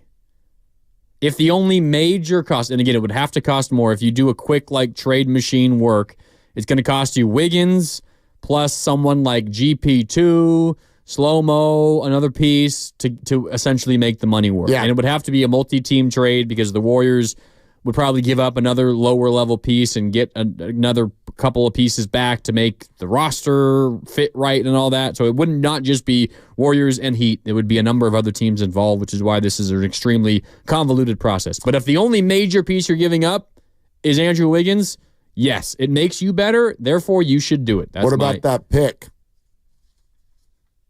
Depends what pick it is. First rounder. I'm just throwing stuff out there now. 2027 first rounder. 2027 first round pick, which would be what? The year after the current final year on Steph's contract. Is that right? Well, no, because he's got, because he's got 26 and 27. He's got two more years? Or does he have 3 more? Because he just signed another one. I think he's got 2 more, right? He is under contract through, where is it here? Through the 26-27 season. So that would be the first round pick after Steph. After Steph, yeah. Unless and I'm just throwing that out there. He could sign another contract. Sure he could. You paused. I do That's pause. a long pause. I do pause. It's a long pause. So you don't put it in your initial offer and you hold out and see if the Heat get anything else done. Joe in Walnut Creek. Hi, Joe. Thanks for calling. Thanks, man. Guys, I feel like this is Groundhog Day all over again. Last year, what happened? You start the vets. They start off good because they're good. Then they wear down. They get injured. They go out. And finally, Kerr has to play the young guys. Well, what happens? They get better. Same thing this year. Exact same thing happened. Now, here's the problem with the Jimmy Butler trade. It doesn't hold Kerr accountable for refusing to develop a young player or to even play them. And we get older. He's 35. He is not the player he used to be, just like Steph's not and just like Draymond's not. And if you're going to make that trade, fine. You give him Wiggins and maybe GP2 or please Healed so we don't have to watch Healed chuck up 10 air balls. And you do that. But you got to remember, you're getting older if you do that. Hey, so, man, I don't know. Yeah, Joe, even if I fundamentally agree with you, can I ask you one question about something you said, which is this. You said the same thing has happened this year. He started playing the young guys, and they got better. Did they? Last year? No, they did not get better. This year. He hasn't played them. Listen, whenever he plays JK 30 minutes, JK scores 20 and does good. He's expecting consistency from young players without providing them consistency. They don't have consistent minutes. They don't have consistent games. They don't know whether they're starting, whether they're coming off the bench. He is a big part of the problem, and it's Groundhog Day, and the Warriors are refusing to do anything about it. Yeah, Joe, thanks. I appreciate it. First of all, I think Jonathan Kuminga has gotten tremendously consistent minutes this year. Whether he's starting or coming off of the bench. It took a little bit. There was a dip early in the year for a second where he was struggling to get to 20 for 2 weeks. But outside of that, Jonathan has gotten his minutes. But yeah, my big issue with the statement is that once you start playing the young guys, they got better this year. I'm waiting for young, old, or anyone in between to look better this year. They haven't looked better since the first month of the season.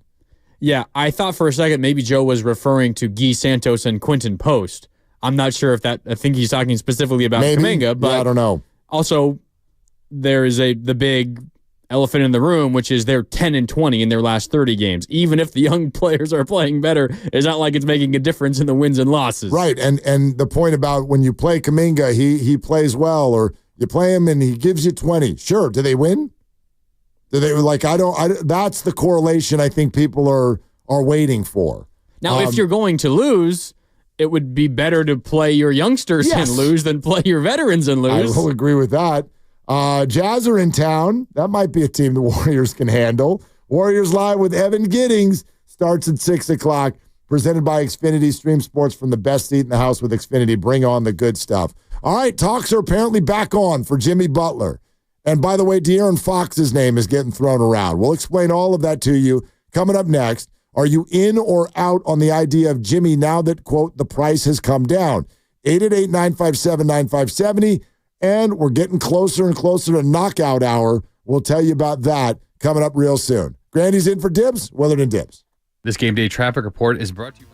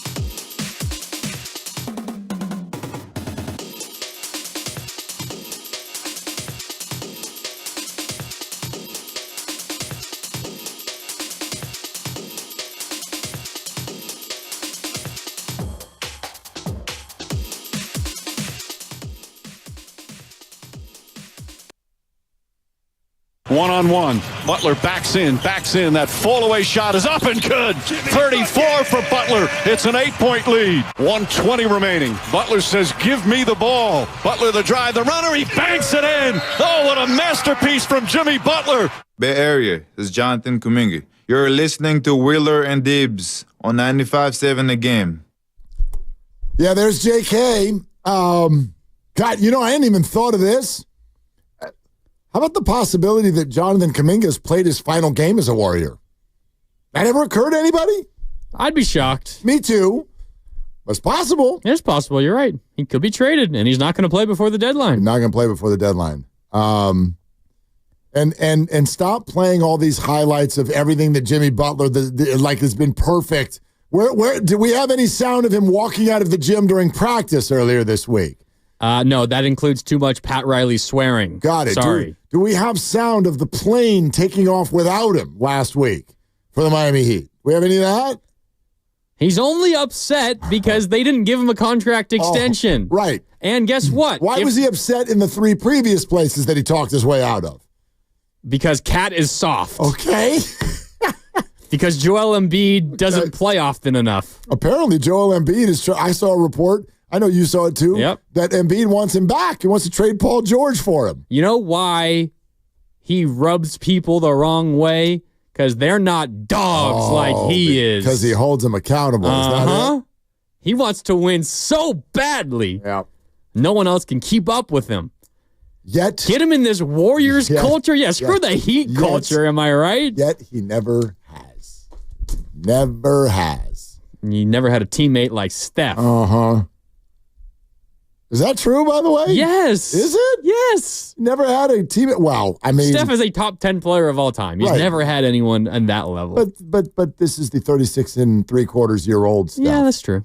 Has he ever had one of those? I feel like he probably had one of those. He has some pretty good teammates. Yeah, he had Embiid for half a year. Had Andre Iguodala. In Miami. And the Warriors are retiring that number. They are. Congrats to Iguodala. I think they waited for Dibs to be out in order to announce that news because they didn't think it was going to go well if Dibs was on air when they announced that event. And they're retiring his number when Clay and the Mavericks are in town again. Perfect. So the whole band's back together. Yeah, get everybody together. Yeah. Yeah. What's the date of it? February. It's later this month, right? Or next month. I know we're not in February yet. I can find it in a sec. Yeah, okay.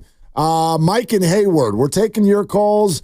The Jimmy Butler and Warriors pairing is reportedly back on as a possibility. February 23rd. 23rd, okay. And the Warriors are engaged in talks, reportedly, because reportedly the price has come down. Let's go to Mike and Hayward. Hey, Mike, thanks for calling. What's up? How you guys doing today? I look at the Warriors as when they won the last title. Was that 2 years ago, right? Correct. And they had got Oscar Porter. They had Porter on the team. The other guy from Europe, what was his name? Bielitsa. Bielitsa. Right? And that kind of fitted in with the veterans, and it worked well, right? And Wiggins had a good year, right? That did it. But then I always thought that after they won it, why did everybody think they gonna win 5? They won 4 with that squad. It was time to start moving off people then, a little bit at a time, and get younger players around Curry. That's 2 years ago. But Mike, I'm going to challenge you on that. Hold on, because I hear this too much from people where it's like, well, that's what you should have done this then. How? Who are contractually? And I'm not saying it's not possible. I'd just love to hear your ideas. Who are you moving off, and how are you getting off of those contracts?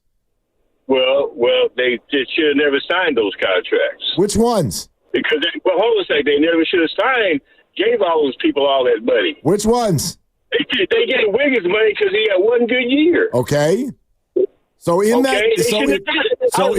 was against him doing it. But that's a below market value deal for a player. I know it is, but everybody knows that you build NBA teams up through the draft. Everybody knows that. Right, but you acquire younger players. But Mike, he was a younger player. He's still in his 20s. I mean, and he just got locked in. Yeah, they got locked into the money. They got locked into the money. They had to pay that luxury tax. Now they don't want to pay it. Right? They don't didn't want to pay the luxury tax. And now they're trying to find out a way of winning it without paying the luxury tax. Well, you just might as well realize that you're not going to win a championship while Curry's still there. You're probably not going to win one. Mike, if you had said, and listen, appreciate the call. If you had used the word Draymond Green, I would have been more open to an agreement of what you're saying. But when you come out of a championship season, the two big things that they did first were they did sign 2 extensions, the players that were in their 20s. Poole and Wiggins. Jordan Poole and Andrew Wiggins. And by the way. And signed both of them to pretty manageable numbers. Those are not the numbers that are hanging around the Warriors' necks right now. I specifically remember, maybe not everyone, but the general consensus after the Wiggins extension was, he took a hometown discount. Couldn't believe that he signed it. Let's gear up for 2023. We're going back to back. And remember this. This is why I'll always give a little pushback, because I watched this for years with the likes of Buster Posey, Brandon Belt, and Brandon Crawford. And people are like, you stupid, these contracts that you get, you all loved them when they signed them. Wiggins, Poole, Crawford, Belt, Posey. We could go on and on. When those championships get won, everybody wants to keep your people. Everyone does. I'll give you a smaller version of it with the Warriors. And I hear his name get tossed into everybody's ESPN trade machine today. But 2.5 years ago, this city was freaking out at the idea of losing Kevon Looney. Freaking out. And then they signed him, and about 10 minutes later, people are like, well, I wonder if that contract could fit. Well, he can't shoot. Gosh, surround him. Draymond Green, Looney, this doesn't work. So, look, that doesn't mean the Warriors were right. It just means that those were not things that they could have or would have done at that point. You would not have let Andrew Wiggins and Jordan Poole just walk. I think maybe the point of the caller and a number of other Warrior fans, and I know this isn't necessarily an argument you like to hear, it was signing Jordan Poole and then trading him for a guy approaching 40 years old.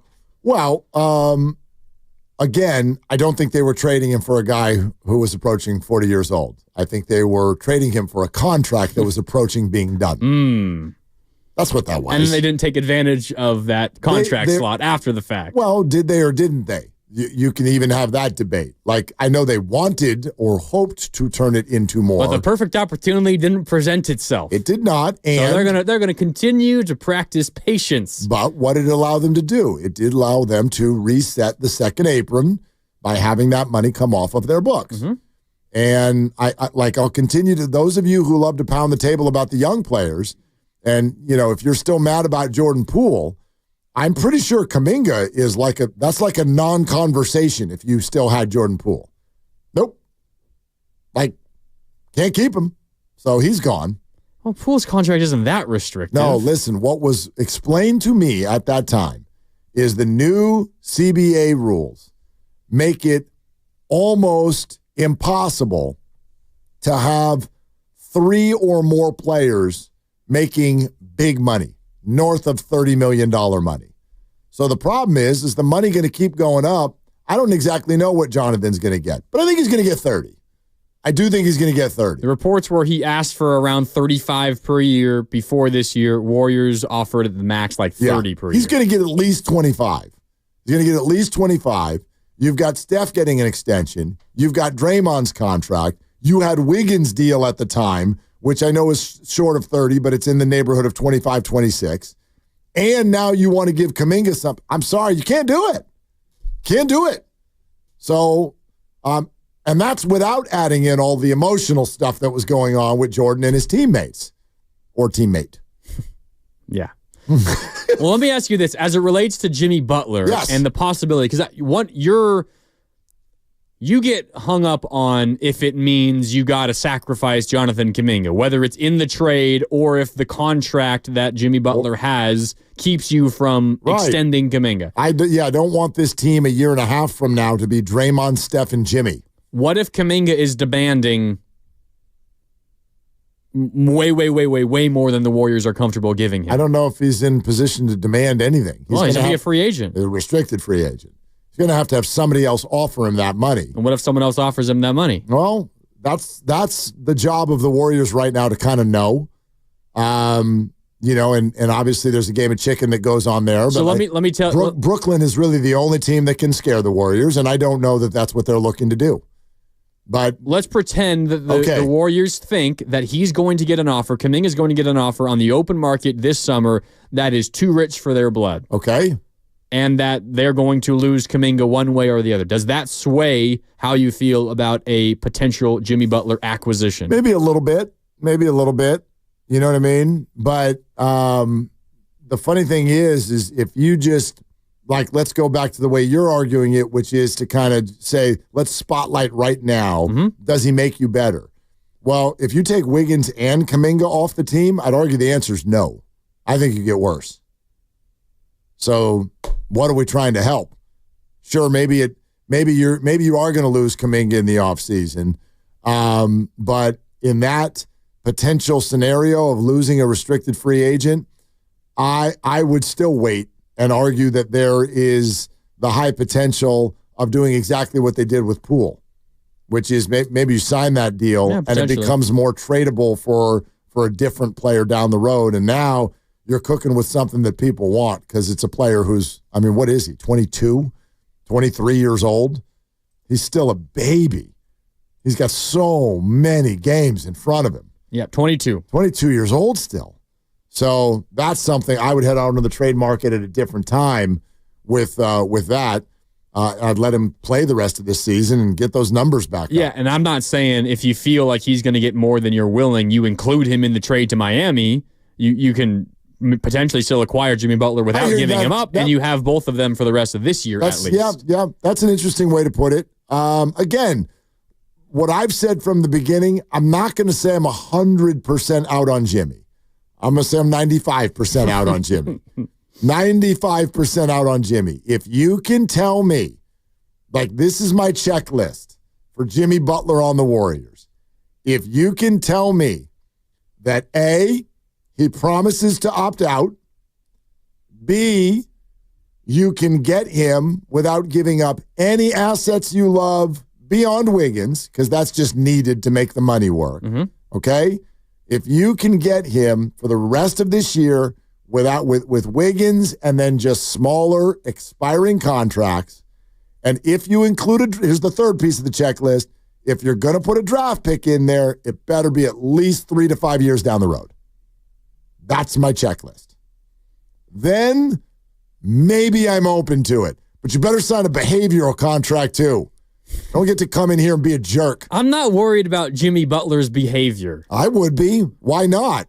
He's behaved poorly almost everywhere. There's a decent chance he's here for 3 months? That's true, and that helps, but I don't know when he's going to explode. How do you know when that's going to happen? He's exploding on Miami because they're not willing to offer him a contract extension. The Warriors contractually, legally, they're not allowed to offer him a contract extension if they acquire him at the trade deadline. Right, but Draymond Green's in the room. Let's not act like these massive personalities are automatically just going to fit together, number one. Number two, let's go back to your point. He's exploding at Miami because they won't give him a contract extension. Is that really a worthwhile reason at age 35 with $52 million on the table already next year? Is that a worthwhile reason for this behavior? He dragged that franchise to the finals, If this is fair, they're going to pay me $52 next year, and at age 35, he's livid because they won't give him max money when he's 37? Look, I'm not telling you he's the most worth this behavior. I'm not telling you he's the most agreeable person in the world. I'm just saying if he's here for 3 months, I don't care. Well, I do. I mean, if you don't care about the next 3 months, then what are we doing? Well, I care about the next 3 months. I don't care. I don't believe that his mindset is so incredibly toxic that over the course of 3 months, it's going to be so disastrous to your franchise. I don't think so incredibly toxic. I do think roll the dice. Roll the dice. The Warriors only have rolls of dice. Well, let's go to Jonathan, who apparently is in traffic. I'm sorry, Jonathan. Is it getting any better? Actually, I'm in that part where it looks like it's all blue skies, and then you cross over that hill and you get into one of those vines, and then you see on the map yellow, red, gone. Oh, man. So. Well, then hang out with us for a while. What's going on, man? That's what I was just saying. I go, what better way to be in traffic than with you guys? So I wanted to go over about this. I completely agree with you, Mark. Jimmy Butler, any of those guys, they are pretty names. I agree. They're specimens to watch. I just don't want them in my arena. And I mean this with love. And I say this because as a Sharks fan, God love me, but a loyal Sharks fan, we are now seeing on the brighter side of things. But boy, it felt like we were underwater for a long time. I felt like a Houdini trick gone wrong. And I was ready to swear Greer's name yet a year again. But I wanted to touch on that because of Erik Karlsson. It was a contract that I believe the Sharks wanted to do because they were kind of in a situation with the Warriors. We were contenders. We went to the Cup. We didn't win it, but we were still relative, and we were still something to watch. And they knew all these contracts were coming just like the Warriors, and we signed a big old contract with Erik, and it did us no good. It did him good, but the team's still in rebuild, and we still had to go through that, and it was with burden. It was debt, and we're already knowing what, we're looking to, so why add to it, guys? If you think it's hard now, ask any loyal Sharks fan. It gets worse. Well, it can always. So, yeah, guys. Yeah, Jonathan, thanks. It can always get worse. I mean, I think that's an interesting point he brings up because I do think there is this characteristic in some of the arguments I hear that's so flippantly, what do we have to lose? We stink out loud. Kind of. I get where you're coming from, but I could just as easily go, look, if your goal is just the 6 or the 7 seed or something like that, if that's your goal right now because you want to be realistic, then I would sit here and say, okay, you're 2.5 games out, and Draymond Green and Jonathan Kuminga are coming back. I don't think it's unreasonable to think that you're potentially better in 3 weeks because of the acquisitions that are already on the roster. You could be better. And so therefore, I'm not saying you're in a great spot, but I would reject this. There's nothing to lose. You're the worst team I've ever watched play. Oh, you could get worse. You absolutely could get worse. And some people want to do that. But you wouldn't do this if that's your goal. Jimmy Butler is not your avenue to tank. No. Jimmy Butler is an avenue to make it more likely you get the 6 or the 7 seed. I don't know if that's true. I thought you agreed that he makes them a better basketball team. I have to know what they're giving up.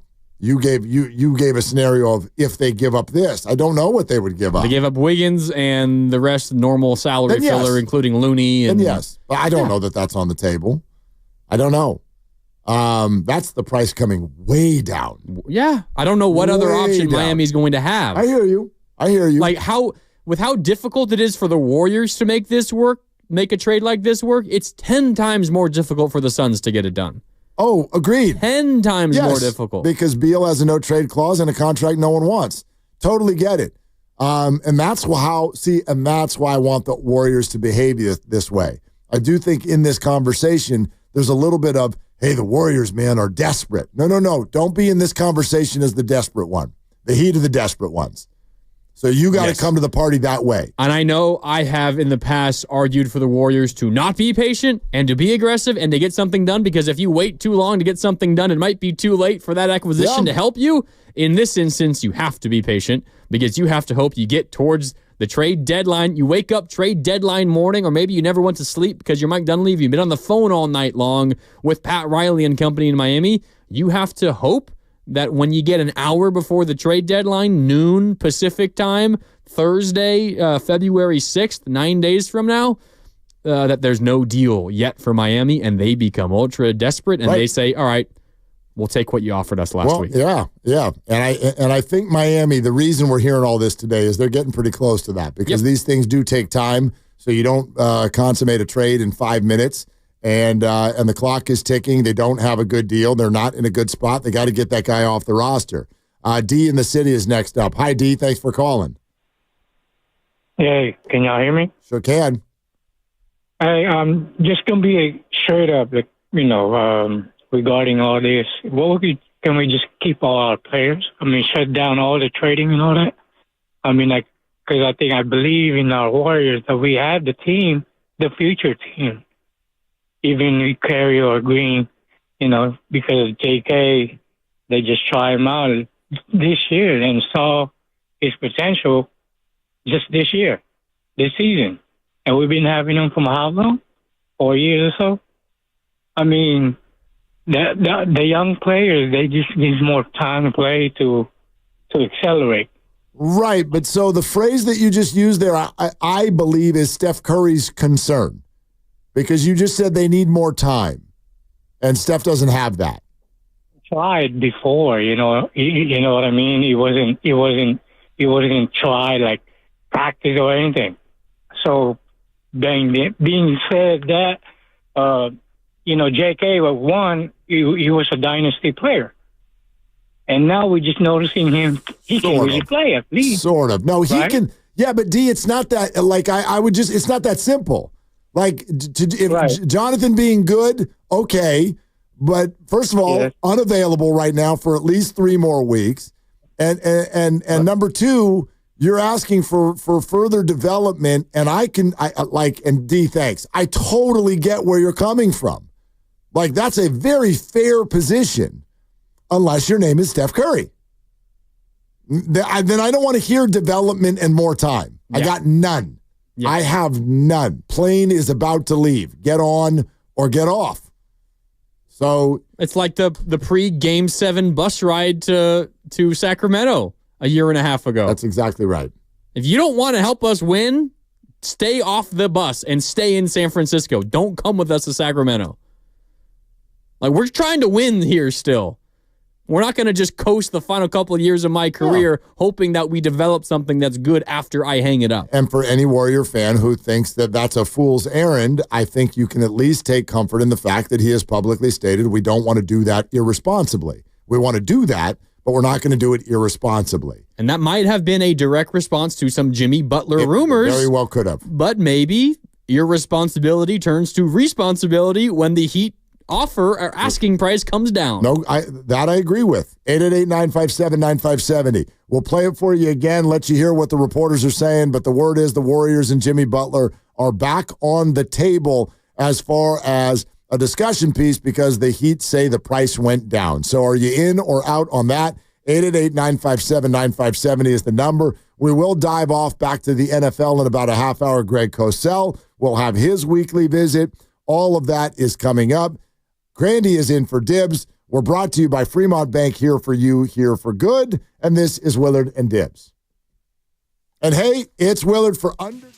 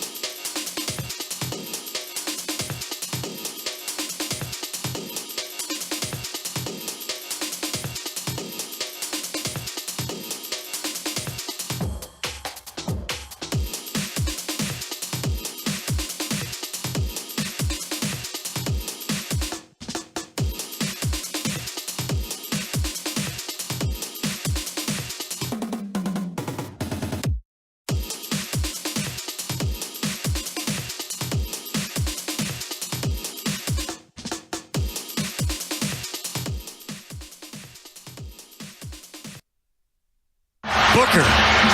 Blocked by Butler. Taken back by Booker. 3 seconds left for the win. He missed it. Miami holds on and defeats the Phoenix Suns 113-112. And the Butler did it with defense. Defending the inbounds throw-in. The lob for Butler. He did it. Jimmy Butler put it in with 0.3 of a second left and got fouled. Incredible. They didn't foul. Ball game's over. 2 seconds left. Butler step back for the win. Yes! Jimmy Butler delivers the victory.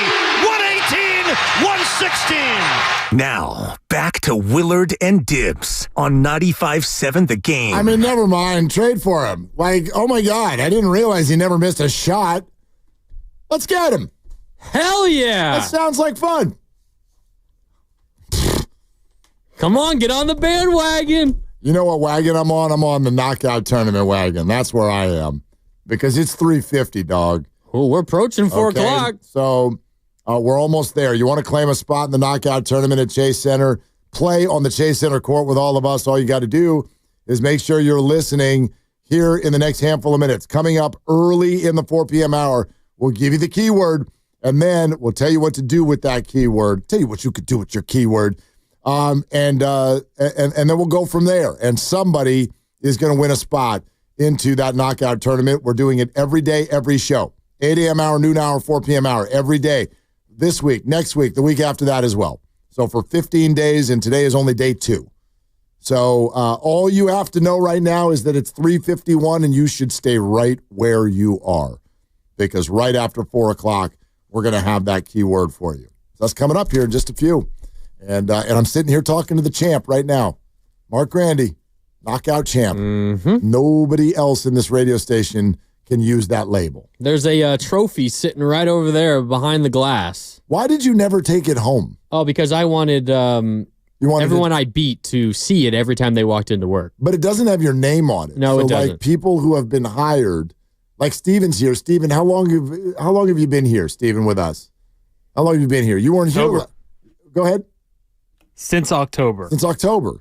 He's looking at that trophy. He's like, I don't even know whose that is. Somebody. I had no idea what it was. Somebody left their crap here. You gotta get your name on it, dude. Yeah, it's mostly for Guru and Bonte because Guru obviously made it very publicly known that he wanted to win that, and then he was the first person out. He was out less than 5 seconds into the start of the tournament. And then Bonte was in the final final four, something like that. Yeah, he made it down toward the end. So. And was he giving it to you out there on the court while that was happening? Friendly trash talk. There was some trash talk? Yeah, of course. Okay. He gave it to me when he knocked me out. Oh, Bonte knocked you out? Maybe I shouldn't have admitted that. I mean, when he knocked the guy in front of me out. Got it. No, you got to give it to people if you're the one who knocks them out. Oh, yeah. I don't remember who knocked me out. I knocked Bonte out. It was great. Oh, you knocked... Well, you guys were down to the last few. Yeah. Yeah. I had some listener knock me out. I don't know who it was. Great work, whoever that was. Somebody. So anyway, that's coming up. It's coming up now in 8 minutes or so. So be right where you are, okay? And we appreciate that so much. So here's Brian Windhorst of ESPN with the latest on the Jimmy Butler saga. Well, the Heat really are trying to move him. I think there might be a perception out there because it seems like it's gone on for weeks that they're not, but they are. And from the sources I've been talking to for the last really 48 hours, but definitely tonight, the Heat's price has dropped. They are willing to do more than they were when this all started last month. The Heat are trying to get this done. The difficulty, Scott, is the one team that really, really wants Jimmy Butler and the team that he really, really wants to go to is the Phoenix Suns. And the Suns have basically the most untradeable contract in the league, not just because Bradley Beal has a no-trade clause, but because how much he's owed on that contract versus what his production is. And even if you could convince him to accept a trade to a certain place, it's a hard thing to do. And so you're really trying to squeeze not just drops of blood out of a stone, you're trying to squeeze a gallon of blood out of a stone. And these teams have been running their heads into it for weeks, and it's not helping what's going on the court and off the court with Jimmy and the Heat. Okay, so I caught something new this time in listening to that. Okay. Which is the admission that there's one team that really wants him, and that's the team he really wants to go to. So therefore, that team is not the Golden State Warriors, and we're dealing with Jimmy Butler here. So this is right. It's worth thinking about. I don't know how Jimmy feels about coming to the Warriors. And Jimmy being who he is, that would matter to me if I were going to acquire him. Because I don't know what kind of attitude I'm getting. He said, or at least the reports are, he wants to be traded. He'll play for any team other than the Heat, his current team. And I don't know exactly why. I don't know what the lore here is. But I also heard a report that said he didn't want to be traded to the Memphis Grizzlies, but he will go anywhere else.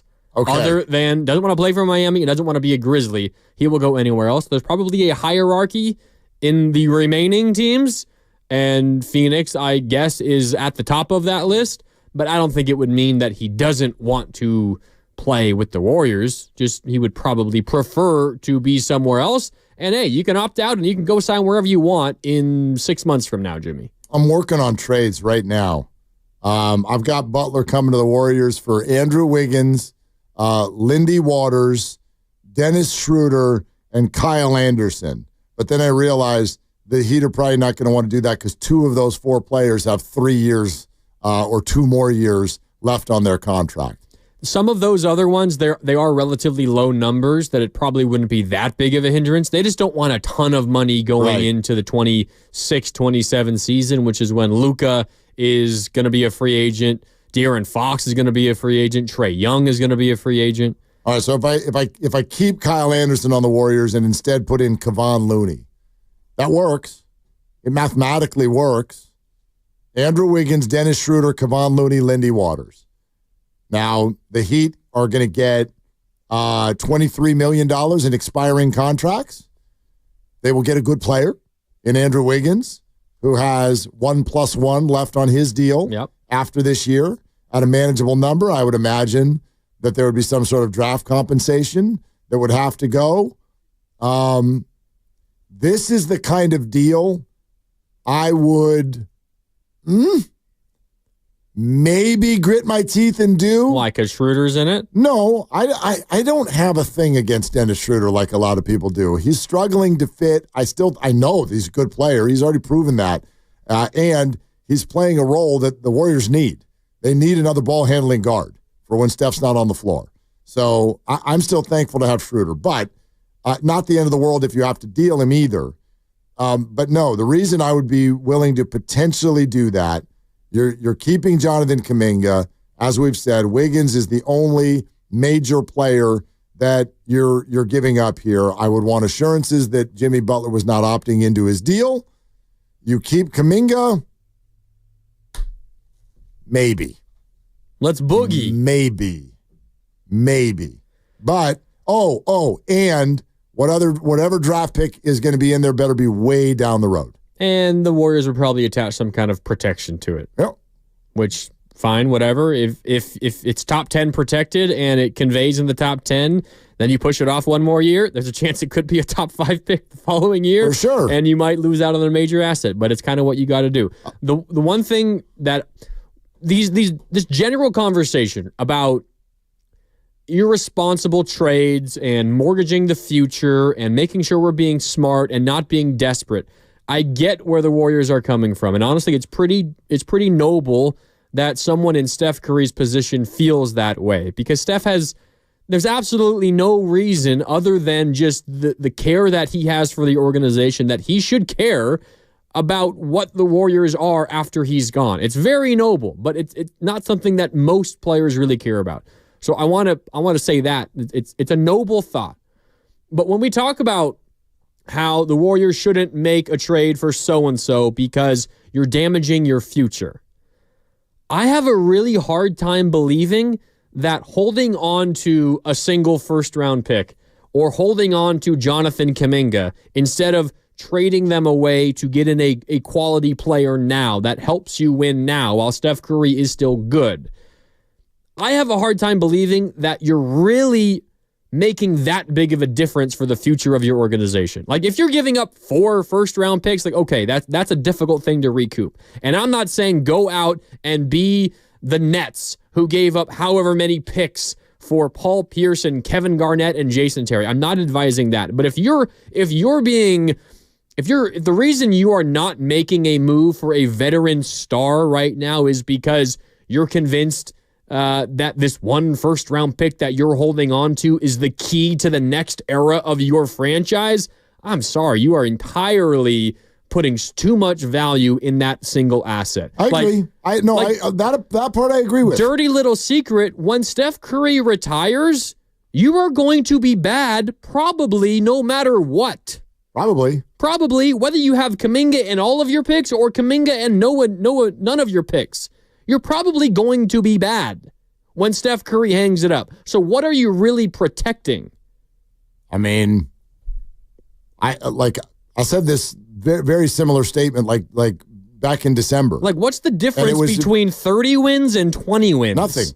Nothing. And that's what I do believe Jonathan Kuminga is as a one. I also know that I could be wrong. The Warriors' evaluation is the one that matters. But I am with you from this standpoint. Take Jimmy Butler's name out of it and just talk about this broad concept that you're bringing up, which is the idea of what do you really have to lose with the current future assets that you have? The answer is very, very little. Very little. But the reason I am not willing to give up these first-round draft picks that are coming up immediately, like later this year and next year, is because, A, we're already here and currently sitting in the 11 seed. So to me, that is already a pretty good known commodity. And more importantly, there's no time to recoup it if you do give it up. If I give up something in 2029 and things don't go the way that I think they're going to go over the next 2 years, well, now I've got a couple years to recoup that kind of draft compensation with players that are on my roster. I can do that at any time. I mean, hell, if you really do want to visit the idea of trading Steph, you can do that. You can do that a year from now or whatever, or Draymond or whatever, and you can recoup draft, or even Kuminga, and you can recoup that kind of an asset. You can't do that between now and this year's draft. It's just too quick. So, but your idea, I agree with, the idea that we overrate the current assets we have as being something that really, really matters 3 years from now. That, to me, is no different than worrying. It's just in the positive direction. You can't give up Kuminga. He's amazing. What does that mean? So's LaMelo Ball. And half of you are out there like, see, shouldn't have taken James Wiseman. Should take LaMelo Ball. Well, he's won 8 games this year. I don't care that he averages 30 points a game. They still suck. And I think that's your point. Kuminga could be amazing. If you don't put anything around him 3 years from now, you're going to suck really, really bad. So you've got time to rebuild your team, but that doesn't mean Butler. That means willingness. Willingness to put future assets in, not necessarily for this particular idea. You're listening to 95.7 The Game, KGMZ FM and HD1 San Francisco, and Odyssey Sports Station. Always live on the free Odyssey app. Twitch and YouTube, powered by First NorCal Credit Union. For a low-rate auto loan, apply online or just ask for First NorCal financing at the dealer. Also, we are giving you the keyword that you need to claim a spot in the knockout tournament on the Chase Center floor in less than 10 minutes. So please keep listening. We're going to give this away, and we're going to get to meet whichever one the lucky one of you is. So we look forward to that. All right, let's go to Roger in Berkeley. Hi, Roger. Thank you for calling. You're on with Willard and Grandy. Hey, guys. I don't know what the numbers are comparing Wiggins with Jimmy Butler, but Wiggins is much younger. He's doing a great job. Kuminga's coming back. Post is the first big guy they've had in a long time. I don't know why Jimmy Butler is the be-all and end-all for 2 or 3 months. And then you lose Kuminga, lose what's his name? Wiggins. Yep. For nothing. And he's still got several good years left. Over. Yeah, Roger, thanks for over and out, Roger. Yeah, totally get it. I don't know that anyone is saying Butler is the end-all, be-all. I don't even think you're saying that. I think given the realistic players that are going to be moved at the deadline, he's the best player. Well, not if De'Aaron Fox gets moved, he's not. You're right. De'Aaron Fox is better. Somebody asked us on the text line, if you could trade for one of them, who would you trade for? I'd like both of us to say this out loud so that the texter feels good. Nobody in here would trade for Jimmy Butler over De'Aaron Fox. No. But De'Aaron Fox is not going to be available to the Warriors. Yes. For like 8 reasons. Starting with, that's not where he wants to play in the future. The reports are he wants to play in San Antonio. Secondly, I don't think Sacramento would even take the Warriors' call. They don't want to send him here. Third, the Warriors probably do not have any of the assets that Sacramento's looking for. And 4, I'm not even really convinced that this isn't just some sort of a leverage play and that Sacramento is not going to trade him at all. But the Warriors do not feel like, I would love to be wrong here, they don't feel like a match in this particular case. Let me put it a better way. Of the players that could realistically be traded to the Warriors at the trade deadline, Jimmy Butler's the best one. Maybe. Probably. But again, what I'm going to leave open until February 6th has passed, that there might be people dealt that I don't know are going to be dealt. Well, I mean, I know I've said this before. I'll say it again. If Zion were available, I'd much rather the Warriors take a swing at Zion than take a swing at Jimmy Butler. And I'd rather them take a swing at Cam Johnson, who may not be the player that either of those are, but he's a better fit. Makes more sense. He's younger. He does the things the Warriors need. He's cheaper. He's all of that. Like, I'd much rather have him. Yeah. Than any of these guys. And to our previous caller, I apologize, I already forgot his name, who was just on talking. I think that was Roger. Roger? Did I get that? Oh, yeah. Yeah, Roger in Berkeley. Over and out, Roger. Sorry, Roger. Yeah. Talking about Andrew Wiggins, and now he's got good years left in him. Yeah, he's, 29 years old? He's still in his prime. There's no doubt. But this is exactly what I'm talking about with holding on to something for the promise of the future when this individual person isn't going to be a driving force behind you being successful or not. Like, Andrew Wiggins is a quality player, no doubt, and he was very good when the Warriors won a 2022 championship. But if Andrew Wiggins is on the Warriors after Steph Curry hangs him up, or once Steph Curry, falls off a cliff and isn't the player that he currently is, like, Andrew Wiggins is not going to be the difference maker in you being a playoff team or not. We've seen that Andrew Wiggins before. Yeah, that's on the Minnesota Timberwolves. Not The only time they went to the playoffs was when, guess what? Jimmy Butler was his teammate in Minnesota. No, but you have my agreement there. Butler is a larger version of Andrew Wiggins. He's kind of what I think everybody wants Wiggins to be. Yeah, no doubt. He's older. And Jimmy Butler. He's Wiggins with a dog in him. First 13 years of his career. This is his 14th year. First 13 years. He's gone to the playoffs 11 times. Is that impressive in the NBA? Is it? Yes. Is it? Yes. Is it? Yes. When he hasn't been on like these crazy super teams for the majority of his career. I mean, let me say what you just said a different way. Okay. 11 out of the 13 years Jimmy Butler has played twice. Right. Let me say it a different way. 11 out of 13 years, Jimmy Butler has been one of the top 8 teams out of 12 in his conference. Ugh. That's less impressive. Well, the Warriors are about to not be a top 10 team in their conference. Maybe. For a couple of consecutive years. Don't project 2 months from now. Also, you don't know what's going to happen. 13 out of his 13 seasons, he hasn't finished the season as a champion.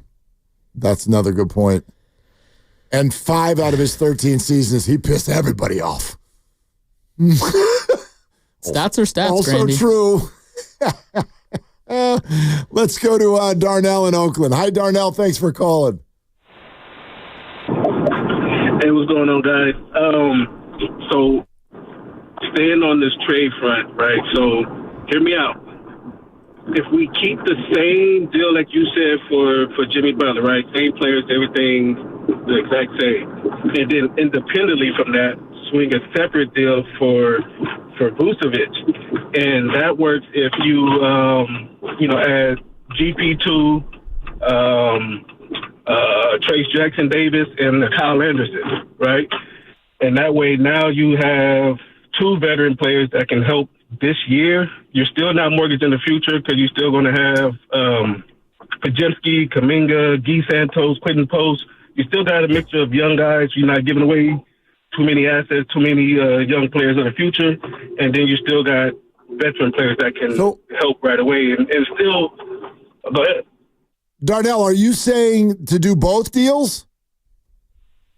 Absolutely. Okay, so here's the problem with that. In theory, I love your idea, but Darnell is referring to a trade we threw out about 15 minutes ago, which was Wiggins, Schroeder, Looney, and Waters for Jimmy Butler. Then he's saying throw 3 players to the Bulls for Vucevic. Your issue there is that you just sent out 7 players for 2 players, and you have no money to add more players. You would have an illegal roster. Yeah. But, Darnell, from a conceptual standpoint, I do get where you're coming from on something like that, and I've not forgotten about Nikola Vucevic. But you're throwing out. So how many guys they have on the roster right now? Right, they're playing with like 13 guys right now. Right, and then there's 2 guys that don't leave the bench. Right. Right, but it's not about how many you're playing. It's about how many you actually employ on your roster, and you do have to have a minimum amount. And the Warriors are hard capped on the second apron. So if they make these deals, the salaries all match. They're still hard capped, and they would have lost 5 roster players and have no money to sign any new ones. They still got G League guys down there that they can fill the roster. Then you still got Tim. Because the thing they also want to do is shorten the roster. Right, but those guys, Darnell, those guys, you can't. Again, good idea in theory. It's not applicable. Thank you, Darnell. Appreciate it. Because even if you call up G League guys, I've checked, you have to pay them.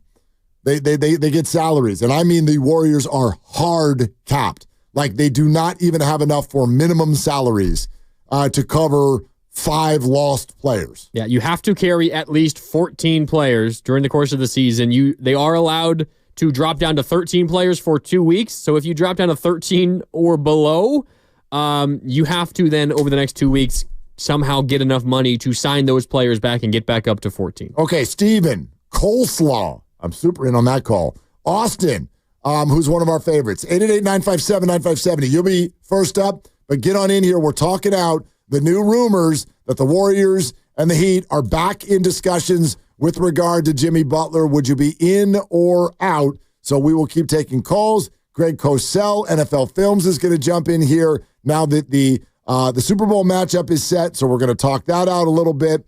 And also, right when we come back, the key word you need to win a spot in the knockout tournament at Chase Center is coming up. So keep it locked right here. Grandy's in for Dibs, Willard and Dibs. This game day traffic.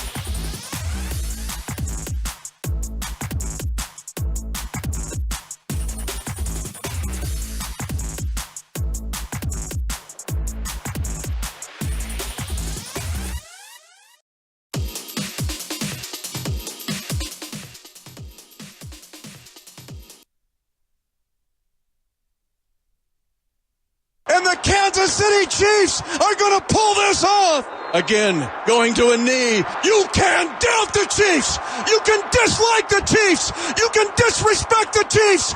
You're going to have to deal with the Chiefs being the first team in National Football League history to win back-to-back Super Bowls and go to the Super Bowl for a chance for a three-peat. The Kansas City Chiefs have just done something that's never been done, and the Kansas City Chiefs Kingdom rocket has gone past Pluto. The Chiefs win the AFC Championship. Now, back to Willard and Dibs on 95.7 The Game. No, that wasn't annoying at all. Sister station, 96.5 The Fan in Kansas City. Oh, my God. I was thinking of a different U2 song. We still haven't found what we're looking for, which is a Chiefs loss. That's what we're looking for. Haven't found it. But you know what is here? Two things. One, Greg Cosell. Two, the keyword that a lot of you are waiting for. Now, we do see some of you on the contest line right now, so let me start this the way I always do. Don't call, don't call, don't call, don't call, don't call. Not now, don't call. Just listen. Okay? It's time to give out the keyword that you're not going to use yet, but you're going to know it and use it in a little bit. Okay? The knockout tournament, Chase Center Court, is coming real soon.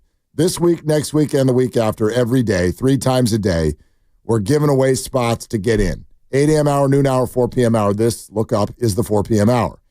Today's keyword is state, as in the state of California. Again, the keyword is state. Don't call now, stop calling. Okay? But sometime in the next 25 minutes, you're going to hear this sounder. When you hear that sounder again, whether we mean to play it or not, that is your cue to call the contest line at 415-523-4652, not now. 415-523-4652. Put that number in your phone and be ready for when you hear that sounder again. The first person to call in and give the keyword state will be in the knockout tournament on the Chase Center Court. So just keep listening because it's coming up real soon here in this 4 o'clock hour. Okay? Everybody got it? Okay. Got it. All right. Now we can go out to the River Islands guest line and talk to our good buddy at NFL Films, Greg Cosell. Greg, how the hell do you stop the Chiefs? Only one man can answer that question, and it's you. Well, I certainly don't have the answer as how you stop them. But, I mean, you know, they're obviously a really good team. Their defense is terrific. You know, I've been talking for weeks and weeks and weeks that Steve Spagnuolo is the best situational blitzer in the NFL. That's been a major part of their team this year and certainly over the last month or so. You know, they're a very odd offense this year. They're not a big play offense. They're really a third down offense and a red zone offense, particularly recently, and that's really how they move the football. They don't really produce big plays in the pass game, but they convert on third down at a really high rate, and that's really how they move the football and sustain offense. Yeah, Greg, I wanted to ask you about that Steve Spagnuolo blitz call at the end of regulation when it was do or die, essentially, for the Bills. And they only rush 5, the Chiefs do, but one of them is a corner who's coming from the offense's right side. And despite only a 5-man rush, you essentially get 2 free rushers on Josh Allen, who ultimately makes an incredible play just to get the ball off and anywhere near a receiver. And Kincaid probably should have caught it, but dropped it. But, I mean, a 5-man rush where you essentially get 2 free rushers, that's just the greatness of Steve Spagnuolo. Can you break down that play for me? Well, first of all, the Bills were in an empty formation. So that means they only had 5 offensive linemen who were pass protectors. And the Chiefs lined up in a 6-man front. So right away, you know that there's someone who can't be blocked because you have to account for all 6. You don't know who's coming and who's not coming. So you have to account for 6. So you have to decide right then who you're going to let free. Normally, what you do in that situation is you would let free someone on the edge. You do not let someone through the A gap or the B gap free. Now, to the left side of the Bills' offense were Jones and Bolton. Bolton is very often a part of their pressure packages. So the thought, I imagine, I don't know this, and the people who act as if they know really don't know, I imagine that they were thinking, let's slide that way because Bolton is kind of a known blitzer when he lines up on the ball, and you have Chris Jones there, so you didn't really want to have Jones one-on-one. So that's what they chose to do. Now, obviously, Reid came in through the B gap. I don't know if someone made a mistake, unless someone has talked to the Bills and the Bills were honest. They don't know that either. But what you have to do is it's easy after the fact to say they only rushed 5, but they had 6 on the line of scrimmage, and there were only 5 pass protectors because it was an empty set. So you have to account for all 6 one way or the other. And then they actually added the corner who's not part of the 6 on the line of scrimmage. Greg, I tell you what, looking at that offense, there's another thing that I scratch my head about, and that is, and we've talked about the wide receiver market booming, right? And everyone talking about the weapons that these quarterbacks have. And I look at Patrick Mahomes' weapons and put Travis Kelce aside, and I'm fascinated by the fact that A, there's no sort of big names, but B, he doesn't seem to go to anyone in particular consistently. So let's focus in, for example, on DeAndre Hopkins. This was a big acquisition. This is not too long ago, a big-time receiver in this game. How are they using him, and why is it not more consistent? That I can't answer, but they're a schemed offense right now. They win more with how they scheme plays versus anticipated coverage concepts. For instance, they had a number of third down conversions, big plays versus man coverage, where they schemed concepts that were man beaters, and they won that way. They don't really attack at the intermediate levels very often, and they don't attack vertically. Mahomes, believe it or not, this year, and obviously it's not a factor because they were going to the Super Bowl again, but Mahomes this year was far and away the worst passer in the NFL on balls thrown 20 yards in the air from the line of scrimmage. So 20 yards or more from the line of scrimmage, Mahomes completed 26% of his passes, which was far and away the worst in the NFL. By contrast, Sam Darnold completed 56% of his passes on balls thrown 20 yards or more in the air from the line of scrimmage. Greg, I wanted to ask you about the Chiefs offense as well, and this is not, and you just brought up some statistics that show that, there has been an area that Mahomes has struggled in so far this year, and I'm not taking away from Mahomes, and I'm not trying to convince anybody that he's not a great quarterback, because of course he is. But in these moments, in these postseason games, year after year after year, it feels like it's the Chiefs that are skating by and are winning games because of just absolutely incredible play calls by Andy Reid and the coaching staff. It was Mahomes using his legs to convert on 4th down, which he did in overtime of the Super Bowl last year, a designed quarterback run. It was a number of other great plays. It was being willing to throw on 2nd and 3rd and long on the final drive where an incomplete pass might allow the Bills to get the ball back and potentially tie the game or win the game. I wonder what you see in Andy Reid's play calling and how that has been one of the main factors. Again, Mahomes is great, but Andy Reid's play calling, one of the main factors in why this team is going back to the Super Bowl again. I think that's always been the case. I mean, you mentioned the Mahomes touchdown run. That was the exact same play, same formation, same everything as the Kareem Hunt touchdown run that ended their first possession. So they lined up exactly the same on that play, and this time Mahomes kept it. So, they do a lot of really cool things with their play calling. It's very scheme-based, and they're very good at understanding what they're going to get from the defense. That's film study, and really attacking that. A major part of play calling, and I remember having conversations with offensive coordinators about this over time is you build what you do offensively. It's a combination of what you do well versus what you anticipate from the defense based on film study. And the Chiefs are really, really good at that. And certainly Mahomes can make plays with his legs, and he seems to make more of those plays when you get to the playoffs. A perfect example of that is when the two teams, the Bills and the Chiefs, played in the regular season. In the game that the Bills won, Mahomes had no rushing yards. Now, obviously, that was not the case in this game. In these more important games, he definitely becomes a factor as a runner. So they do a lot of really good things on offense. But of course, you're right. Mahomes is great, and that's not even the question. Mahomes is a great player. But you mentioned the receivers. It's really interesting because this was an AFC championship game in which there were really no great receivers on either team. I mean, it's funny. There's been so much talk about Josh Allen, which is also so silly. I watch people that I respect and know well talk about Josh Allen, and I feel so badly for them. But anyway, the Bills are not really a highly talented team. They don't have an impact player on defense. They don't have any real receiver. Shakir's a really nice number 3, but he's a number 3. So, and they have a good O-line and a good run game. Not a great run game, a good run game. They're not a particularly talented team, and every year they get to the playoffs.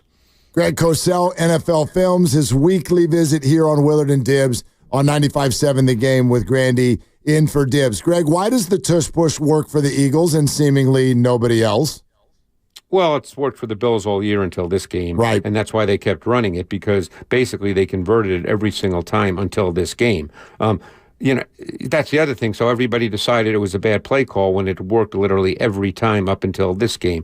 I always find it interesting that everybody's a genius after they have access to the results. Did you ever notice that? Well, why do you? Absolutely. We're sports talk radio hosts, but that was a good answer. I like that a lot. Thank you very much. No, but why didn't it work this time? Was the timing off? Did the Chiefs do something special? What'd you see? I mean, I think that the one thing that has stood out, they talked about this, was that Josh Allen, every time he has done it, has gone to his left, and it's worked.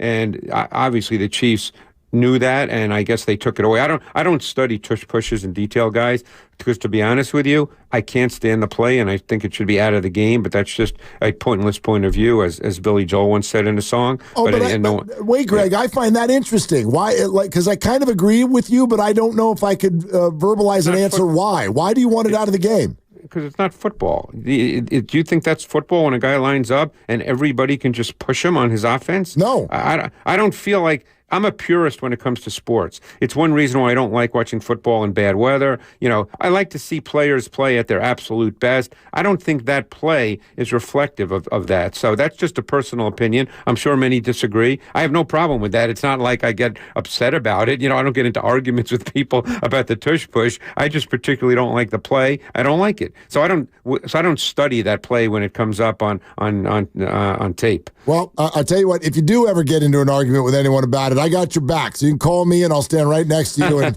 I'll help you out. Great. I mean, go ahead. Sorry, Greg.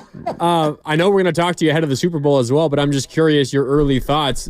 Eagles and Chiefs. Obviously, the Eagles on offense, they got to run the ball. They were a little better passing the ball in the NFC Championship game. I mean, they scored 50-plus points. How do you feel the Chiefs' defense against this Eagles running game? What do you think of that matchup? Yeah, that's going to be interesting. I don't necessarily have a brilliant response to what the Chiefs are going to do. I mean, Steve Spagnuolo is obviously a little smarter than I am when it comes to this. But, the thing about the Eagles' run game, think about it this way. What does everybody talk about when it comes to offense? All offensive coaches say we want explosive plays. And percentage-wise, over the years, explosive plays come out of the pass game, not the run game. That's not the case with the Eagles. I mean, think about the Commanders. They go 18 plays to start the game. They eat up more than 7 minutes of clock. Now, obviously, they wanted a touchdown, but they kick a field goal. So they're probably feeling pretty good. We just ate up more than 7 minutes. We ran a ton of plays. The Eagles defense played a lot of plays, and boom, the very first snap, Barkley goes 60 yards. Okay, and all of a sudden you're losing, and the whole game changes. The Eagles get big plays in the run game, and that's where they're different pretty much than every team in the league. And it's that's a major, major factor because it's just really hard to stop him. I mean, you can see safeties. When he gets to the third level and you see these safeties who have to tackle him, you know it's not going to happen. Greg Cosell, NFL Films, is with us. You've had some interesting comments, I think, the last handful of weeks on Jalen Hurts. What did you see in this game, and do you see his health right now affecting his play? No, his health wasn't a factor at all. And to be honest with you, I thought that this was a brilliantly called game by Kellen Moore. Everybody knows, and I can tell you this for a fact, and people listening, might say otherwise, but it's a fact. He is not a great progression reader, and he doesn't throw the ball really well between the numbers. He did not attempt one pass between the numbers this week. Not one pass between the numbers. Think about that. Wow. Think about how many balls Brock Purdy throws between the numbers every single game. Jalen Hurts did not throw one ball between the numbers. He worked to the outside. They're so good using the run game as part of their pass game. Hurts was super efficient. He played at a really high level within the context of their offense and what he was asked to do. They can do that, and Hurts can be super efficient. It's a very, very big deal, by the way, that he never turns the ball over. That is a much bigger deal than people might think because the Eagles have a really, really good defense. So if they have to punt and the opposing offense has to go 80 or 85 yards, that's really hard to do consistently against the Eagles defense. Now, we'll see if the Chiefs can do it. We'll see how the game plays out. In Super Bowls, crazy things happen that you just can't predict. You can, analyze the game over and over and over, and I'm sure I'll be doing that on Radio Row next week. But, you never know. You never know how it plays out until it happens. But the fact is that the Eagles do not turn the ball over. Jalen Hurts does not turn the ball over. You can never overstate that. Greg, the 49ers have put the finishing touches on their coaching staff. It includes Robert Saleh returning as defensive coordinator. Obviously, he spent the last few years as head coach of the Jets. What should 49er fans expect? Should the defense look, feel the same as when he was here last time? Has there been any adjustment in game plan and scheme when he was in New York? What should Niner fans be expecting from their new but old defensive coordinator? I would think it'd be similar, just because, coaches kind of know their systems and feel really good about them. There might be a tweak here and there. All coaches do that anyway. But you're not going to see a totally brand new defense that you never saw before. It was very effective when he was there, obviously. So I think you'll see something very similar. To me, the big question will be blitz concepts. Will Robert Saleh become much more of a pressure coordinator than we know that Sorensen was not? This team hardly ever blitzed, and they relied almost exclusively on their four-man D-line for pass rush. So that would be something I'd be curious about. I mean, Saleh's not a big-time blitz. It's not as if he's going to blitz like Spags does or Todd Bowles does, but I'll be curious to see if there's more of a pressure element to their defense. Greg, great stuff, and we look forward to talking to you next week as we get ready for this one. Yeah, I'm looking forward to it. I'll be down in New Orleans, and I low key it when I'm down there, guys. I don't do the whole routine at the Super Bowl. Okay, no, I think what you should do is just head up and down Bourbon Street telling people that the tush push should be banned. Maybe hold up a sign on the corner of the street. Well, I think if you've been on Bourbon Street before, there's probably a lot of tush pushes that go on anyway. That's a great line. That's a phenomenal. Greg, we're going to end right there. That's perfect. Greg, thank you so much. Thanks, guys. Appreciate it. Greg Cosell, NFL Films. That's a 5. That is amazing. He's not wrong. No, he's definitely not. All right, great stuff with Greg Cosell. We've been talking a lot about Andrew Wiggins and the Warriors and Jimmy Butler and what it all means, largely because of this. Shams today on ESPN. The Heat are engaged with multiple teams on Jimmy Butler, including, from what I'm told, the Phoenix Suns and Golden State Warriors. The Heat are operating in the landscape as a team that's motivated with interested suitors. And as far as a price tag on Jimmy Butler goes, it's been described to me in league circles that the Heat are looking for shorter-term contracts along with draft assets, and they have not yet received an offer that they're moving forward with. Okay, that's from Shams today, and because of the idea that the price has come down from the Heat, the thought is that the Warriors are back in action. Now, before we go back to that discussion, and some of you on hold that want to weigh in, we do have this courtesy of our Warriors insider, Anthony Slater. Not great, Bob. He says Steph Curry is a late addition to the Warriors injury report tonight against the Jazz. He is now questionable, again, because of bilateral knee management on the front side of a back-to-back.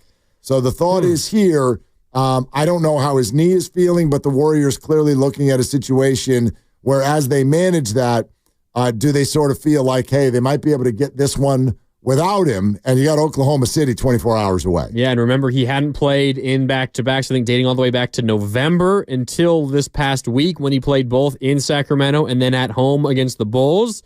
But now it's looking like even if he plays tonight, Willard, which maybe he won't, I would imagine if he plays tonight, he's not going to play tomorrow because the bilateral knee stuff is bothering him again. So it looks like an either-or, and maybe the Warriors feel they can get this win against the Jazz without him, and then maybe they have a chance to double up and upset OKC tomorrow with Steph. Well, we'll see. But when you're a late ad at 4:39 in the afternoon, doesn't seem great. It does not seem great at all. Okay. Thank you. Real quick, let's go back to the phones. Austin in San Jose. Hi, Austin. Thanks for calling. Austin, you there? Oh, man. I'm all kinds of disappointed. Call back, Austin. Yeah, because, well... we can put you back on hold, and we'll try to find you. How about that? Yeah, let's do that. I'm going to put it back on hold, and you guys see if you could track down Austin, because literally on our little call board, this is what it says. Austin in San Jose, I want to go after Willard. Oh, come on, Austin, get by your phone. Like I literally almost told Greg Cosell, hey, Greg, could you just hold on a second? Because somebody wants to go after me, and I think I'd like to have that conversation.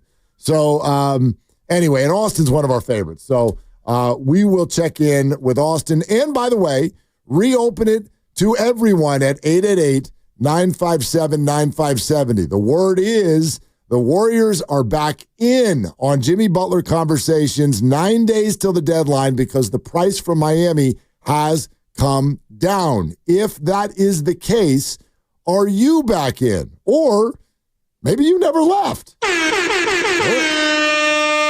But now there's this. That's the sounder. All you got to do is call the contest line 415-523-4652.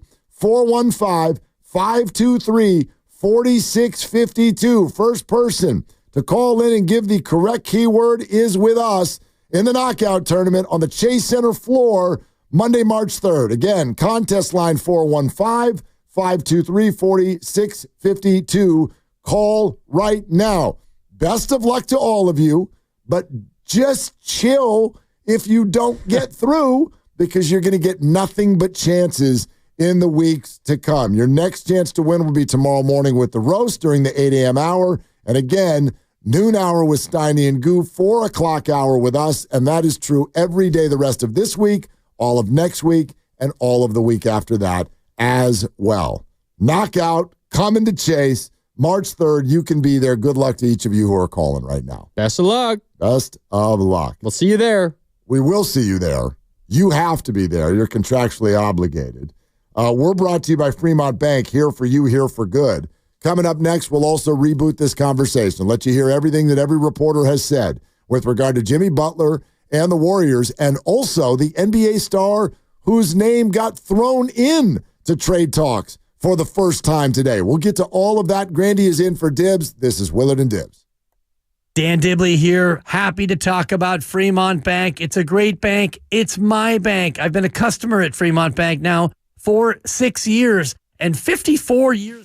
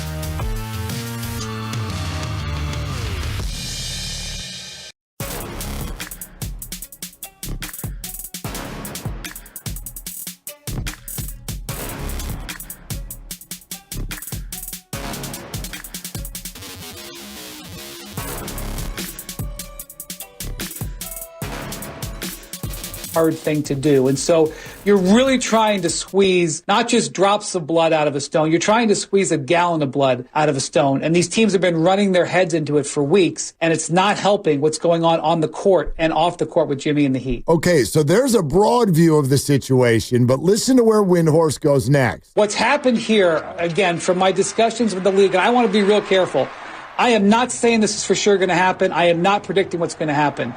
But I do think some teams that thought they were out of this are coming back in because it doesn't look like the Suns and Heat are going to be able to consummate a deal. I think we might see a team swoop in here and get Jimmy Butler at a cheap price, a guy who can be the best player in a playoff series at a bargain price. And I think that's the phase of this where we're at. And so if a team pulls that off, and I'm not going to tell you the teams that are trying because I can't wade into those waters, this could be a trade that affects the outcome of this season. So definitely a very interesting next 2, 3, 4 days here. Okay, so new teams are on the block, and he straight says, I don't think the Suns and Heat are going to be able to get this done. Mm-hmm. I mean, there's a piece of me that when I heard all this today, I'm like, oh, this is the Heat trying to just threaten the Suns. Like, okay, we'll go somewhere else. But it's not entirely up to the Suns. No, it's not entirely up to anyone. In fact, it's kind of if you don't have Bradley Beal's seal of approval, the whole thing's off. One, it's up to Bradley Beal, and two, it's up to not necessarily the Heat, but the third team, the fourth team in the deal to want Bradley Beal. Whoever's going to get Bradley Beal. Or to be paid enough draft picks to want Bradley Beal. Right. So here we are, and the Warriors are reportedly back in because the price is lower. To me, that means, and again, go back to Sam Amick, FanDuel TV. 3 weeks ago, he said this. Their reasoning for not going after Jimmy, even beyond the money, is that to this point, they've been pretty happy with Andrew Wiggins' play. And the idea of also giving up a Jonathan Kuminga in that deal, even though he's hurt right now, is something they weren't looking to do. The prospect of Wiggins and Kuminga going out and Butler coming in, they didn't like kind of how that looked for them. Okay, but what about just Wiggins? And that's the update. I think that maybe. What if you could keep Jonathan Kuminga and get Jimmy Butler? I get it. You're not in under any circumstances, but you're in. Yes. And I'm not out under any circumstances, but I'm out. I think that's the best way to sort of like summarize our thoughts. There's a little bit of overlap. Just a little bit. I can see this tiny little window where it makes sense. I'm willing to give up nothing. I do not really like the idea because I think Jimmy is a problem. I also do not think he's the type of player. We talk about, this is what's funny. Maximizing Steph doesn't just mean trying. Maximizing Steph means understanding the kind of player who would help him. And to me, that's not just a name. It's a skill set. And that's kind of a point I made last week when you saw that night where Quentin Post and Guy Santos started nailing threes. Now, it doesn't necessarily have to be those guys, but that's what Steph needs. He needs space creators. And what Jimmy is he's not a space creator, he's a great player. He's just another option. But maximizing Steph to me means, how do you play at your best? Maybe that's not enough anymore, but Jimmy might not be enough either. But he needs space creators, and Jimmy Butler is kind of like Andrew Wiggins, but better. And like Jonathan Kuminga, but more experienced in that he can do everything, but none of them are consistent three-point shooters. Yeah, I hear you. And, I mean, I'll be the first to admit, and I'm in on the idea of acquiring him, I'll be the first to admit that it's not an ideal, perfect, seamless fit. And you're right. Like, Steph Curry and the Warriors' offense are at their best when you have Steph and you have a great passer in Draymond surrounded by great shooters everywhere else. It's why Steph and Clay and Dre were perfect for each other, because you have two of the greatest shooters ever and one of the most unique offensive players and defensive players, but offensive players in Draymond Green being the distributor and the hub for all of it. So I'm with you there. But I think also from a larger perspective, if I were to zoom out just a little bit, and this is something that it kind of popped into my head and just became immediately clear to me watching the Lakers come in on Saturday and just dominate the Warriors and win that basketball game. I saw LeBron James, who's now, 40 years old, and has just been selected to his 21st All-Star game in his career. I saw a LeBron James that, because he has a running mate in Anthony Davis, isn't like taking plays off, but can kind of chill during the course of games and during the course of a season at times. And then when he has to turn it on, say in a big game in the regular season or in a big moment or in just like a fourth quarter here and there or in a postseason series or in a postseason run, he can, because Anthony Davis allowed him to save up his energy for those moments. Stephen Curry right now, you see it every time you watch him take the floor with this Warrior team, specifically without Jonathan Kuminga. He has to work harder than he ever has. Ever. And he's 36 years old, almost 37. And that's just on offense. He's also getting targeted on defense. I saw GP2 drive past LeBron James and score down low on LeBron. GP2. Like, LeBron has the ability to just kind of coast during games. Steph does not have that ability. And I'm not saying that a 35-year-old Jimmy Butler is the ideal partner for Steph, because of course it's not. But at least it's somebody where when he's playing for you, you know he can take some of that responsibility consistently off of Steph's shoulders and can potentially alleviate some of those stressors and can make Steph better as a result, because he doesn't have to do everything for every single time he takes the floor anymore. I think it's a great point. I really do on multiple levels, which is, and maybe this is just, I guess my quick answer would be, okay, great, but is that creatable? It's like, okay, so your larger point is Steph needs to be able to just lean on someone, not have all the defense running at him, somebody who can take that number one role when he sits. All of those things would point to, I guess, where you're getting at, which is, okay, so Jimmy Butler. Sure, I get that, but, the idea of, so LeBron's got Anthony Davis. And Anthony Davis is not available. I don't know that there's anyone out there that you can go, because like Jimmy kind of needs someone to lean on too, because both of them are north of 35 years old. So I don't know that that's available, number one, but it is a very, very fair comment to say that's the blueprint where a team can still at least look like it might succeed at a high level when someone is well north of 35 years old. You have to be able to lean on someone else, like we're watching the Laker game right now. And you don't want to know what LeBron James did 7 minutes into the game? Went and sat on the bench. Like, he's taken minutes off already in the first quarter, and they manage the minutes that way. There are more breaks baked in, and they ask less of him, especially in the first half of games, and they don't run the ball through him all that time. Like, the whole thing, whether he's playing or not, is built on sort of buying him some energy. You're right. Steph does not have that right now. And I do think that's also why he goes on prolonged periods like he did in the second half against the Lakers. Didn't score. Poor play, because he's just worn out. And it's not like it was the Sacramento game where he wasn't getting shots up.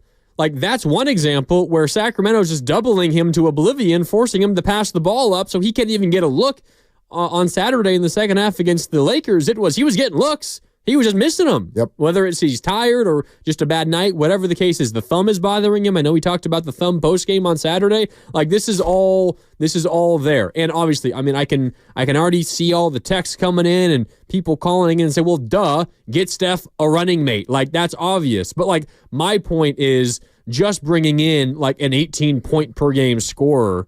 Like, yeah, that's good. It'll make you better. It's not enough. They already did that. They already did that with Dennis Schroeder. You need some, like, the whole talk about maximizing Steph.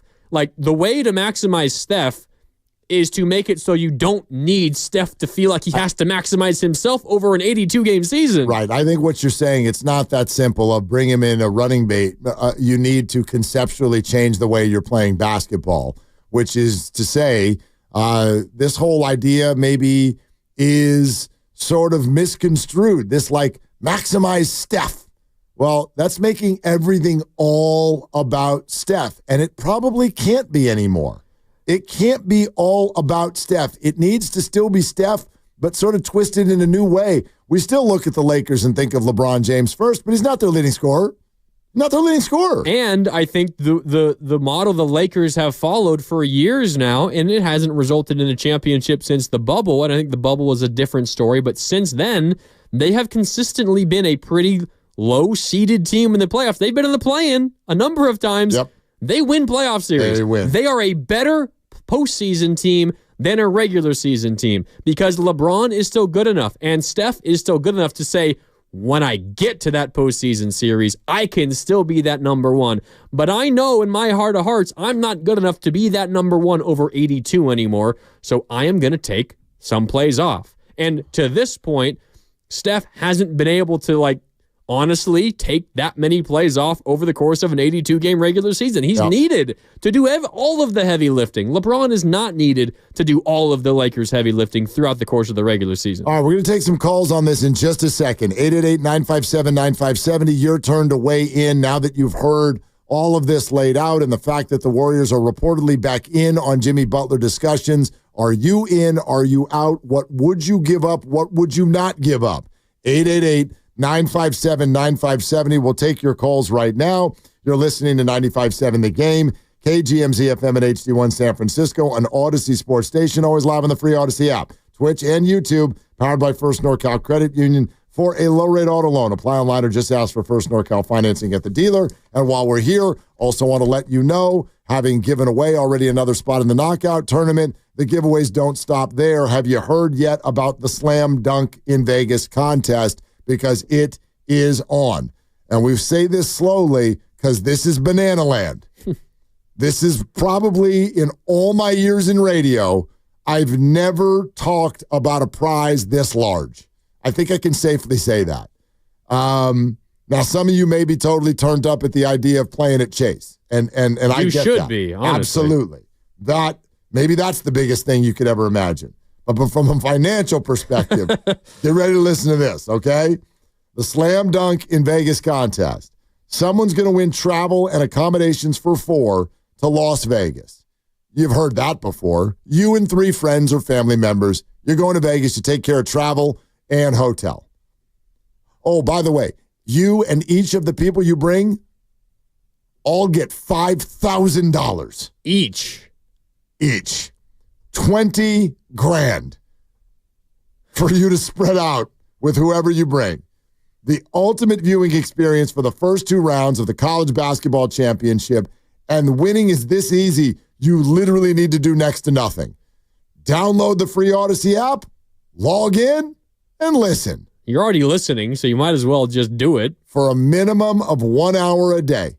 And if you are listening for an hour, the app takes care of the rest. Isn't technology beautiful? You don't need to do a damn thing.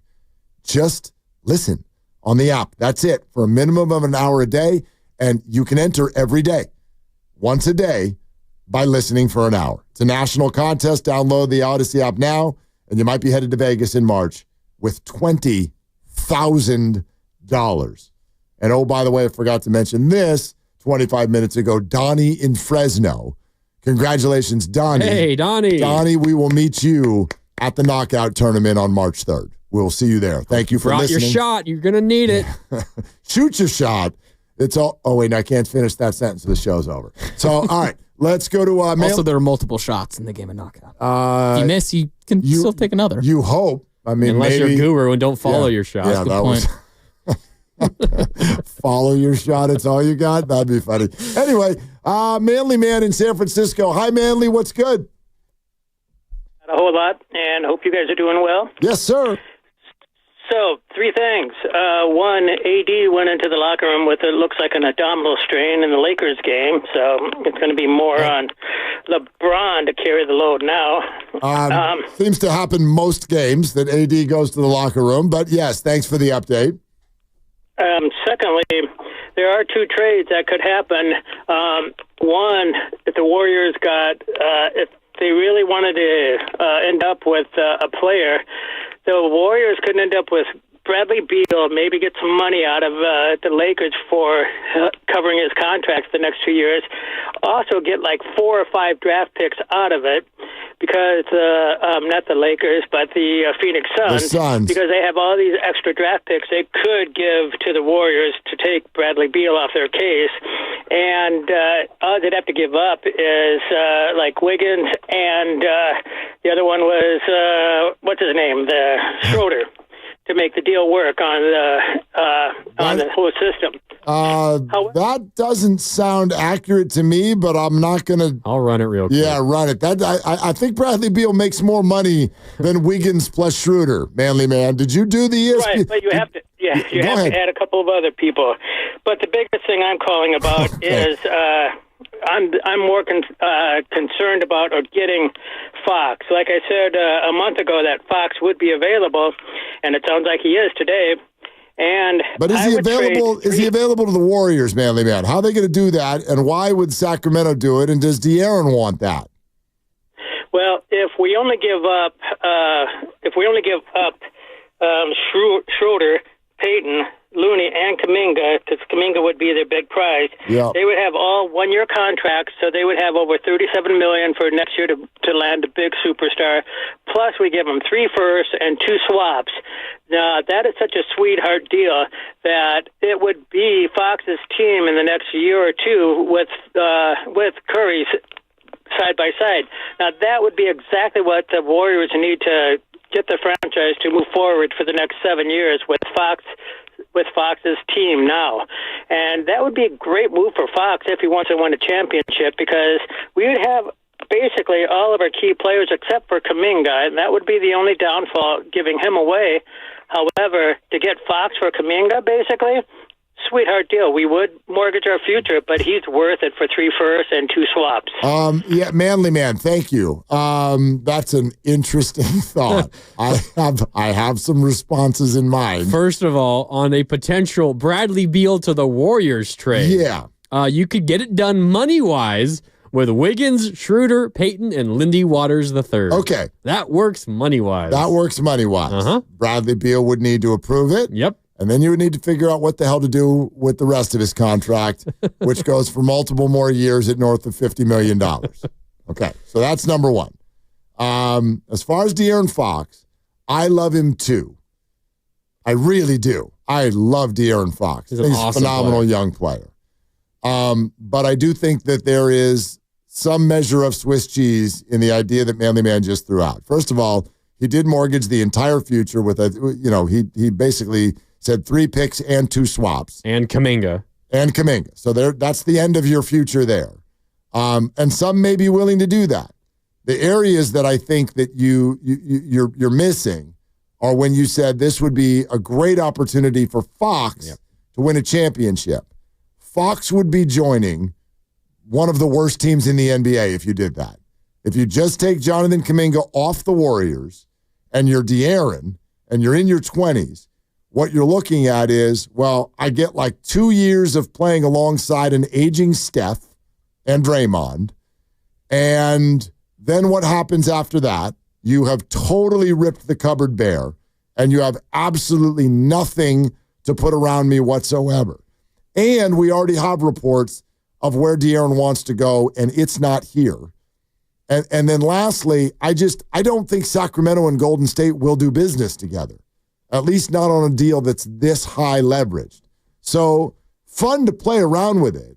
And in general, if your thought is, I'd love to get De'Aaron, totally agree. But if I'm De'Aaron Fox, I do not like the scenario that Manly Man just threw out. And he does have power, because here's the last part of all of this. Let's say that all those things he laid out actually happened. Let's say it. De'Aaron's like, yep, I'll go to Golden State. And the Warriors are like, the Kings send him, and the Warriors send Kuminga and all their picks, and they make the salaries work. And then a year and a half from now, De'Aaron goes, you know what? I'm going to go play with Wemby. I think I'd like to be a Spur as a free agent. Yeah. Now what do you got, Warriors? Now you have what I would argue is a decade-long problem. So anyway, fun to do the exercise because it's the trade deadline. But I don't see a way that the Warriors can get their hands on De'Aaron Fox. The Warriors won't do that. The Warriors would not do that. And they shouldn't. No. And neither should De'Aaron. Because I think what's scary for teams like the Warriors, who, an okay team right now, and you add a star to this okay team right now, okay, I could believe you that maybe, this is a team that could win something this year, maybe could win something next year.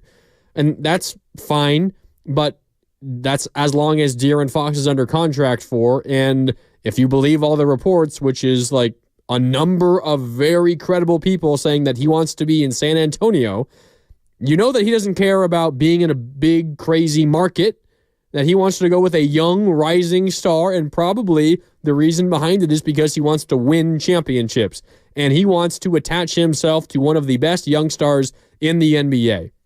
And you're right. Even if the Warriors weren't to give up any of their first-round picks or Jonathan Kuminga, if you were just to add De'Aaron Fox to this Warrior team right now, he still probably would choose the Spurs over the Warriors a year and a half from now, even if you had all your picks left.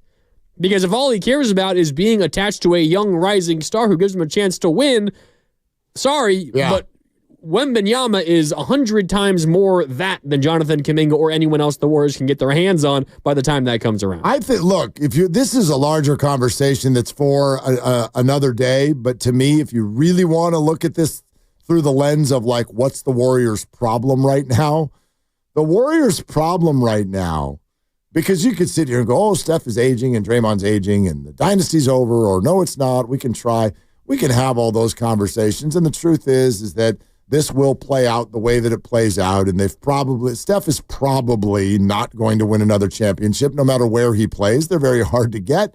That's probable. Not saying it's impossible, but this whole thing will go, and the end of his career will be whenever it is. But Joe Lacob seems to believe that what has happened over the last 12 years means that the Warriors are a prime NBA destination. And I don't know if he's right. Because what players seem to want more than anything right now is not your city, not your jersey, not your arena, and not your ownership group. What they want is teammates. They want to play together. That's what I've watched NBA players conspire to do repeatedly. Jimmy Butler right now, for example, is not asking to go play with the Blazers. Or I don't even know, where's Jimmy Butler from? He's not asking to go home. He's not from Arizona. He wants to go play with Kevin Durant and Devin Booker. And once upon a time, Kevin Durant went to play with Kyrie Irving in New York's other team. Paul George, James Harden, these guys all conspired to play with Los Angeles' other team. So I just don't think it's really about that anymore, and we're going to see it get put to the test, and I hope Joe is right. But they seem to think that the Warriors are now this massive brand and destination, and they are right now, although less than they were a few years ago. And what I don't know is if they are at all once Steph's done. I think it's different when they're certainly much more of a destination even after Steph retires than they were before Steph. For sure. No doubt about that. Yes. You got a brand new arena. You're in San Francisco. It's a gigantic market. The Kings are in Sacramento. You have the entire Bay Area to yourself. This is a great place to be, and I know you and I both love living here, and there's a lot of people that do. Obviously, Steph was a major, major attraction, but it'll be a really interesting case study when it happens because ever since the Warriors became who they are now, and we know them now as like the most expensive, the highest valued franchise in the NBA and one of the most expensive, highest value franchises in North American professional sports, they haven't had the freedom ever since they became who they are to go out and just like sign whoever the hell they want in the free agent market. Like they got Kevin Durant, and it was through years of careful process. And then ever since that moment happened, and then the Steph Curry extension kicks in after his initial sweetheart deal when the Warriors got him for a major discount, they haven't ever been able to just say, all right, top free agent available, that guy is, we can make a competitive offer to him. Like, ever since the Warriors became the Warriors, they haven't ever had that ability. And when Steph Curry retires, they will have the ability to sign anyone. Anyone. It's just a matter of if they're going to come here. And will they come? Yeah, that's the question. You can get a group of players that decide, well, they have X amount of space. It's a good place to be. It's what happened with Paul George and Kawhi Leonard on the Clippers. What were the Clippers before then? They were recovering from the end of the Lob City era, and they were nothing at that point. And then Kawhi and Paul George said, well, they can make this work. We both are from the LA area. We enjoy it down there. Let's get this thing done. Like, you can have something like that play out where you could be a relative nobody in terms of your talent, and then you get a player who's friends with another player, and they team up with you, and then suddenly you are a who's who in the NBA again. And that's what Joe... 95.7 The Game. Breaking news. Uh-oh. Steph Curry's not playing tonight. We're going to get back to that conversation, but it is official. Steph Curry is out tonight against the Jazz. We had our suspicions both when the injury report was updated less than an hour ago and when the spread went careening down from 13.5 to 11.5. I'll check it again in a sec to see if it's going to go down even further. But Steve Kerr has officially announced that Steph Curry is out tonight. Here's the worst part. Steph Curry is not just out tonight. They are, quote, hopeful that he'll play tomorrow, but they will not confirm it. And then do what you will with this quote. Knees are bothering him. That's what Steve Kerr said pregame. Steve Kerr. Knees are bothering him. So we know about the bursitis management, but to come to a situation like this where the Warriors are coming off of back-to-back off nights, okay, back-to-back nights off. Yeah, Sunday and Monday. And then to get here today and see that the Warriors and Steph Curry are in this situation where the, quote, knees are bothering him is obviously a concern. I'm seeing it now 9.5. Warriors favored by 9.5. Yeah. Yep. So it's continuing to trickle down. Now that it's official, that's going to keep going. This seems, I don't want to be alarmist, but in the past when he hasn't played both ends of a back-to-back, it was he's sitting out this game, he's playing the next one. So the fact that it is not 100% that the Warriors are, again, quote, hopeful that he plays tomorrow, it does make it seem as if this is something a little bit more than just the run-of-the-mill bilateral knee tendonitis or bursitis that's been bothering him of late, right? Because every other time they've talked about him not playing both ends of a back-to-back, it's been he's playing the other one. He's just not playing tonight. Want to play the starting lineup game? Oh, do we have a starting lineup? We sure do. I won't look. Don't look. Who do you think is starting for the Golden State Warriors tonight against portions of the Utah Jazz? Okay, so let's talk through this. They had been starting Curry, Hield, Wiggins. Who's been starting at the 4? I'm not telling you. Draymond hasn't been playing. Kuminga hasn't been playing. Oh, they've been playing GP2 at the 4, and then Trace Jackson Davis. Okay, so what changes now? I will guess. It's either Brandon Pajemski or Dennis Schroeder. There's not a lot on the line, so you can go ahead and just fire away. Brandon Pajemski. Okay, Pajemski. Dennis Schroeder. Andrew Wiggins. GP2 and Trace Jackson Davis. GP2 and Trace Jackson Davis. You got 3. Out of the 5. Correct. The Warriors will start in the backcourt. Dennis Schroeder and Buddy Hield. In the front court. At forward. Out of Kansas. Andrew Wiggins. Also at the 4. Moses Moody. Who was getting a turn in Draymond's absence a short time ago. Moody is in, and so is TJD at the 5. So it's TJD, Moody, Wiggins, Hield, and Schroeder tonight against people in Utah jerseys. Yeah, we probably don't know many of them in the Utah jerseys. No, we know Colin Sexton and Scene. I was kind of hopeful that it might not be Buddy Hield starting. I'm having a hard time watching him play basketball right now. Obviously, we know that he's really struggling to make shots. He's also doing a lot of the things I feel like that Steve Kerr oftentimes benches younger players for, which is taking ill-advised shots, and it is turning the ball over. How many times have you seen Buddy Hield either get a rebound on defense or get like the quick little shovel pass to begin the break from Looney or TJD or whoever grabbed the rebound, and he tries an outlet pass up the court and it gets intercepted? Yep. Like, it's a lot. If you're not making your shots and you're doing that with some regularity, I'm not so sure what you're bringing to the court. Yeah. But he's starting tonight still. Can I ask you this? Because we've spent the better part of 3.5 hours talking about the renewed talks that are reported between the Warriors and the Heat over Jimmy Butler. And all of it is always based on Steph Curry and getting Steph help and all of this. I know this is just one night. Maybe he's right back on the court tomorrow, but, quote, knees are bothering him. How does that adjust the way you feel, if at all, about the trade deadline? Because I'd argue that most people, if I gave you, hey, Steph's going to be kind of in and out of the lineup the rest of the year, I could easily see a debate over, well, now you really need to go get somebody who can be your leading scorer. Or the opposite. Or kick your feet up. Kick your feet up and get your draft pick. I could see both arguments. Yeah. In fact, I think I could see the second one a little bit easier. Probably. But again, it's an injury from which he can return.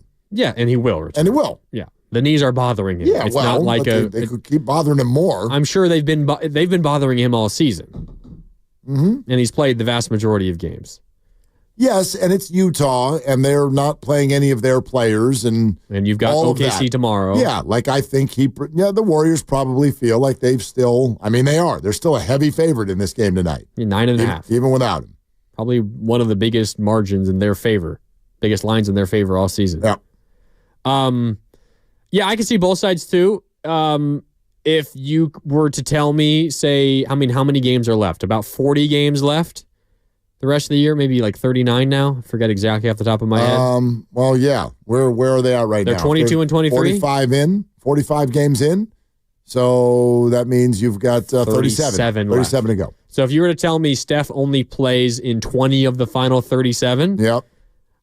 Yeah, that's probably enough to, especially if it costs you something more than just Wiggins or whatever, to not go after Jimmy Butler. But even if it costs you just Wiggins, I mean, Steve Kerr said to us last time that he was on, and he'll be on Thursday this week, by the way. But last time he was on, Dibbs asked him with regard to the concept of, like, do you need to almost earn a trade?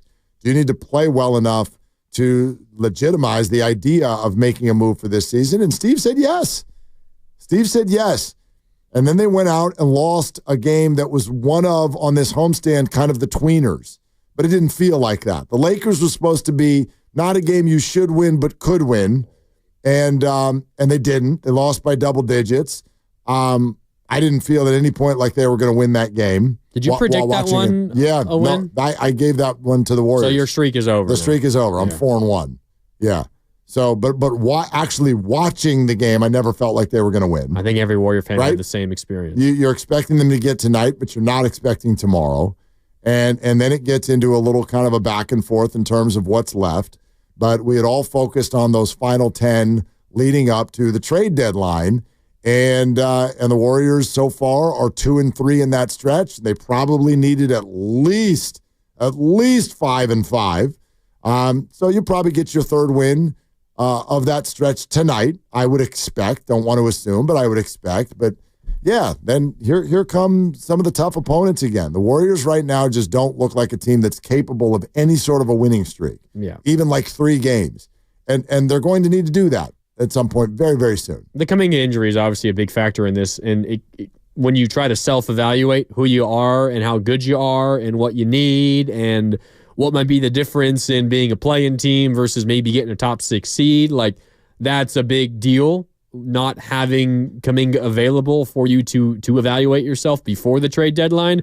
I also think there's, as you try to figure this one out, like, I can spend every show that I'm in for Dibs yelling about they need to go make a move and Jimmy Butler and Zion and so and so and so and Cam Johnson and Vucevic.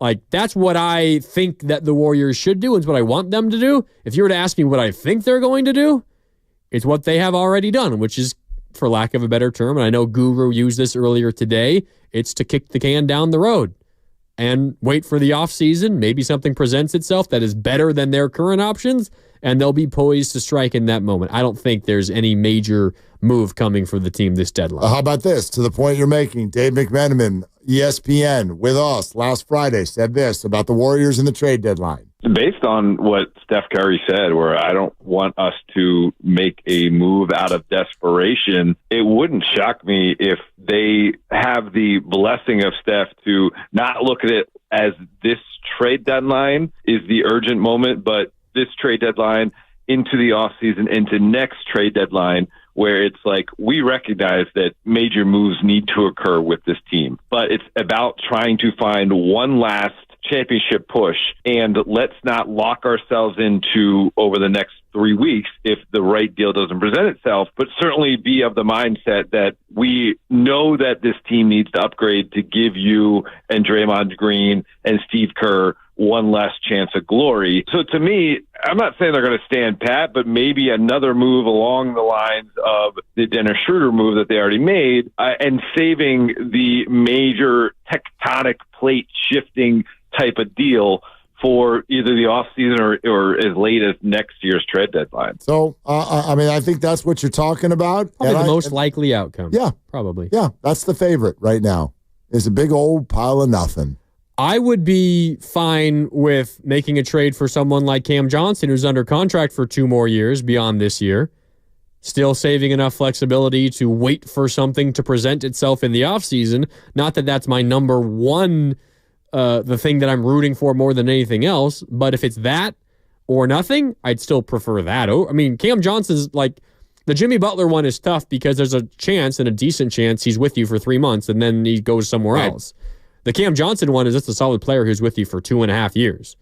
Or if things go poorly, you could trade him and recoup the assets you sent out to acquire him in the first place. Yeah, no, I'm totally in on the idea of, and again, I say I'm totally in. We're doing exactly what Steph Curry asked us a few weeks not to do. He's like, get off the trade machine, Steph. Stop making stuff up. It's hard to be totally in on a player or out on a player when I don't know what it is that they're giving up or what the concept is. I think that it's been interesting that over the last handful of weeks, suddenly the job that Mike Dunleavy is doing as GM is starting to look like, I hear a lot of people now taking shots at the job Mike Dunleavy. You still haven't gotten Steph any help. And those moves you made in the offseason, they sucked, which is odd in many ways because it's like you got to understand where a move comes from. Like that move was born out of the fact that Clay was like, I'm out. Clay's like, I'm out. And he is allowed to just be out. But instead, he did the same thing that Kevin Durant did, which is like, let's get creative and make this a trade. And the Warriors brought in 3 players and then used their mid-level on Melton. He gets hurt. Buddy Hield is great at the beginning. Then he gets cold. Then Kyle Anderson doesn't really fit. I mean, look, and then the Dennis Schroeder thing, same thing. You're making a move out of desperation because that was Melton's job. And then he got hurt. And now it's like, okay, let's try Dennis Schroeder. Not a perfect fit. And honestly, the trade to acquire Schroeder, no-brainer. Great move. They gave up absolutely nothing. A net of 2 second-round picks. So I am still very much, at this moment at least, I am in Mike Dunleavy's corner. And I do think that he's taken the right approach in terms of how aggressive and then how passive are we going to be in certain moments. And that's the message that Steph and Steve Kerr were trying to give a couple of weeks ago, which is that, we'll make a deal if there's a good deal. But I don't want, and this was my major point today, I don't want the Warriors to make a move because we're all bored.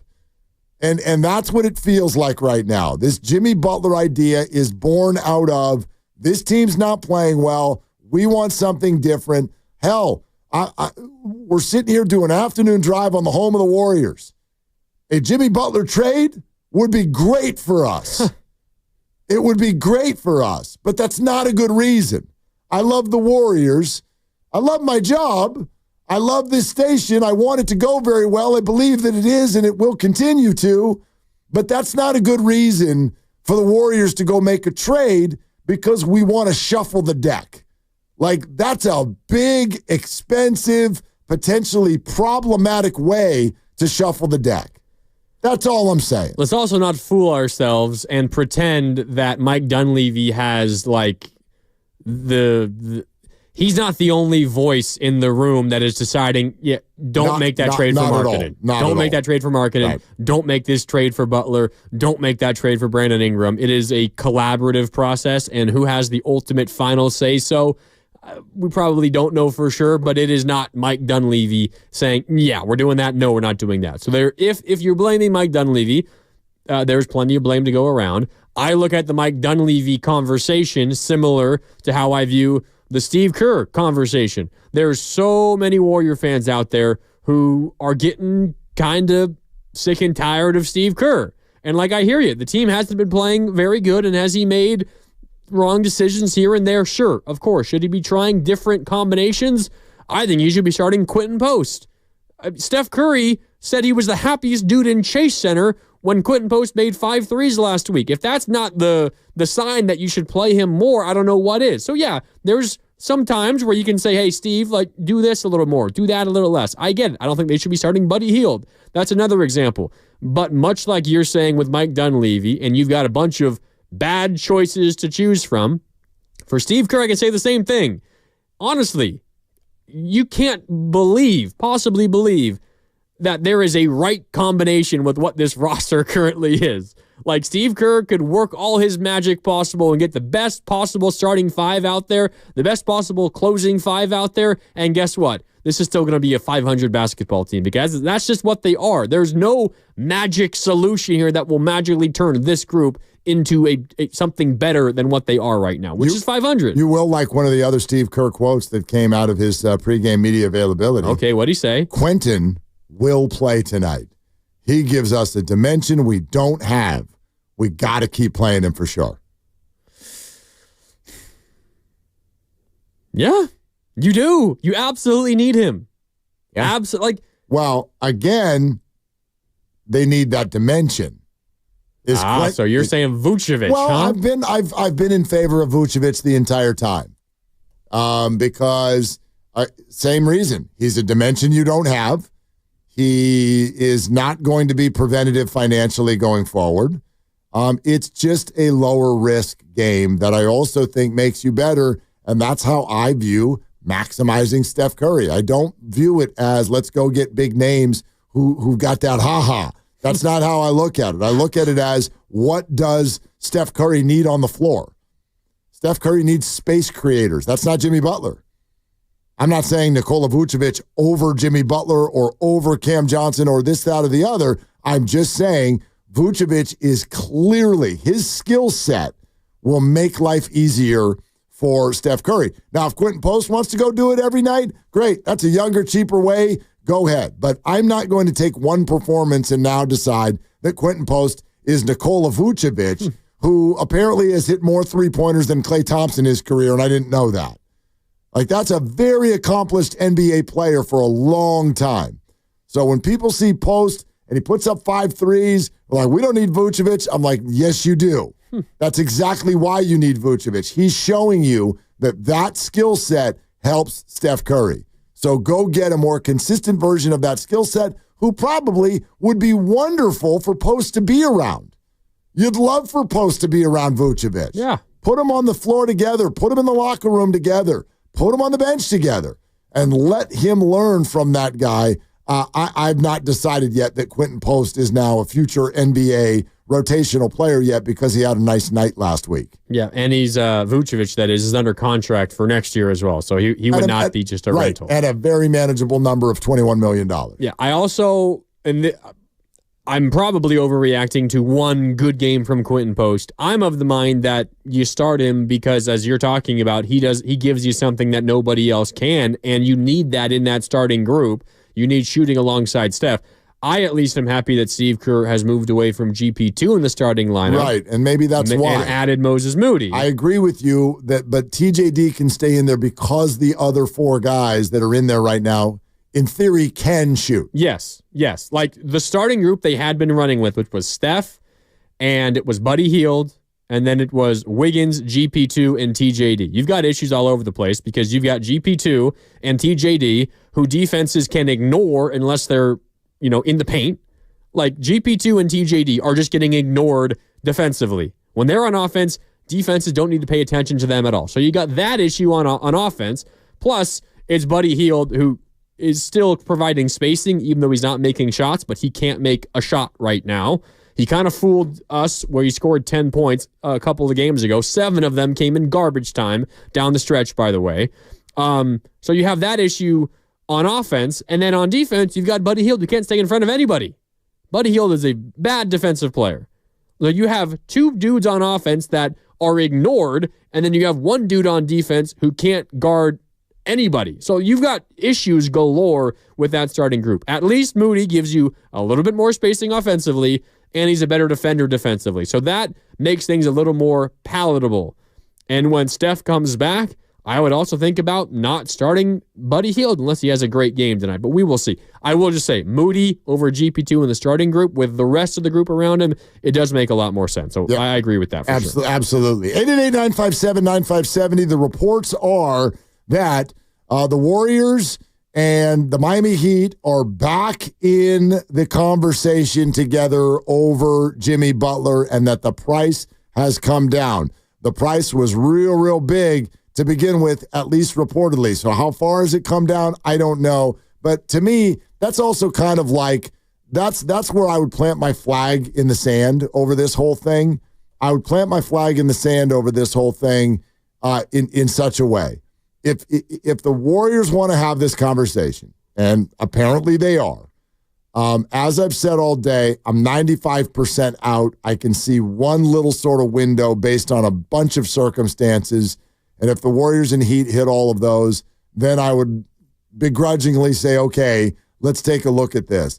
But I really want the Warriors to swagger into this room. They have to swagger into this room.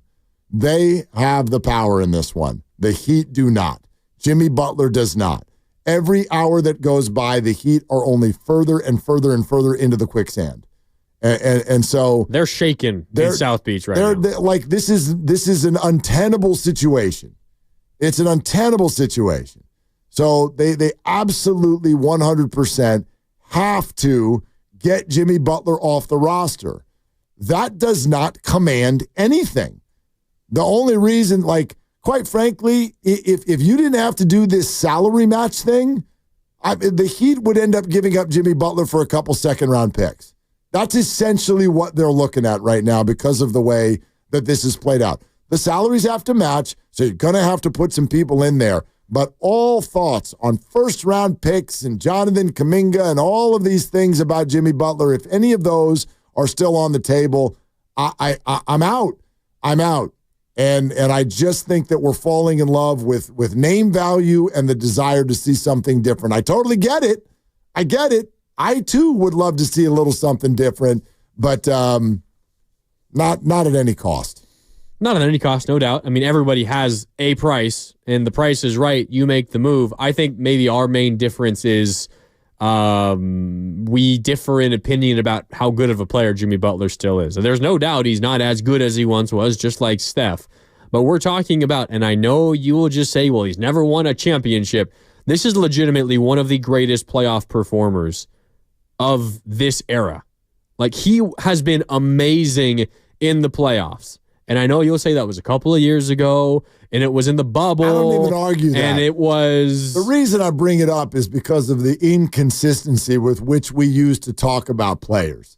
There's too many players out there right now where we hang that around them. Oh, you never won a championship. But then we look at Jimmy Butler, and he's got this reputation for just like he's the playoff dog of all time. It's like, what are we talking about?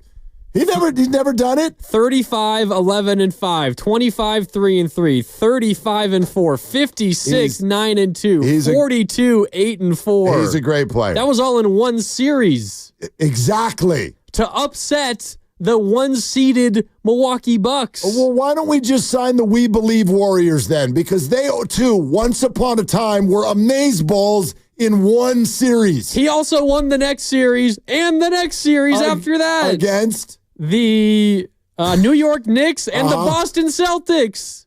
Who would win the championship the next year and lost to the Warriors the year prior. Right. That's a very good team. He went on a heater. He was amazing. He was. Oh, my God. That's a great word. He was amazing in that series. I think he still has that in him. We're sponsored by Honda of Vallejo. Still time for your calls at 888-957-9570. Grandy in for Dibs, Willard and Dibs. And hey, it is Willard for Underdog Fantasy, and I have great news.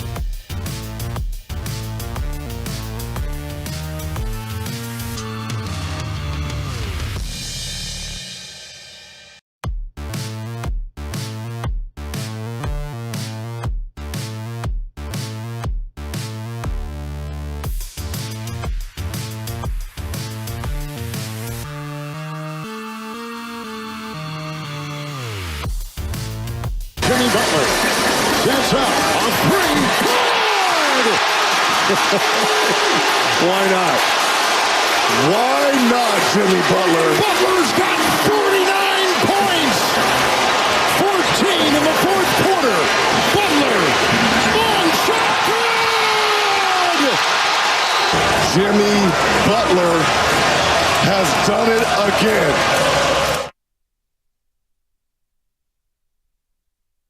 All right, Steph, you rest up tonight, okay, big guy?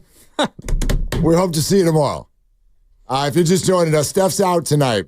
Quote, knees bothering him. And a late addition to the injury report. Yeah, so he's never good. No. They've had 2 nights off.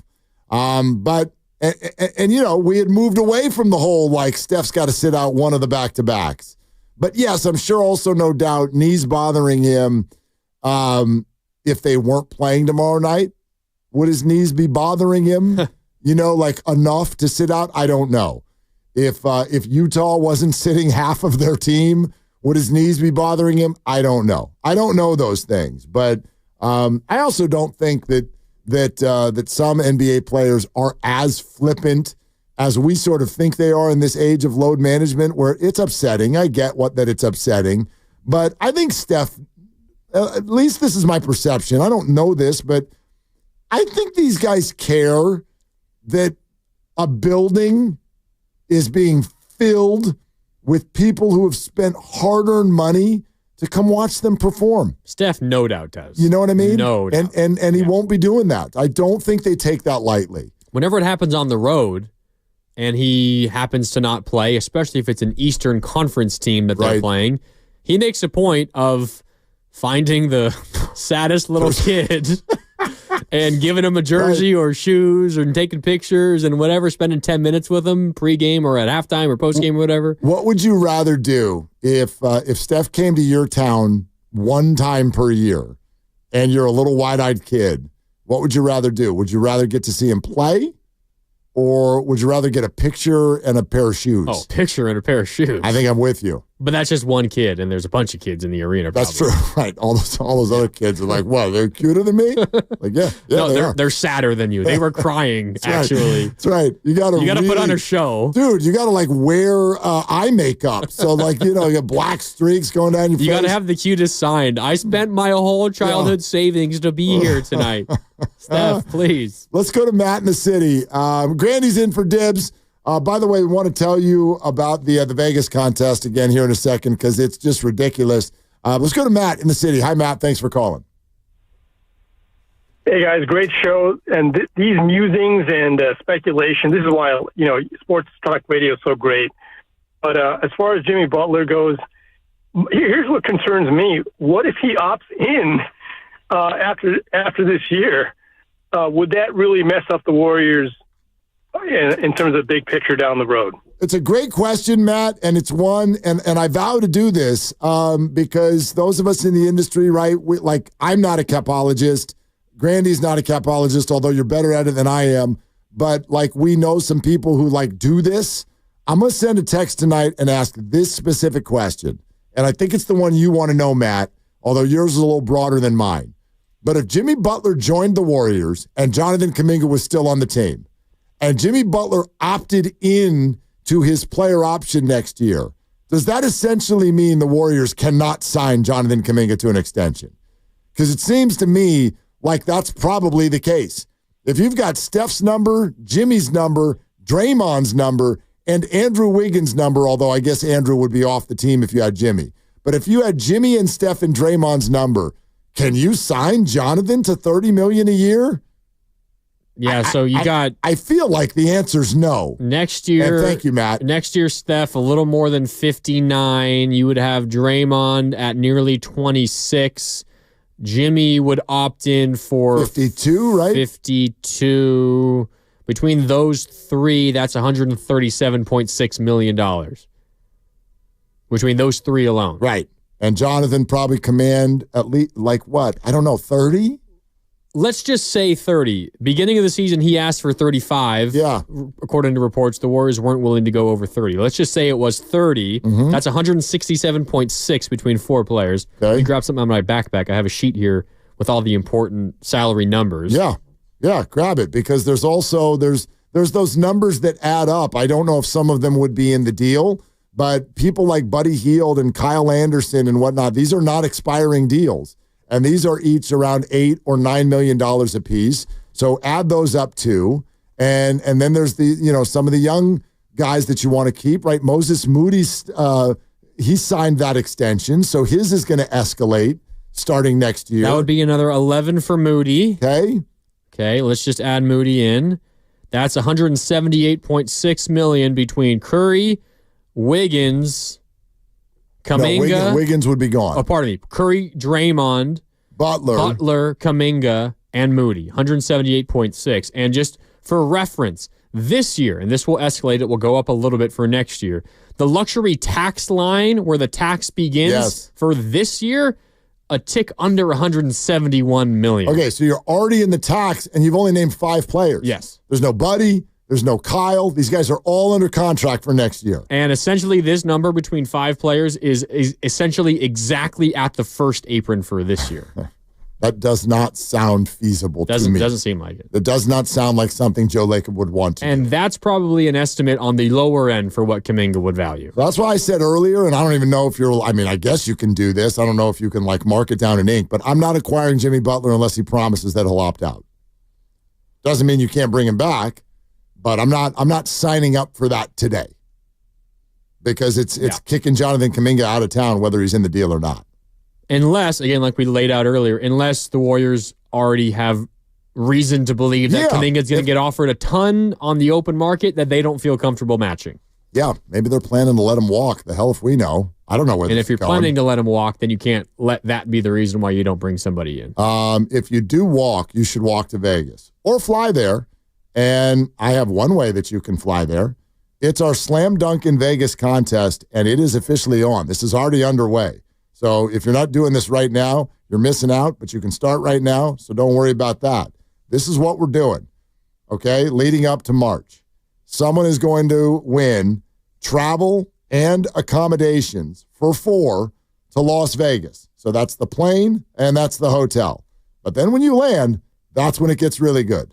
You will also get, you and 3 guests, $5,000, ... each. 20 grand. Okay? Flight, hotel, money, set, 20 grand. It is the ultimate viewing experience for the first 2 rounds of the college basketball championship. Winning is very easy. Download the free Odyssey app. You log in, you listen. You listen for at least an hour, and you are automatically qualified. The technology takes care of it the rest of the way. Just listen on the app while logged in. That's it. If you have not already downloaded the free Odyssey app, I don't know, you should. You log in, you listen for a minimum of an hour each day. You're entered every day if you do that. It's a national contest. Download the app. You might be headed to Vegas in March with $20,000. I'm in. You're not. You're not. You're out. Someone going to win and take me? I don't even know if that's legal. Yeah, I thought of that. Is that legal? What if somebody who wins and then they're also at the knockout tournament and we become besties and then they want to bring me to Vegas? I'll throw the knockout tournament on purpose. Randy, don't say the quiet part out loud. Is that legal? Sounds real fishy. It sounds fishy, but these are on. You know that? Yeah, but I mean, you can't stop me from just meeting this person in Vegas, can you? I get there on my own. Of course not. Yeah. The $5,000 part, though. Although, I guess that's his or her money at that point. It's cash, right? It's just cash. They can do whatever they want with it. Untraceable. Anyway, good luck, everybody. This is all brought to you by Fremont Bank, here for you, here for good, and you all know what's coming up next. We've got a game tonight. Here comes E-Dog, Evan Giddings with Warriors Live. Parts of the Warriors against parts of the Jazz tonight. Tune in. The Warriors are supposed to win. You want to do it again tomorrow? Of course. Okay, let's do it again tomorrow. For Grandy, for Lucas, for Steven, I'm Mark. Shoot your shot. It's all you got. Meanwhile, at Xfinity. Hey, Steve, why are you on the roof? Product research. We engineered the Xfinity mobile network to have super fast.